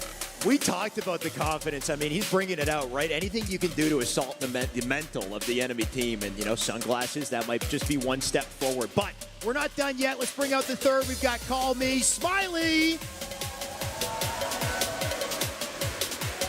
We got to see what Call Me Smiley adds to this team roster, really locking it down, an all-around solid player. He can deliver the kills, he can deliver the objective play, and when he came to that interview, he was focused, man. He said, I don't have time for this spotlight, we got games to win. I think he's the glue that sticks them all together, you know, making the dirty plays when he needs to. But I think we might be saving the best for last as well, Magic. We got to bring out the last player here. It's Leafeon. Leafeon is ready to bring it. Look at the confidence. I think that he's had some of the best player intros, and he is not afraid to just point down the Air Force Gaming. He's ready to bring it on. I mean, we saw Fakey make big plays with the snipe last time, but you got to watch out for Leafy as well. They trade hands. They bring the energy, but we can't forget about the coach to tie it all together. Let's bring out Alumni. Alumni absolutely being a difference maker for this U.S. Army Esports team, beating them to the success they've had throughout the tournament, dropping down the lower bracket, fighting their way back to the grand finals. And the credit goes to Alumni, who's been leading this team, helping them to get better and better every matchup we've seen. And Magic, you see that hat. He's the coach of Optic Gaming as well. When you're coaching a championship team, there's no doubt that the skill, the experience translates. This is a hell of a competitor. They are down 1-0 in this series, but they still got a shot. Before we kick it off, though, apparently we're not done with the walk-ins, Magic. We got a special guest. We have some cosplayers in the venue to bring up onto the stage. Cosplayers, we got real Spartans in the floor. Oh! Spartans, who's going to come out on top with this victory? Is that an Air Force chant? Oh, okay, we're locked and loaded. Who's about to come out on top with this victory? Dude, Army. Army, where my Army fans in the building? Okay, one more time. Who about to come out on top? Air Force is gonna fly, fight, win. Air Force is gonna fly. Army fans, make some noise. Air Force fans, where you at? The grand finals is about to go down. Keep bringing the energy. Take it away. This is definitely a hell of a matchup. Is it the Army? Is the Air Force going to fly? I don't really know. I think the audience definitely is leaning maybe a little bit more to one side than the other. I think it will reveal itself, though, when this matchup finally gets started, Magic. It absolutely will. So we have fans on both sides. For sure. A little bit one-sided. I want to see those cosplayers pick up the controls and see what they can do out on the battlefield. They're Spartans. Those we don't even call them cosplayers. I mean, that Chief over there, he's like, the way he's walking, carrying himself, it's looking like Chief. It's So I want to know. I don't know. I want like a picture or something. Yeah, go get you a picture with Master Chief. The Spartans are coming out strong. And these 8 players are getting ready to roll. Right now, They're sitting down at their stations. They're getting locked in, maybe taking a few deep breaths and getting ready for the matchup to come. That's such an important point that I think you brought up here is the fact that, ForceCon gives opportunities to these players that they never had before. Of course, they're very talented. They got a lot of experience playing Halo, maybe online, maybe little local lands, but not a main stage like this, not with MVP belts and big championship trophies in the middle. There's a lot of pressure here. So to be able to bring your A game under the pressure, it's a hell of a statement to make, and I can't wait to see how that goes in this series. Absolutely. We've seen some great online play, but now it's live in person. It brings a whole nother layer to this matchup. When you can sit right down the aisle from your opposition, it makes everything seem really, really real. And speaking of making it real, bringing the action, we're going to toss it over to our casters, Tools, and Why Not. Ladies and gentlemen, it's time for your grand finals. I'm ready. I'm excited. I'm not gonna lie, I thought Air Force were winning, but then my man came out with the sunglasses. It's over. That man she shut it down, and the Walkins came out with the sunglasses. Fakey. The man was hitting snipe after snipe in the previous series. Now, feeling on cloud 9, he walks on with them sunglasses on. I was about to say, Tony, the walkout from Army was phenomenal. Air Force as well. But I have to say, these players, they have to be locked and loaded now. Nothing else to distract you, especially the U.S. Army, because they're going to have a disadvantage in this best of 5. The Air Force already getting 1 game because they came from the winner's side. You know what? I like that. Have fun. Play to the crowd. But now, it's nothing but game time. It's time for you to leave it on the line. We obviously have Air Force Gaming looking very strong. But again, that U.S. Army, man, making statements left and right, just continuing to get better and better. This is the most dangerous team that we have here in the tournament. Absolutely. This is the team that can make the upset happen, but they have to play at their highest level. Because on the other side, you have Coach Clutch leading Air Force Gaming. When you're talking about Halo prestige, Halo history, this team has it all. Trey, a former MLG pro, now an HCS pro coach with Oxygen Esports. Command Station, our MVP. Posey, an up-and-coming AM. And Schlegs, a player who's been around the HCS block and who's been quickly making names for himself. This is a team that is expected to win, and they need to play that way. But on the other side, this U.S. Army squad, they want to make the upset happen. They are playing with a fire lit underneath them, and it's going to be up to Coach Alumni to provide the fuel, the gas, to make that fire explode. Yeah, I was going to say, you're saying everything nice about Air Force Gaming, but don't forget about the boys U.S. Army. Again, when it comes to slaying, they know what they're doing. When it comes to objective, they're on it. They are on point. And again, I promise you, if you overlook them, if you take them for granted, they will take over. They will steal games and maybe this series. Air Force Gaming better be locked in. Now, one thing I want to point out, Tony, if you look at the center of that stage, we got one big trophy for the winner today. That thing is an absolute unit. And you know that these 4 want to hold it over their heads, that they want to be the ones to come home ForceCon champions as that thing glistens on the main stage. But now it's up to these players to make sure that their gameplay shines just as bright as that ForceCon trophy. That's why Army had to come out with the sunglasses. It's just too bright. There's too much bling on that. That's what I'm saying. They had to come out with the sunglasses. It was just too bright. That thing is beautiful. I'm about to run up and grab it myself real quick. Grab it over here. I can't wait to watch these 2 teams duke it out in your grand finals. Let's not forget, Air Force Gaming, undefeated, both in the qualifiers to make it here and also here in the tournament. Will they remain undefeated? I mean, 2 games and that's it. That's an absolute question because they could have been not undefeated. It was very close in the winners semifinals between this team and the U.S. Army. That was moments away from being a 2-0 for the United States Army.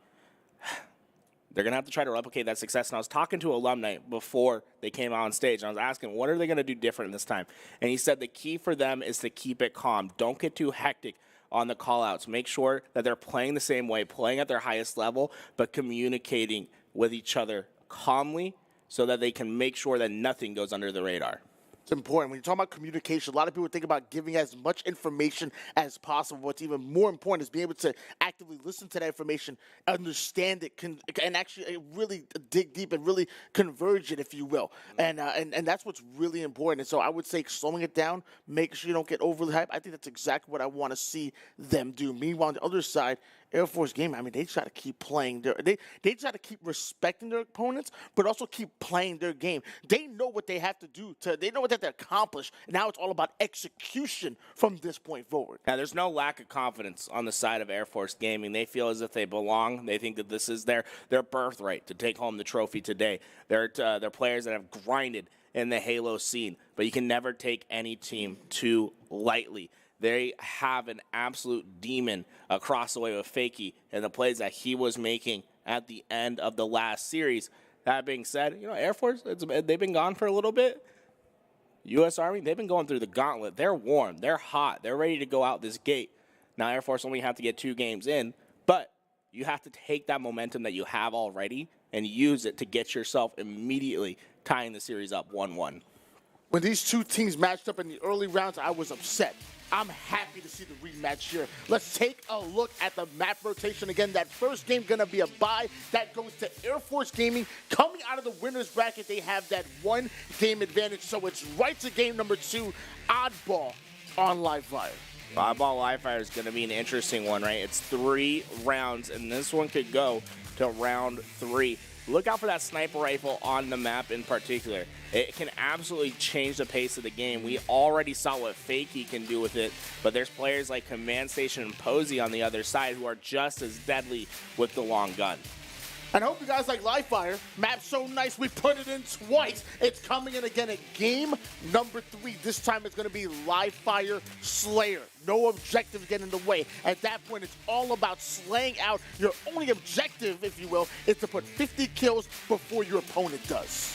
And then, hey, the first time that we're going to see Bizarre Flag on stream as well if we do go to the next game. But look at this. We're in. I think we're actually going to have to see a reset. I think someone's settings must have been wrong off rip. So we'll restart that game and get back into the action as soon as possible. Yeah, I want to make sure that everybody's good to go. Competitive integrity is what's very important, especially here in your grand finals.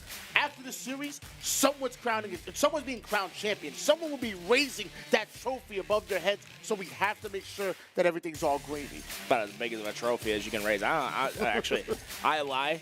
I was going to say, I don't know if they can raise it over their heads, but then I realized we're talking about the Air Force and the U.S. Army. Every single one of these people can absolutely one-handedly put that thing over their head. I'm going to say, these are some strong people out here. We've been having the pleasure of being able to mingle with these players. Let me just say, they're not fantastic Halo players only. They're also fantastic people.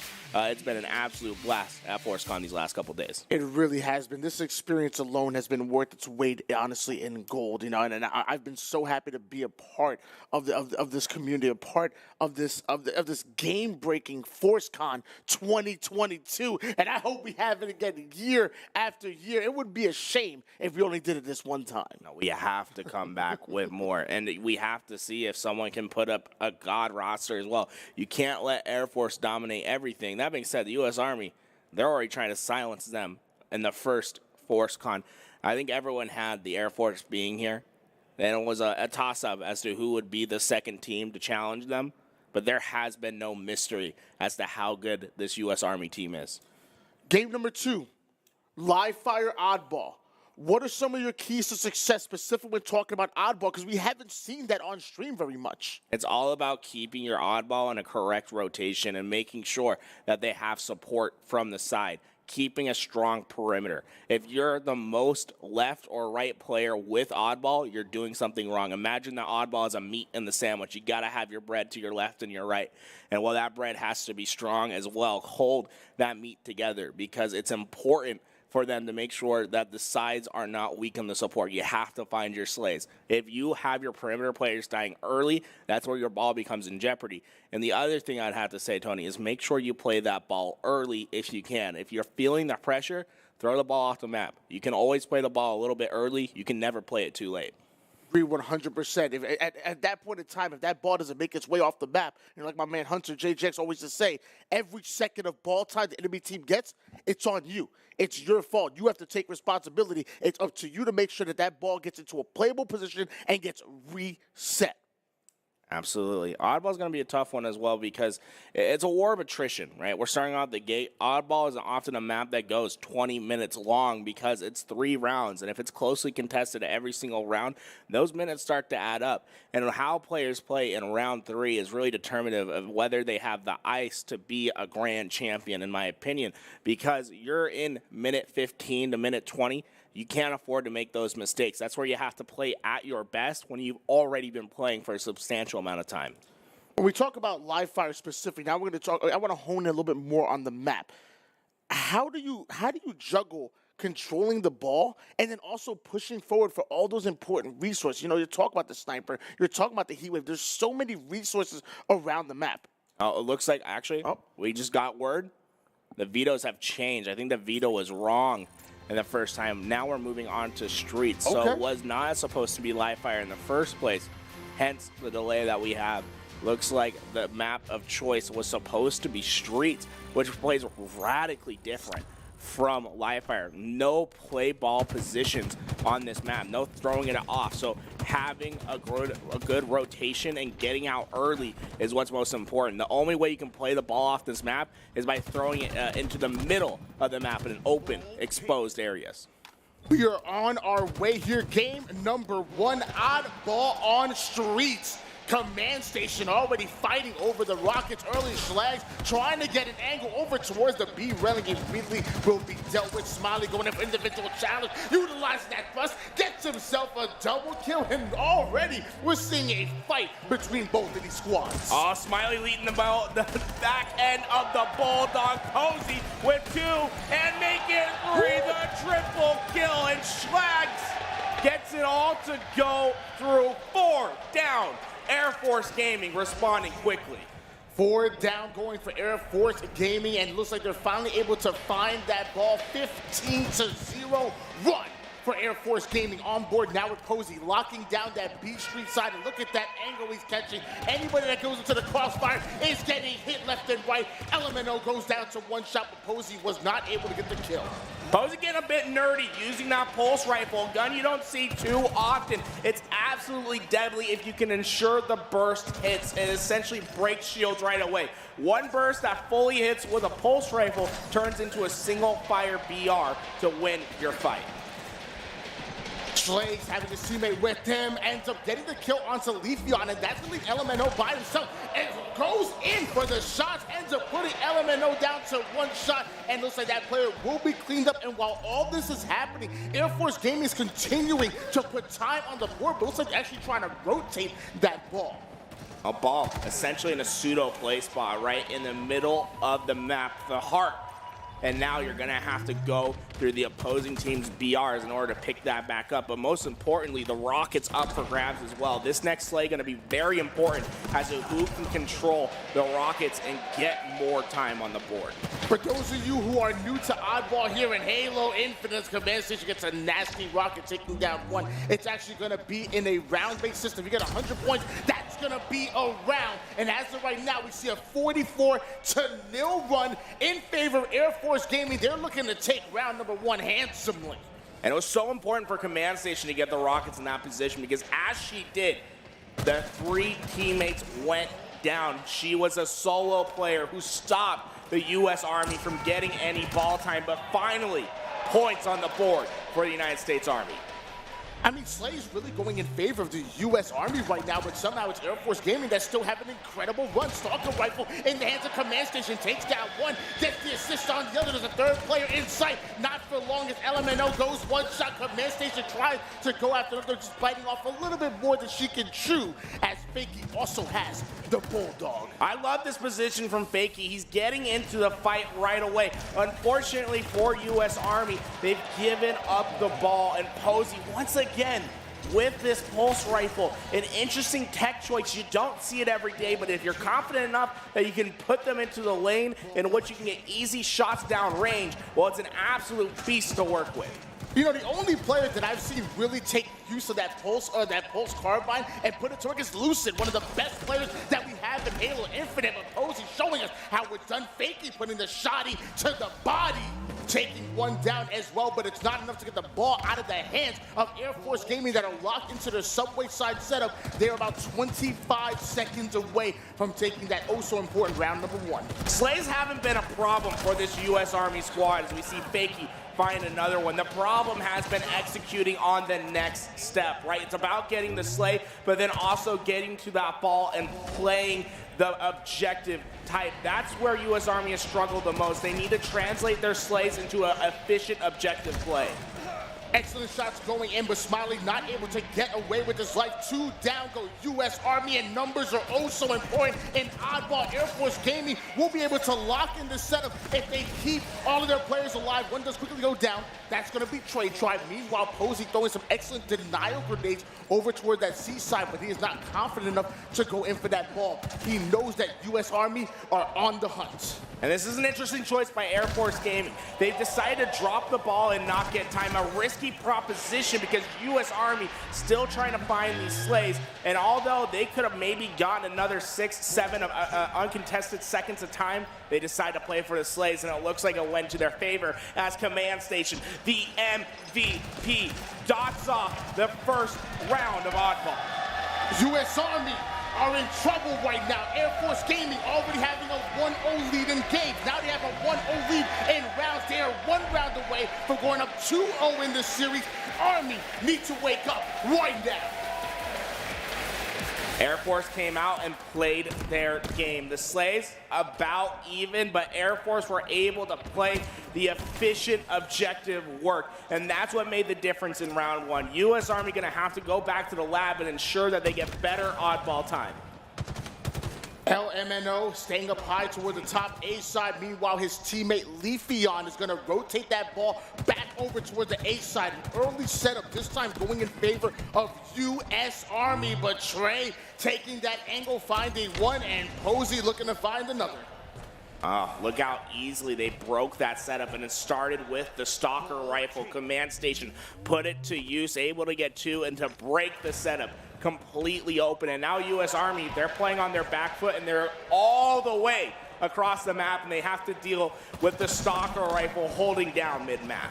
Long rotation has to be made here by U.S. Army, but that's exactly what you see Leafeon do, taking presence on the perimeter. Command Station, though, has a Bulldog. Excellent shot for backing down. Tries to go in for the one-shot melee. Not going to be able to get away with the 2 down for each of the rosters. Leafeon now chasing down one all the way toward the purple screen and into the hands of the spawning Air Force Gaming teammate. Stalker Rifle coming in. And those are the plays that don't show up on the stat sheet. What Trey Tribe just did right there, it shows his experience as a Halo player. He didn't get a kill nor an assist, but he had the correct ball rotation to keep that ball away from U.S. Army and to keep it as far as possible, getting valuable time for the team. Air Force Gaming approaching the halfway point. U.S. Army hasn't even gotten double digits yet. We are seeing how dominant Air Force Gaming are. They have been undefeated throughout the winner's bracket, but they're showing it right here, but they just go 3 down. Now we're seeing U.S. Army able to break the setup. Not only that, but getting that ball in hands. This is U.S. Army's chance to make something happen. This is the redemption arc that they're looking for. It hasn't been a problem getting the slays, but they haven't quite been able to get the setup that they like best. Now, Rockets, Shotgun, all on their side. They have the setup. They just need to win the individual fights. But it's Trey who's breaking it all apart. He gets behind them all, and it's 2 for Trey. And suddenly, the setup for U.S. Army looks null and void.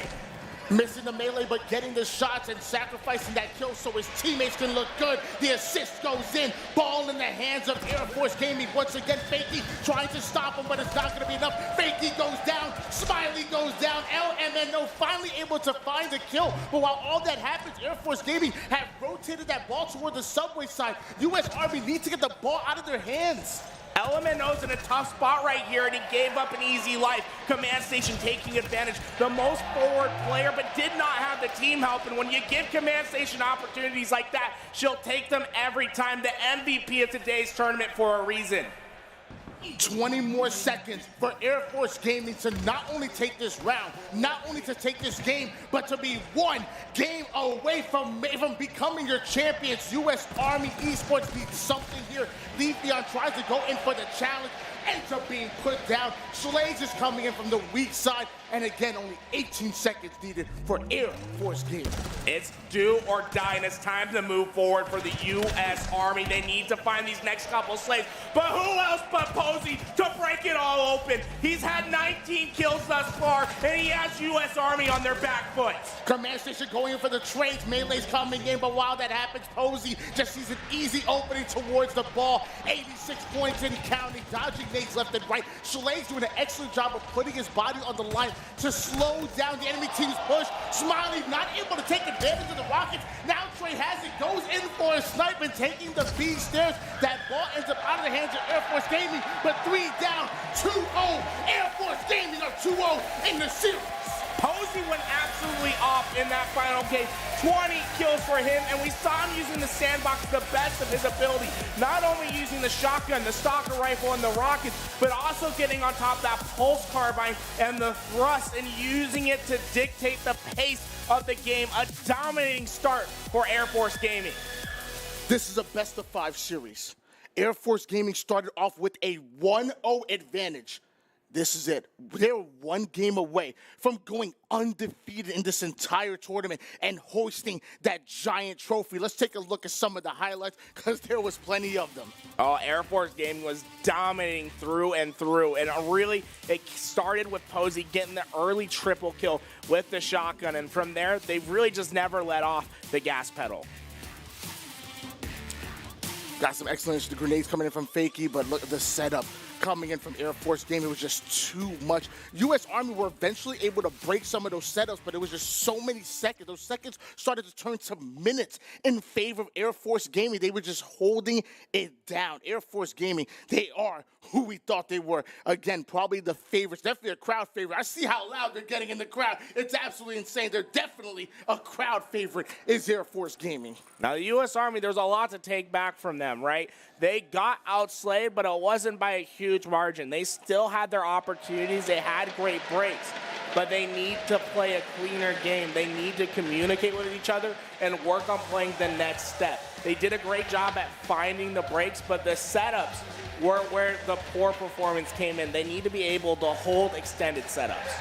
Well, you said that U.S. Army were able to win some of these Slaves battles, or most of the Slaves battle. Going into this game number 3, we're going into Slayer. Slaying is the only thing they should be thinking about on live fire. If they're able to beat them out and make this a bit of a series, I'll become a believer. But as of right now, Air Force Gaming still the heavy favorites. And how does the Army respond when their back's against the wall? Because there's no more mistakes to be found. They lose one more game and their tournament life is done. They have to win 3 in a row. And oftentimes you can tell what the mettle of a player is when how they respond to when their back is clearly against the wall. Are they going to try to push forward, knock back, or, hear me out, Tony, are they going to turn around, put their fist through that wall, and make new opportunities for themselves? Because this U.S. Army team is a capable team, but they need to put it together. They need to work as a unit. They need to clean up their little mistakes that they know, that they're painfully aware that they're making in order to upset a team like Air Force Gaming.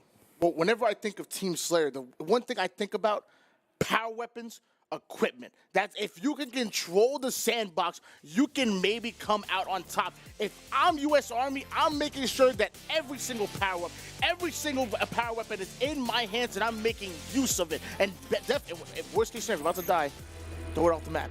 Do not let that heat wave or sniper rifle into the hands of any player, especially this one on screen, Posey. Posey's been an absolute demon today, but look at this. U.S. Army coming out strong, able to find the first 3 opening picks, able to dictate their pace. And if I'm alumni right now, I'm saying, hey, take a look towards your right. Take a look at that trophy. Do you want to win it? Do you have it within you to take home a championship? Because you have to be perfect.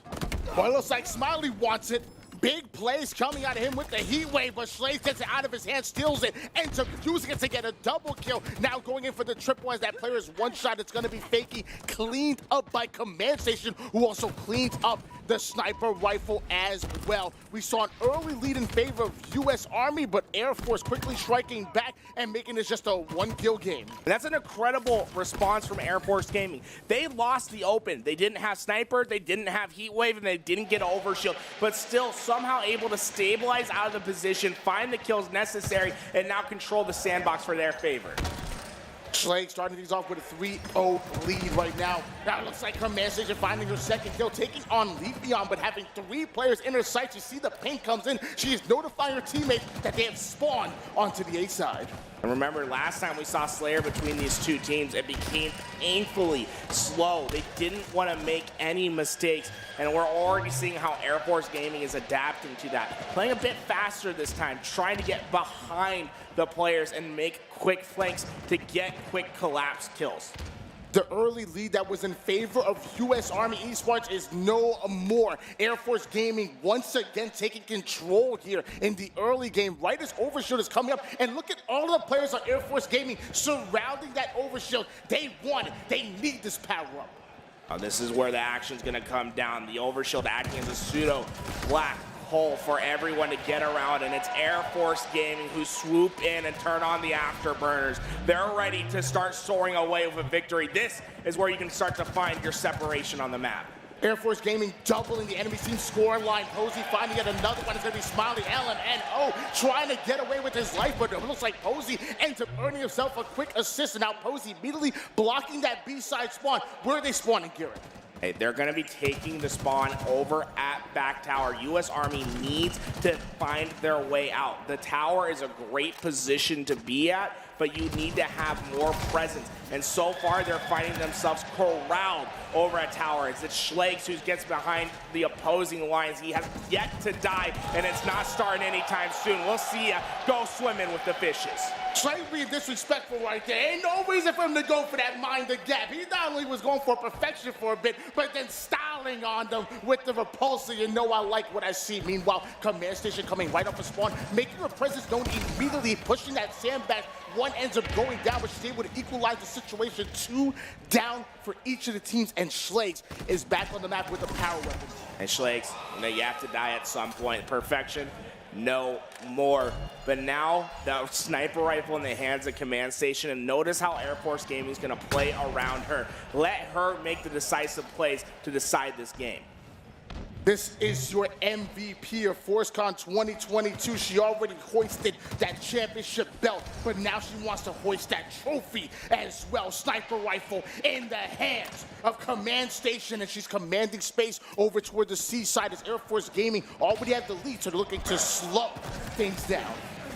Already, Command Station was able to find a pick towards sandbags with that sniper, and it's just telling the opposing team that, hey, there are certain lanes that you just can't push right now because Command Station has the snipe ready, and you're going to have to try to find a new way to take down this Air Force Gaming squad. But finally, we're seeing the snipe rotating hands. U.S. Army, they don't have a ton of time to start getting back into this game. They need to use the power weapons to the best of their ability.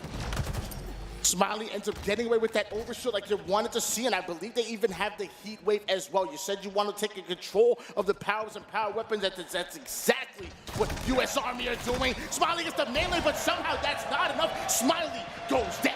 Posey, he's ready to take some more action. I love this fast, aggressive play. You get a pick, well, don't let the Army get comfortable. Get into their spawn. Make it rain bullets down. Double kill, looking for more. Posey, did he get the stick? No, knocked out in the last second, but how? Staying alive.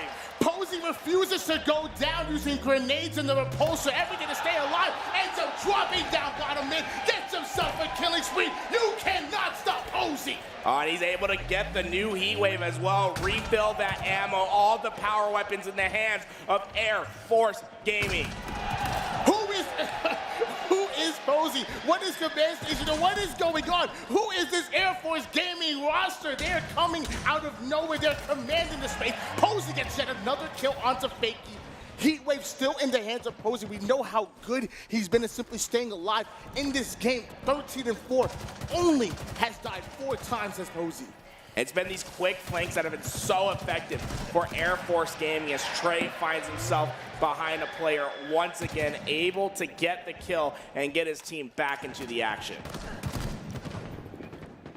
Fakey taking over the B side. Meanwhile, LMNO checking every angle. They know that Air Force Gaming can come out of nowhere. Command station going all the way down to one shot, able to stay alive though, and right as overshoot is coming up, this should be in the hands of Trey. Grabs it immediately, forget about shooting, forget about the kills, secure the overshoot, then use that to get the kills. That's what Trey's doing. Trey's gonna be able to find another easy one, double kill for him. And you can see how Posey, really the tip of the spear right here, trying to get behind the fleshy defense of U.S. Army with that heat wave, and it's coming in dividends. Look at the double for Schlegs, and it's all because of the aggressive play with that heat wave, giving a triple overkill on the horizon as Schlegs tries to keep on forward. Goodbye, go swim with the fishes. He's not done yet. Slade's going in. Posey shooting bodies. It's a 40-18 lead in favor of Air Force Gaming. U.S. Army started off with a 4-0 run. I don't know what happened to that lead. It comes down to the teamwork and ferocity of Air Force Gaming. This is a team that is working as a unit. There is no breathing room, a suffocating presence on the map from this Air Force Gaming squad. Posey stealing away that tower side control, dropping the drop while having a little bit of defense, finding the back of LMNO. Air Force Gaming are 6 kills away from becoming your champions. Oh, the trophy. It's glimmering, it's shining. Air Force has something to add to their case. Let's see them get the job done. Killing frenzy for Air Force Gaming.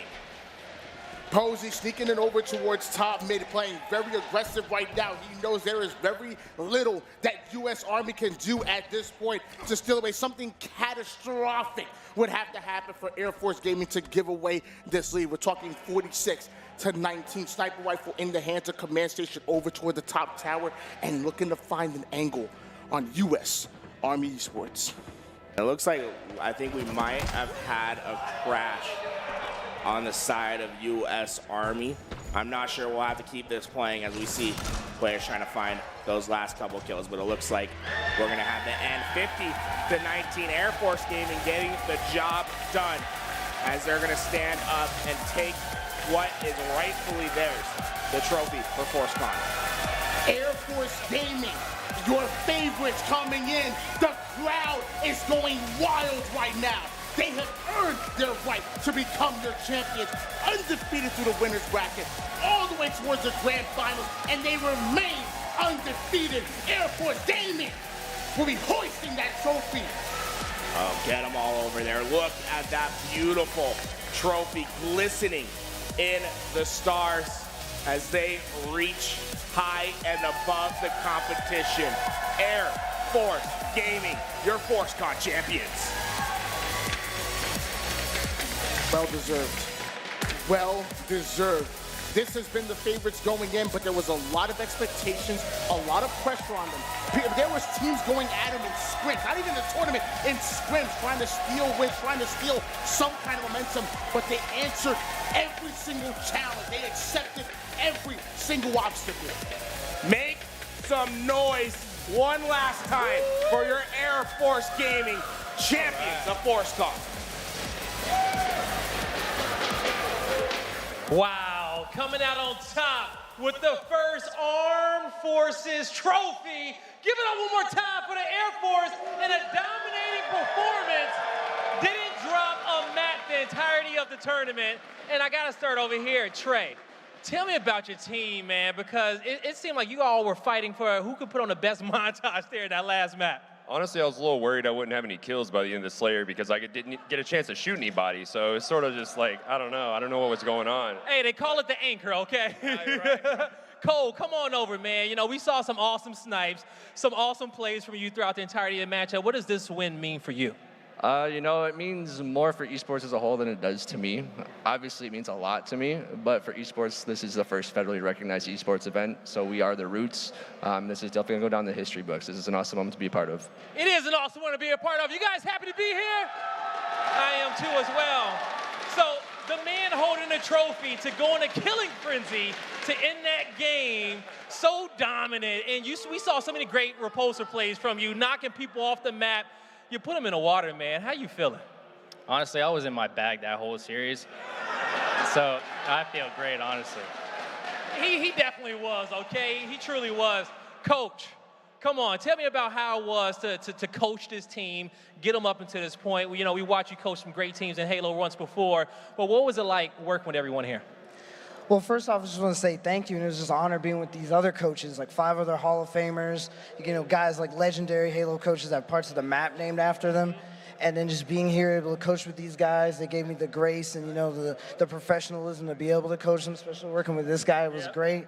A lot of personal affirmations of seeing that, like, what I've been doing in the semi-pro level is what they're doing too. And then that here that I have more experience developing and coaching players, and I got to show off that extra bit of skill set where, you know, with pro coaches, their scope is a little bit different.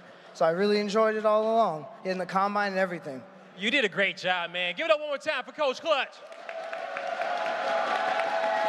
Can we rotate this down so I can talk to Allie, the command station, your MVP of the tournament. Give it up for her one time again. Girl, you were styling on them out there. You had such a great tournament. Tell me, what does this mean for you? It means the world to me. I'm glad I had this opportunity from Air Force Gaming, and again, I love representing women in esports. This is awesome. And I was just about to say that, representing women in esports, dominating all the guys out there. Put some respect on it. You guys are awesome. Any last minute shout outs, any last words you want to give, Trey? They're frying, honestly. Like, all 3 of these players are phenomenal. They're going to do great things in the HCS. So I'm really excited to see sort of their careers flourish. But it was fantastic teaming with them. They listened great. We literally were just absolutely dominating. So it all came down to teamwork, and we went over strategies and map vetoes and the whole 9. So we put an effort into this, and it paid off. It paid off to have a perfect tournament, okay? Give it up for the Air Force one more time.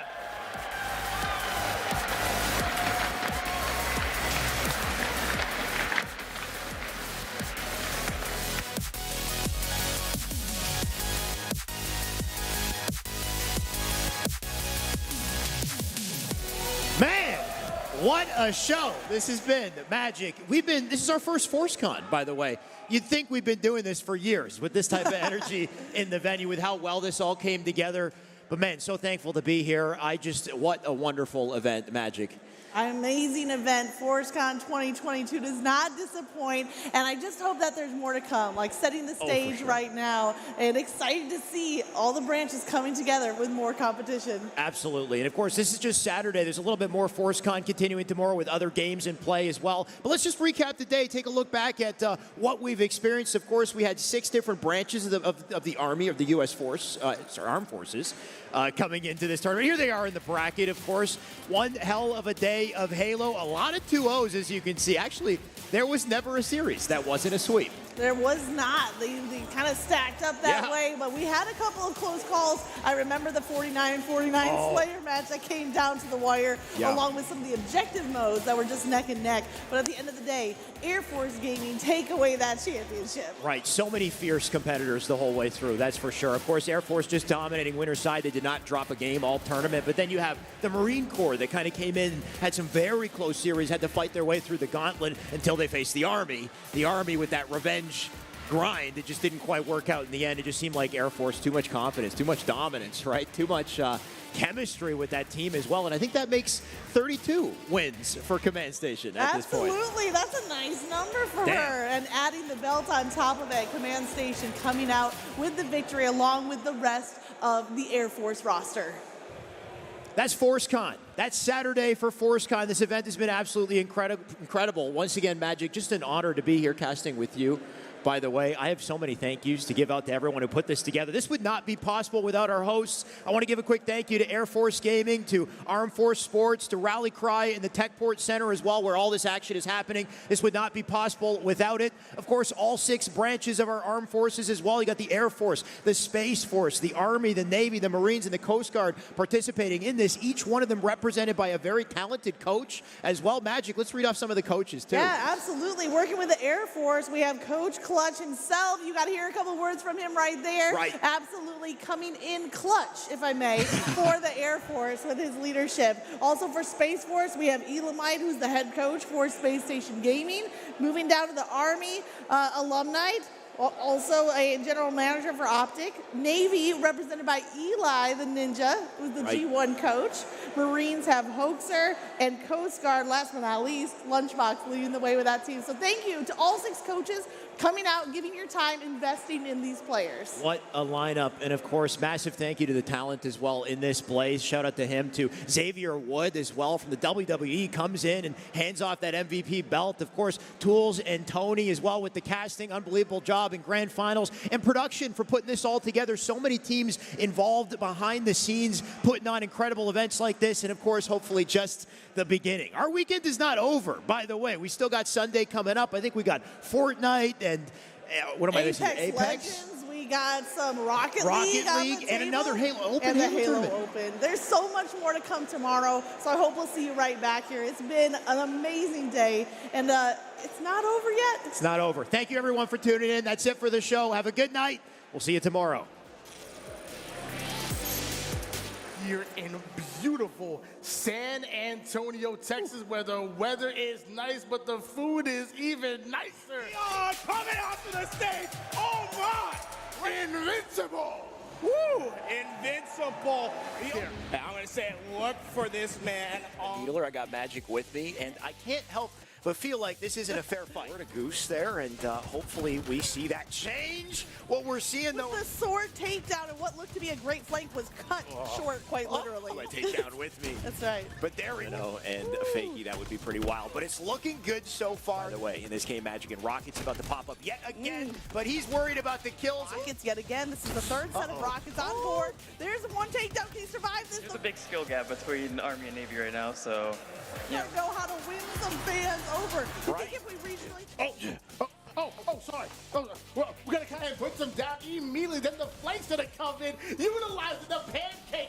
So valuable. This is what we call a money hill. No exposed sightlines. As soon as one gets the hill, the next comes out stronger for the next hill. We could be going down to the utility that works, but check that kill feed. A sniper rifle. So not only able to answer back at game number 1, but they are stealing the show here. Hold on. Coastline coming out of nowhere. Hold on. What's going on?